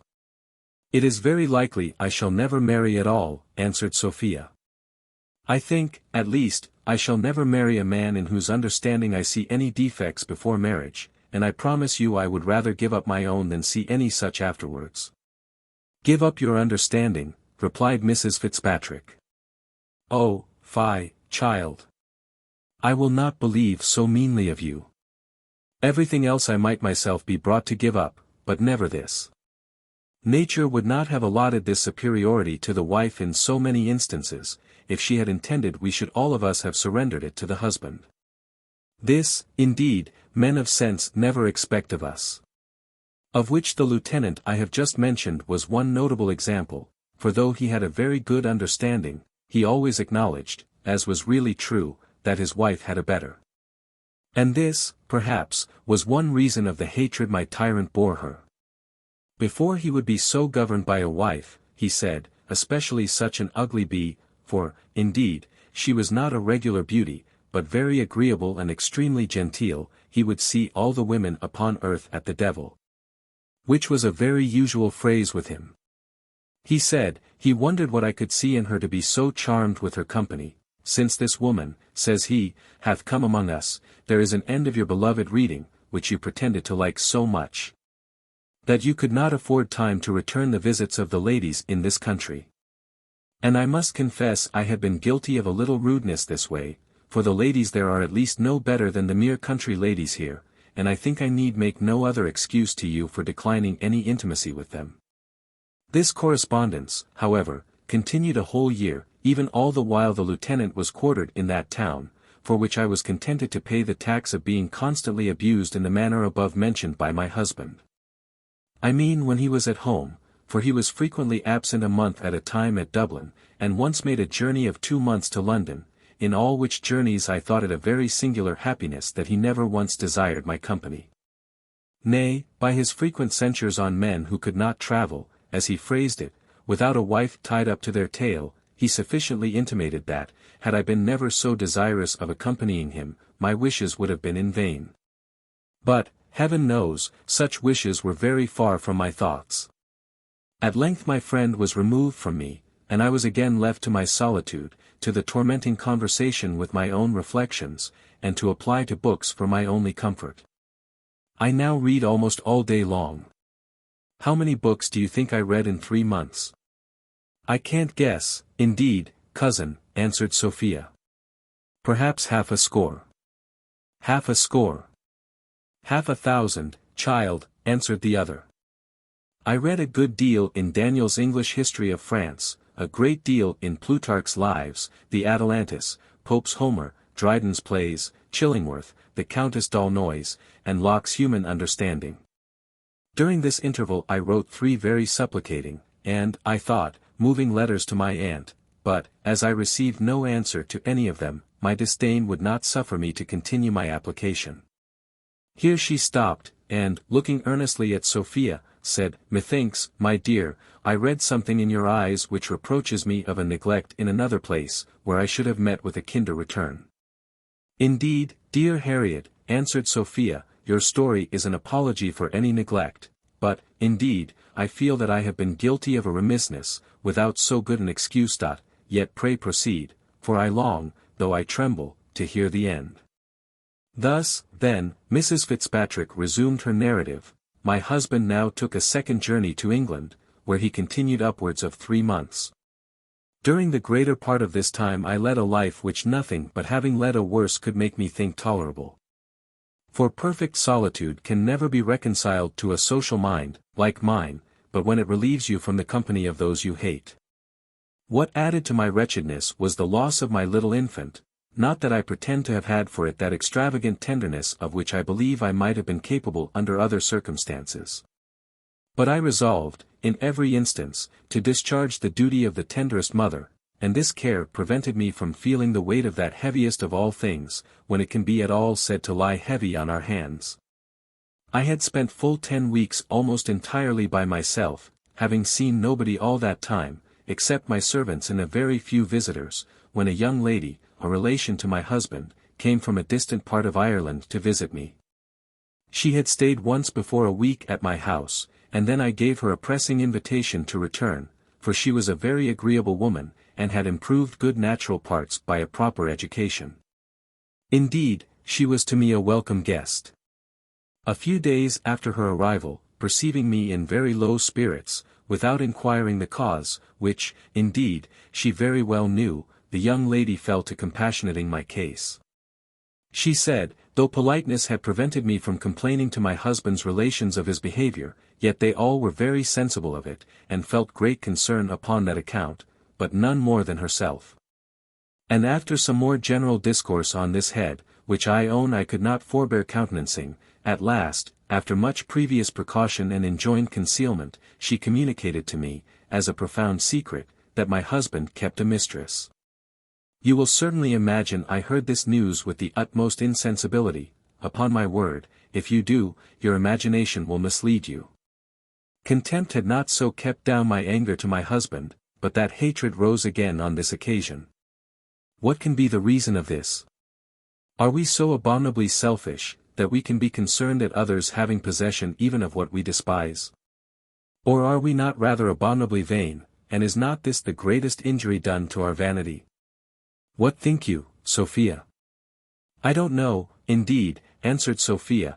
I have never troubled myself with any of these deep contemplations, but I think the lady did very ill in communicating to you such a secret.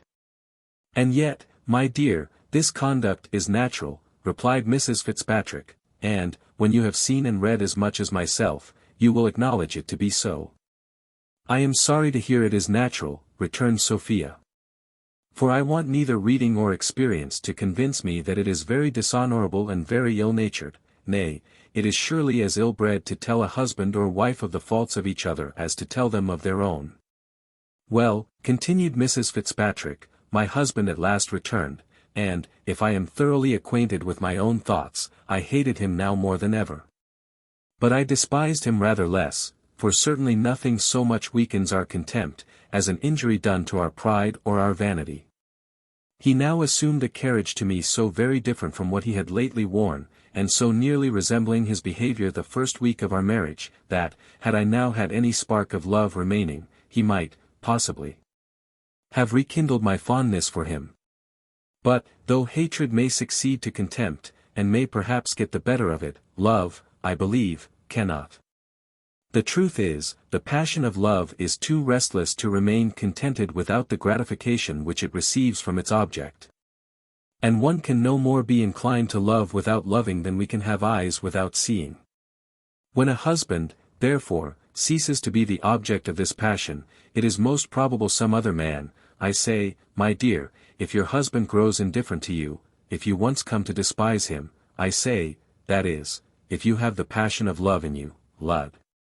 I have bewildered myself so, but one is apt, in these abstracted considerations, to lose the concatenation of ideas, as Mr. Locke says. In short, the truth is, in short, I scarce know what it is. But, as I was saying, my husband returned, and his behavior, at first, greatly surprised me, but he soon acquainted me with the motive, and taught me to account for it. In a word, then, he had spent and lost all the ready money of my fortune. And, as he could mortgage his own estate no deeper, he was now desirous to supply himself with cash for his extravagance, by selling a little estate of mine, which he could not do without my assistance. And to obtain this favor was the whole and sole motive of all the fondness which he now put on. With this I peremptorily refused to comply. I told him, and I told him truly, that, had I been possessed of the Indies at our first marriage, he might have commanded it all. For it had been a constant maxim with me, that where a woman disposes of her heart, she should always deposit her fortune. But, as he had been so kind, long ago, to restore the former into my possession, I was resolved likewise to retain what little remained of the latter. I will not describe to you the passion into which these words, and the resolute air in which they were spoken, threw him, nor will I trouble you with the whole scene which succeeded between us. Out came, you may be well assured, the story of the mistress, and out it did come, with all the embellishments which anger and disdain could bestow upon it. Mr. Fitzpatrick seemed a little thunderstruck with this, and more confused than I had seen him, though his ideas are always confused enough, heaven knows. He did not, however, endeavour to exculpate himself, but took a method which almost equally confounded me. What was this but recrimination? He affected to be jealous. He may, for aught I know, be inclined enough to jealousy in his natural temper. Nay, he must have had it from nature, or the devil must have put it into his head, for I defy all the world to cast a just aspersion on my character, nay, the most scandalous tongues have never dared censure my reputation. My fame, I thank heaven, hath been always as spotless as my life, and let falsehood itself accuse that if it dare. No, my dear grave heirs, however provoked, however ill-treated, however injured in my love, I have firmly resolved never to give the least room for censure on this account. And yet, my dear, there are some people so malicious, some tongues so venomous, that no innocence can escape them. The most undesigned word, the most accidental look, the least familiarity, the most innocent freedom, will be misconstrued, and magnified into I know not what, by some people. But I despise, my dear grave heirs, I despise all such slander. No such malice, I assure you, ever gave me an uneasy moment. No, no, I promise you I am above all that. But where was I? Oh, let me see, I told you my husband was jealous, and of whom, I pray, why, of whom but the lieutenant I mentioned to you before. He was obliged to resort above a year and more back to find any object for this unaccountable passion, if, indeed, he really felt any such, and was not an arrant counterfeit in order to abuse me. But I have tired you already with too many particulars. I will now bring my story to a very speedy conclusion. In short, then, after many scenes very unworthy to be repeated, in which my cousin engaged so heartily on my side, that Mr. Fitzpatrick at last turned her out of doors. When he found I was neither to be soothed nor bullied into compliance, he took a very violent method. Indeed, perhaps you will conclude he beat me, but this, though he hath approached very near to it, he never actually did. He confined me to my room, without suffering me to have either pen, ink, paper, or book, and a servant every day made my bed, and brought me my food. When I had remained a week under this imprisonment, he made me a visit, and, with the voice of a schoolmaster, or, what is often much the same, of a tyrant, asked me, if I would yet comply. I answered, very stoutly, that I would die first. Then so you shall, and be d—and, cries he, for you shall never go alive out of this room. Here I remained a fortnight longer, and, to say the truth, my constancy was almost subdued, and I began to think of submission. When, one day, in the absence of my husband, who was gone abroad for some short time, by the greatest good fortune in the world, an accident happened. At a time when I began to give way to the utmost despair, everything would be excusable at such a time, at that very time I received, but it would take up an hour to tell you all particulars. In one word, then, for I will not tire you with circumstances, gold, the common key to all padlocks, opened my door, and set me at liberty. I now made haste to Dublin, where I immediately procured a passage to England, and was proceeding to Bath, in order to throw myself into the protection of my aunt, or of your father, or of any relation who would afford it me. My husband overtook me last night at the inn where I lay, and which you left a few minutes before me. But I had the good luck to escape him, and to follow you.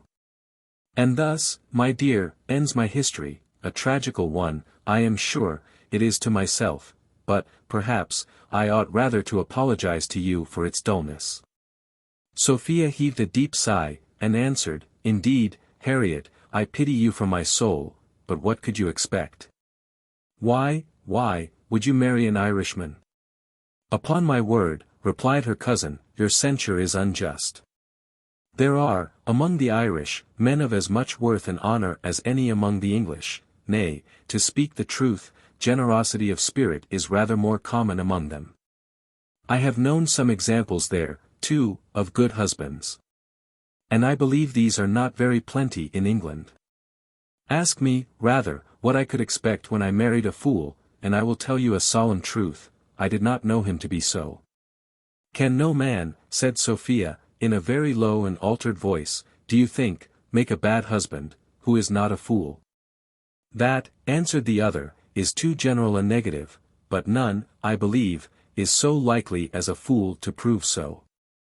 Among my acquaintance, the silliest fellows are the worst husbands, and I will venture to assert, as a fact, that a man of sense rarely behaves very ill to a wife who deserves very well. Chapter 8. A dreadful alarm in the inn, with the arrival of an unexpected friend of Mrs. Fitzpatrick. Sophia now, at the desire of her cousin, related, not what follows, but what hath gone before in this history, for which reason the reader will, I suppose, excuse me for not repeating it over again. One remark, however, I cannot forbear making on her narrative, namely, that she made no more mention of Jones, from the beginning to the end, than if there had been no such person alive.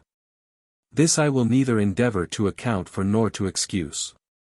Indeed, if this may be called a kind of dishonesty, it seems the more inexcusable, from the apparent openness and explicit sincerity of the other lady. But so it was.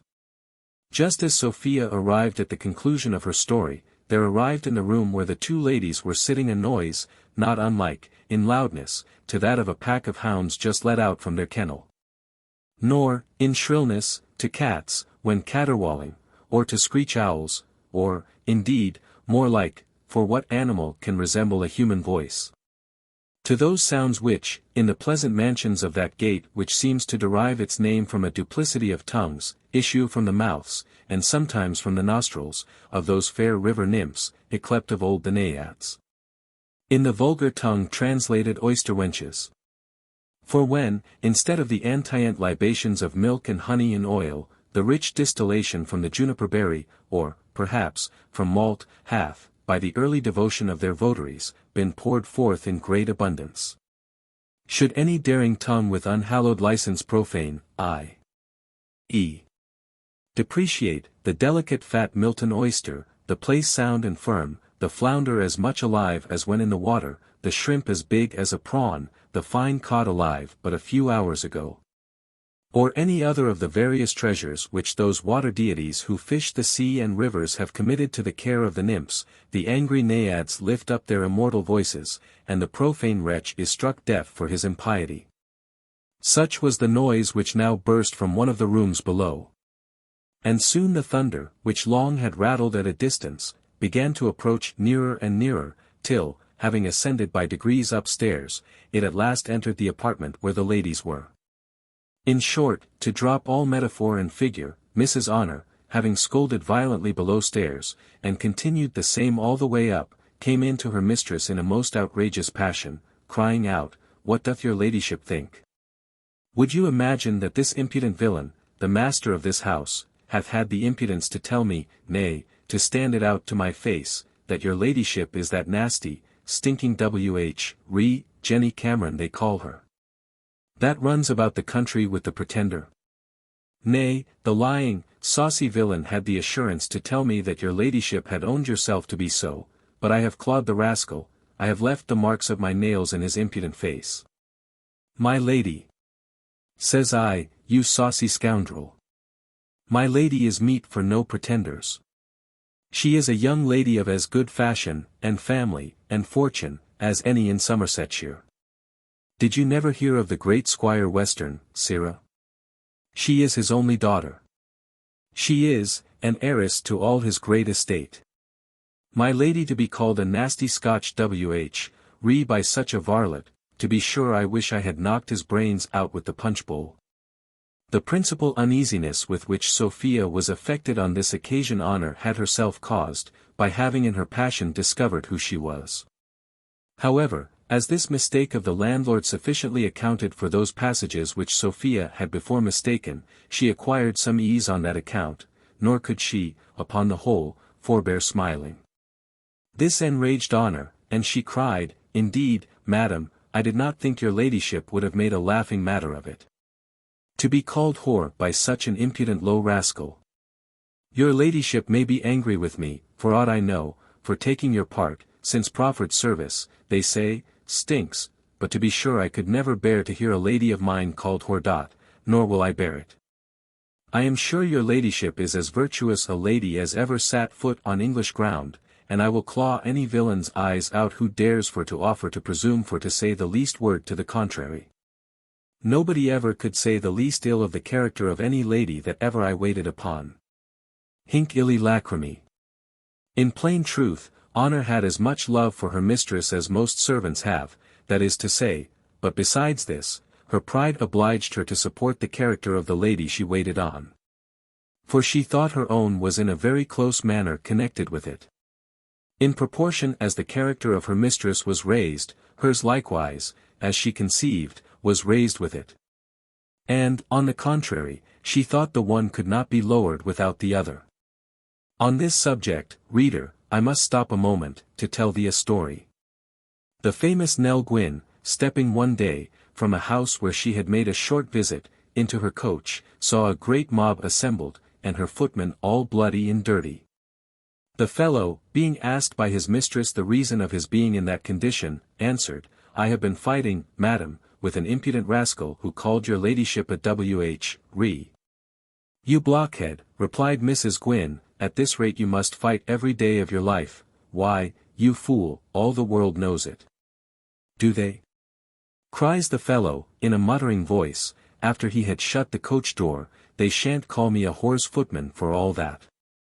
Thus the passion of Mrs. Honor appears natural enough, even if it were to be no otherwise accounted for. But, in reality, there was another cause of her anger, for which we must beg leave to remind our reader of a circumstance mentioned in the above simile. There are indeed certain liquors, which, being applied to our passions, or to fire, produce effects the very reverse of those produced by water, as they serve to kindle and inflame, rather than to extinguish. Among these, the generous liquor called punch is one. It was not, therefore, without reason, that the learned Dr. Cheney used to call drinking punch pouring liquid fire down your throat.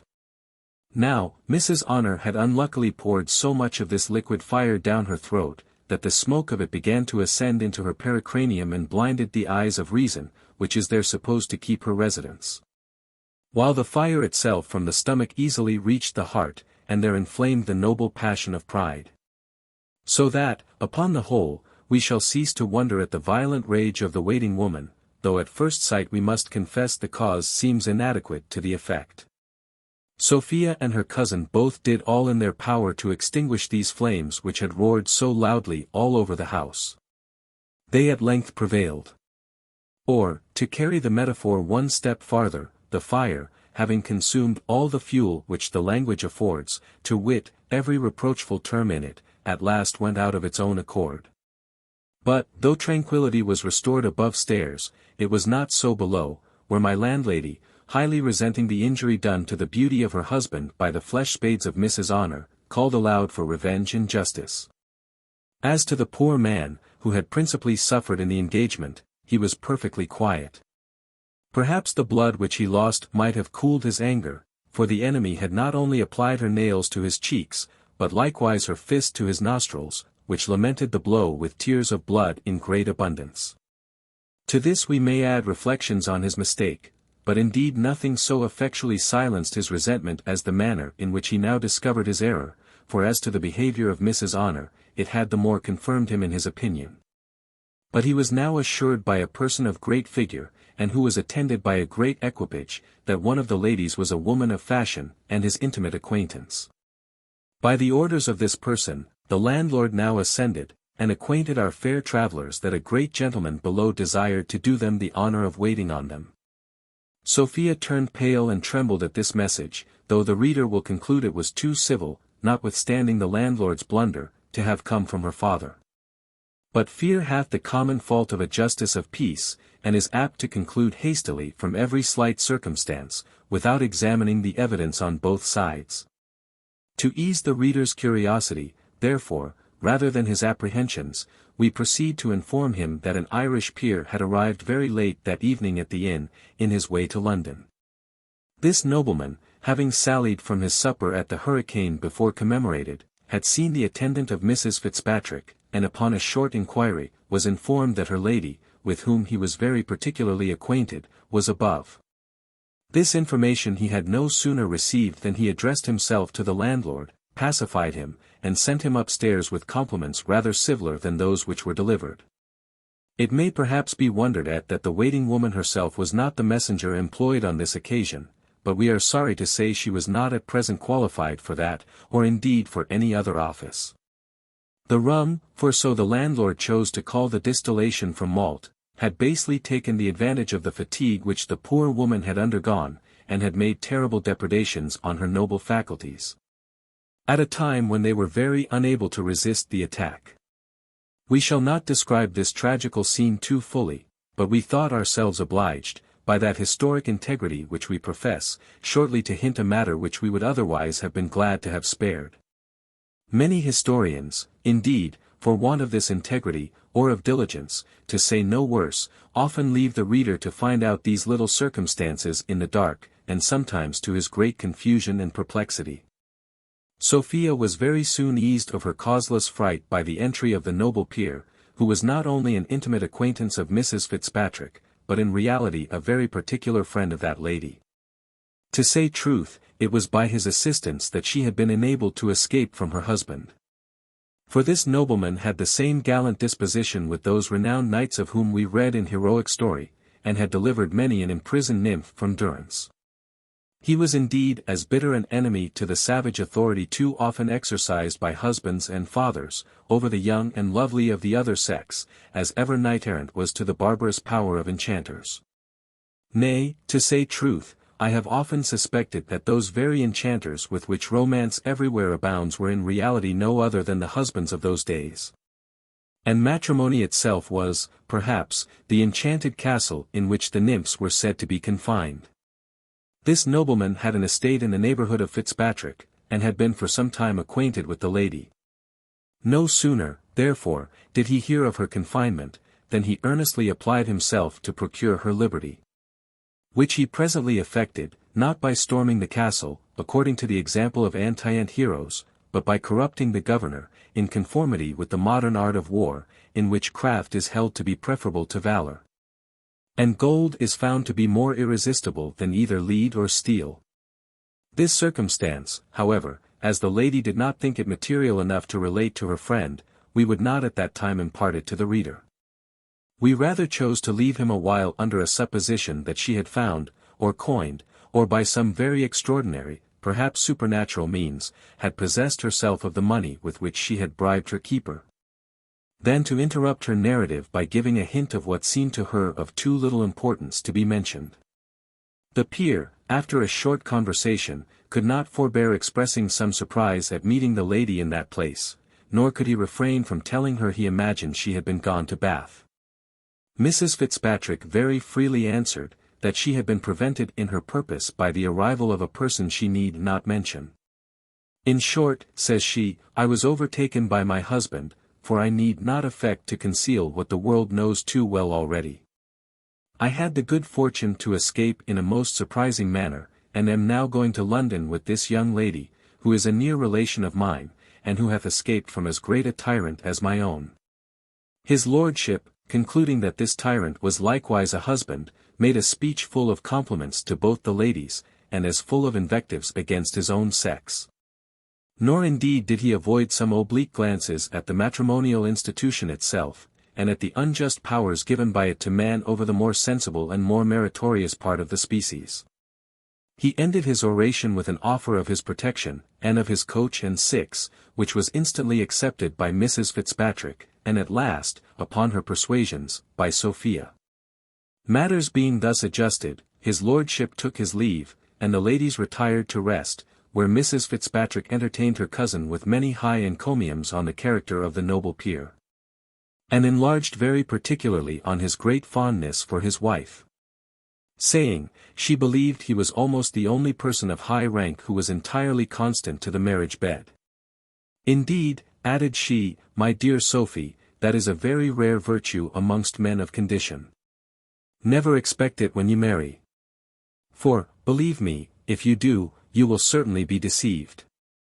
A gentle sigh stole from Sophia at these words, which perhaps contributed to form a dream of no very pleasant kind. But, as she never revealed this dream to any one, so the reader cannot expect to see it related here. Chapter 9. The morning introduced in some pretty writing. A stagecoach. The civility of chambermaids. The heroic temper of Sophia. Her generosity. The return to it. The departure of the company, and their arrival at London, with some remarks for the use of travellers. Those members of society who are born to furnish the blessings of life now began to light their candles, in order to pursue their daily labours for the use of those who are born to enjoy these blessings. The sturdy hind now attends the levee of his fellow labourer the ox, the cunning artificer, the diligent mechanic, spring from their hard mattress. And now the bonny housemaid begins to repair the disordered drum-room, while the riotous authors of that disorder, in broken interrupted slumbers, tumble and toss, as if the hardness of down disquieted their repose. In simple phrase, the clock had no sooner struck 7 than the ladies were ready for their journey, and, at their desire, his lordship and his equipage were prepared to attend them. And now a matter of some difficulty arose. And this was how his lordship himself should be conveyed, for though in stage-coaches, where passengers are properly considered as so much luggage, the ingenious coachman stows half a dozen with perfect ease into the place of 4. For well he contrives that the fat hostess, or well-fed alderman, may take up no more room than the slim miss, or taper master, it being the nature of guts, when well squeezed, to give way, and to lie in a narrow compass. Yet in these vehicles, which are called, for distinction's sake, gentlemen's coaches, though they are often larger than the others, this method of packing is never attempted. His lordship would have put a short end to the difficulty, by very gallantly desiring to mount his horse, but Mrs. Fitzpatrick would by no means consent to it. It was therefore concluded that the Abigails should, by turns, relieve each other on one of his lordship's horses, which was presently equipped with a side saddle for that purpose. Everything being settled at the inn, the ladies discharged their former guides, and Sophia made a present to the landlord, partly to repair the bruise which he had received under herself, and partly on account of what he had suffered under the hands of her enraged waiting woman. And now Sophia first discovered a loss which gave her some uneasiness, and this was of the £100 bank bill which her father had given her at their last meeting, and which, within a very inconsiderable trifle, was all the treasure she was at present worth. She searched everywhere, and shook and tumbled all her things to no purpose. The bill was not to be found, and she was at last fully persuaded that she had lost it from her pocket when she had the misfortune of tumbling from her horse in the dark lane, as before recorded, a fact that seemed the more probable. As she now recollected some discomposure in her pockets which had happened at that time, and the great difficulty with which she had drawn forth her handkerchief the very instant before her fall, in order to relieve the distress of Mrs. Fitzpatrick. Misfortunes of this kind, whatever inconveniencies they may be attended with, are incapable of subduing a mind in which there is any strength, without the assistance of avarice. Sophia, therefore, though nothing could be worse timed than this accident at such a season, immediately got the better of her concern, and, with her wonted serenity and cheerfulness of countenance, returned to her company. His lordship conducted the ladies into the vehicle, as he did likewise Mrs. Honour, who, after many civilities, and more dear madams, at last yielded to the well-bred importunities of her sister Abigail, and submitted to be complimented with the first ride in the coach, in which indeed she would afterwards have been contented to have pursued her whole journey, had not her mistress, after several fruitless intimations, at length forced her to take her turn on horseback. The coach, now having received its company, began to move forwards, attended by many servants, and led by 2 captains, who had before rode with his lordship, and who would have been dismissed from the vehicle upon a much less worthy occasion than was this of accommodating 2 ladies. In this they acted only as gentlemen, but they were ready at any time to have performed the office of a footman, or indeed would have condescended lower, for the honour of his lordship's company, and for the convenience of his table. My landlord was so pleased with the present he had received from Sophia, that he rather rejoiced in than regretted his bruise or his scratches. The reader will perhaps be curious to know the quantum of this present. But we cannot satisfy his curiosity. Whatever it was, it satisfied the landlord for his bodily hurt, but he lamented he had not known before how little the lady valued her money. For to be sure, says he, one might have charged every article double, and she would have made no cavil at the reckoning. His wife, however, was far from drawing this conclusion. Whether she really felt any injury done to her husband more than he did himself, I will not say. Certain it is, she was much less satisfied with the generosity of Sophia.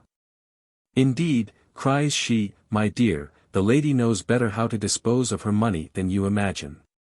She might very well think we should not put up such a business without some satisfaction, and the law would have cost her an infinite deal more than this poor little matter, which I wonder you would take.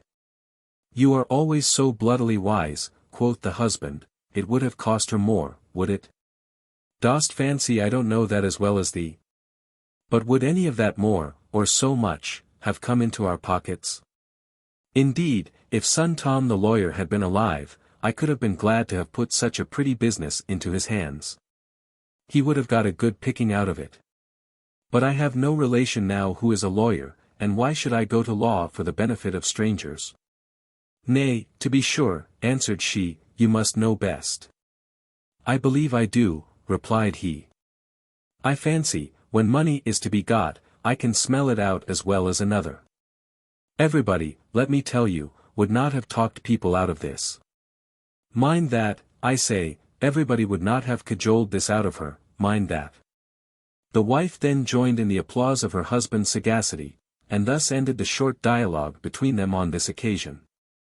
We will therefore take our leave of these good people, and attend his lordship and his fair companions, who made such good expedition that they performed a journey of 90 miles in 2 days, and on the 2nd evening arrived in London, without having encountered any one adventure on the road worthy the dignity of this history to relate. Our pen, therefore, shall imitate the expedition which it describes, and our history shall keep pace with the travellers who are its subject. Good writers will, indeed, do well to imitate the ingenious traveller in this instance, who always proportions his stay at any place to the beauties, elegancies, and curiosities which it affords. At Esher, at Stowe, at Wilton, at Eastbury, and at Prior's Park, days are too short for the ravished imagination, while we admire the wondrous power of art in improving nature. In some of these, art chiefly engages our admiration. In others, nature and art contend for our applause, but, in the last, the former seems to triumph. Here nature appears in her richest attire, and art, dressed with the modestest simplicity, attends her benignant mistress. Here nature indeed pours forth the choicest treasures which she hath lavished on this world, and here human nature presents you with an object which can be exceeded only in the other. The same taste, the same imagination, which luxuriously riots in these elegant scenes, can be amused with objects of far inferior note. The woods, the rivers, the lawns of Devon and of Dorset, attract the eye of the ingenious traveller, and retard his pace, which delay he afterwards compensates by swiftly scouring over the gloomy heath of Bagshot. Or that pleasant plain which extends itself westward from Stockbridge, where no other object than one single tree only in 16 miles presents itself to the view, unless the clouds, in compassion to our tired spirits, kindly open their variegated mansions to our prospect. Not so travels the money-meditating tradesman, the sagacious justice, the dignified doctor, the warm-clad grazier, with all the numerous offspring of wealth and dullness. On they jog, with equal pace, through the verdant meadows or over the barren heath, their horses measuring 4 miles and a half per hour with the utmost exactness. The eyes of the beast and of his master being alike directed forwards, and employed in contemplating the same objects in the same manner. With equal rapture the good writer surveys the proudest boasts of the architect, and those fair buildings with which some unknown name hath adorned the rich clothing town. Where heaps of bricks are piled up as a kind of monument to show that heaps of money have been piled there before. And now, reader, as we are in haste to attend our heroine, we will leave to thy sagacity to apply all this to the Boeotian writers, and to those authors who are their opposites. This thou wilt be abundantly able to perform without our aid. Bestir thyself therefore on this occasion. For, though we will always lend thee proper assistance in difficult places, as we do not, like some others, expect thee to use the arts of divination to discover our meaning. Yet we shall not indulge thy laziness where nothing but thy own attention is required. For thou art highly mistaken if thou dost imagine that we intended, when we began this great work, to leave thy sagacity nothing to do. Or that, without sometimes exercising this talent, thou wilt be able to travel through our pages with any pleasure or profit to thyself. Chapter 10, containing a hint or two concerning virtue, and a few more concerning suspicion. Our company, being arrived at London, were set down at his lordship's house, where, while they refreshed themselves after the fatigue of their journey, servants were dispatched to provide a lodging for the two ladies. For, as her ladyship was not then in town, Mrs. Fitzpatrick would by no means consent to accept a bed in the mansion of the peer. Some readers will, perhaps, condemn this extraordinary delicacy, as I may call it, of virtue, as too nice and scrupulous, but we must make allowances for her situation, which must be owned to have been very ticklish. And, when we consider the malice of censorious tongues, we must allow, if it was a fault, the fault was an excess on the right side, and which every woman who is in the self-same situation will do well to imitate.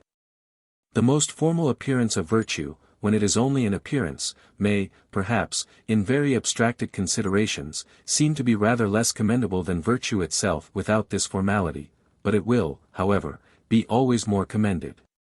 And this, I believe, will be granted by all, that it is necessary, unless in some very particular cases, for every woman to support either the one or the other. A lodging being prepared, Sophia accompanied her cousin for that evening. But resolved early in the morning to inquire after the lady into whose protection, as we have formerly mentioned, she had determined to throw herself when she quitted her father's house. And this she was the more eager in doing from some observations she had made during her journey in the coach. Now, as we would by no means fix the odious character of suspicion on Sophia, we are almost afraid to open to our reader the conceits which filled her mind concerning Mrs. Fitzpatrick, of whom she certainly entertained at present some doubts. Which, as they are very apt to enter into the bosoms of the worst of people, we think proper not to mention more plainly till we have first suggested a word or two to our reader touching suspicion in general. Of this there have always appeared to me to be 2 degrees. The first of these I chose to derive from the heart, as the extreme velocity of its discernment seems to denote some previous inward impulse, and the rather as this superlative degree often forms its own objects. Sees what is not, and always more than really exists. This is that quick-sighted penetration whose hawk's eyes no symptom of evil can escape, which observes not only upon the actions, but upon the words and looks, of men. And, as it proceeds from the heart of the observer, so it dives into the heart of the observed, and there espies evil, as it were, in the first embryo, nay, sometimes before it can be said to be conceived. An admirable faculty, if it were infallible, but, as this degree of perfection is not even claimed by more than one mortal being. So from the fallibility of such acute discernment have arisen many sad mischiefs and most grievous heartaches to innocence and virtue. I cannot help, therefore, regarding this vast quick-sightedness into evil as a vicious excess, and as a very pernicious evil in itself. And I am the more inclined to this opinion, as I am afraid it always proceeds from a bad heart, for the reasons I have above mentioned, and for one more, namely, because I never knew it the property of a good one. Now, from this degree of suspicion I entirely and absolutely acquit Sophia. A second degree of this quality seems to arise from the head. This is, indeed, no other than the faculty of seeing what is before your eyes, and of drawing conclusions from what you see. The former of these is unavoidable by those who have any eyes, and the latter is perhaps no less certain and necessary a consequence of our having any brains. This is altogether as bitter an enemy to guilt as the former is to innocence, nor can I see it in an unamiable light, even though, through human fallibility, it should be sometimes mistaken. For instance, if a husband should accidentally surprise his wife in the lap or in the embraces of some of those pretty young gentlemen who profess the art of cuckold-making, I should not highly, I think, blame him for concluding something more than what he saw, from the familiarities which he really had seen, and which we are at least favorable enough to when we call them innocent freedoms.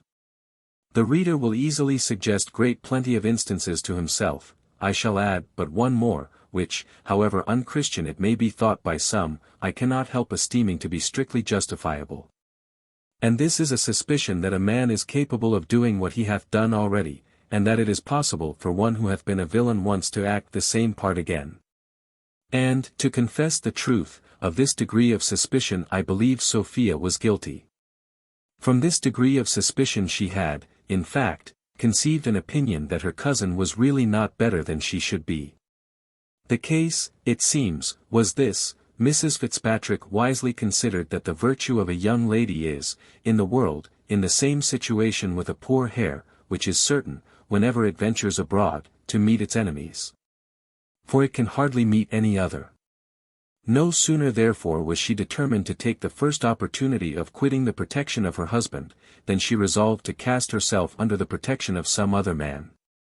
And whom could she so properly choose to be her guardian as a person of quality, of fortune, of honor? And who, besides a gallant disposition which inclines men to knight-errantry, that is, to be the champions of ladies in distress, had often declared a violent attachment to herself, and had already given her all the instances of it in his power. But, as the law hath foolishly omitted this office of vice-husband, or guardian to an eloped lady, and as malice is apt to denominate him by a more disagreeable appellation, it was concluded that his lordship should perform all such kind offices to the lady in secret, and without publicly assuming the character of her protector. Nay, to prevent any other person from seeing him in this light, it was agreed that the lady should proceed directly to Bath, and that his lordship should first go to London, and thence should go down to that place by the advice of his physicians. Now all this Sophia very plainly understood, not from the lips or behaviour of Mrs. Fitzpatrick, but from the peer, who was infinitely less expert at retaining a secret than was the good lady. And perhaps the exact secrecy which Mrs. Fitzpatrick had observed on this head in her narrative served not a little to heighten those suspicions which were now risen in the mind of her cousin. Sophia very easily found out the lady she sought. For indeed there was not a chairman in town to whom her house was not perfectly well known, and, as she received, in return of her first message, a most pressing invitation, she immediately accepted it. Mrs. Fitzpatrick, indeed, did not desire her cousin to stay with her with more earnestness than civility required. Whether she had discerned and resented the suspicion above mentioned, or from what other motive it arose, I cannot say. But certain it is, she was full as desirous of parting with Sophia as Sophia herself could be of going. The young lady, when she came to take leave of her cousin, could not avoid giving her a short hint of advice. She begged her, for heaven's sake, to take care of herself, and to consider in how dangerous a situation she stood, adding, she hoped some method would be found of reconciling her to her husband. You must remember, my dear, says she, the maxim which my Aunt Western hath so often repeated to us both. That whenever the matrimonial alliance is broke, and war declared between husband and wife, she can hardly make a disadvantageous peace for herself on any conditions. These are my aunt's very words, and she hath had a great deal of experience in the world. Mrs. Fitzpatrick answered, with a contemptuous smile, never fear me, child, take care of yourself, for you are younger than I. I will come and visit you in a few days, but, dear Sophie, let me give you one piece of advice, leave the character of grave airs in the country, for, believe me, it will sit very awkwardly upon you in this town. Thus the two cousins parted, and Sophia repaired directly to Lady Bellaston, where she found a most hearty, as well as a most polite, welcome. The lady had taken a great fancy to her when she had seen her formerly with her Aunt Western. She was indeed extremely glad to see her, and was no sooner acquainted with the reasons which induced her to leave the squire and to fly to London than she highly applauded her sense and resolution. And after expressing the highest satisfaction in the opinion which Sophia had declared she entertained of her ladyship, by choosing her house for an asylum, she promised her all the protection which it was in her power to give. As we have now brought Sophia into safe hands, the reader will, I apprehend, be contented to deposit her there a while, and to look a little after other personages, and particularly poor Jones, whom we have left long enough to do penance for his past offences, which, as is the nature of vice, brought sufficient punishment upon him themselves. Book 12. Containing the same individual time with the former. Chapter 1. Showing what is to be deemed plagiarism in a modern author, and what is to be considered as lawful prize. The learned reader must have observed that in the course of this mighty work, I have often translated passages out of the best anti-ant authors, without quoting the original, or without taking the least notice of the book from whence they were borrowed. This conduct in writing is placed in a very proper light by the ingenious Abbé Bannier, in his preface to his Mythology, a work of great erudition and of equal judgment.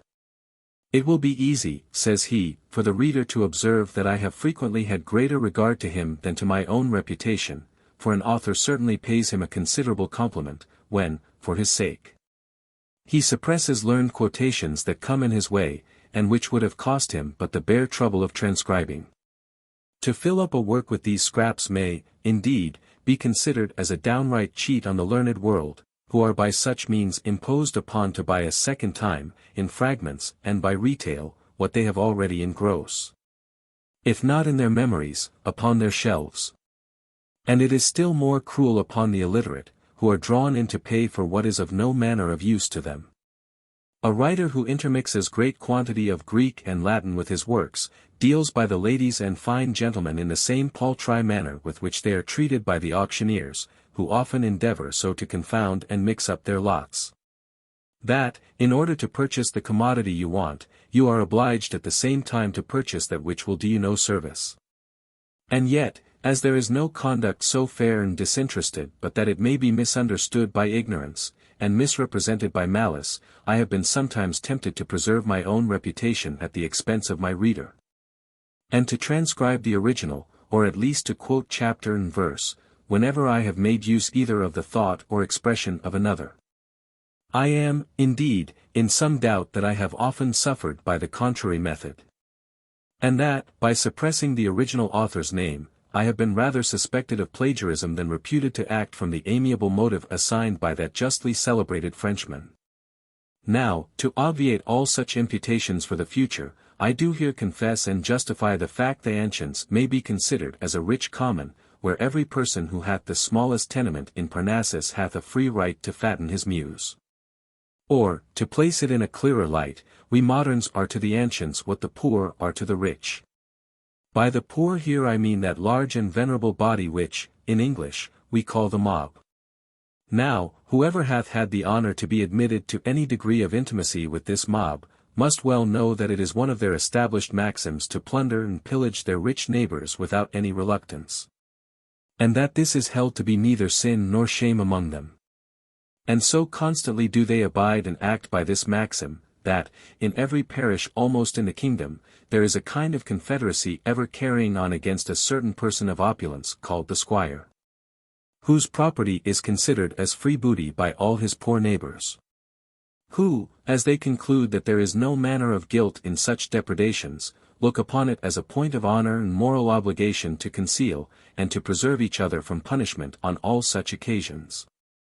In like manner are the ancients, such as Homer, Virgil, Horace, Cicero, and the rest, to be esteemed among us writers, as so many wealthy squires, from whom we, the poor of Parnassus, claim an immemorial custom of taking whatever we can come at. This liberty I demand, and this I am as ready to allow again to my poor neighbours in their turn. All I profess, and all I require of my brethren, is to maintain the same strict honesty among ourselves which the mob show to one another. To steal from one another is indeed highly criminal and indecent, for this may be strictly styled defrauding the poor, sometimes perhaps those who are poorer than ourselves, or, to set it under the most opprobrious colours, robbing the spittle. Since, therefore, upon the strictest examination, my own conscience cannot lay any such pitiful theft to my charge, I am contented to plead guilty to the former accusation.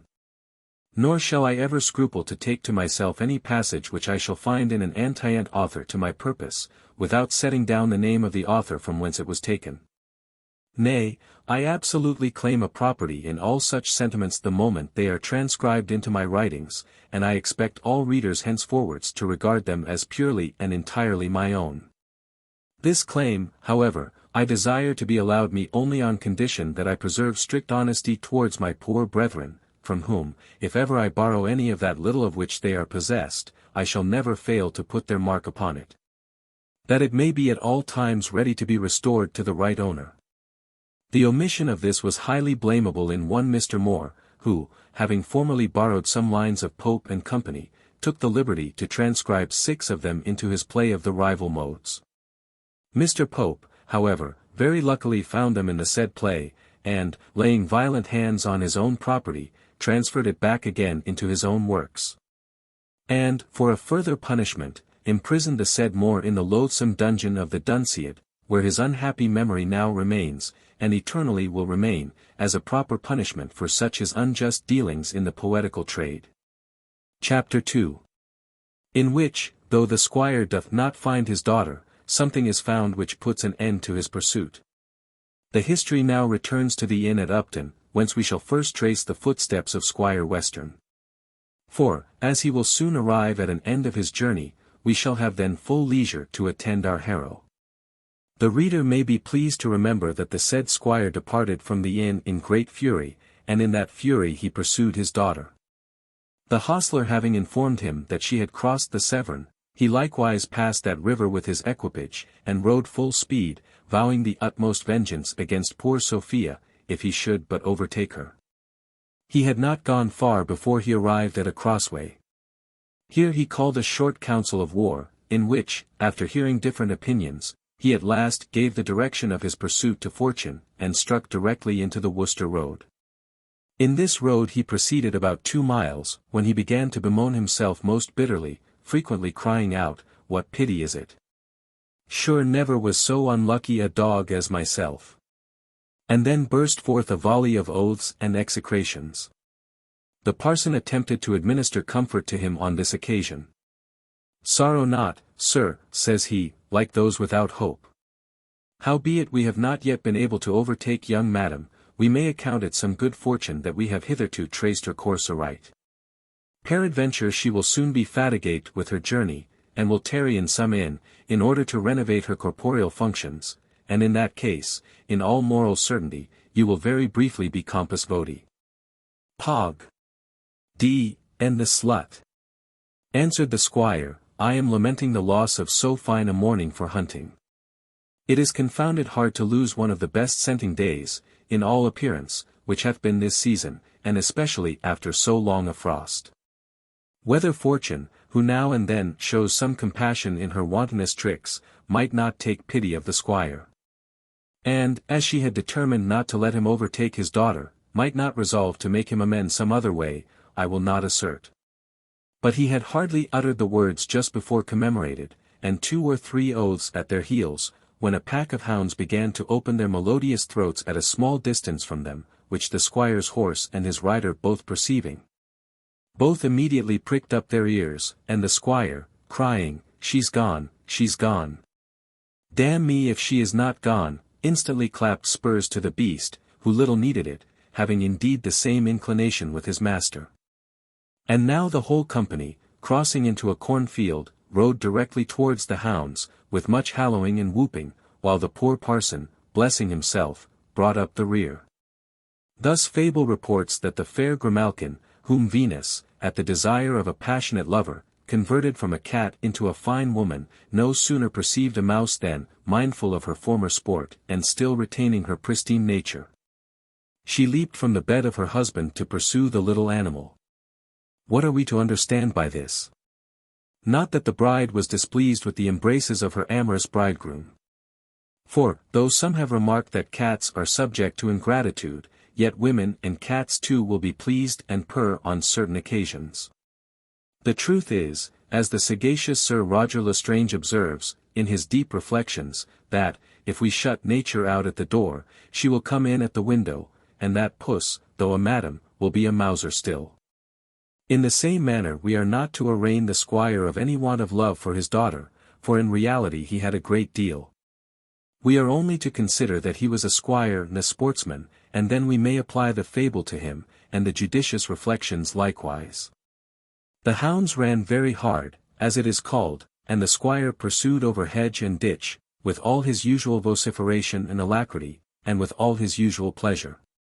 Nor did the thoughts of Sophia ever once intrude themselves to allay the satisfaction he enjoyed in the chase, which, he said, was one of the finest he ever saw, and which he swore was very well worth going 50 miles for.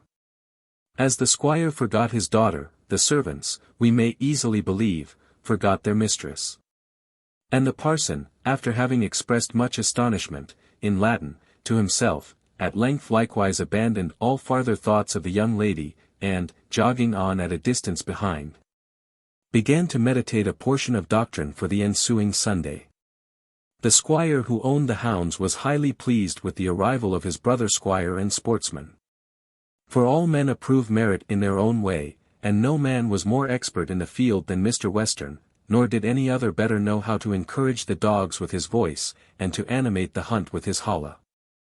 Sportsmen, in the warmth of a chase, are too much engaged to attend to any manner of ceremony, nay, even to the offices of humanity, for, if any of them meet with an accident by tumbling into a ditch, or into a river, the rest pass on regardless, and generally leave him to his fate. During this time, therefore, the two squires, though often close to each other, interchanged not a single word.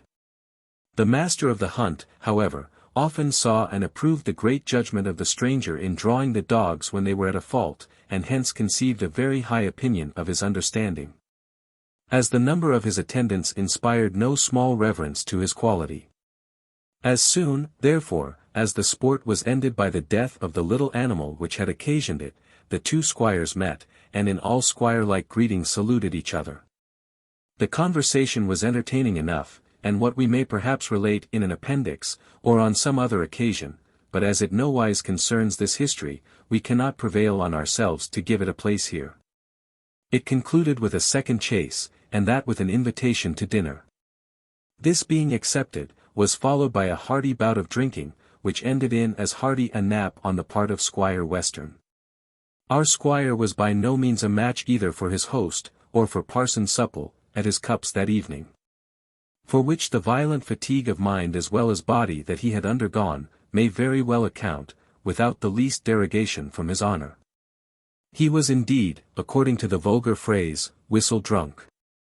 For before he had swallowed the third bottle, he became so entirely overpowered that though he was not carried off to bed till long after, the parson considered him as absent, and having acquainted the other squire with all relating to Sophia, he obtained his promise of seconding those arguments which he intended to urge the next morning for Mr. Western's return. No sooner, therefore, had the good squire shaken off his evening, and began to call for his morning draught, and to summon his horses in order to renew his pursuit, than Mr. Supple began his dissuasives, which the host so strongly seconded, that they at length prevailed, and Mr. Western agreed to return home. Being principally moved by one argument, viz., that he knew not which way to go, and might probably be riding farther from his daughter instead of towards her. He then took leave of his brother sportsman, and expressing great joy that the frost was broken, which might perhaps be no small motive to his hastening home, set forwards, or rather backwards, for Somersetshire. But not before he had first dispatched part of his retinue in quest of his daughter, after whom he likewise sent a volley of the most bitter execrations which he could invent. Chapter 3. The departure of Jones from Upton, with what passed between him and Partridge on the road. At length we are once more come to our hero. And, to say truth, we have been obliged to part with him so long, that, considering the condition in which we left him, I apprehend many of our readers have concluded we intended to abandon him forever. He being at present in that situation in which prudent people usually desist from inquiring any farther after their friends, lest they should be shocked by hearing such friends had hanged themselves. But, in reality, if we have not all the virtues, I will boldly say, neither have we all the vices of a prudent character. And though it is not easy to conceive circumstances much more miserable than those of poor Jones at present, we shall return to him, and attend upon him with the same diligence as if he was wantoning in the brightest beams of fortune. Mr. Jones, then, and his companion Partridge, left the inn a few minutes after the departure of Squire Western, and pursued the same road on foot, for the hostler told them that no horses were by any means to be at that time procured at Upton. On they marched with heavy hearts, for though their disquiet proceeded from very different reasons, yet displeased they were both, and if Jones sighed bitterly, Partridge grunted altogether as sadly at every step. When they came to the cross-roads where the squire had stopped to take counsel, Jones stopped likewise, and turning to Partridge, asked his opinion which track they should pursue. "Ah, sir," answered Partridge, "I wish your honour would follow my advice." "Why should I not?" replied Jones, "for it is now indifferent to me whither I go, or what becomes of me." "My advice, then," said Partridge, "is, that you immediately face about and return home, for who that hath such a home to return to as your honour, would travel thus about the country like a vagabond?" "I ask pardon," said Vox eas sola reperta est. "Alas," cries Jones, "I have no home to return to, but if my friend, my father, would receive me, could I bear the country from which Sophia is flown. Cruel Sophia! Cruel! No, let me blame myself, no, let me blame thee. Nation seize thee, fool, blockhead! Thou hast undone me, and I will tear thy soul from thy body."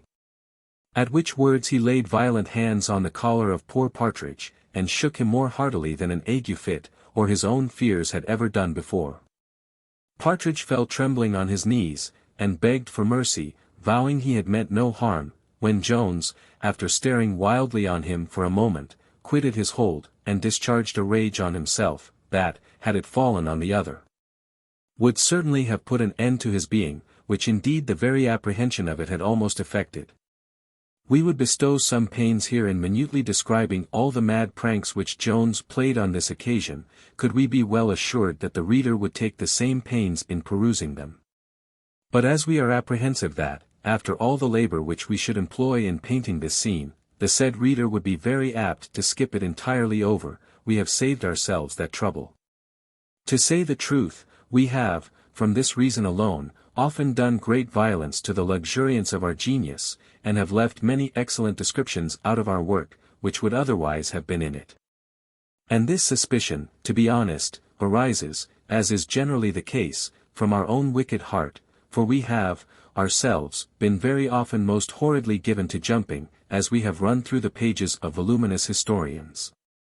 Suffice it then simply to say, that Jones, after having played the part of a madman for many minutes, came, by degrees, to himself. Which no sooner happened, than, turning to Partridge, he very earnestly begged his pardon for the attack he had made on him in the violence of his passion, but concluded, by desiring him never to mention his return again. For he was resolved never to see that country any more. Partridge easily forgave, and faithfully promised to obey the injunction now laid upon him. And then Jones very briskly cried out, "Since it is absolutely impossible for me to pursue any farther the steps of my angel, I will pursue those of glory. Come on, my brave lad, now for the army, it is a glorious cause, and I would willingly sacrifice my life in it, even though it was worth my preserving." And so saying, he immediately struck into the different road from that which the squire had taken, and, by mere chance, pursued the very same through which Sophia had before passed. Our travellers now marched a full mile, without speaking a syllable to each other, though Jones, indeed, muttered many things to himself. As to Partridge, he was profoundly silent. For he was not, perhaps, perfectly recovered from his former fright. Besides, he had apprehensions of provoking his friend to a second fit of wrath, especially as he now began to entertain a conceit, which may not, perhaps, create any great wonder in the reader. In short, he began now to suspect that Jones was absolutely out of his senses. At length, Jones, being weary of soliloquy, addressed himself to his companion, and blamed him for his taciturnity. For which the poor man very honestly accounted, from his fear of giving offence. And now this fear being pretty well removed, by the most absolute promises of indemnity, Partridge again took the bridle from his tongue. Which, perhaps, rejoiced no less at regaining its liberty, than a young colt, when the bridle is slipped from his neck, and he is turned loose into the pastures.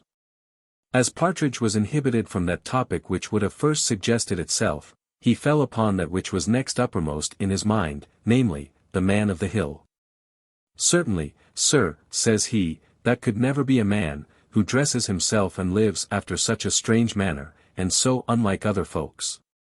Besides, his diet, as the old woman told me, is chiefly upon herbs, which is a fitter food for a horse than a Christian. Nay, landlord at Upton says that the neighbours thereabouts have very fearful notions about him. It runs strangely in my head that it must have been some spirit, who, perhaps, might be sent to forewarn us, and who knows but all that matter which he told us, of his going to fight, and of his being taken prisoner, and of the great danger he was in of being hanged, might be intended as a warning to us, considering what we are going about. Besides, I dreamt of nothing all last night but of fighting, and methought the blood ran out of my nose, as liquor out of a tap indeed, sir, infandum, Regina, ubes renover dolorem. Thy story, Partridge, answered Jones, is almost as ill applied as thy Latin. Nothing can be more likely to happen than death to men who go into battle. Perhaps we shall both fall in it, and what then? What then? Replied Partridge. Why then there is an end of us, is there not? When I am gone, all is over with me. What matters the cause to me, or who gets the victory, if I am killed? I shall never enjoy any advantage from it. What are all the ringing of bells, and bonfires, to one that is 6 foot underground? There will be an end of poor Partridge. And an end of poor Partridge, cries Jones, there must be, one time or other. If you love Latin, I will repeat you some fine lines out of Horace, which would inspire courage into a coward. Dulce et decorum est pro patria mori. Mors e fugisum persequitur virum. Nec parsit imbellis juventi. Poplitibus, timidoque tergo. I wish you would construe them, cries Partridge. For Horace is a hard author, and I cannot understand as you repeat them. I will repeat you a bad imitation, or rather paraphrase, of my own, said Jones, for I am but an indifferent poet. Who would not die in his dear country's cause? Since, if base fear his dastard step withdraws, from death he cannot fly, one common grave receives, at last, the coward and the brave. That's very certain, cries Partridge. Aye, sure, mors omnibus communis, but there is a great difference between dying in one's bed a great many years hence, like a good Christian, with all our friends crying about us, and being shot today or tomorrow, like a mad dog. Or, perhaps, hacked in 20 pieces with the sword, and that too before we have repented of all our sins. O Lord, have mercy upon us. To be sure the soldiers are a wicked kind of people. I never loved to have anything to do with them. I could hardly bring myself ever to look upon them as Christians. There is nothing but cursing and swearing among them. I wish your honor would repent, I heartily wish you would repent before it is too late, and not think of going among them. Evil communication corrupts good manners. That is my principal reason. For as for that matter, I am no more afraid than another man, not I, as to matter of that. I know all human flesh must die, but yet a man may live many years, for all that. Why, I am a middle-aged man now, and yet I may live a great number of years. I have read of several who have lived to be above 100, and some a great deal above 100.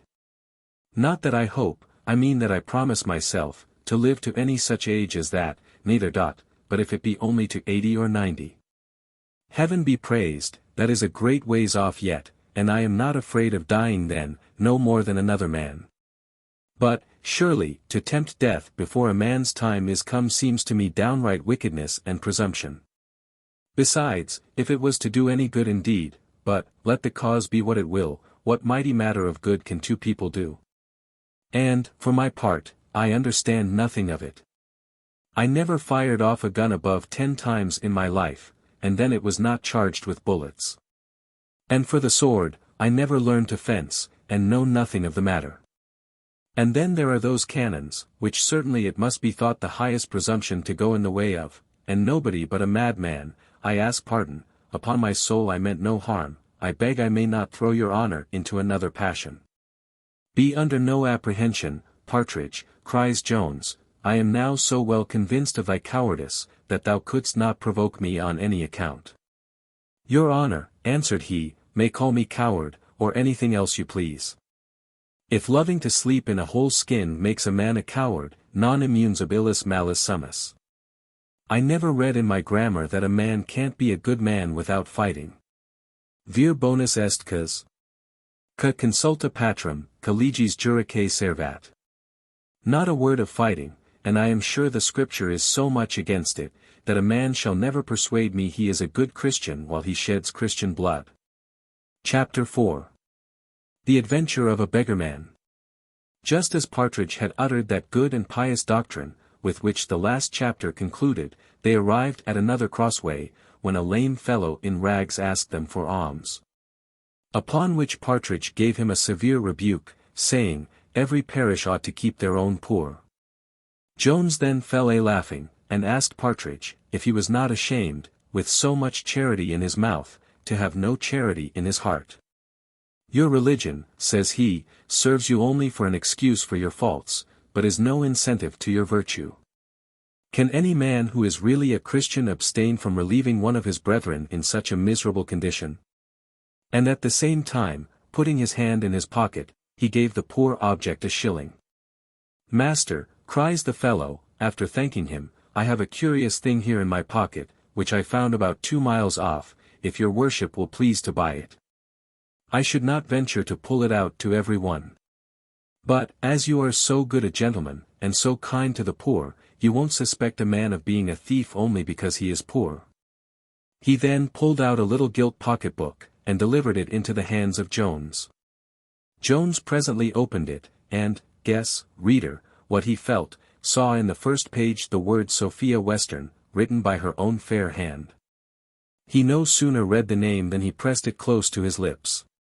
Nor could he avoid falling into some very frantic raptures, notwithstanding his company, but, perhaps, these very raptures made him forget he was not alone. While Jones was kissing and mumbling the book, as if he had an excellent brown buttered crust in his mouth or as if he had really been a bookworm, or an author who had nothing to eat but his own works. A piece of paper fell from its leaves to the ground, which Partridge took up, and delivered to Jones, who presently perceived it to be a bank bill. It was, indeed, the very bill which Western had given his daughter the night before her departure, and a Jew would have jumped to purchase it at 5 shillings less than £100.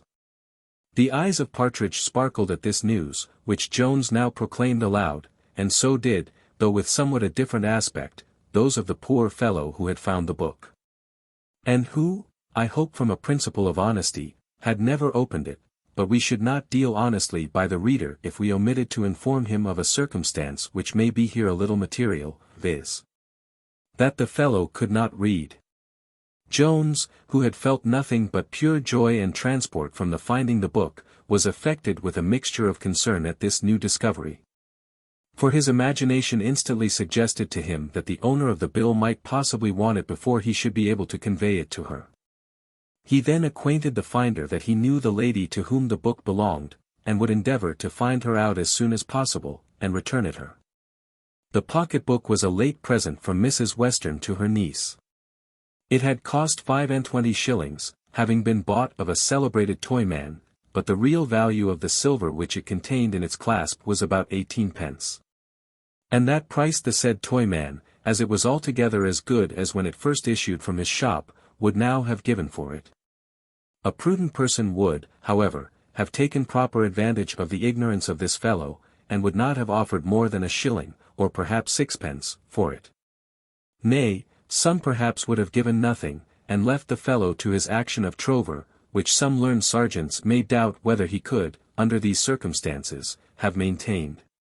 Jones, on the contrary, whose character was on the outside of generosity, and may perhaps not very unjustly have been suspected of extravagance, without any hesitation gave a guinea in exchange for the book. The poor man, who had not for a long time before been possessed of so much treasure, gave Mr. Jones 1,000 thanks. And discovered little less of transport in his muscles than Jones had before shown when he had first read the name of Sophia Western. The fellow very readily agreed to attend our travellers to the place where he had found the pocket-book. Together, therefore, they proceeded directly thither, but not so fast as Mr. Jones desired. For his guide unfortunately happened to be lame, and could not possibly travel faster than a mile an hour. As this place, therefore, was at above 3 miles distance, though the fellow had said otherwise, the reader need not be acquainted how long they were in walking it. Jones opened the book 100 times during their walk, kissed it as often, talked much to himself, and very little to his companions. At all which the guide expressed some signs of astonishment to Partridge, who more than once shook his head, and cried, "Poor gentleman! Orandum est ut sit mens sana in corpore sano." At length they arrived at the very spot where Sophia unhappily dropped the pocket-book, and where the fellow had as happily found it. Here Jones offered to take leave of his guide, and to improve his pace. But the fellow, in whom that violent surprise and joy which the first receipt of the guinea had occasioned was now considerably abated, and who had now had sufficient time to recollect himself, put on a discontented look, and, scratching his head, said, he hoped his worship would give him something more. "Your worship," said he, "will, I hope, take it into your consideration that if I had not been honest I might have kept the whole." And, indeed, this the reader must confess to have been true. "If the paper there," said he, "be worth £100, I am sure the finding it deserves more than a guinea. Besides, suppose your worship should never see the lady, nor give it her, and, though your worship looks and talks very much like a gentleman, yet I have only your worship's bare word. And, certainly, if the right owner bent to be found, it all belongs to the first finder. I hope your worship will consider of all these matters. I am but a poor man, and therefore don't desire to have all. But it is but reasonable I should have my share. Your worship looks like a good man, and, I hope, will consider my honesty, for I might have kept every farthing, and nobody ever the wiser. I promise thee, upon my honour," cries Jones, "that I know the right owner, and will restore it her." "Nay, your worship," answered the fellow, "may do as you please as to that. If you will but give me my share, that is, 1/2 of the money, your honour may keep the rest yourself if you please," and concluded with swearing, by a very vehement oath, that he would never mention a syllable of it to any man living. "Look'ee, friend," cries Jones, "the right owner shall certainly have again all that she lost, and as for any farther gratuity, I really cannot give it you at present. But let me know your name, and where you live, and it is more than possible you may hereafter have further reason to rejoice at this morning's adventure." "I don't know what you mean by venture," cries the fellow. "It seems I must venture whether you will return the lady her money or no, but I hope your worship will consider." "Come, come," said Partridge, "tell his honour your name, and where you may be found. I warrant you will never repent having put the money into his hands." The fellow, seeing no hopes of recovering the possession of the pocket-book, at last complied in giving in his name and place of abode, which Jones writ upon a piece of paper with the pencil of Sophia. And then, placing the paper in the same page where she had writ her name, he cried out, "There, friend, you are the happiest man alive, I have joined your name to that of an angel." "I don't know anything about angels," answered the fellow. "But I wish you would give me a little more money, or else return me the pocket-book." Partridge now waxed wrath. He called the poor cripple by several vile and opprobrious names, and was absolutely proceeding to beat him, but Jones would not suffer any such thing, and now, telling the fellow he would certainly find some opportunity of serving him, Mr. Jones departed as fast as his heels would carry him.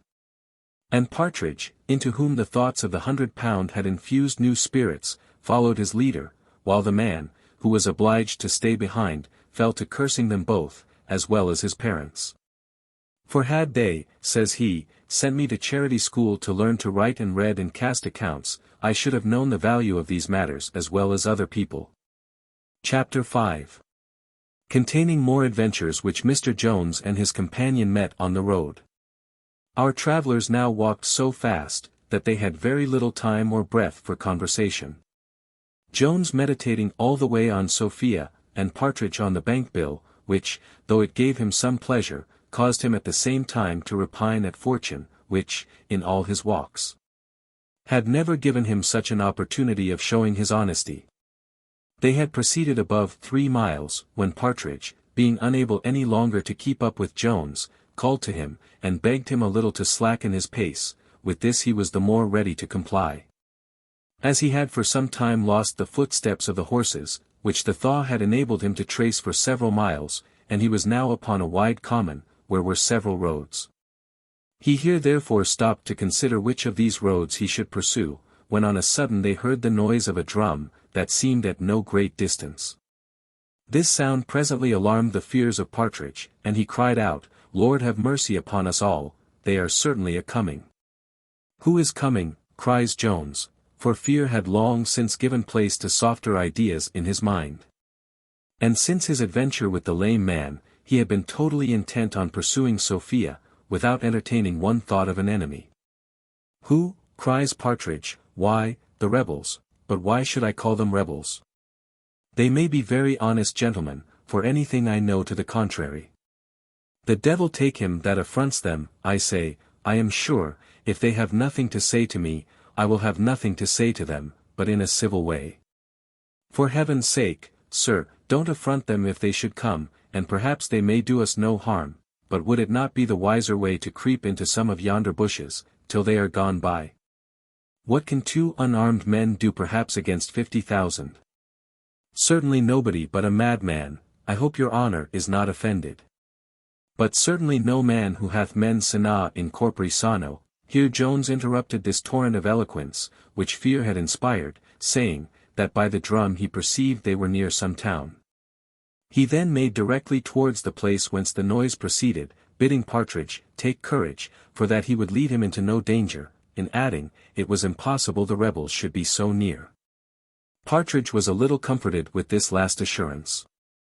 And though he would more gladly have gone the contrary way, he followed his leader, his heart beating time, but not after the manner of heroes, to the music of the drum, which ceased not till they had traversed the common, and were come into a narrow lane. And now Partridge, who kept even pace with Jones, discovered something painted flying in the air, a very few yards before him, which fancying to be the colours of the enemy, he fell a-bellowing, "O Lord, sir, here they are. There is the crown and coffin. O Lord! I never saw anything so terrible, and we are within gunshot of them already." Jones no sooner looked up, than he plainly perceived what it was which Partridge had thus mistaken. "Partridge," says he, "I fancy you will be able to engage this whole army yourself, for by the colours I guess what the drum was which we heard before, and which beats up for recruits to a puppet show." "A puppet show!" answered Partridge, with most eager transport. "And is it really no more than that? I love a puppet show of all the pastimes upon earth. Do, good sir, let us tarry and see it. Besides, I am quite famished to death. For it is now almost dark, and I have not eat a morsel since 3 o'clock in the morning." They now arrived at an inn, or indeed an ale-house, where Jones was prevailed upon to stop, the rather as he had no longer any assurance of being in the road he desired. They walked both directly into the kitchen, where Jones began to inquire if no ladies had passed that way in the morning, and Partridge as eagerly examined into the state of their provisions, and indeed his inquiry met with the better success. For Jones could not hear news of Sophia, but Partridge, to his great satisfaction, found good reason to expect very shortly the agreeable sight of an excellent smoking dish of eggs and bacon. In strong and healthy constitutions love hath a very different effect from what it causes in the puny part of the species. In the latter it generally destroys all that appetite which tends towards the conservation of the individual. But in the former, though it often induces forgetfulness, and a neglect of food, as well as of everything else, yet place a good piece of well-powdered buttock before a hungry lover, and he seldom fails very handsomely to play his part. Thus it happened in the present case, for though Jones perhaps wanted a prompter, and might have travelled much farther, had he been alone, with an empty stomach. Yet no sooner did he sit down to the bacon and eggs, than he fell to as heartily and voraciously as Partridge himself. Before our travellers had finished their dinner, night came on, and as the moon was now past the full, it was extremely dark. Partridge therefore prevailed on Jones to stay and see the puppet show, which was just going to begin, and to which they were very eagerly invited by the master of the said show, who declared that his figures were the finest which the world had ever produced, and that they had given great satisfaction to all the quality in every town in England. The puppet show was performed with great regularity and decency. It was called the fine and serious part of the provoked husband, and it was indeed a very grave and solemn entertainment, without any low wit or humour, or jests. Or, to do it no more than justice, without anything which could provoke a laugh. The audience were all highly pleased. A grave matron told the master she would bring her 2 daughters the next night, as he did not show any stuff. And an attorney's clerk and an exciseman both declared, that the characters of Lord and Lady Townley were well preserved, and highly in nature. Partridge likewise concurred with this opinion. The master was so highly elated with these encomiums, that he could not refrain from adding some more of his own.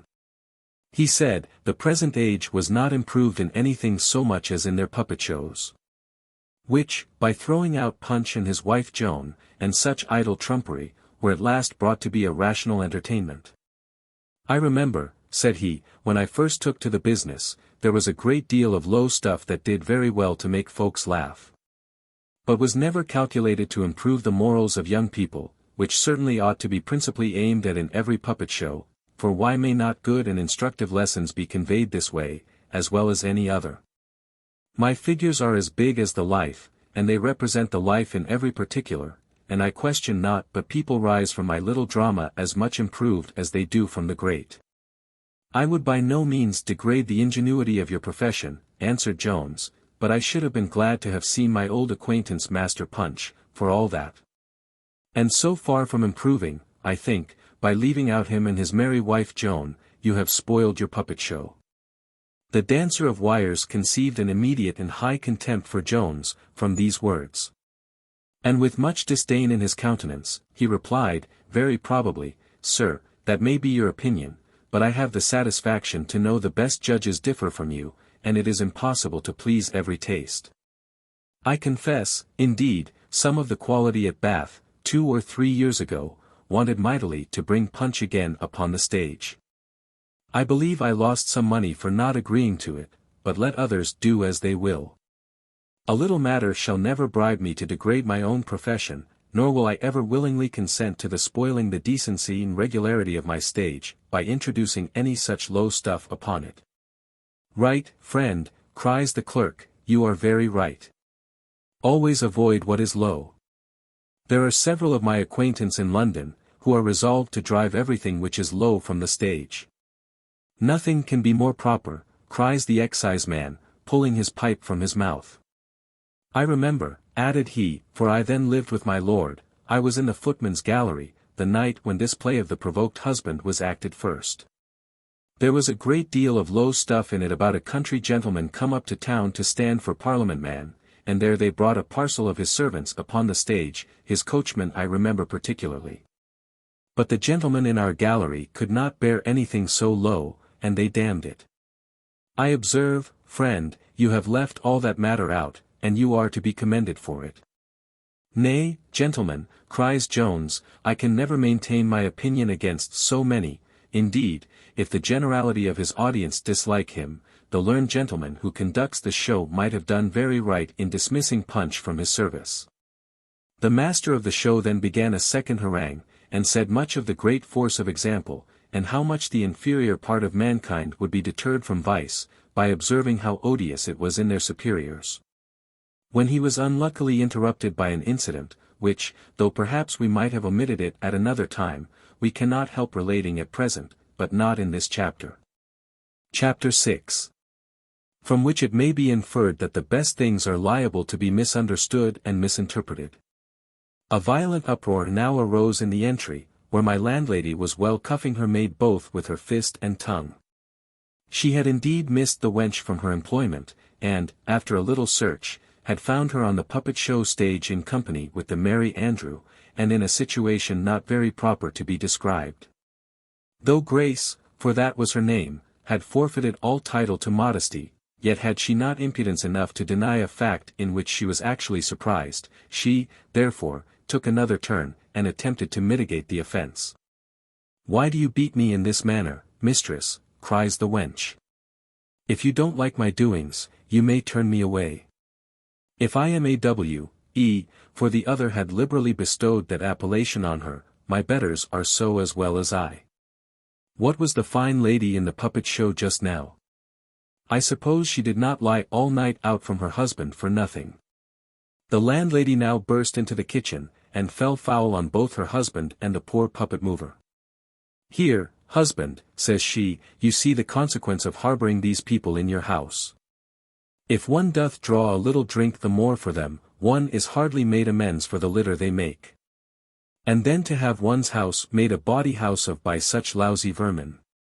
In short, I desire you would be gone tomorrow morning, for I will tolerate no more such doings. It is only the way to teach our servants idleness and nonsense. For to be sure nothing better can be learned by such idle shows as these. I remember when puppet shows were made of good scripture stories, as Jephthah's rash vow, and such good things, and when wicked people were carried away by the devil. There was some sense in those matters, but as the parson told us last Sunday, nobody believes in the devil nowadays, and here you bring about a parcel of puppets dressed up like lords and ladies, only to turn the heads of poor country wenches. And when their heads are once turned topsy-turvy, no wonder everything else is so. Virgil, I think, tells us, that when the mob are assembled in a riotous and tumultuous manner, and all sorts of missile weapons fly about, if a man of gravity and authority appears amongst them, the tumult is presently appeased, and the mob, which when collected into one body, may be well compared to an ass, erect their long ears at the grave man's discourse. On the contrary, when a set of grave men and philosophers are disputing, when wisdom herself may in a manner be considered as present, and administering arguments to the disputants. Should a tumult arise among the mob, or should one scold, who is herself equal in noise to a mighty mob, appear among the said philosophers, their disputes cease in a moment, wisdom no longer performs her ministerial office, and the attention of every one is immediately attracted by the scold alone. Thus the uproar aforesaid, and the arrival of the landlady, silenced the master of the puppet show, and put a speedy and final end to that grave and solemn harangue, of which we have given the reader a sufficient taste already. Nothing indeed could have happened so very inopportune as this accident. The most wanton malice of fortune could not have contrived such another stratagem to confound the poor fellow, while he was so triumphantly descanting on the good morals inculcated by his exhibitions. His mouth was now as effectually stopped, as that of quack must be, if, in the midst of a declamation on the great virtues of his pills and powders, the corpse of one of his martyrs should be brought forth, and deposited before the stage, as a testimony of his skill. Instead, therefore, of answering my landlady, the puppet show man ran out to punish his merry Andrew. And now the moon beginning to put forth her silver light, as the poets call it, though she looked at that time more like a piece of copper, Jones called for his reckoning, and ordered Partridge, whom my landlady had just awaked from a profound nap, to prepare for his journey. But Partridge, having lately carried 2 points, as my reader hath seen before, was emboldened to attempt a third, which was to prevail with Jones to take up a lodging that evening in the house where he then was. He introduced this with an affected surprise at the intention which Mr. Jones declared of removing, and, after urging many excellent arguments against it, he at last insisted strongly that it could be to no manner of purpose whatever. For that, unless Jones knew which way the lady was gone, every step he took might very possibly lead him the farther from her, for you find, sir, said he, by all the people in the house, that she is not gone this way. How much better, therefore, would it be to stay till the morning, when we may expect to meet with somebody to inquire of. This last argument had indeed some effect on Jones, and while he was weighing it the landlord threw all the rhetoric of which he was master into the same scale.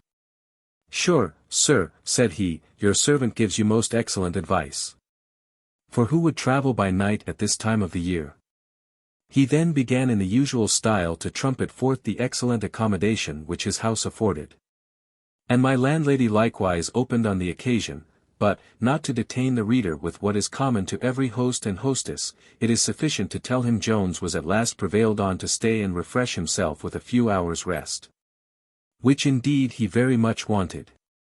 For he had hardly shut his eyes since he had left the inn where the accident of the broken head had happened.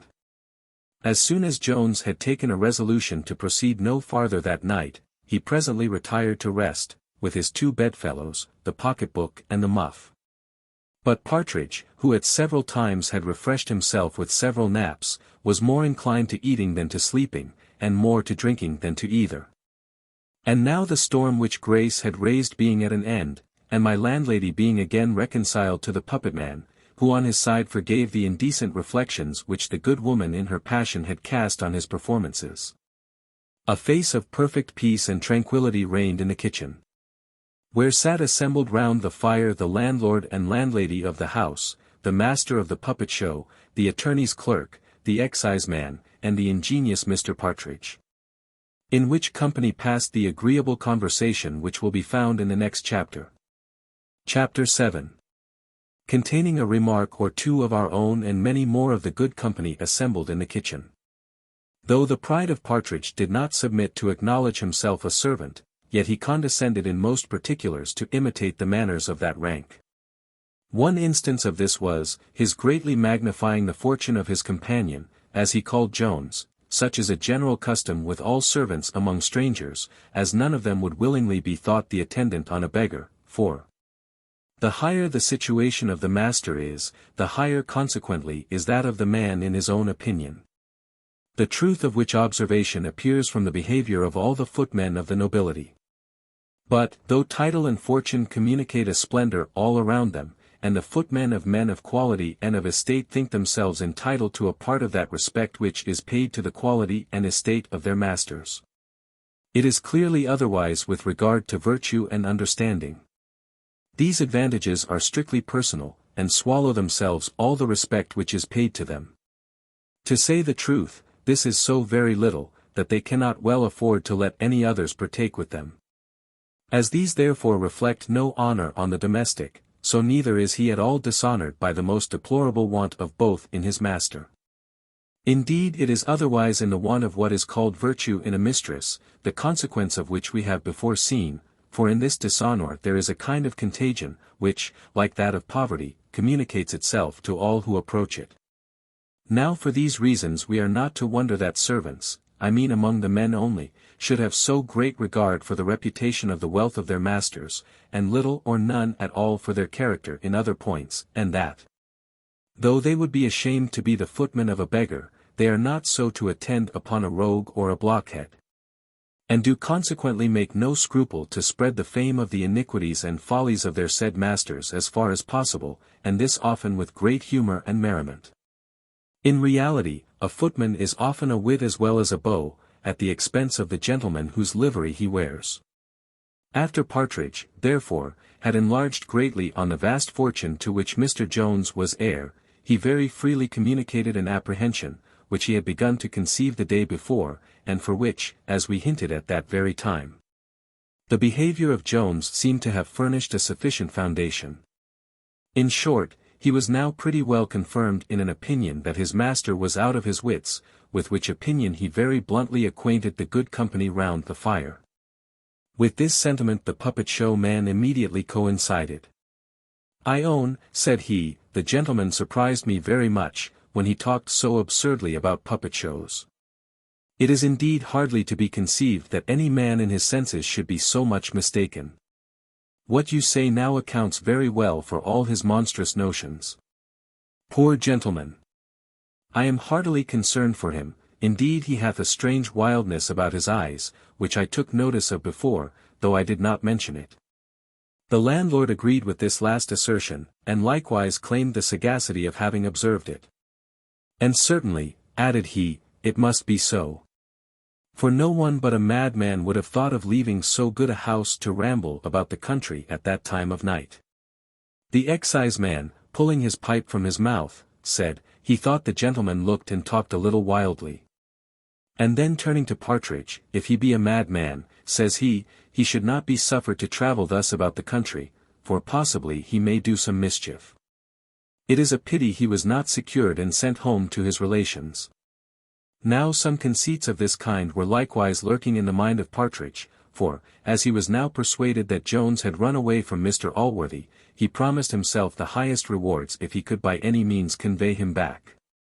But fear of Jones, of whose fierceness and strength he had seen, and indeed felt, some instances, had however represented any such scheme as impossible to be executed, and had discouraged him from applying himself to form any regular plan for the purpose.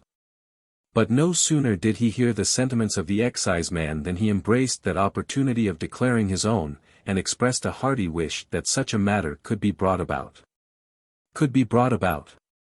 Says the exciseman, why, there is nothing easier. Ah! Sir, answered Partridge, you don't know what a devil of a fellow he is.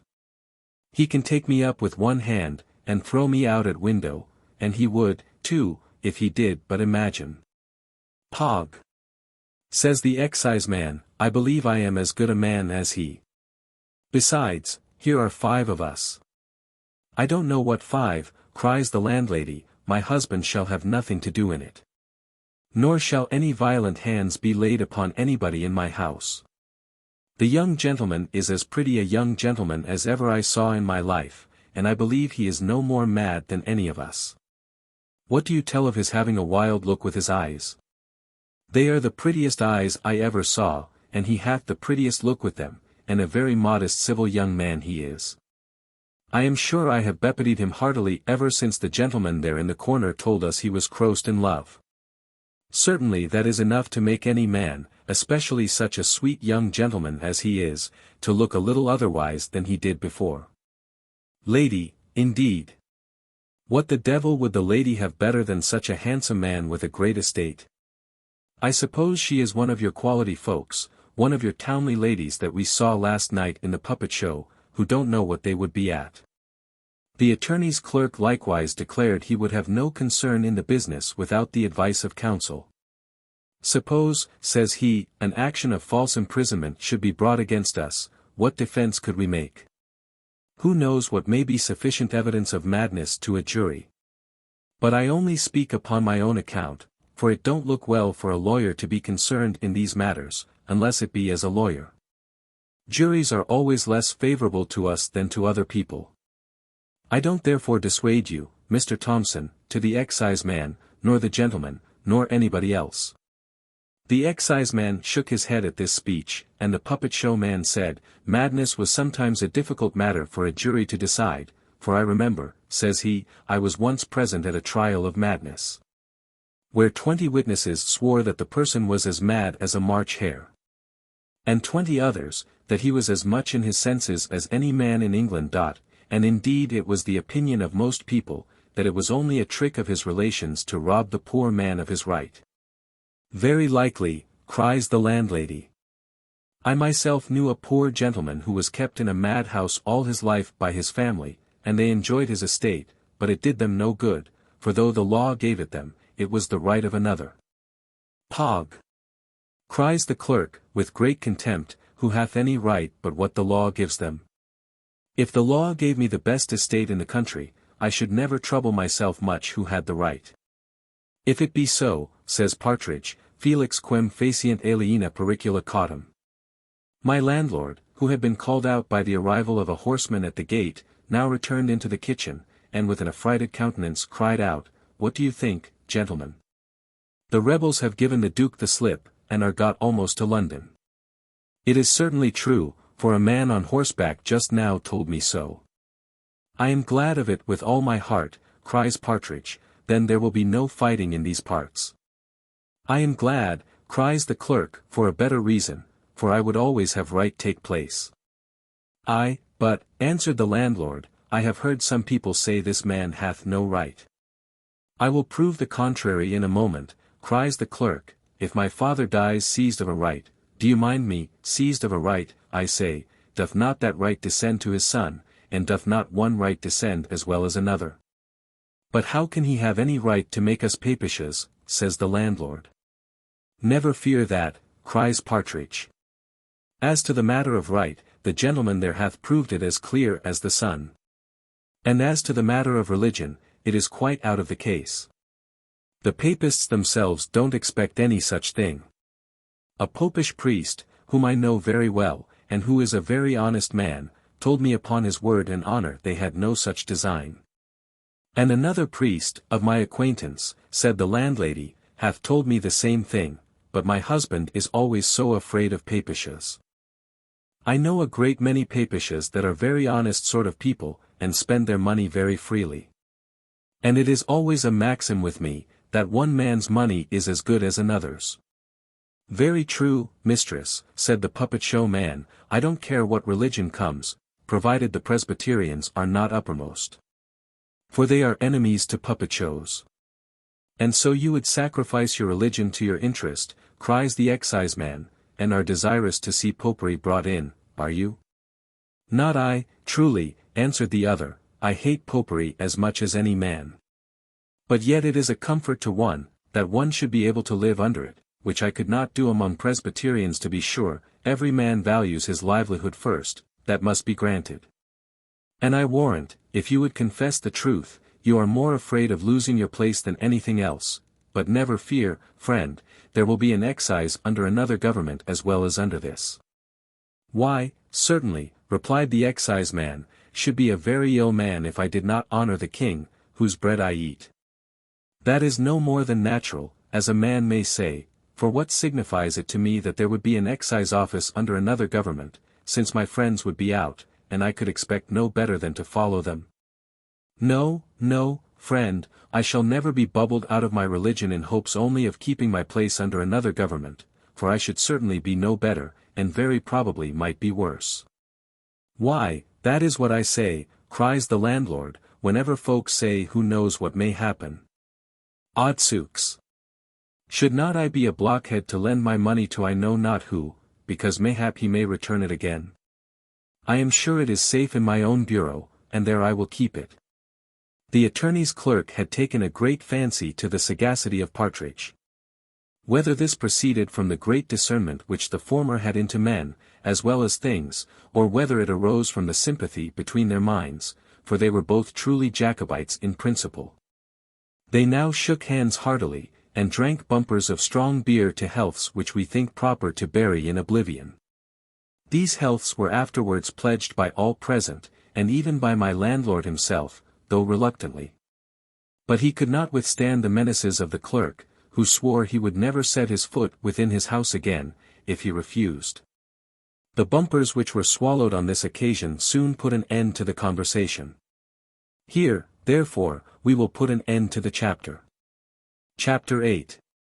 In which Fortune seems to have been in a better humour with Jones than we have hitherto seen her.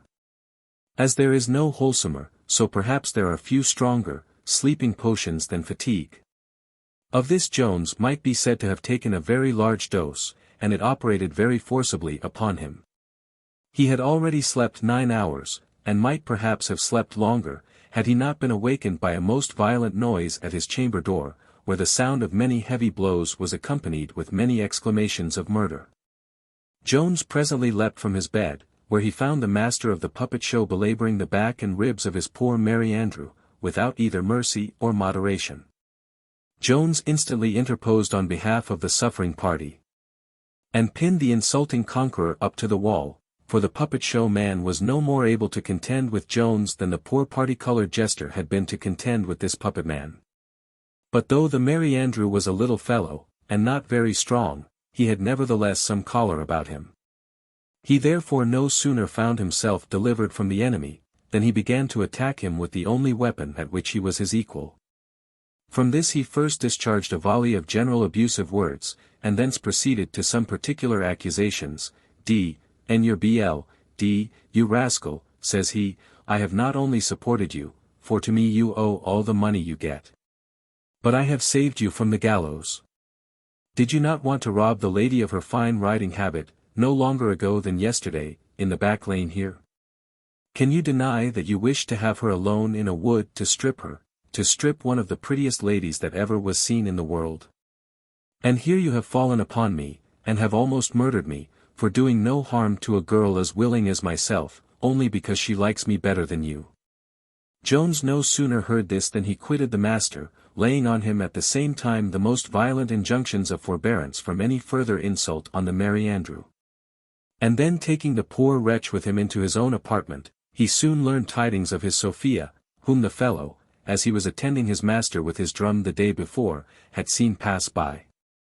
He easily prevailed with the lad to show him the exact place, and then having summoned Partridge, he departed with the utmost expedition.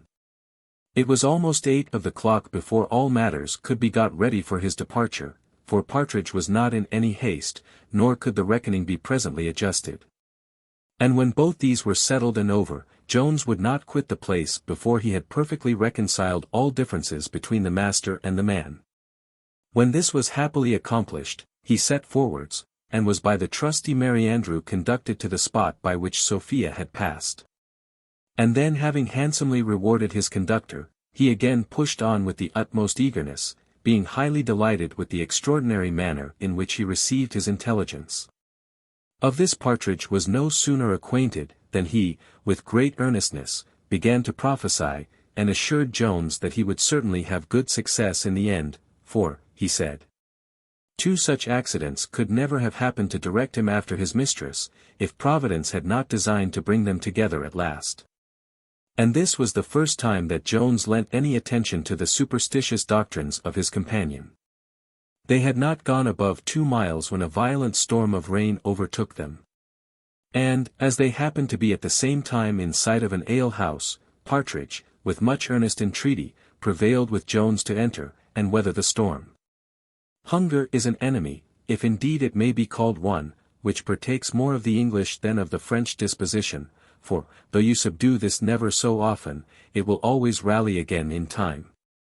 And so it did with Partridge, who was no sooner arrived within the kitchen, than he began to ask the same questions which he had asked the night before.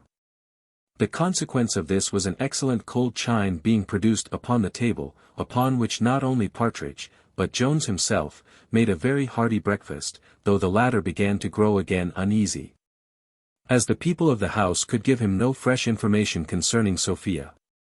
Their meal being over, Jones was again preparing to sally, notwithstanding the violence of the storm still continued, but Partridge begged heartily for another mug. And at last casting his eyes on a lad at the fire, who had entered into the kitchen, and who at that instant was looking as earnestly at him, he turned suddenly to Jones, and cried, "Master, give me your hand. A single mug shan't serve the turn this bout. Why, here's more news of Madam Sophia come to town. The boy there standing by the fire is the very lad that rode before her. I can swear to my own plaister on his face." "Heavens bless you, sir," cries the boy, "it is your own plaister sure enough. I shall have always reason to remember your goodness, for it hath almost cured me." At these words Jones started from his chair, and, bidding the boy follow him immediately, departed from the kitchen into a private apartment. For, so delicate was he with regard to Sophia, that he never willingly mentioned her name in the presence of many people. And, though he had, as it were, from the overflowings of his heart, given Sophia as a toast among the officers, where he thought it was impossible she should be known, yet, even there, the reader may remember how difficultly he was prevailed upon to mention her surname.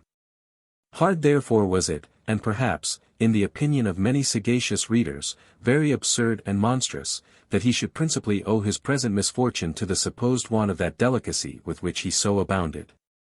For, in reality, Sophia was much more offended at the freedoms which she thought, and not without good reason, he had taken with her name and character, than at any freedoms, in which, under his present circumstances, he had indulged himself with the person of another woman. And to say truth, I believe honor could never have prevailed on her to leave Upton without her seeing Jones, had it not been for those 2 strong instances of a levity in his behavior, so void of respect, and indeed so highly inconsistent with any degree of love and tenderness in great and delicate minds. But so matters fell out, and so I must relate them, and if any reader is shocked at their appearing unnatural, I cannot help it. I must remind such persons that I am not writing a system, but a history, and I am not obliged to reconcile every matter to the received notions concerning truth and nature. But if this was never so easy to do, perhaps it might be more prudent in me to avoid it.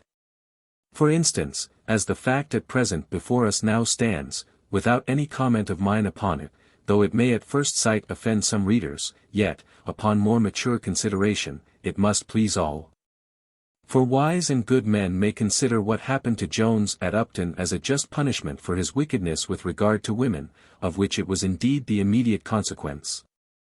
And silly and bad persons may comfort themselves in their vices by flattering their own hearts that the characters of men are rather owing to accident than to virtue. Now, perhaps the reflections which we should be here inclined to draw would alike contradict both these conclusions, and would show that these incidents contribute only to confirm the great, useful, and uncommon doctrine, which it is the purpose of this whole work to inculcate, and which we must not fill up our pages by frequently repeating, as an ordinary parson fills his sermon by repeating his text at the end of every paragraph.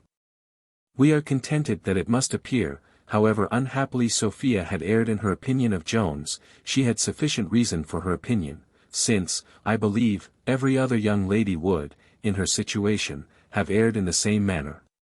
Nay, had she followed her lover at this very time, and had entered this very alehouse the moment he was departed from it, she would have found the landlord as well acquainted with her name and person as the wench at Upton had appeared to be. For while Jones was examining his boy in whispers in an inner room, Partridge, who had no such delicacy in his disposition, was in the kitchen very openly catechizing the other guide who had attended Mrs. Fitzpatrick. By which means the landlord, whose ears were open on all such occasions, became perfectly well acquainted with the tumble of Sophia from her horse, and with the mistake concerning Jenny Cameron, with the many consequences of the punch, and, in short, with almost everything which had happened at the inn whence we dispatched our ladies in a coach and six when we last took our leaves of them. Chapter IX. Containing little more than a few odd observations. Jones had been absent a full half-hour, when he returned into the kitchen in a hurry, desiring the landlord to let him know that instant what was to pay. And now the concern which Partridge felt at being obliged to quit the warm chimney-corner, and a cup of excellent liquor, was somewhat compensated by hearing that he was to proceed no farther on foot, for Jones, by golden arguments, had prevailed with the boy to attend him back to the inn whither he had before conducted Sophia. But to this however the lad consented, upon condition that the other guide would wait for him at the alehouse. Because, as the landlord at Upton was an intimate acquaintance of the landlord at Gloucester, it might some time or other come to the ears of the latter that his horses had been let to more than one person. And so the boy might be brought to account for money which he wisely intended to put in his own pocket. We were obliged to mention this circumstance, trifling as it may seem, since it retarded Mr. Jones a considerable time in his setting out. For the honesty of this latter boy was somewhat high, that is, somewhat high-priced, and would indeed have cost Jones very dear, had not Partridge, who, as we have said, was a very cunning fellow, artfully thrown in half a crown to be spent at that very alehouse, while the boy was waiting for his companion. This half-crown the landlord no sooner got scent of, than he opened after it with such vehement and persuasive outcry, that the boy was soon overcome, and consented to take half a crown more for his stay. Here we cannot help observing, that as there is so much of policy in the lowest life, great men often overvalue themselves on those refinements in imposture, in which they are frequently excelled by some of the lowest of the human species. The horses being now produced, Jones directly leapt into the side saddle, on which his dear Sophia had rid. The lad, indeed, very civilly offered him the use of his, but he chose the side saddle, probably because it was softer. Partridge, however, though full as effeminate as Jones, could not bear the thoughts of degrading his manhood. He therefore accepted the boy's offer, and now, Jones being mounted on the side saddle of his Sophia, the boy on that of Mrs. Honor, and Partridge bestriding the third horse, they set forwards on their journey. And within 4 hours arrived at the inn where the reader hath already spent so much time. Partridge was in very high spirits during the whole way, and often mentioned to Jones the many good omens of his future success which had lately befriended him. and which the reader, without being the least superstitious, must allow to have been particularly fortunate. Partridge was moreover better pleased with the present pursuit of his companion than he had been with his pursuit of glory. And from these very omens, which assured the pedagogue of success, he likewise first acquired a clear idea of the amour between Jones and Sophia, to which he had before given very little attention, as he had originally taken a wrong scent concerning the reasons of Jones's departure. And as to what happened at Upton, he was too much frightened just before and after his leaving that place to draw any other conclusions from thence than that poor Jones was a downright madman, a conceit which was not at all disagreeable to the opinion he before had of his extraordinary wildness, of which, he thought, his behaviour on their quitting Gloucester so well justified all the accounts he had formerly received. He was now, however, pretty well satisfied with his present expedition, and henceforth began to conceive much worthier sentiments of his friend's understanding. The clock had just struck 3 when they arrived, and Jones immediately bespoke post-horses, but unluckily there was not a horse to be procured in the whole place, which the reader will not wonder at when he considers the hurry in which the whole nation, and especially this part of it, was at this time engaged, when expresses were passing and repassing every hour of the day and night. Jones endeavoured all he could to prevail with his former guide to escort him to Coventry, but he was inexorable. While he was arguing with the boy in the inn-yard, a person came up to him, and saluting him by his name, inquired how all the good family did in Somersetshire. And now Jones, casting his eyes upon this person, presently discovered him to be Mr. Dowling, the lawyer, with whom he had dined at Gloucester, and with much courtesy returned the salutation. Dowling very earnestly pressed Mr. Jones to go no further that night, and backed his solicitations with many unanswerable arguments, such as, that it was almost dark, that the roads were very dirty, and that he would be able to travel much better by daylight, with many others equally good, some of which Jones had probably suggested to himself before.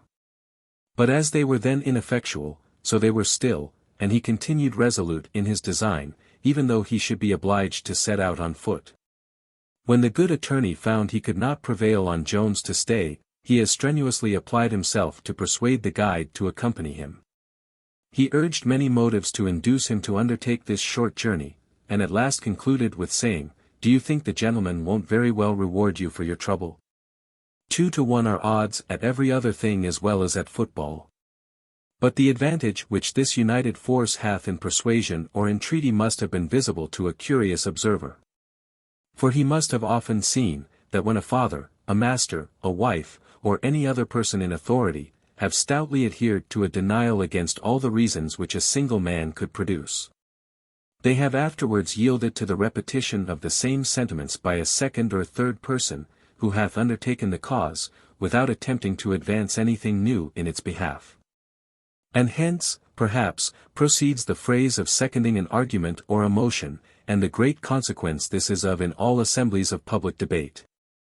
Hence, likewise, probably it is, that in our courts of law we often hear a learned gentleman, generally a sergeant, repeating for an hour together what another learned gentleman, who spoke just before him, had been saying.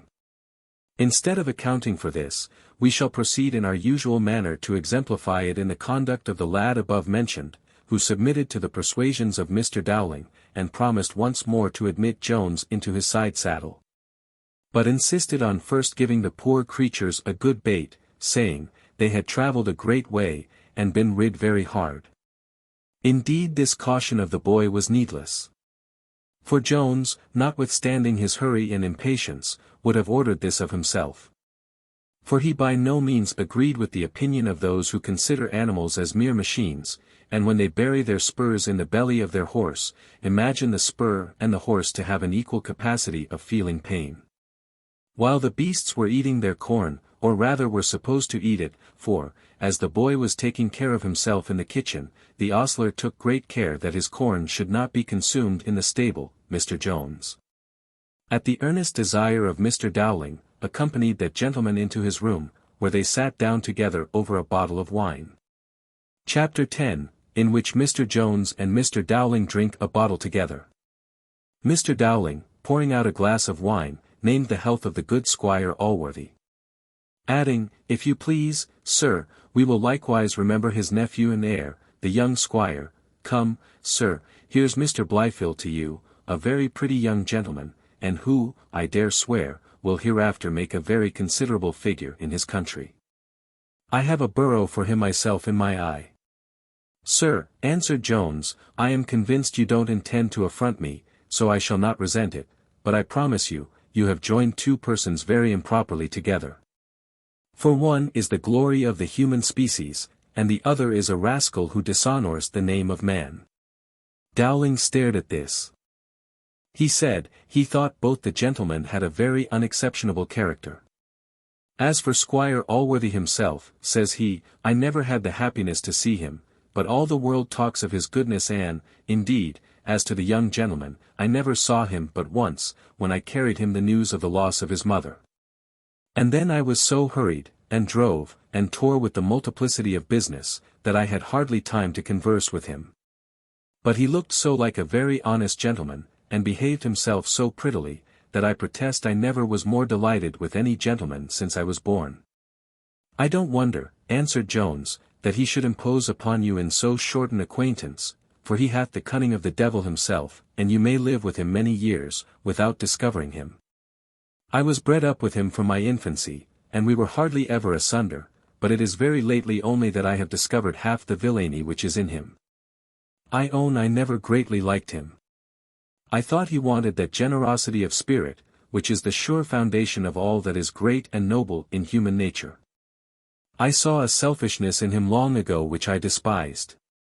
But it is lately, very lately, that I have found him capable of the basest and blackest designs. For, indeed, I have at last found out, that he hath taken an advantage of the openness of my own temper, and hath concerted the deepest project, by a long train of wicked artifice, to work my ruin, which at last he hath effected. I, cries Dowling, I protest, then, it is a pity such a person should inherit the great estate of your uncle Allworthy. Alas, sir, cries Jones, you do me an honour to which I have no title. It is true, indeed, his goodness once allowed me the liberty of calling him by a much nearer name, but as this was only a voluntary act of goodness, I can complain of no injustice when he thinks proper to deprive me of this honour. Since the loss cannot be more unmerited than the gift originally was. I assure you, sir, I am no relation of Mr. Allworthy. And if the world, who are incapable of setting a true value on his virtue, should think, in his behaviour to me, he hath dealt hardly by a relation, they do an injustice to the best of men, but I ask your pardon. I shall trouble you with no particulars relating to myself. Only as you seem to think me a relation of Mr. Allworthy, I thought proper to set you right in a matter that might draw some censures upon him, which I promise you I would rather lose my life than give occasion to. I protest, sir, cried Dowling, you talk very much like a man of honour, but instead of giving me any trouble, I protest it would give me great pleasure to know how you came to be thought a relation of Mr. Allworthy's, if you are not. Your horses won't be ready this half hour, and as you have sufficient opportunity, I wish you would tell me how all that happened, for I protest it seems very surprising that you should pass for a relation of a gentleman, without being so. Jones, who in the compliance of his disposition, though not in his prudence, a little resembled his lovely Sophia, was easily prevailed on to satisfy Mr. Dowling's curiosity, by relating the history of his birth and education, which he did. Like Othello. Even from his boyish years. To th very moment he was bad to tell. The which to hear, Dowling, like Desdemona, did seriously incline. He swore 'twas strange, 'twas passing strange. 'Twas pitiful, 'twas wondrous pitiful. Mr. Dowling was indeed very greatly affected with this relation, for he had not divested himself of humanity by being an attorney. Indeed, nothing is more unjust than to carry our prejudices against a profession into private life, and to borrow our idea of a man from our opinion of his calling. Habit, it is true, lessens the horror of those actions which the profession makes necessary, and consequently habitual, but in all other instances, nature works in men of all professions alike. Nay, perhaps, even more strongly with those who give her, as it were, a holiday, when they are following their ordinary business. A butcher, I make no doubt, would feel compunction at the slaughter of a fine horse. And though a surgeon can feel no pain in cutting off a limb, I have known him compassionate a man in a fit of the gout. The common hangman, who hath stretched the necks of hundreds, is known to have trembled at his first operation on a head, and the very professors of human bloodshedding, who, in their trade of war, butcher thousands. Not only of their fellow professors, but often of women and children, without remorse. Even these, I say, in times of peace, when drums and trumpets are laid aside, often lay aside all their ferocity, and become very gentle members of civil society. In the same manner an attorney may feel all the miseries and distresses of his fellow creatures, provided he happens not to be concerned against them. Jones, as the reader knows, was yet unacquainted with the very black colours in which he had been represented to Mr. Allworthy, and as to other matters, he did not shew them in the most disadvantageous light. For though he was unwilling to cast any blame on his former friend and patron, yet he was not very desirous of heaping too much upon himself. Dowling therefore observed, and not without reason, that very ill offices must have been done him by somebody, for certainly, cries he, the squire would never have disinherited you only for a few faults, which any young gentleman might have committed. Indeed, I cannot properly say disinherited, for to be sure by law you cannot claim as heir. That's certain, that nobody need go to counsel for. Yet when a gentleman had in a manner adopted you thus as his own son, you might reasonably have expected some very considerable part, if not the whole. Nay, if you had expected the whole, I should not have blamed you, for certainly all men are forgetting as much as they can, and they are not to be blamed on that account. Indeed you wrong me, said Jones. I should have been contented with very little. I never had any view upon Mr. Allworthy's fortune, nay, I believe I may truly say, I never once considered what he could or might give me. This I solemnly declare, if he had done a prejudice to his nephew in my favour, I would have undone it again. I had rather enjoy my own mind than the fortune of another man. What is the poor pride arising from a magnificent house, a numerous equipage, a splendid table, and from all the other advantages or appearances of fortune, compared to the warm, solid content, the swelling satisfaction, the thrilling transports, and the exulting triumphs, which a good mind enjoys, in the contemplation of a generous, virtuous, noble, benevolent action? I envy not Blifil in the prospect of his wealth, nor shall I envy him in the possession of it. I would not think myself a rascal half an hour, to exchange situations. I believe, indeed, Mr. Blifil suspected me of the views you mention. And I suppose these suspicions, as they arose from the baseness of his own heart, so they occasioned his baseness to me. But, I thank heaven, I know, I feel my innocence, my friend, and I would not part with that feeling for the world. For as long as I know I have never done, nor even designed, an injury to any being whatever. Pone me pigris ubi nulla campis. Arbor estiva recreatur ora. Quat latus mundi nebulae, mollusc. Jupiter urgit. Pone sub cura nimium propinci. Solis in terra dominibus negata. Dulce ridentem lalagin amabo. Dulce locentum. Asterisk. Asterisk, place me where never summer breeze unbinds the glebe, or warms the trees. Where ever lowering clouds appear. And angry Jove deforms inclement year. Place me beneath the burning ray. Where rolls the rapid car of day. Love and the nymph shall charm my toils. The nymph who sweetly speaks, and sweetly smiles. Mr. Francis. He then filled a bumper of wine, and drunk it off to the health of his dear Lalage, and, filling Dowling's glass likewise up to the brim, insisted on his pledging him. Why, then, here's Miss Lalage's health with all my heart, cries Dowling. I have heard her toasted often, I protest, though I never saw her, but they say she's extremely handsome. Though the Latin was not the only part of this speech which Dowling did not perfectly understand. Yet there was somewhat in it that made a very strong impression upon him. And though he endeavored by winking, nodding, sneering, and grinning, to hide the impression from Jones, for we are as often ashamed of thinking right as of thinking wrong. It is certain he secretly approved as much of his sentiments as he understood, and really felt a very strong impulse of compassion for him. But we may possibly take some other opportunity of commenting upon this, especially if we should happen to meet Mr. Dowling any more in the course of our history. At present we are obliged to take our leave of that gentleman a little abruptly, in imitation of Mr. Jones, who was no sooner informed, by Partridge, that his horses were ready, than he deposited his reckoning, wished his companion a good night, mounted, and set forward towards Coventry, though the night was dark, and it just then began to rain very hard. Chapter 11. The disasters which befell Jones on his departure for Coventry, with the sage remarks of Partridge. No road can be plainer than that from the place where they now were to Coventry. And though neither Jones, nor Partridge, nor the guide, had ever travelled it before, it would have been almost impossible to have missed their way, had it not been for the two reasons mentioned in the conclusion of the last chapter. These two circumstances, however, happening both unfortunately to intervene, our travellers deviated into a much less frequented track.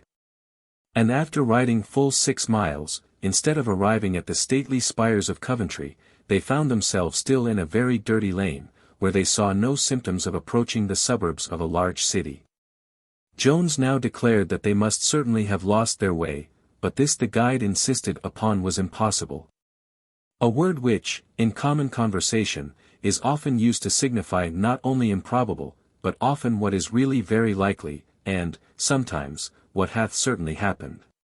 An hyperbolical violence like that which is so frequently offered to the words infinite and eternal, by the former of which it is usual to express a distance of half a yard, and by the latter, a duration of 5 minutes. And thus it is as usual to assert the impossibility of losing what is already actually lost. This was, in fact, the case at present.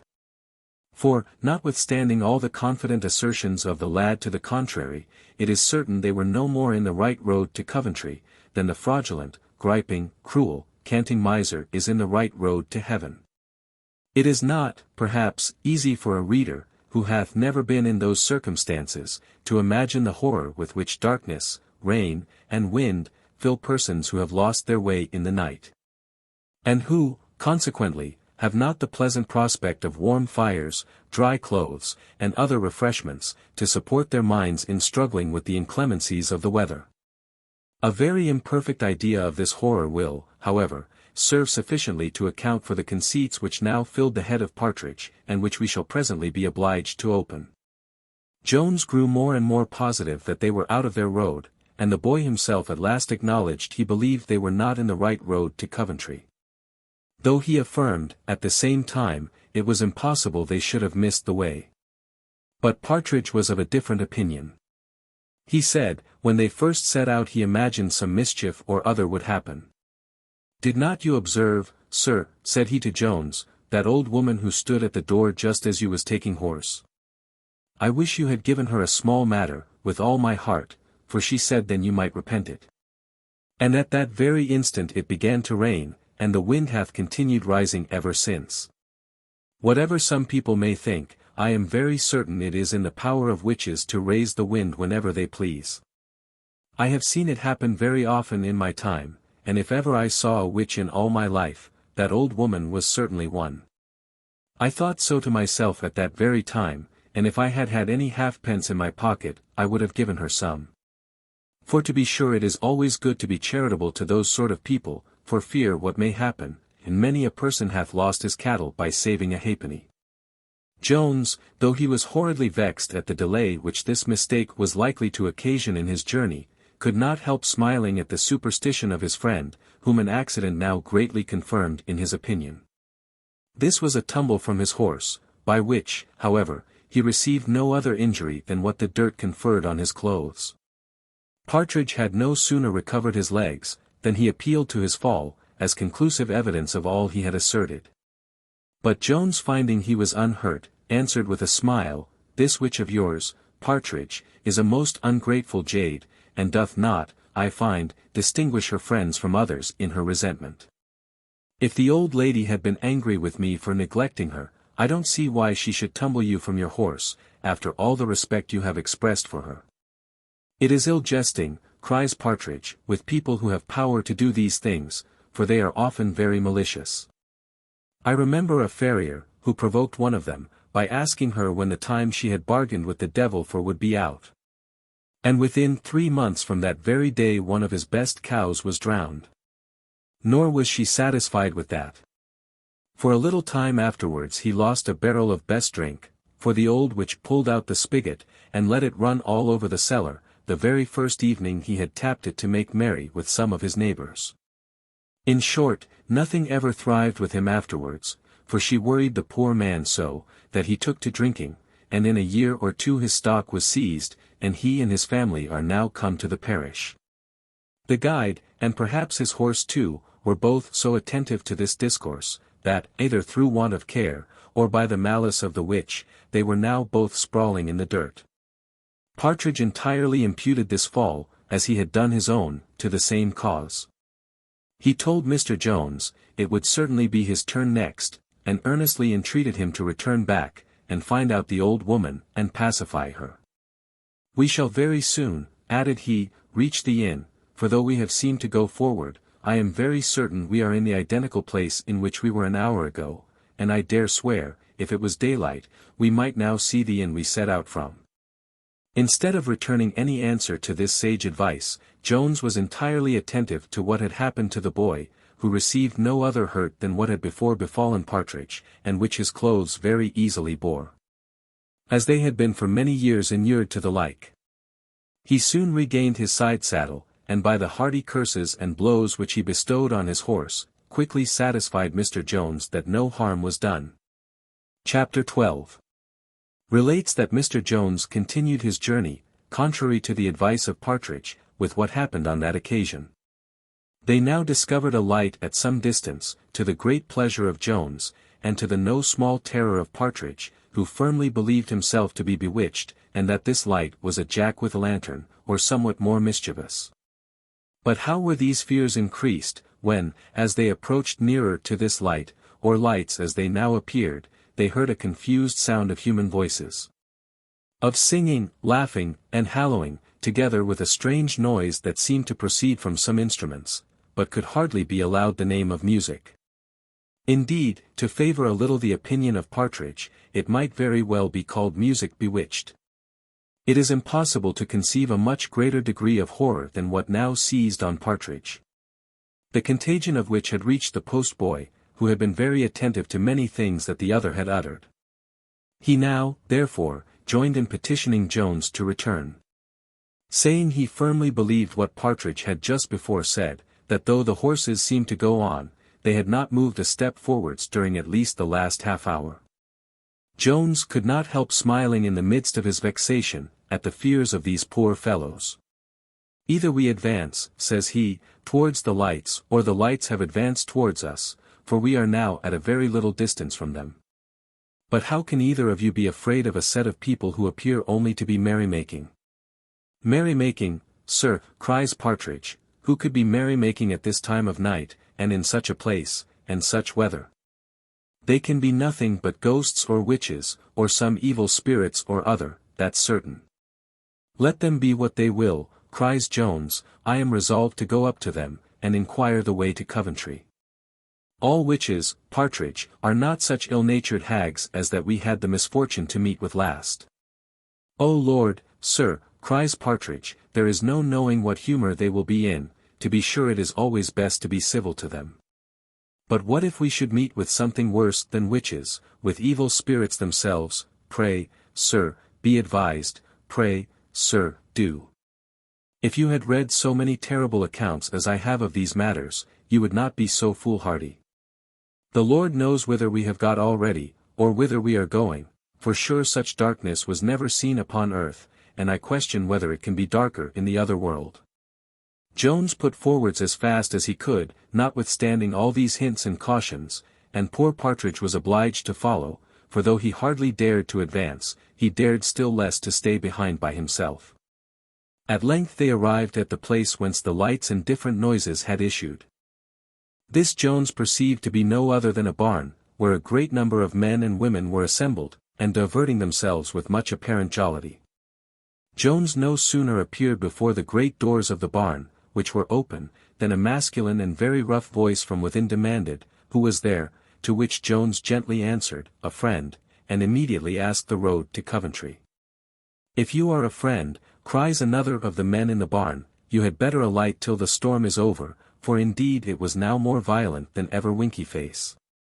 You are very welcome to put up your horse, for there is sufficient room for him at the end of the barn. You are very obliging, returned Jones, and I will accept your offer for a few minutes, whilst the rain continues, and here are two more who will be glad of the same favour. This was accorded with more goodwill than it was accepted, for Partridge would rather have submitted to the utmost inclemency of the weather than have trusted to the clemency of those whom he took for hobgoblins. And the poor post-boy was now infected with the same apprehensions, but they were both obliged to follow the example of Jones, the one because he durst not leave his horse, and the other because he feared nothing so much as being left by himself. Had this history been writ in the days of superstition, I should have had too much compassion for the reader to have left him so long in suspense, whether Beelzebub or Satan was about actually to appear in person, with all his hellish retinue. But as these doctrines are at present very unfortunate, and have but few, if any believers, I have not been much aware of conveying any such terrors. To say truth, the whole furniture of the infernal regions hath long been appropriated by the managers of playhouses, who seem lately to have laid them by as rubbish, capable only of affecting the upper gallery. A place in which few of our readers ever sit. However, though we do not suspect raising any great terror on this occasion, we have reason to fear some other apprehensions may here arise in our reader, into which we would not willingly betray him. I mean that we are going to take a voyage into fairyland, and introduce a set of beings into our history, which scarce anyone was ever childish enough to believe. Though many have been foolish enough to spend their time in writing and reading their adventures. To prevent, therefore, any such suspicions, so prejudicial to the credit of an historian, who professes to draw his materials from nature only, we shall now proceed to acquaint the reader who these people were, whose sudden appearance had struck such terrors into Partridge, had more than half frightened the post-boy, and had a little surprised even Mr. Jones himself. The people then assembled in this barn were no other than a company of Egyptians, or, as they are vulgarly called, gypsies, and they were now celebrating the wedding of one of their society. It is impossible to conceive a happier set of people than appeared here to be met together. The utmost mirth, indeed, shewed itself in every countenance, nor was their ball totally void of all order and decorum. Perhaps it had more than a country assembly is sometimes conducted with, for these people are subject to a formal government and laws of their own, and all pay obedience to one great magistrate, whom they call their king. Greater plenty, likewise, was nowhere to be seen than what flourished in this barn. Here was indeed no nicety nor elegance, nor did the keen appetite of the guests require any. Here was good store of bacon, fowls, and mutton, to which every one present provided better sauce himself than the best and dearest French cook can prepare. Aeneas is not described under more consternation in the temple of Juno. Dum stupet obtutuc haeret defixus in uno. Then was our hero at what he saw in this barn. While he was looking everywhere round him with astonishment, a venerable person approached him with many friendly salutations, rather of too hearty a kind to be called courtly. This was no other than the king of the gypsies himself. He was very little distinguished in dress from his subjects, nor had he any regalia of majesty to support his dignity. And yet there seemed, as Mr. Jones said, to be somewhat in his air which denoted authority, and inspired the beholders with an idea of awe and respect, though all this was perhaps imaginary in Jones. And the truth may be, that such ideas are incident to power, and almost inseparable from it. There was somewhat in the open countenance and courteous behavior of Jones which, being accompanied with much comeliness of person, greatly recommended him at first sight to every beholder. These were, perhaps, a little heightened in the present instance, by that profound respect which he paid to the king of the gypsies, the moment he was acquainted with his dignity, and which was the sweeter to his gypsian majesty, as he was not used to receive such homage from any but his own subjects. The king ordered a table to be spread with the choicest of their provisions for his accommodation. And, having placed himself at his right hand, his Majesty began to discourse with our hero in the following manner. Me doubt not, sir, but you have often seen some of my people, who are what you call de parties dat ache, for they go about everywhere. But me fancy you imagine not we be so considerable body as we be, and maybe you will be surprised more when you hear de gypsy be as orderly and well-governed people as any upon face of de earth. Me have honor, as me say, to be their king, and no monarch can do boast of more dutiful subject, any no more affectionate. How far me deserve their goodwill, me no say, but this me can say, that me never design anything but to do them good.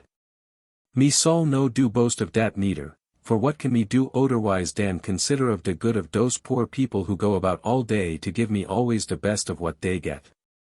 They love and honor me therefore, because me do love and take care of them. Dat is all, me know no other reason. About a 2 sand or 2 sand year ago, me cannot tell to a year or two, as can neither write nor read, there was a great what you call, evolution among the gypsy, for dear was the Lord Gypsy in those days. And this Lord did quarrel vid one another about the place, but the king of the gypsy did demolish them all, and made all his subject equal vid each other, and since that time they have agreed very well. For they no think of being king, and maybe it be better for them as they be, for me assure you it be ver troublesome thing to be king, and always to do justice. Me have often wished to be the private gypsy when me have been forced to punish my dear friend and relation, for though we never put to death, our punishments be ver severe. They make the gypsy ashamed of themselves, and that be ver terrible punishment. Me have scarce ever known the gypsy so punished do harm any more. The king then proceeded to express some wonder that there was no such punishment as shame in other governments. Upon which Jones assured him to the contrary. For that there were many crimes for which shame was inflicted by the English laws, and that it was indeed one consequence of all punishment. Dat be ver strange, said the king. For me know and hears good deal of your people, though me no live among them, and me have often hear dat sham is the consequence and because too of many of your rewards. Are your rewards and punishments then the same thing? While his Majesty was thus discoursing with Jones, a sudden uproar arose in the barn, and as it seems upon this occasion, the courtesy of these people had by degrees removed all the apprehensions of Partridge. And he was prevailed upon not only to stuff himself with their food, but to taste some of their liquors, which by degrees entirely expelled all fear from his composition, and in its stead introduced much more agreeable sensations. A young female gypsy, more remarkable for her wit than her beauty, had decoyed the honest fellow aside, pretending to tell his fortune. Now, when they were alone together in a remote part of the barn, whether it proceeded from the strong liquor, which is never so apt to inflame inordinate desire as after moderate fatigue, or whether the fair gypsy herself threw aside the delicacy and decency of her sex, and tempted the youth Partridge with express solicitations. But they were discovered in a very improper manner by the husband of the gypsy, who, from jealousy it seems, had kept a watchful eye over his wife, and had dogged her to the place, where he found her in the arms of her gallant. To the great confusion of Jones, Partridge was now hurried before the king, who heard the accusation, and likewise the culprit's defence, which was indeed very trifling. For the poor fellow was confounded by the plain evidence which appeared against him, and had very little to say for himself. His Majesty, then turning towards Jones, said, Sir, you have here what they say. What punishment do you think your man deserve? Jones answered, he was sorry for what had happened, and that Partridge should make the husband all the amends in his power. He said, he had very little money about him at that time. And, putting his hand into his pocket, offered the fellow a guinea. To which he immediately answered, he hoped his honor would not think of giving him less than 5. This sum, after some altercation, was reduced to 2. And Jones, having stipulated for the full forgiveness of both Partridge and the wife, was going to pay the money, when his Majesty, restraining his hand, turned to the witness and asked him, at what time he had discovered the criminals. To which he answered, that he had been desired by the husband to watch the motions of his wife from her first speaking to the stranger, and that he had never lost sight of her afterwards till the crime had been committed. The king then asked, if the husband was with him all that time in his lurking place? To which he answered in the affirmative. His Egyptian Majesty then addressed himself to the husband as follows: Me be sorry to see any gypsy dat have no more honor dan to sell the honor of his wife for money.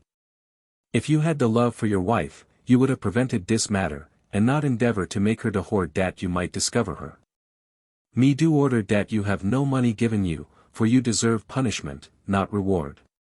Me do order therefore, that you be the infamous gypsy, and do wear pair of horns upon your forehead for 1 month, and that your wife be called the whore, and pointed at all that time, for you be the infamous gypsy, but she be no less the infamous whore. The gypsies immediately proceeded to execute the sentence, and left Jones and Partridge alone with his Majesty. Jones greatly applauded the justice of the sentence, upon which the king, turning to him, said, Me believe you be surprised, for me suppose you have ver bad opinion of my people, me suppose you think us all the thieves. I must confess, sir, said Jones, I have not heard so favorable an account of them as they seem to deserve. Me will tell you, said the king, how the difference is between you and us. My people rob your people, and your people rob one another. Jones afterwards proceeded very gravely to sing forth the happiness of those subjects who live under such a magistrate. Indeed their happiness appears to have been so complete, that we are aware lest some advocate for arbitrary power should hereafter quote the case of those people, as an instance of the great advantages which attend that government above all others. And here we will make a concession, which would not perhaps have been expected from us, that no limited form of government is capable of rising to the same degree of perfection, or of producing the same benefits to society, with this.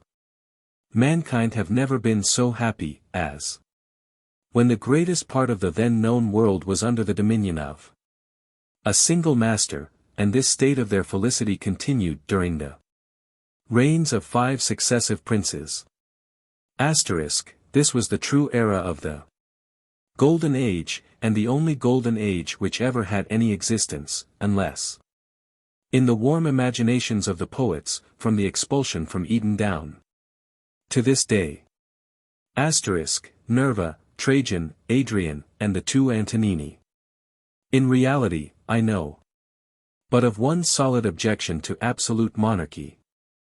The only defect in which excellent constitution seems to be, the difficulty of finding any man adequate to the office of an absolute monarch, for this indispensably requires 3 qualities very difficult, as it appears from history to be found in princely natures: first, a sufficient quantity of moderation in the prince, to be contented with all the power which is possible for him to have. 2. Enough of wisdom to know his own happiness. And 3. Goodness sufficient to support the happiness of others, when not only compatible with, but instrumental to his own. Now if an absolute monarch, with all these great and rare qualifications, should be allowed capable of conferring the greatest good on society, it must be surely granted, on the contrary, that absolute power, vested in the hands of one who is deficient in them all, is likely to be attended with no less a degree of evil. In short, our own religion furnishes us with adequate ideas of the blessing, as well as curse, which may attend absolute power. The pictures of heaven and of hell will place a very lively image of both before our eyes.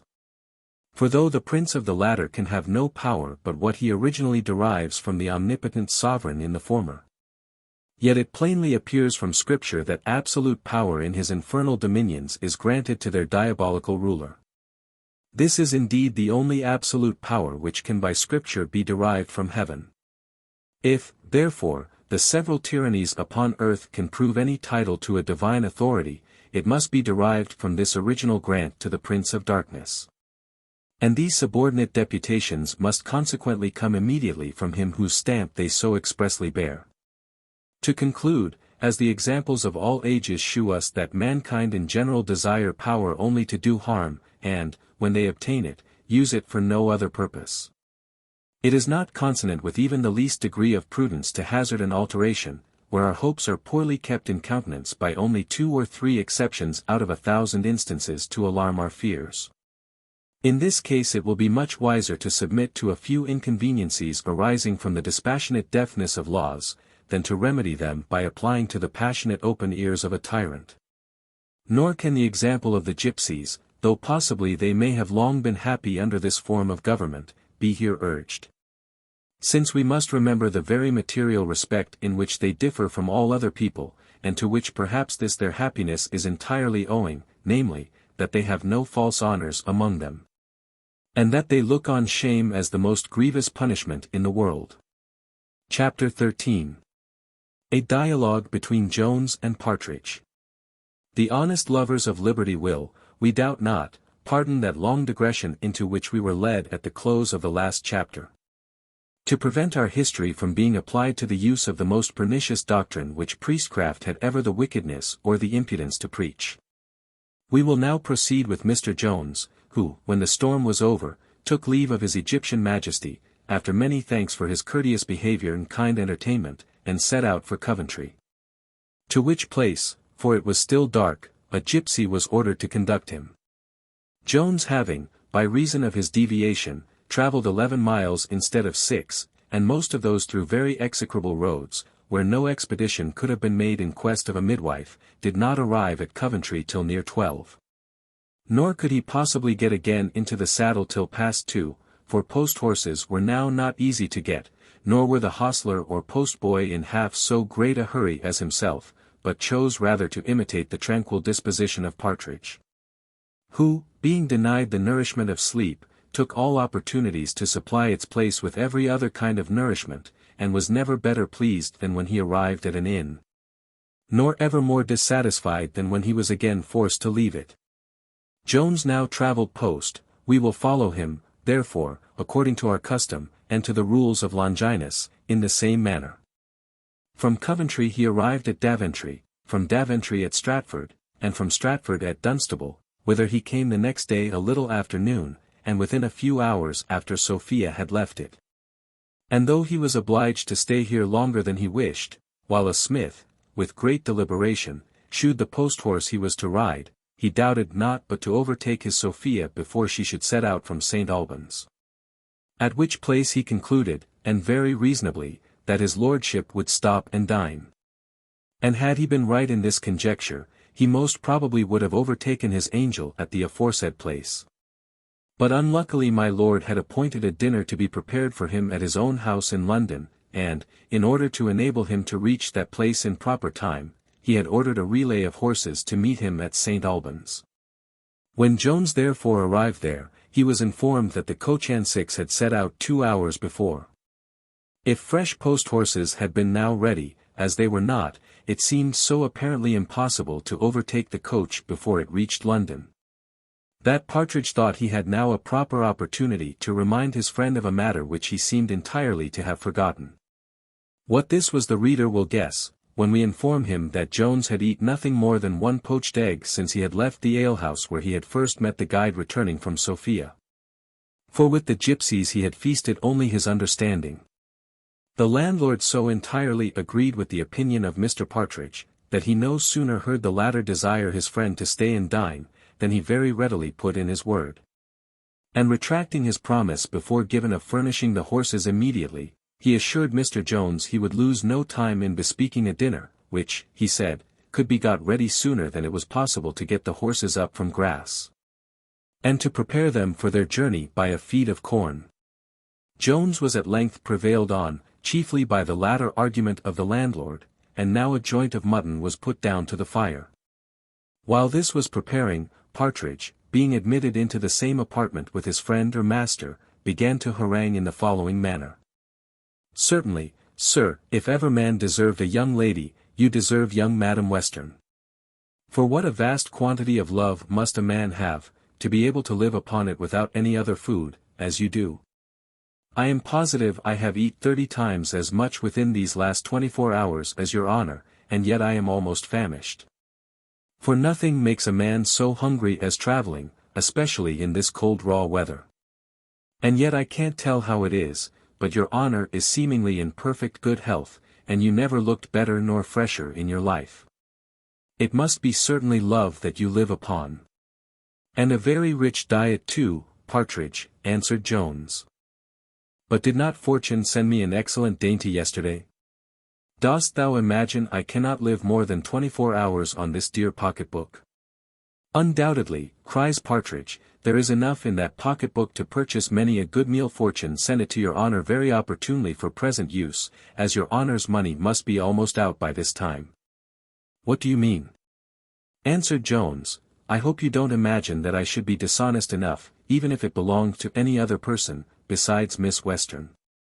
Dishonest, replied Partridge, heaven forbid I should wrong your honour so much. But where's the dishonesty in borrowing a little for present spending, since you will be so well able to pay the lady hereafter? No, indeed, I would have your honour pay it again, as soon as it is convenient, by all means. But where can be the harm in making use of it now you want it? Indeed, if it belonged to a poor body, it would be another thing.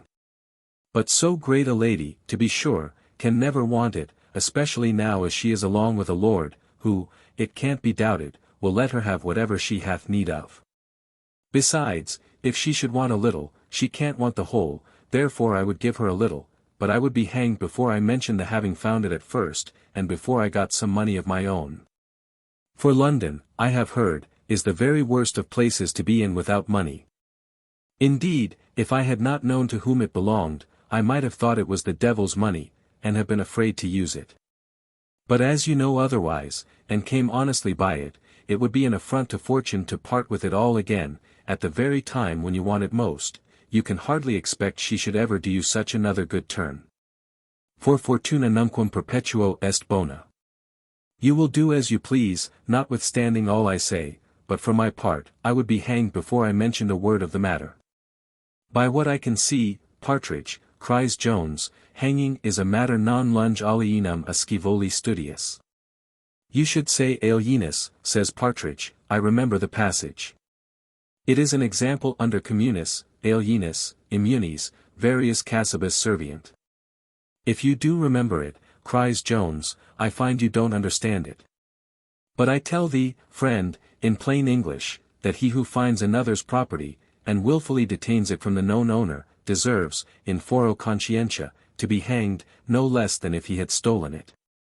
And as for this very identical bill, which is the property of my angel, and was once in her dear possession, I will not deliver it into any hands but her own, upon any consideration whatever, no, though I was as hungry as thou art, and had no other means to satisfy my craving appetite.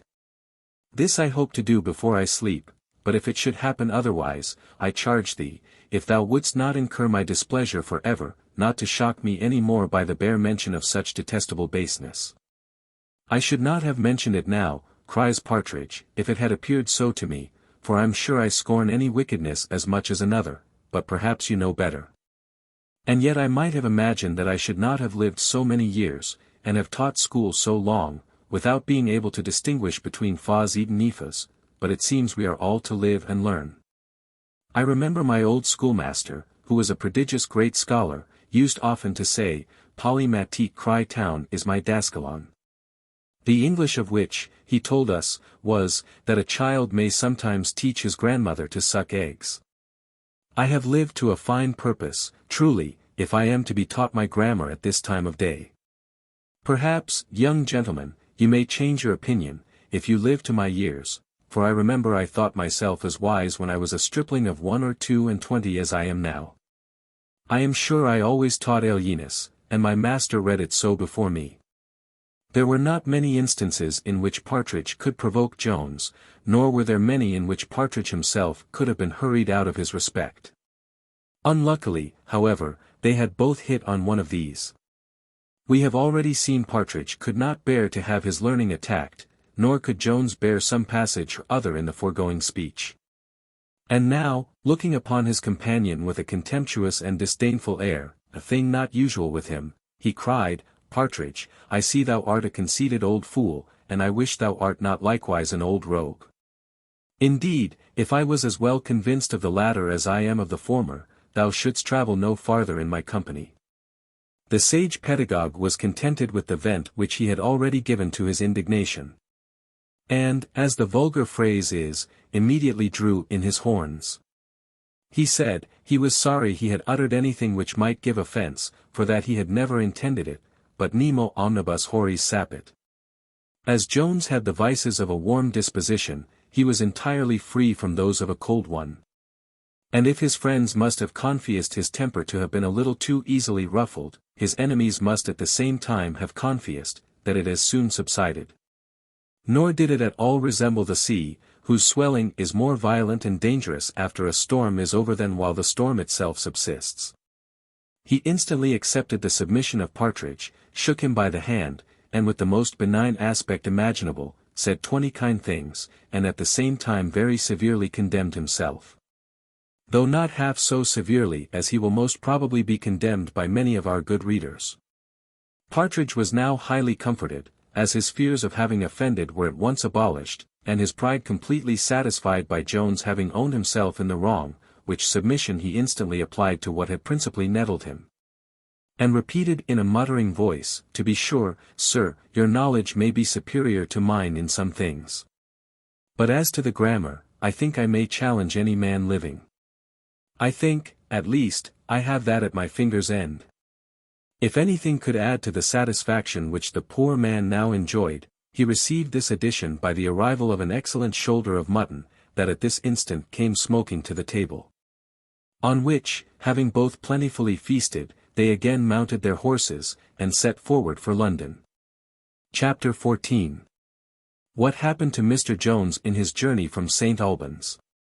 They were got about 2 miles beyond Barnet, and it was now the dusk of the evening, when a genteel-looking man, but upon a very shabby horse, rode up to Jones, and asked him whether he was going to London.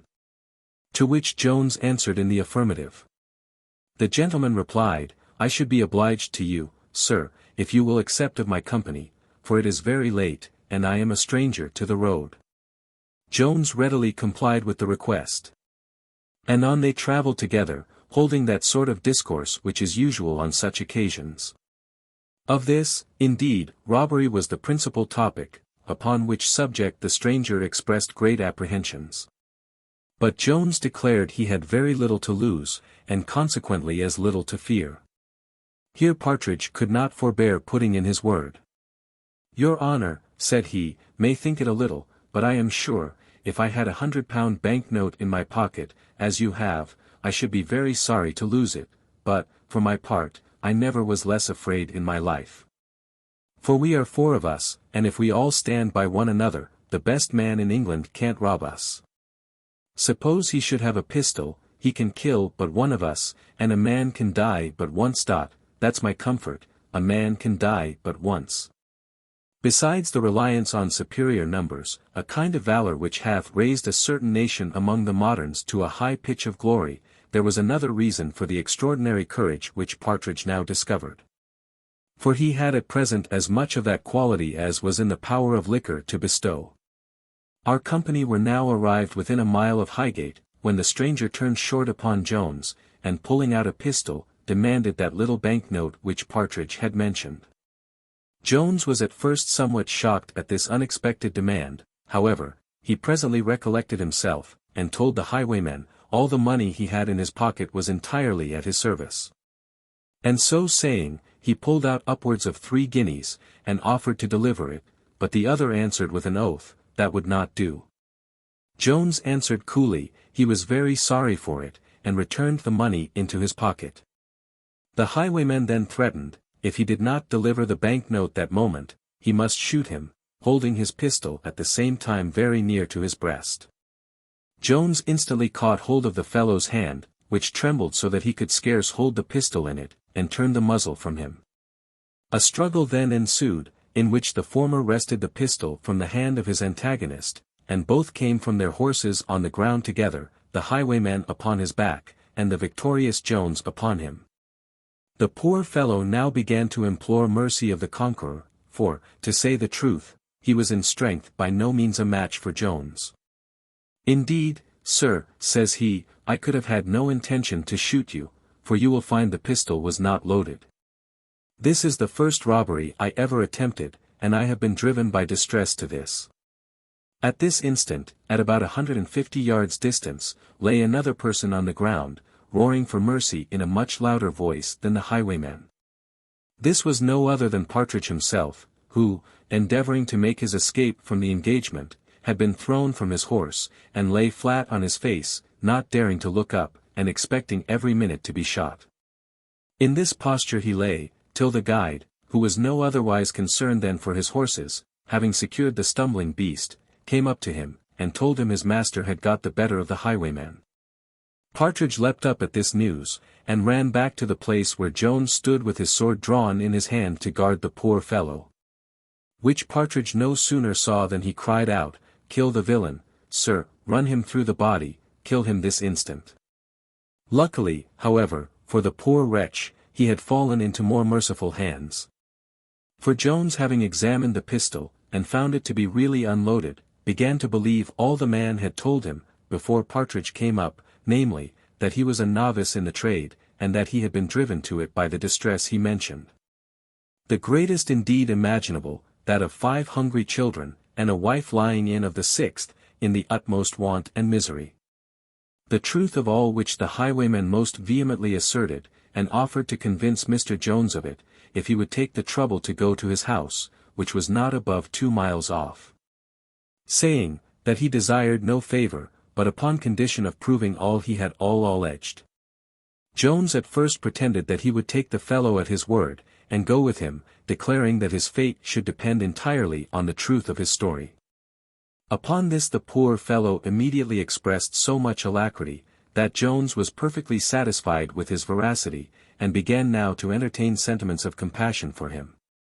He returned the fellow his empty pistol, advised him to think of honester means of relieving his distress, and gave him a couple of guineas for the immediate support of his wife and his family. Adding, he wished he had more for his sake, for the £100 that had been mentioned was not his own. Our readers will probably be divided in their opinions concerning this action. Some may applaud it perhaps as an act of extraordinary humanity, while those of a more saturnine temper will consider it as a want of regard to that justice which every man owes his country. Partridge certainly saw it in that light. For he testified much dissatisfaction on the occasion, quoted an old proverb, and said, he should not wonder if the rogue attacked them again before they reached London. The highwayman was full of expressions of thankfulness and gratitude. He actually dropped tears, or pretended so to do.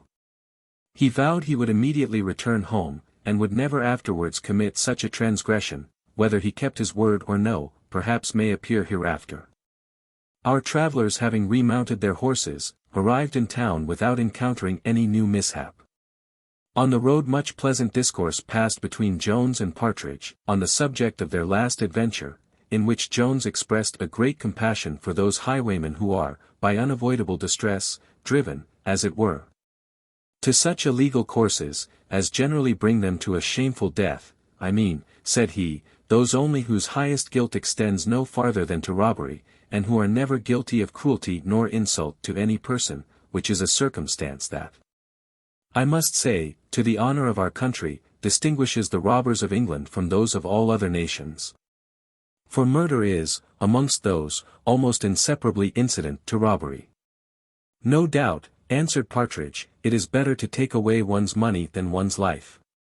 And yet it is very hard upon honest men, that they can't travel about their business without being in danger of these villains. And to be sure it would be better that all rogues were hanged out of the way, than that one honest man should suffer. For my own part, indeed, I should not care to have the blood of any of them on my own hands, but it is very proper for the law to hang them all.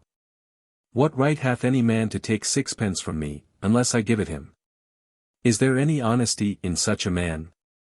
No, surely, cries Jones, no more than there is in him who takes the horses out of another man's stable, or who applies to his own use the money which he finds, when he knows the right owner. These hints stopped the mouth of Partridge. Nor did he open it again till Jones, having thrown some sarcastical jokes on his cowardice, he offered to excuse himself on the inequality of firearms, saying, 1,000 naked men are nothing to one pistol. For though it is true it will kill but one at a single discharge, yet who can tell but that one may be himself? Book 13. Containing the space of 12 days. Chapter 1, An Invocation. Come, bright love of fame, inspire my glowing breast, not thee I will call, who, over swelling tides of blood and tears, dost bear the harrow on to glory, while sighs of millions waft his spreading sails. But thee, fair, gentle maid, whom Nisus, happy nymph, first on the banks of Hebrus did produce. Thee, whom Maeonia educated, whom Mantua charmed, and who, on that fair hill which overlooks the proud metropolis of Britain, satst, with thy Milton, sweetly tuning the heroic lyre. Fill my ravished fancy with the hopes of charming ages yet to come. Foretell me that some tender maid, whose grandmother is yet unborn, hereafter, when, under the fictitious name of Sophia, she reads the real worth which once existed in my Charlotte, shall from her sympathetic breast send forth the heaving sigh. Do thou teach me not only to foresee, but to enjoy, nay, even to feed on future praise. Comfort me by a solemn assurance, that when the little parlour in which I sit at this instant shall be reduced to a worse furnished box, I shall be read with honour by those who never knew nor saw me, and whom I shall neither know nor see. And thou, much plumper dame, whom no airy forms nor phantoms of imagination clothe. Whom the well-seasoned beef, and pudding richly stained with plums, delight, thee I call, of whom in a Trekschuyt, in some Dutch canal, the fat Uffrogelt, impregnated by a jolly merchant of Amsterdam, was delivered, in Grub Street School didst thou suck in the elements of thy erudition. Here hast thou, in thy maturer age, taught poetry to tickle not the fancy, but the pride of the patron. Comedy from thee learns a grave and solemn air, while tragedy storms aloud, and rends affrighted theatres with its thunders. To soothe thy wearied limbs in slumber, Alderman History tells his tedious tale, and, again, to awaken thee, Monsieur Romance performs his surprising tricks of dexterity. Nor less thy well-fed bookseller obeys thy influence. By thy advice the heavy, unread, folio lump which long had dozed on the dusty shelf, piecemealed into numbers, runs nimbly through the nation. Instructed by thee, some books, like quacks, impose on the world by promising wonders, while others turn bows, and trust all their merits to a gilded outside. Come, thou jolly substance, with thy shining face, keep back thy inspiration, but hold forth thy tempting rewards, thy shining, chinking heap. Thy quickly convertible bank bill, big with unseen riches, thy often varying stock, the warm, the comfortable house. And, lastly, a fair portion of that bounteous mother, whose flowing breasts yield redundant sustenance for all her numerous offspring, did not some too greedily and wantonly drive their brethren from the teat. Come thou, and if I am too tasteless of thy valuable treasures, warm my heart with the transporting thought of conveying them to others. Tell me, that through thy bounty, the prattling babes, whose innocent play hath often been interrupted by my labours, may one time be amply rewarded for them. And now, this ill-yoked pair, this lean shadow and this fat substance, have prompted me to write, whose assistance shall I invoke to direct my pen? First, Genius, thou gift of heaven, without whose aid in vain we struggle against the stream of nature. Thou who dost sow the generous seeds which art nourishes, and brings to perfection. Do thou kindly take me by the hand, and lead me through all the mazes, the winding labyrinths of nature. Initiate me into all those mysteries which profane eyes never beheld. Teach me, which to thee is no difficult task, to know mankind better than they know themselves. Remove that mist which dims the intellects of mortals, and causes them to adore men for their art, or to detest them for their cunning, in deceiving others, when they are, in reality, the objects only of ridicule, for deceiving themselves. Strip off the thin disguise of wisdom from self-conceit, of plenty from avarice, and of glory from ambition. Come, thou that hast inspired thy Aristophanes, thy Lucian, thy Cervantes, thy Rabelais, thy Molière, thy Shakespeare, thy Swift, thy Marivaux, fill my pages with humour. Till mankind learn the good nature to laugh only at the follies of others, and the humility to grieve at their own. And thou, almost the constant attendant on true genius, humanity, bring all thy tender sensations. If thou hast already disposed of them all between thy Allen and thy Littleton, steal them a little while from their bosoms. Not without these the tender scene is painted. From these alone proceed the noble, disinterested friendship, the melting love, the generous sentiment, the ardent gratitude, the soft compassion, the candid opinion. And all those strong energies of a good mind, which fill the moistened eyes with tears, the glowing cheeks with blood, and swell the heart with tides of grief, joy, and benevolence. And thou, O learning! For without thy assistance nothing pure, nothing correct, can genius produce, do thou guide my pen. Thee in thy favourite fields, where the limpid, gently rolling Thames washes thy Etonian banks, in early youth I have worshipped. To thee, at thy birchen altar, with true Spartan devotion, I have sacrificed my blood. Come then, and from thy vast, luxuriant stores, in long antiquity piled up, pour forth the rich profusion. Open thy Meonian and thy Montuan coffers, with whatever else includes thy philosophic, thy poetic, and thy historical treasures. Whether with Greek or Roman characters thou hast chosen to inscribe the ponderous chests, give me a while that key to all thy treasures, which to thy Warburton thou hast entrusted. Lastly, come experience, long conversant with the wise, the good, the learned, and the polite, nor with them only, but with every kind of character, from the minister at his levee, to the bailiff in his sponging house. From the duchess at her drum, to the landlady behind her bar. From thee only can the manners of mankind be known, to which the recluse pedant, however great his parts or extensive his learning may be, hath ever been a stranger. Come all these, and more, if possible, for arduous is the task I have undertaken, and, without all your assistance, will, I find, be too heavy for me to support. But if you all smile on my labours I hope still to bring them to a happy conclusion. Chapter 2. What befell Mr. Jones on his arrival in London. The learned Dr. Misaubin used to say, that the proper direction to him was to Dr. Misaubin, in the world. Intimating that there were few people in it to whom his great reputation was not known. And, perhaps, upon a very nice examination into the matter, we shall find that this circumstance bears no inconsiderable part among the many blessings of grandeur. The great happiness of being known to posterity, with the hopes of which we so delighted ourselves in the preceding chapter, is the portion of few. To have the several elements which compose our names, as Sydenham expresses it, repeated 1,000 years hence, is a gift beyond the power of title and wealth, and is scarce to be purchased, unless by the sword and the pen. But to avoid the scandalous imputation, while we yet live, of being one whom nobody knows, a scandal, by the by, as old as the days of Homer, will always be the envied portion of those, who have a legal title either to honour or estate. See the 2D Odyssey, ver. 175. From that figure, therefore, which the Irish peer, who brought Sophia to town, hath already made in this history, the reader will conclude, doubtless. It must have been an easy matter to have discovered his house in London without knowing the particular street or square which he inhabited, since he must have been one whom everybody knows. To say the truth, so it would have been to any of those tradesmen who are accustomed to attend the regions of the great, for the doors of the great are generally no less easy to find than it is difficult to get entrance into them.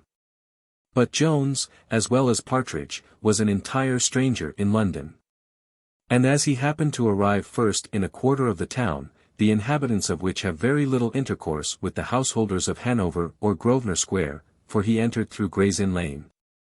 So he rambled about some time before he could even find his way to those happy mansions where fortune segregates from the vulgar those magnanimous heroes, the descendants of antient Britons, Saxons, or Danes, whose ancestors, being born in better days, by sundry kinds of merit, have entailed riches and honour on their posterity.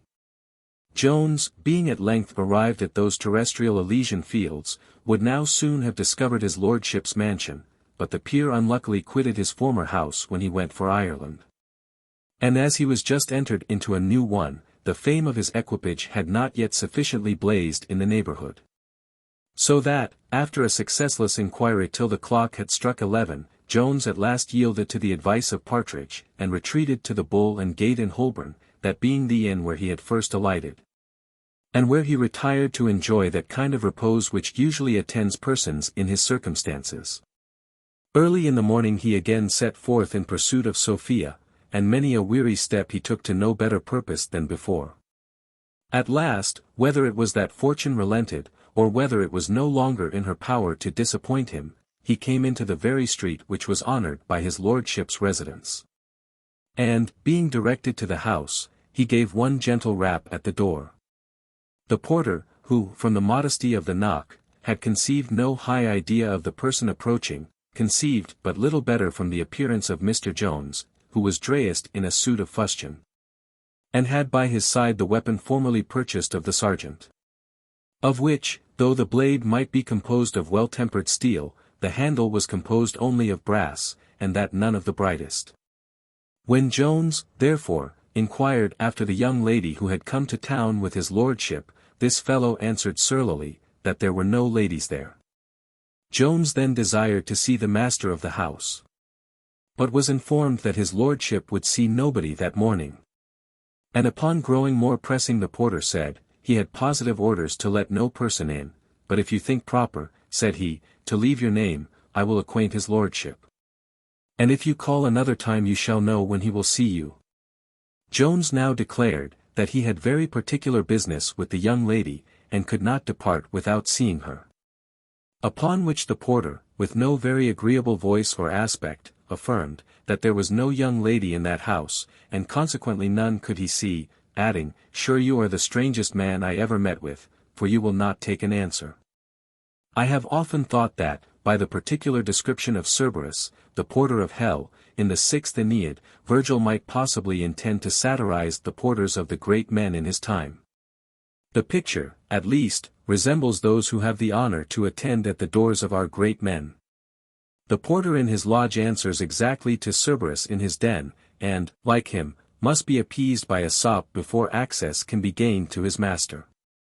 Perhaps Jones might have seen him in that light, and have recollected the passage where the Sibyl, in order to procure an entrance for Aeneas, presents the keeper of the Stygian avenue with such a sop. Jones, in like manner, now began to offer a bribe to the human Cerberus, which a footman, overhearing, instantly advanced, and declared, if Mr. Jones would give him the sum proposed, he would conduct him to the lady. Jones instantly agreed, and was forthwith conducted to the lodging of Mrs. Fitzpatrick by the very fellow who had attended the ladies thither the day before. Nothing more aggravates ill success than the near approach to good. The gamester, who loses his party at piquet by a single point, laments his bad luck 10 times as much as he who never came within a prospect of the game. So in a lottery, the proprietors of the next numbers to that which wins the great prize are apt to account themselves much more unfortunate than their fellow sufferers. In short, these kind of hairbreadth missings of happiness look like the insults of fortune, who may be considered as thus playing tricks with us, and wantonly diverting herself at our expense. Jones, who more than once already had experienced this frolicsome disposition of the heathen goddess, was now again doomed to be tantalized in the like manner. For he arrived at the door of Mrs. Fitzpatrick about 10 minutes after the departure of Sophia. He now addressed himself to the waiting woman belonging to Mrs. Fitzpatrick, who told him the disagreeable news that the lady was gone, but could not tell him whither, and the same answer he afterwards received from Mrs. Fitzpatrick herself. For as that lady made no doubt but that Mr. Jones was a person detached from her uncle Western, in pursuit of his daughter, so she was too generous to betray her. Though Jones had never seen Mrs. Fitzpatrick, yet he had heard that a cousin of Sophia was married to a gentleman of that name. This, however, in the present tumult of his mind, never once recurred to his memory. But when the footman, who had conducted him from his lordship's, acquainted him with the great intimacy between the ladies, and with their calling each other cousin, he then recollected the story of the marriage which he had formerly heard. And as he was presently convinced that this was the same woman, he became more surprised at the answer which he had received, and very earnestly desired leave to wait on the lady herself, but she as positively refused him that honor. Jones, who, though he had never seen a court, was better bred than most who frequent it, was incapable of any rude or abrupt behavior to a lady. When he had received, therefore, a peremptory denial, he retired for the present, saying to the waiting woman, that if this was an improper hour to wait on her lady, he would return in the afternoon. And that he then hoped to have the honor of seeing her. The civility with which he uttered this, added to the great comeliness of his person, made an impression on the waiting woman, and she could not help answering, "Perhaps, sir, you may." And, indeed, she afterward said everything to her mistress, which she thought most likely to prevail on her to admit a visit from the handsome young gentleman, for so she called him. Jones very shrewdly suspected that Sophia herself was now with her cousin, and was denied to him, which he imputed to her resentment of what had happened at Upton. Having, therefore, dispatched Partridge to procure him lodgings, he remained all day in the street, watching the door where he thought his angel lay concealed. But no person did he see issue forth, except a servant of the house, and in the evening he returned to pay his visit to Mrs. Fitzpatrick, which that good lady at last condescended to admit. There is a certain air of natural gentility, which it is neither in the power of dress to give, nor to conceal. Mr. Jones, as hath been before hinted, was possessed of this in a very eminent degree. He met, therefore, with a reception from the lady somewhat different from what his apparel seemed to demand, and after he had paid her his proper respects, was desired to sit down. The reader will not, I believe, be desirous of knowing all the particulars of this conversation, which ended very little to the satisfaction of poor Jones. For though Mrs. Fitzpatrick soon discovered the lover, as all women have the eyes of hawks in those matters, yet she still thought it was such a lover, as a generous friend of the lady should not betray her to. In short, she suspected this was the very Mr. Blifil, from whom Sophia had flown, and all the answers which she artfully drew from Jones, concerning Mr. Allworthy's family, confirmed her in this opinion. She therefore strictly denied any knowledge concerning the place whither Sophia was gone, nor could Jones obtain more than a permission to wait on her again the next evening. When Jones was departed, Mrs. Fitzpatrick communicated her suspicion concerning Mr. Blifil to her maid, who answered, "Sure, madam, he is too pretty a man, in my opinion, for any woman in the world to run away from. I had rather fancy it is Mr. Jones." "Mr. Jones," said the lady, "what Jones?" For Sophia had not given the least hint of any such person in all their conversation. But Mrs. Honor had been much more communicative, and had acquainted her sister Abigail with the whole history of Jones, which this now again related to her mistress. Mrs. Fitzpatrick no sooner received this information, than she immediately agreed with the opinion of her maid, and, what is very unaccountable, saw charms in the gallant, happy lover, which she had overlooked in the slighted squire. "Betty," says she, "you are certainly in the right, he is a very pretty fellow, and I don't wonder that my cousin's maid should tell you so many women are fond of him. I am sorry now I did not inform him where my cousin was. And yet, if he be so terrible a rake as you tell me, it is a pity she should ever see him any more, for what but her ruin can happen from marrying a rake and a beggar against her father's consent? I protest, if he be such a man as the wench described him to you, it is but an office of charity to keep her from him. And I am sure it would be unpardonable in me to do otherwise, who have tasted so bitterly of the misfortunes attending such marriages." Here she was interrupted by the arrival of a visitor, which was no other than his lordship. And as nothing passed at this visit either new or extraordinary, or any ways material to this history, we shall here put an end to this chapter. Chapter 3. A project of Mrs. Fitzpatrick, and her visit to Lady Bellaston. When Mrs. Fitzpatrick retired to rest, her thoughts were entirely taken up by her cousin Sophia and Mr. Jones. She was, indeed, a little offended with the former, for the disingenuity which she now discovered. In which meditation she had not long exercised her imagination before the following conceit suggested itself. That could she possibly become the means of preserving Sophia from this man, and of restoring her to her father, she should, in all human probability, by so great a service to the family, reconcile to herself both her uncle and her Aunt Western. As this was one of her most favourite wishes, so the hope of success seemed so reasonable, that nothing remained but to consider of proper methods to accomplish her scheme. To attempt to reason the case with Sophia did not appear to her one of those methods, for as Betty had reported from Mrs. Honor, that Sophia had a violent inclination to Jones. She conceived that to dissuade her from the match was an endeavour of the same kind, as it would be very heartily and earnestly to entreat a moth not to fly into a candle. If the reader will please to remember that the acquaintance which Sophia had with Lady Bellaston was contracted at the house of Mrs. Western, and must have grown at the very time when Mrs. Fitzpatrick lived with this latter lady, he will want no information, that Mrs. Fitzpatrick must have been acquainted with her likewise. They were, besides, both equally her distant relations. After much consideration, therefore, she resolved to go early in the morning to that lady, and endeavour to see her, unknown to Sophia, and to acquaint her with the whole affair. For she did not in the least doubt, but that the prudent lady, who had often ridiculed romantic love, and indiscreet marriages, in her conversation, would very readily concur in her sentiments concerning this match, and would lend her utmost assistance to prevent it. This resolution she accordingly executed. And the next morning before the sun, she huddled on her clothes, and at a very unfashionable, unseasonable, unvisitable hour, went to Lady Bellaston, to whom she got access, without the least knowledge or suspicion of Sophia, who, though not asleep, lay at that time awake in her bed, with Honour snoring by her side. Mrs. Fitzpatrick made many apologies for an early, abrupt visit, at an hour when, she said, she should not have thought of disturbing her ladyship, but upon business of the utmost consequence. She then opened the whole affair, told all she had heard from Betty, and did not forget the visit which Jones had paid to herself the preceding evening. Lady Bellaston answered with a smile, "Then you have seen this terrible man, madam. Pray, is he so very fine a figure as he is represented? For Etoff entertained me last night almost 2 hours with him. The wench I believe is in love with him by reputation." Here the reader will be apt to wonder.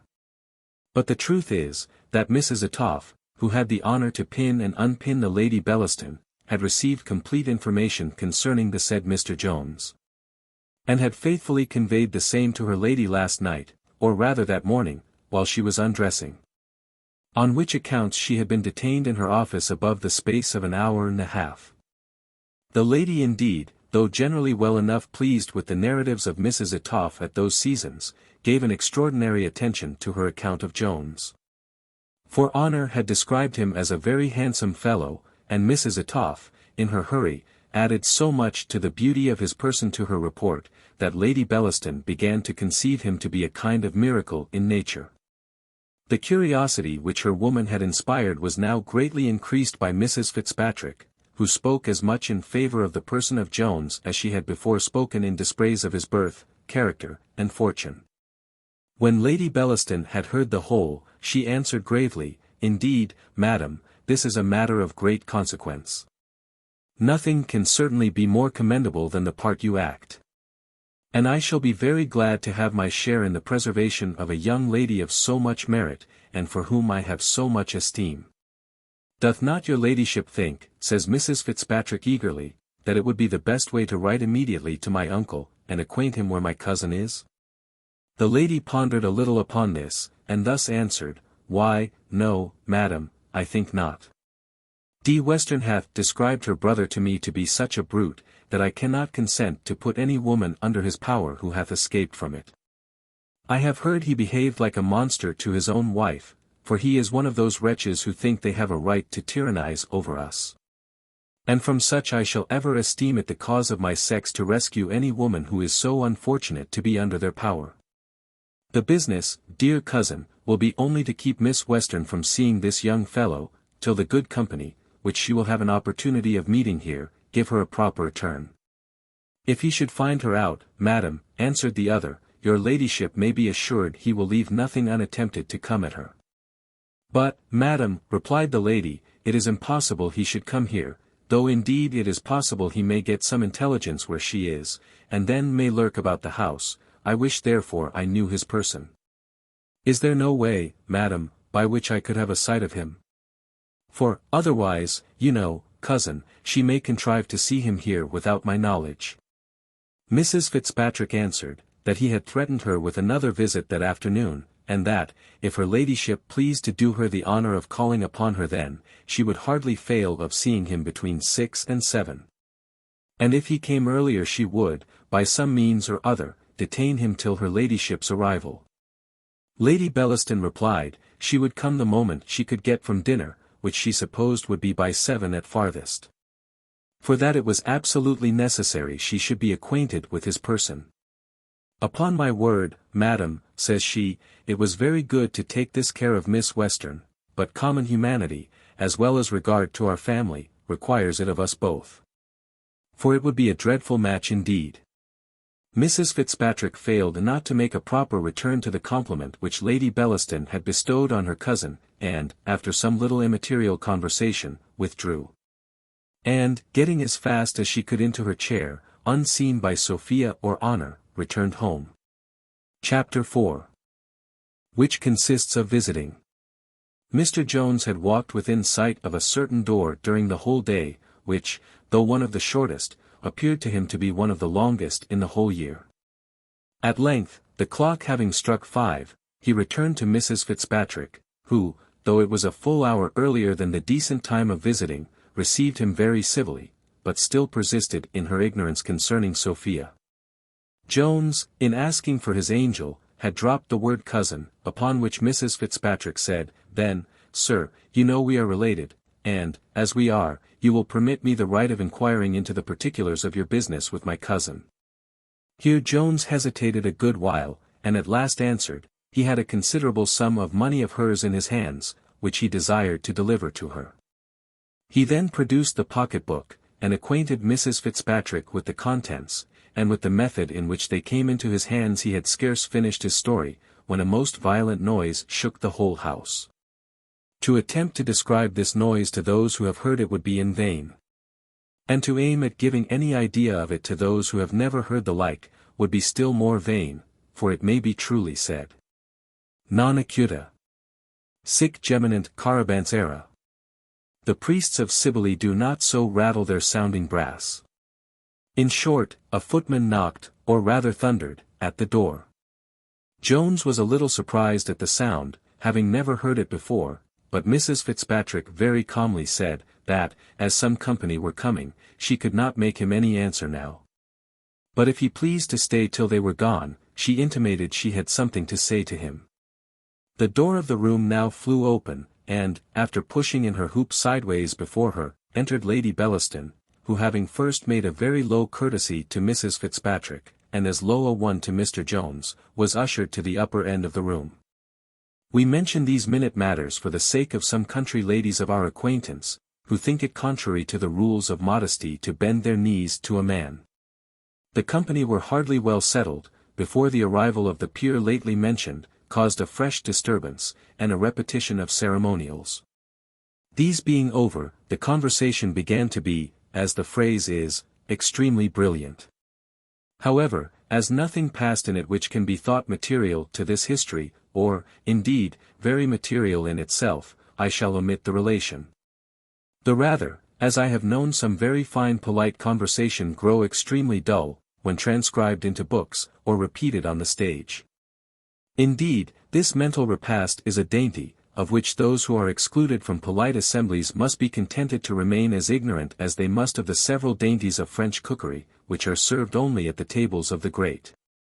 To say the truth, as neither of these are adapted to every taste, they might both be often thrown away on the vulgar.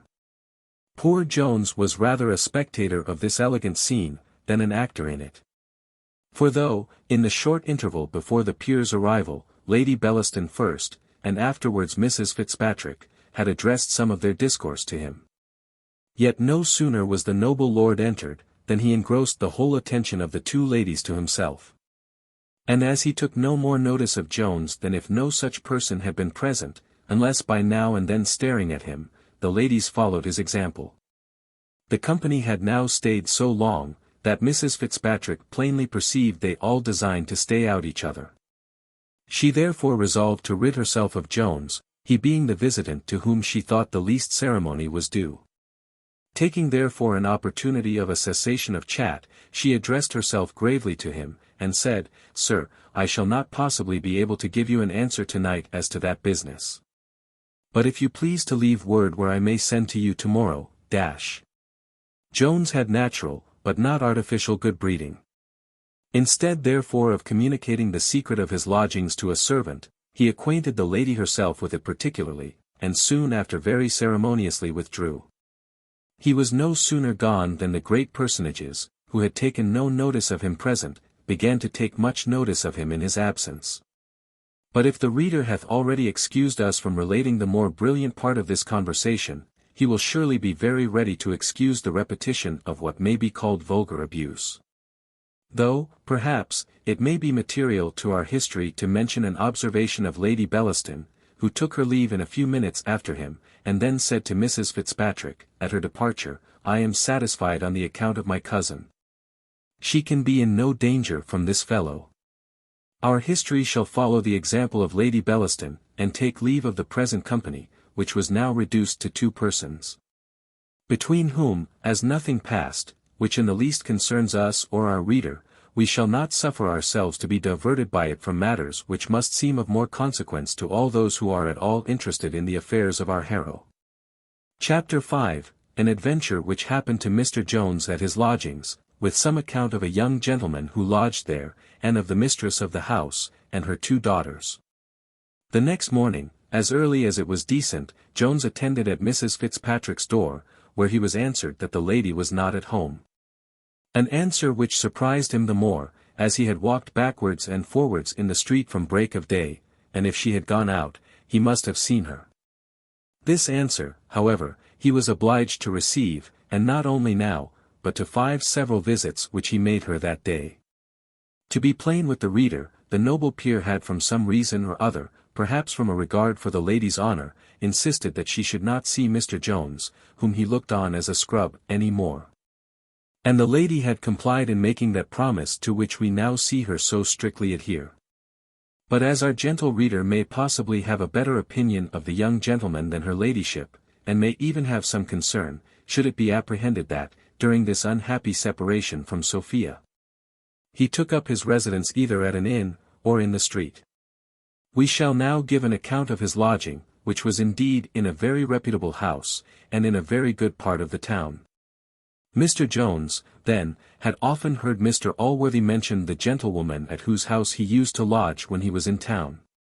This person, who, as Jones likewise knew, lived in Bond Street, was the widow of a clergyman, and was left by him, at his decease, in possession of 2 daughters, and of a complete set of manuscript sermons. Of these 2 daughters, Nancy, the elder, was now arrived at the age of 17, and Betty, the younger, at that of 10. Hither Jones had dispatched Partridge, and in this house he was provided with a room for himself in the 2nd floor, and with one for Partridge in the 4th.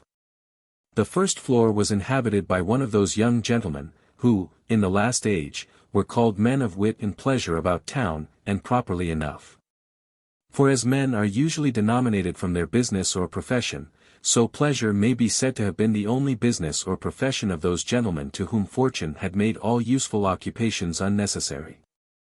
Playhouses, coffeehouses, and taverns were the scenes of their rendezvous.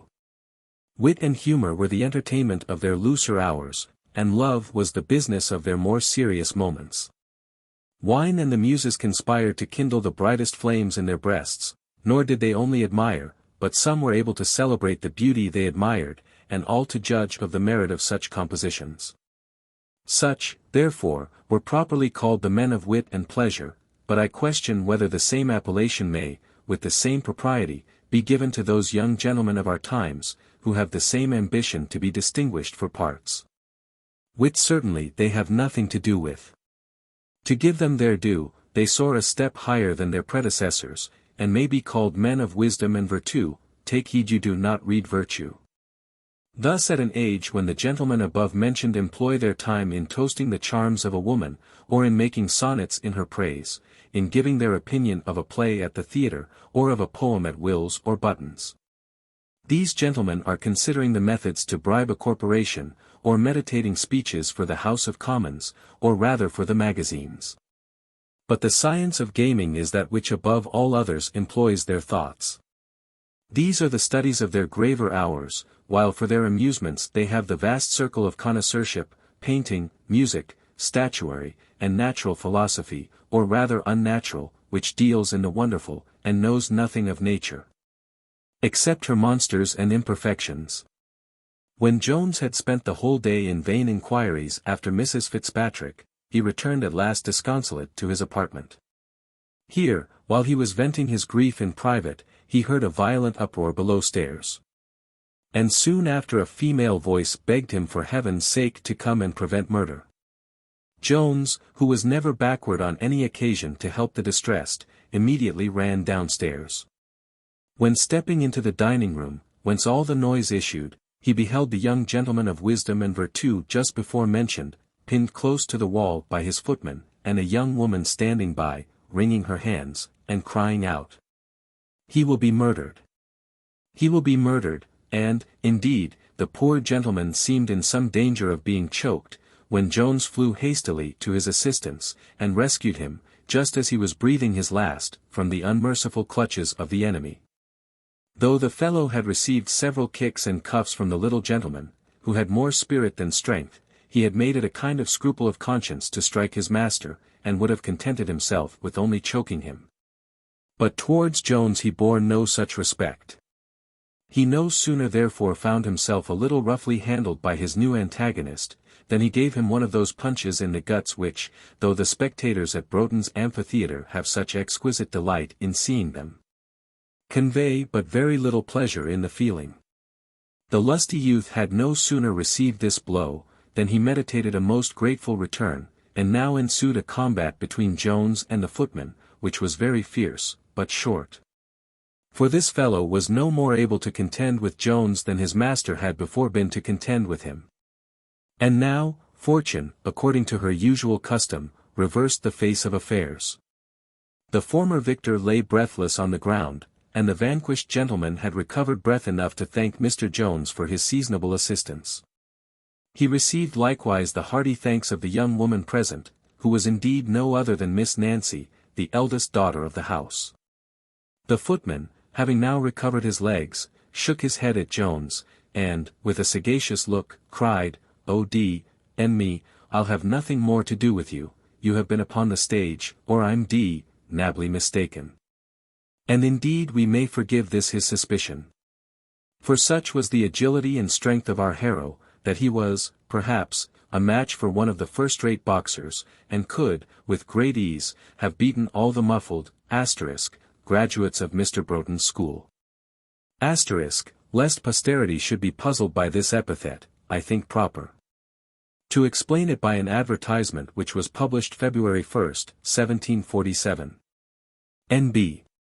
Mr. Broughton proposes, with proper assistance, to open an academy at his house in the Haymarket, for the instruction of those who are willing to be initiated in the mystery of boxing, where the whole theory and practice of that truly British art, with all the various stops, blows, cross-buttocks, and incident to combatants, will be fully taught and explained.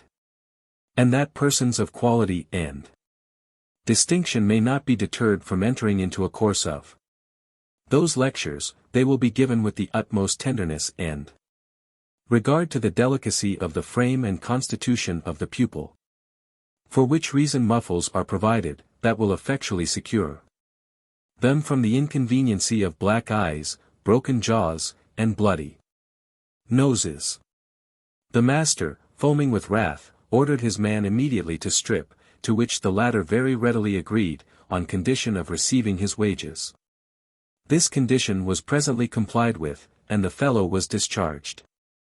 And now the young gentleman, whose name was Nightingale, very strenuously insisted that his deliverer should take part of a bottle of wine with him, to which Jones, after much entreaty, consented, though more out of complaisance than inclination.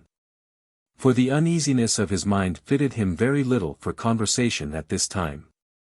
Miss Nancy likewise, who was the only female then in the house, her mamma and sister being both gone to the play, condescended to favour them with her company. When the bottle and glasses were on the table, the gentleman began to relate the occasion of the preceding disturbance. "I hope, sir," said he to Jones, "you will not from this accident conclude, that I make a custom of striking my servants, for I assure you this is the first time I have been guilty of it in my remembrance. And I have passed by many provoking faults in this very fellow, before he could provoke me to it. But when you hear what hath happened this evening, you will, I believe, think me excusable. I happened to come home several hours before my usual time, when I found 4 gentlemen of the cloth at whist by my fire. And my hoyle, sir, my best hoyle, which cost me a guinea, lying open on the table, with a quantity of porter spilt on one of the most material leaves of the whole book. This, you will allow, was provoking. But I said nothing till the rest of the honest company were gone, and then gave the fellow a gentle rebuke, who, instead of expressing any concern, made me a pert answer, that servants must have their diversions as well as other people. That he was sorry for the accident which had happened to the book, but that several of his acquaintance had bought the same for a shilling, and that I might stop as much in his wages, if I pleased. I now gave him a severer reprimand than before, when the rascal had the insolence to, in short, he imputed my early coming home to, in short, he cast a reflection, he mentioned the name of a young lady. In such a manner that incensed me beyond all patience, and, in my passion, I struck him. Jones answered, that he believed no person living would blame him. For my part, said he, I confess I should, on the last mentioned provocation, have done the same thing. Our company had not sat long before they were joined by the mother and daughter, at their return from the play. And now they all spent a very cheerful evening together. For all but Jones were heartily merry, and even he put on as much constrained mirth as possible. Indeed, half his natural flow of animal spirits, joined to the sweetness of his temper, was sufficient to make a most amiable companion. And notwithstanding the heaviness of his heart, so agreeable did he make himself on the present occasion, that, at their breaking up, the young gentleman earnestly desired his further acquaintance. Miss Nancy was well pleased with him. And the widow, quite charmed with her new lodger, invited him, with the other, next morning to breakfast. Jones on his part was no less satisfied. As for Miss Nancy, though a very little creature, she was extremely pretty, and the widow had all the charms which can adorn a woman near 50. As she was one of the most innocent creatures in the world, so she was one of the most cheerful. She never thought, nor spoke, nor wished any ill, and had constantly that desire of pleasing, which may be called the happiest of all desires in this, that it scarce ever fails of attaining its ends, when not disgraced by affectation. In short, though her power was very small, she was in her heart one of the warmest friends. She had been a most affectionate wife, and was a most fond and tender mother. As our history doth not, like a newspaper, give great characters to people who never were heard of before, nor will ever be heard of again, the reader may hence conclude that this excellent woman will hereafter appear to be of some importance in our history. Nor was Jones a little pleased with the young gentleman himself, whose wine he had been drinking. He thought he discerned in him much good sense, though a little too much tainted with town foppery. But what recommended him most to Jones were some sentiments of great generosity and humanity, which occasionally dropped from him, and particularly many expressions of the highest disinterestedness in the affair of love. On which subject the young gentleman delivered himself in a language which might have very well become an Arcadian shepherd of old, and which appeared very extraordinary when proceeding from the lips of a modern fine gentleman. But he was only won by imitation, and meant by nature for a much better character. Chapter 6. What arrived while the company were at breakfast, with some hints concerning the government of daughters. Our company brought together in the morning the same good inclinations towards each other, with which they had separated the evening before, but poor Jones was extremely disconsolate. For he had just received information from Partridge, that Mrs. Fitzpatrick had left her lodging, and that he could not learn whither she was gone. This news highly afflicted him, and his countenance, as well as his behavior, in defiance of all his endeavors to the contrary, betrayed manifest indications of a disordered mind. The discourse turned at present, as before, on love. And Mr. Nightingale again expressed many of those warm, generous, and disinterested sentiments upon this subject, which wise and sober men call romantic, but which wise and sober women generally regard in a better light. Mrs. Miller, for so the mistress of the house was called, greatly approved these sentiments. But when the young gentleman appealed to Miss Nancy, she answered only, that she believed the gentleman who had spoke the least was capable of feeling most. This compliment was so apparently directed to Jones, that we should have been sorry had he passed it by unregarded. He made her indeed a very polite answer, and concluded with an oblique hint, that her own silence subjected her to a suspicion of the same kind, for indeed she had scarce opened her lips either now or the last evening. "I am glad, Nanny," says Mrs. Miller, "the gentleman hath made the observation. I protest I am almost of his opinion." "What can be the matter with you, child? I never saw such an alteration. What is become of all your gaiety? Would you think, sir, I used to call her my little prattler? She hath not spoke 20 words this week." Here their conversation was interrupted by the entrance of a maid-servant, who brought a bundle in her hand, which, she said, was delivered by a porter for Mr. Jones. She added, that the man immediately went away, saying, it required no answer. Jones expressed some surprise on this occasion, and declared it must be some mistake, but the maid persisting that she was certain of the name, all the women were desirous of having the bundle immediately opened. Which operation was at length performed by little Betsy, with the consent of Mr. Jones, and the contents were found to be a domino, a mask, and a masquerade ticket. Jones was now more positive than ever in asserting, that these things must have been delivered by mistake, and Mrs. Miller herself expressed some doubt, and said, she knew not what to think. But when Mr. Nightingale was asked, he delivered a very different opinion. "All I can conclude from it, sir," said he, "is, that you are a very happy man. For I make no doubt but these were sent you by some lady whom you will have the happiness of meeting at the masquerade." Jones had not a sufficient degree of vanity to entertain any such flattering imagination.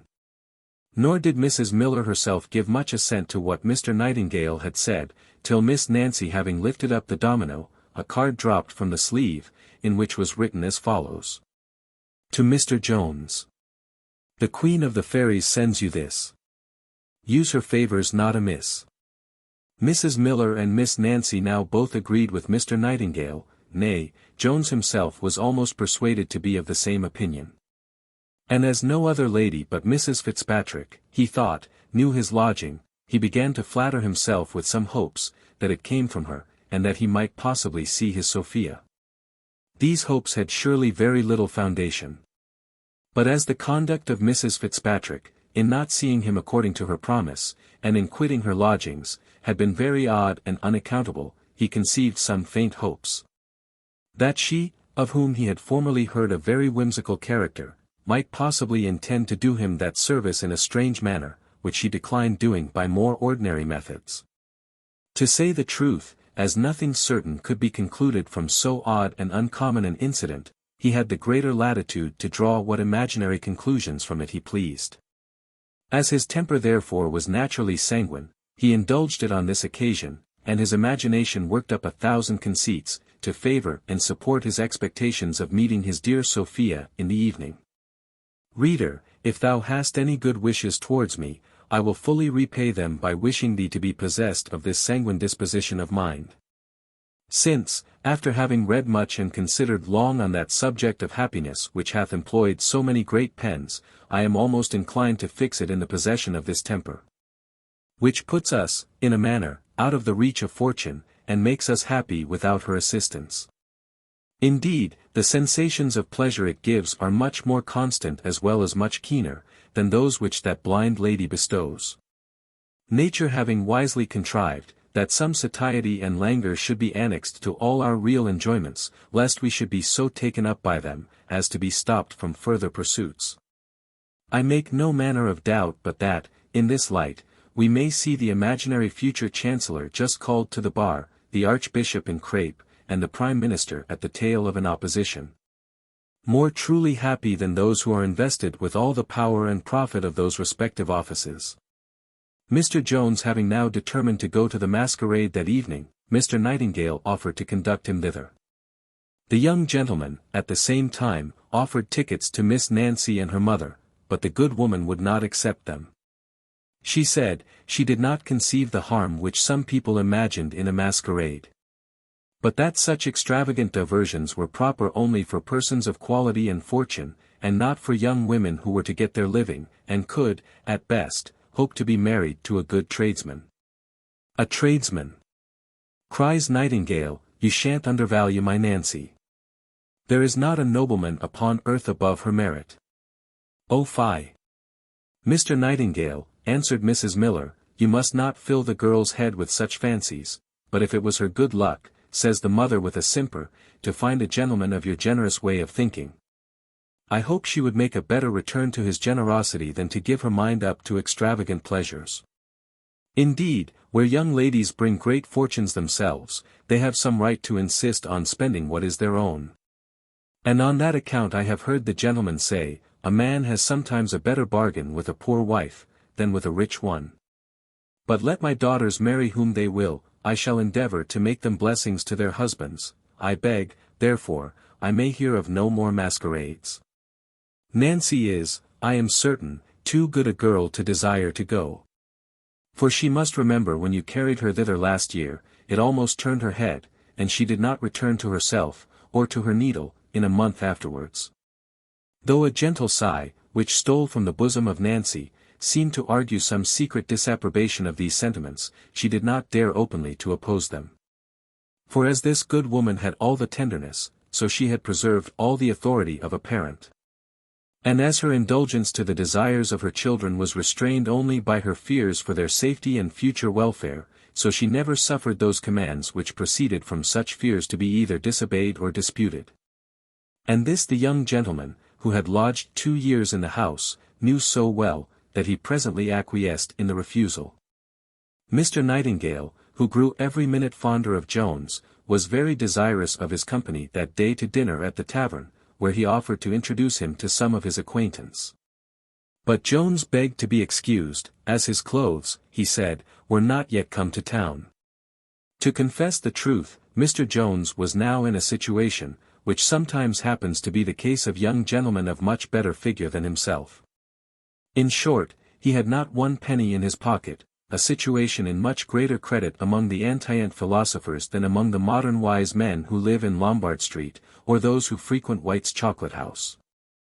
And, perhaps, the great honours which those philosophers have ascribed to an empty pocket may be one of the reasons of that high contempt in which they are held in the aforesaid street and chocolate house. Now if the antient opinion, that men might live very comfortably on virtue only, be, as the modern wise men just above mentioned pretend to have discovered, a notorious error.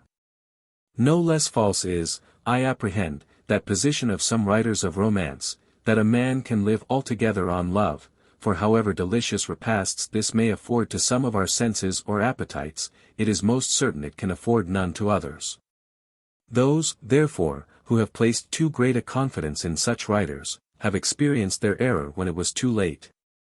And have found that love was no more capable of allaying hunger, than a rose is capable of delighting the ear, or a violin of gratifying the smell. Notwithstanding, therefore, all the delicacies which love had set before him, namely, the hopes of seeing Sophia at the masquerade, on which, however ill-founded his imagination might be, he had voluptuously feasted during the whole day, the evening no sooner came than Mr. Jones began to languish for some food of a grosser kind. Partridge discovered this by intuition, and took the occasion to give some oblique hints concerning the bank bill, and, when these were rejected with disdain, he collected courage enough once more to mention a return to Mr. Allworthy.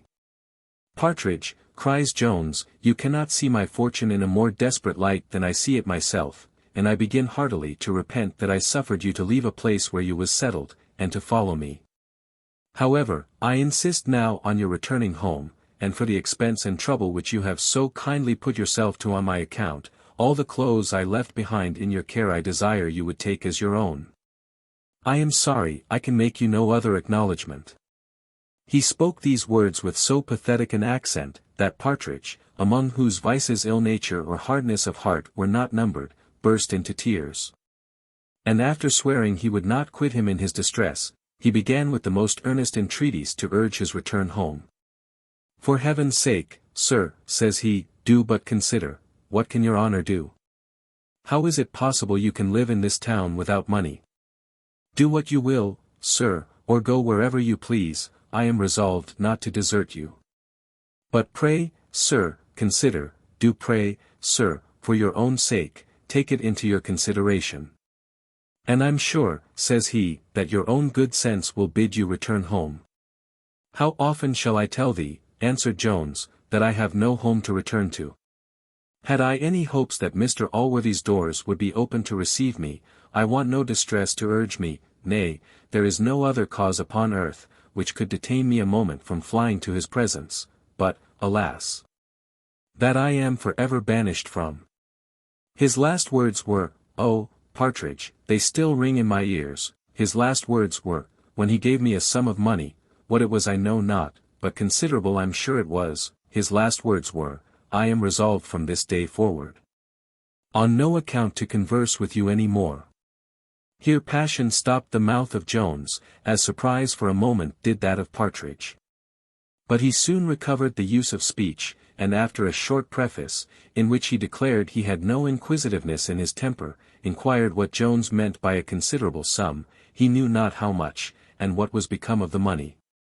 In both these points he now received full satisfaction, on which he was proceeding to comment, when he was interrupted by a message from Mr. Nightingale, who desired his master's company in his apartment. When the two gentlemen were both attired for the masquerade, and Mr. Nightingale had given orders for chairs to be sent for, a circumstance of distress occurred to Jones, which will appear very ridiculous to many of my readers. This was how to procure a shilling. But if such readers will reflect a little on what they have themselves felt from the want of £1,000, or, perhaps, of 10 or 20, to execute a favourite scheme, they will have a perfect idea of what Mr. Jones felt on this occasion. For this sum, therefore, he applied to Partridge, which was the first he had permitted him to advance, and was the last he intended that poor fellow should advance in his service. To say the truth, Partridge had lately made no offer of this kind. Whether it was that he desired to see the bank bill broken upon, or that distress should prevail on Jones to return home, or from what other motive it proceeded, I will not determine. Chapter 7. Containing the whole humours of a masquerade. Our cavaliers now arrived at that temple, where Heidegger, the great arbiter deliciarum, the great high priest of pleasure, presides. And, like other heathen priests, imposes on his votaries by the pretended presence of the deity, when in reality no such deity is there. Mr. Nightingale, having taken a turn or two with his companion, soon left him, and walked off with a female, saying, now you are here, sir, you must beat about for your own game. Jones began to entertain strong hopes that his Sophia was present. And these hopes gave him more spirits than the lights, the music, and the company, though these are pretty strong antidotes against the spleen. He now accosted every woman he saw, whose stature, shape, or air, bore any resemblance to his angel. To all of whom he endeavoured to say something smart, in order to engage an answer, by which he might discover that voice which he thought it impossible he should mistake. Some of these answered by a question, in a squeaking voice, do you know me? Much the greater number said, I don't know you, sir, and nothing more. Some called him an impertinent fellow, some made him no answer at all, some said, indeed I don't know your voice, and I shall have nothing to say to you. And many gave him as kind answers as he could wish, but not in the voice he desired to hear. Whilst he was talking with one of these last, who was in the habit of a shepherdess, a lady in a domino came up to him, and slapping him on the shoulder, whispered him, at the same time, in the ear, if you talk any longer with that trollop, I will acquaint Miss Western. Jones no sooner heard that name, than, immediately quitting his former companion, he applied to the domino, begging and entreating her to show him the lady she had mentioned, if she was then in the room. The mask walked hastily to the upper end of the innermost apartment before she spoke, and then, instead of answering him, sat down, and declared she was tired. Jones sat down by her, and still persisted in his entreaties. At last the lady coldly answered, I imagined Mr. Jones had been a more discerning lover, than to suffer any disguise to conceal his mistress from him. Is she here, then, madam? Replied Jones, with some vehemence. Upon which the lady cried, Hush, sir, you will be observed. I promise you, upon my honour, Miss Western is not here." Jones, now taking the mask by the hand, fell to entreating her in the most earnest manner, to acquaint him where he might find Sophia. And when he could obtain no direct answer, he began to upbraid her gently for having disappointed him the day before. And concluded, saying, "Indeed, my good fairy queen, I know your majesty very well, notwithstanding the affected disguise of your voice. Indeed, Mrs. Fitzpatrick, it is a little cruel to divert yourself at the expense of my torments." The mask answered, "Though you have so ingeniously discovered me, I must still speak in the same voice, lest I should be known by others. And do you think, good sir, that I have no greater regard for my cousin, than to assist in carrying on an affair between you two, which must end in her ruin, as well as your own? Besides, I promise you, my cousin is not mad enough to consent to her own destruction, if you are so much her enemy as to tempt her to it." "Alas, madam," said Jones, "you little know my heart, when you call me an enemy of Sophia. And yet to ruin any one, cries the other, you will allow, is the act of an enemy, and when by the same act you must knowingly and certainly bring ruin on yourself, is it not folly or madness, as well as guilt? Now, sir, my cousin hath very little more than her father will please to give her, very little for one of her fashion, you know him, and you know your own situation." Jones vowed he had no such design on Sophia, that he would rather suffer the most violent of deaths than sacrifice her interest to his desires.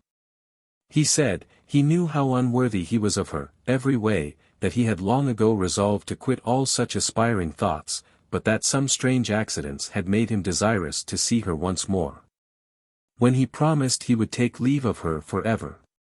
"No, madam," concluded he, "my love is not of that base kind which seeks its own satisfaction at the expense of what is most dear to its object. I would sacrifice everything to the possession of my Sophia, but Sophia herself." Though the reader may have already conceived no very sublime idea of the virtue of the lady in the mask, and though possibly she may hereafter appear not to deserve one of the first characters of her sex, yet, it is certain, these generous sentiments made a strong impression upon her, and greatly added to the affection she had before conceived for our young hero. The lady now, after silence of a few moments, said, she did not see his pretensions to Sophia so much in the light of presumption, as of imprudence. "Young fellows," says she, "can never have two aspiring thoughts. I love ambition in a young man, and I would have you cultivate it as much as possible. Perhaps you may succeed with those who are infinitely superior in fortune. Nay, I am convinced there are women, but don't you think me a strange creature, Mr. Jones, to be thus giving advice to a man with whom I am so little acquainted, and one with whose behavior to me I have so little reason to be pleased?" Here Jones began to apologize, and to hope he had not offended in anything he had said of her cousin. To which the mask answered, "And are you so little versed in the sex, to imagine you can well affront a lady more than by entertaining her with your passion for another woman? If the fairy queen had conceived no better opinion of your gallantry, she would scarce have appointed you to meet her at the masquerade."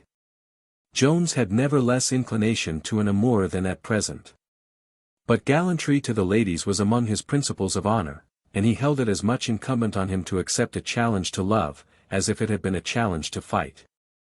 Nay, his very love to Sophia made it necessary for him to keep well with the lady, as he made no doubt but she was capable of bringing him into the presence of the other. He began therefore to make a very warm answer to her last speech, when a mask, in the character of an old woman, joined them. This mask was one of those ladies who go to a masquerade only to vent ill nature, by telling people rude truths, and by endeavoring, as the phrase is, to spoil as much sport as they are able. This good lady, therefore, having observed Jones, and his friend, whom she well knew, in close consultation together in a corner of the room, concluded she could nowhere satisfy her spleen better than by interrupting them. She attacked them, therefore, and soon drove them from their retirement, nor was she contented with this, but pursued them to every place which they shifted to avoid her. Till Mr. Nightingale, seeing the distress of his friend, at last relieved him, and engaged the old woman in another pursuit. While Jones and his mask were walking together about the room, to rid themselves of the teaser, he observed his lady speak to several masks, with the same freedom of acquaintance as if they had been barefaced. He could not help expressing his surprise at this, saying, "Sure, madam, you must have infinite discernment, to know people in all disguises." To which the lady answered, "You cannot conceive anything more insipid and childish than a masquerade to the people of fashion, who in general know one another as well here as when they meet in an assembly or a drawing-room. Nor will any woman of condition converse with a person with whom she is not acquainted. In short, the generality of persons whom you see here may more properly be said to kill time in this place than in any other, and generally retire from hence more tired than from the longest sermon. To say the truth, I begin to be in that situation myself, and if I have any faculty at guessing, you are not much better pleased. I protest it would be almost charity in me to go home for your sake." "I know but one charity equal to it," cries Jones, "and that is to suffer me to wait on you home." "Sure," answered the lady, "you have a strange opinion of me, to imagine, that upon such an acquaintance, I would let you into my doors at this time of night. I fancy you impute the friendship I have shown my cousin to some other motive. Confess honestly, don't you consider this contrived interview as little better than a downright assignation? Are you used, Mr. Jones, to make these sudden conquests?" "I am not used, madam," said Jones, "to submit to such sudden conquests. But as you have taken my heart by surprise, the rest of my body hath a right to follow, so you must pardon me if I resolve to attend you wherever you go." He accompanied these words with some proper actions. Upon which the lady, after a gentle rebuke, and saying their familiarity would be observed, told him, she was going to sup with an acquaintance, whither she hoped he would not follow her. "For if you should," said she, "I shall be thought an unaccountable creature, though my friend indeed is not censorious, yet I hope you won't follow me. I protest I shall not know what to say if you do." The lady presently after quitted the masquerade, and Jones, notwithstanding the severe prohibition he had received, presumed to attend her. He was now reduced to the same dilemma we have mentioned before, namely, the want of a shilling, and could not relieve it by borrowing as before.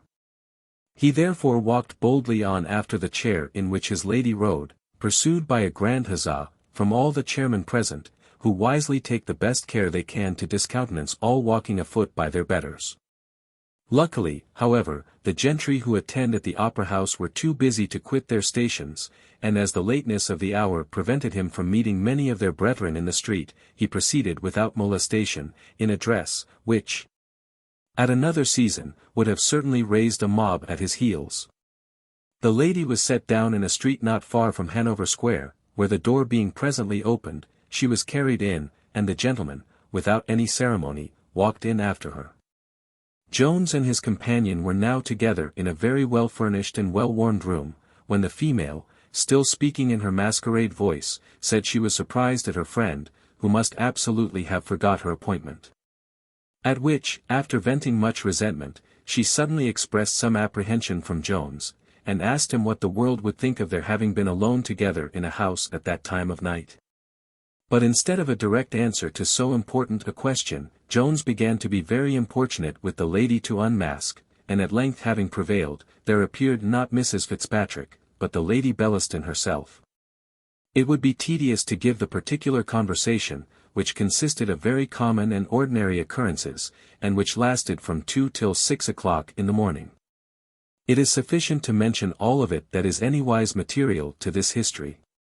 And this was a promise that the lady would endeavor to find out Sophia, and in a few days bring him to an interview with her, on condition that he would then take his leave of her.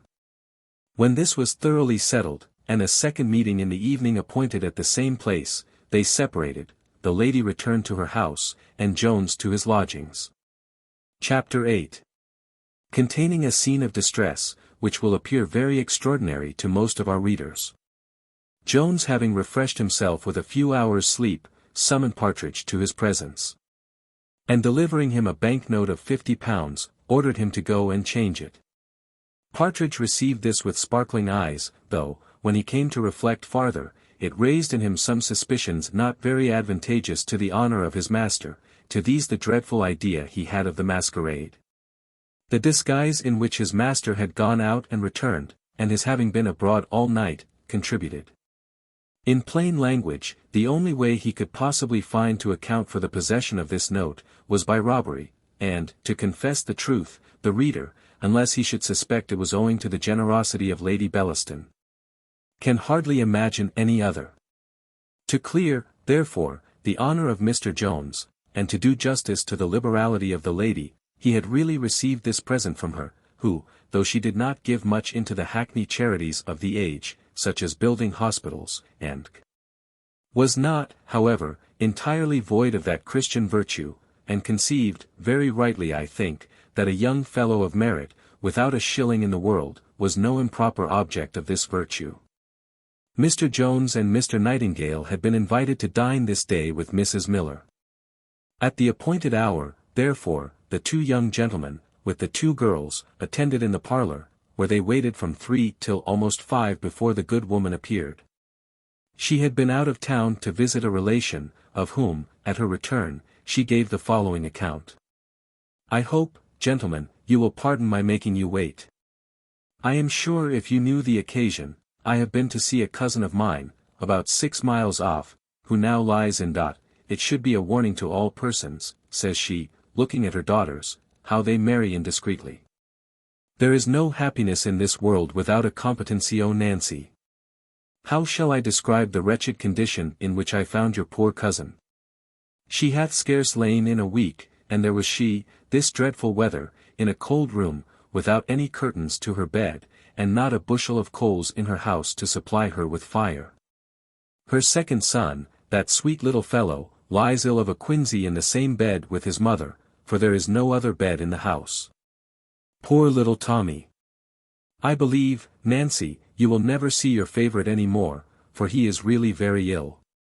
The rest of the children are in pretty good health, but Molly, I am afraid, will do herself an injury. She is but 13 years old, Mr. Nightingale, and yet, in my life, I never saw a better nurse. She tends both her mother and her brother.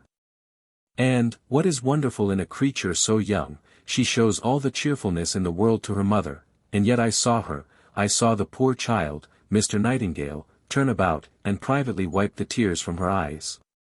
Here Mrs. Miller was prevented, by her own tears, from going on, and there was not, I believe, a person present who did not accompany her in them. At length she a little recovered herself, and proceeded thus: in all this distress the mother supports her spirits in a surprising manner. The danger of her son sits heaviest upon her, and yet she endeavours as much as possible to conceal even this concern, on her husband's account. Her grief, however, sometimes gets the better of all her endeavours. For she was always extravagantly fond of this boy, and a most sensible, sweet-tempered creature it is. I protest I was never more affected in my life than when I heard the little wretch, who is hardly yet 7 years old, while his mother was wetting him with her tears, beg her to be comforted. Indeed, mamma, cried the child, I shan't die. God Almighty, I'm sure, won't take Tommy away, let heaven be ever so fine a place. I had rather stay here and starve with you and my papa than go to it. Pardon me, gentlemen, I can't help it, says she, wiping her eyes, such sensibility in affection in a child. And yet, perhaps, he is least the object of pity, for a day or two will, most probably, place him beyond the reach of all human evils. The father is, indeed, most worthy of compassion. Poor man, his countenance is the very picture of horror, and he looks like one rather dead than alive. Oh heavens! What a scene did I behold at my first coming into the room! The good creature was lying behind the bolster, supporting at once both his child and his wife. He had nothing on but a thin waistcoat, for his coat was spread over the bed, to supply the want of blankets. When he rose up at my entrance, I scarce knew him. As comely a man, Mr. Jones, within this fortnight, as you ever beheld, Mr. Nightingale hath seen him. His eyes sunk, his face pale, with a long beard. His body shivering with cold, and worn with hunger too, for my cousin says she can hardly prevail upon him to eat that. He told me himself in a whisper, he told me, I can't repeat it, he said he could not bear to eat the bread his children wanted. And yet, can you believe it, gentlemen? In all this misery his wife has as good caudle as if she lay in the midst of the greatest affluence. I tasted it, and I scarce ever tasted better. The means of procuring her this, he said, he believed was sent him by an angel from heaven. I know not what he meant, for I had not spirits enough to ask a single question. This was a love match, as they call it, on both sides. That is, a match between two beggars. I must, indeed, say, I never saw a fonder couple, but what is their fondness good for, but to torment each other? Indeed, mamma, cries Nancy, I have always looked on my cousin Anderson, for that was her name, as one of the happiest of women. I am sure, says Mrs. Miller, the case at present is much otherwise. For any one might have discerned that the tender consideration of each other's sufferings makes the most intolerable part of their calamity, both to the husband and wife. Compared to which, hunger and cold, as they affect their own persons only, are scarce evils. Nay, the very children, the youngest, which is not 2 years old, excepted, feel in the same manner. For they are a most loving family, and, if they had but a bare competency, would be the happiest people in the world. I never saw the least sign of misery at her house, replied Nancy. I am sure my heart bleeds for what you now tell me. O child, answered the mother, she hath always endeavored to make the best of everything. They have always been in great distress, but, indeed, this absolute ruin hath been brought upon them by others. The poor man was bail for the villain his brother, and about a week ago, the very day before her lying in, their goods were all carried away, and sold by an execution. He sent a letter to me of it by one of the bailiffs, which the villain never delivered. What must he think of my suffering a week to pass before he heard of me? It was not with dry eyes that Jones heard this narrative. When it was ended he took Mrs. Miller apart with him into another room, and, delivering her his purse, in which was the sum of £50, desired her to send as much of it as she thought proper to these poor people. The look which Mrs. Miller gave Jones, on this occasion, is not easy to be described. She burst into a kind of agony of transport, and cried out, Good heavens! Is there such a man in the world? But recollecting herself, she said, Indeed I know one such, but can there be another? I hope, madam, cries Jones, there are many who have common humanity, for to relieve such distresses in our fellow creatures, can hardly be called more. Mrs. Miller then took 10 guineas, which were the utmost he could prevail with her to accept, and said, she would find some means of conveying them early the next morning. Adding, that she had herself done some little matter for the poor people, and had not left them in quite so much misery as she found them. They then returned to the parlour, where Nightingale expressed much concern at the dreadful situation of these wretches, whom indeed he knew, for he had seen them more than once at Mrs. Miller's. He inveighed against the folly of making oneself liable for the debts of others, vented many bitter execrations against the brother, and concluded with wishing something could be done for the unfortunate family. Suppose, madam, said he, you should recommend them to Mr. Allworthy? Or what think you of a collection? I will give them a guinea with all my heart. Mrs. Miller made no answer. And Nancy, to whom her mother had whispered the generosity of Jones, turned pale upon the occasion, though, if either of them was angry with Nightingale, it was surely without reason. For the liberality of Jones, if he had known it, was not an example which he had any obligation to follow, and there are thousands who would not have contributed a single halfpenny, as indeed he did not in effect, for he made no tender of anything. And therefore, as the others thought proper to make no demand, he kept his money in his pocket. I have, in truth, observed, and shall never have a better opportunity than at present to communicate my observation, that the world are in general divided into two opinions concerning charity, which are the very reverse of each other. One party seems to hold, that all acts of this kind are to be esteemed as voluntary gifts, and, however little you give, if indeed no more than your good wishes, you acquire a great degree of merit in so doing.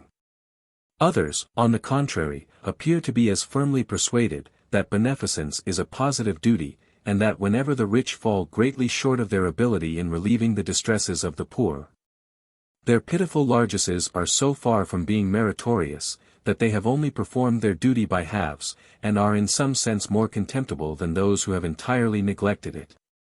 To reconcile these different opinions is not in my power. I shall only add, that the givers are generally of the former sentiment, and the receivers are almost universally inclined to the latter. Chapter 9. Which treats of matters of a very different kind from those in the preceding chapter. In the evening Jones met his lady again, and a long conversation again ensued between them, but as it consisted only of the same ordinary occurrences as before, we shall avoid mentioning particulars, which we despair of rendering agreeable to the reader. Unless he is one whose devotion to the fair sex, like that of the papists to their saints, wants to be raised by the help of pictures. But I am so far from desiring to exhibit such pictures to the public, that I would wish to draw a curtain over those that have been lately set forth in certain French novels, very bungling copies of which have been presented us here under the name of translations. Jones grew still more and more impatient to see Sophia. And finding, after repeated interviews with Lady Bellaston, no likelihood of obtaining this by her means, for, on the contrary, the lady began to treat even the mention of the name of Sophia with resentment, he resolved to try some other method. He made no doubt but that Lady Bellaston knew where his angel was, so he thought it most likely that some of her servants should be acquainted with the same secret. Partridge therefore was employed to get acquainted with those servants, in order to fish this secret out of them. Few situations can be imagined more uneasy than that to which his poor master was at present reduced. For besides the difficulties he met with in discovering Sophia, besides the fears he had of having disobliged her, and the assurances he had received from Lady Bellaston of the resolution which Sophia had taken against him, and of her having purposely concealed herself from him, which he had sufficient reason to believe might be true, he had still a difficulty to combat which it was not in the power of his mistress to remove, however kind her inclination might have been. This was the exposing of her to be disinherited of all her father's estate, the almost inevitable consequence of their coming together without a consent, which he had no hopes of ever obtaining.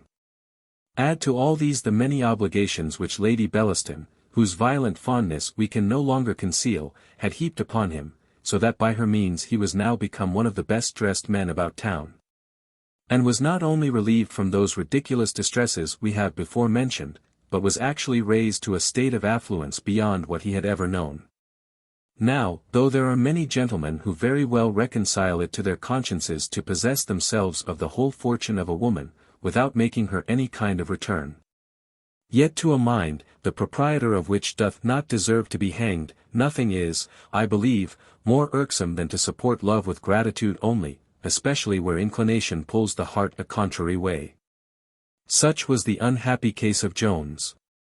For though the virtuous love he bore to Sophia, and which left very little affection for any other woman, had been entirely out of the question, he could never have been able to have made any adequate return to the generous passion of this lady, who had indeed been once an object of desire, but was now entered at least into the autumn of life, though she wore all the gaiety of youth, both in her dress and manner.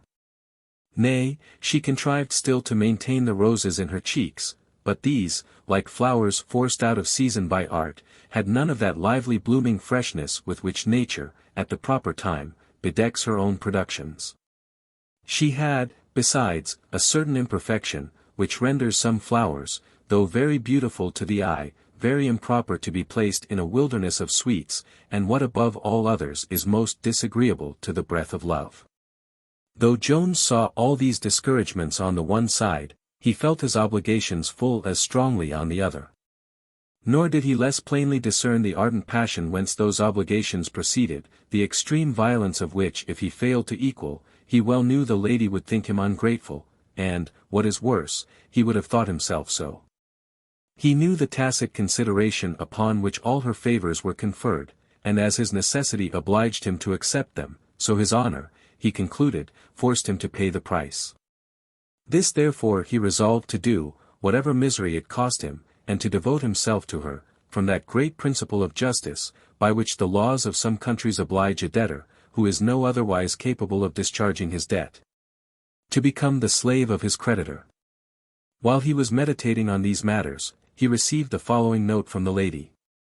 A very foolish, but a very perverse accident hath happened since our last meeting, which makes it improper I should see you any more at the usual place. I will, if possible, contrive some other place. By tomorrow. In the meantime, adieu. This disappointment, perhaps, the reader may conclude was not very great, but if it was, he was quickly relieved. For in less than an hour afterwards another note was brought him from the same hand, which contained as follows. I have altered my mind since I wrote. A change which, if you are no stranger to the tenderest of all passions, you will not wonder at. I am now resolved to see you this evening at my own house, whatever may be the consequence. Come to me exactly at 7. I dine abroad, but will be at home by that time. A day, I find, to those that sincerely love, seems longer than I imagined. If you should accidentally be a few moments before me, bid them show you into the drawing-room. To confess the truth, Jones was less pleased with this last epistle than he had been with the former, as he was prevented by it from complying with the earnest entreaties of Mr. Nightingale, with whom he had now contracted much intimacy and friendship. These entreaties were to go with that young gentleman and his company to a new play, which was to be acted that evening, and which a very large party had agreed to damn, from some dislike they had taken to the author, who was a friend to one of Mr. Nightingale's acquaintance. And this sort of fun, our hero, we are ashamed to confess, would willingly have preferred to the above kind appointment, but his honour got the better of his inclination. Before we attend him to this intended interview with the lady, we think proper to account for both the preceding notes, as the reader may possibly be not a little surprised at the imprudence of Lady Bellaston, in bringing her lover to the very house where her rival was lodged. First, then, the mistress of the house where these lovers had hitherto met, and who had been for some years a pensioner to that lady, was now become a Methodist, and had that very morning waited upon her ladyship, and after rebuking her very severely for her past life, had positively declared that she would, on no account, be instrumental in carrying on any of her affairs for the future. The hurry of spirits into which this accident threw the lady made her despair of possibly finding any other convenience to meet Jones that evening. But as she began a little to recover from her uneasiness at the disappointment, she set her thoughts to work, when luckily it came into her head to propose to Sophia to go to the play, which was immediately consented to, and a proper lady provided for her companion. Mrs. Honour was likewise dispatched with Mrs. Etoff on the same errand of pleasure.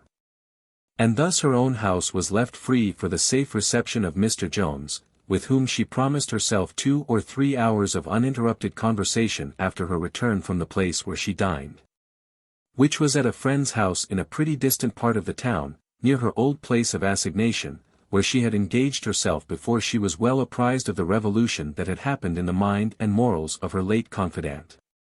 Chapter 10, a chapter which, though short, may draw tears from some eyes. Mr. Jones was just dressed to wait on Lady Bellaston, when Mrs. Miller rapped at his door.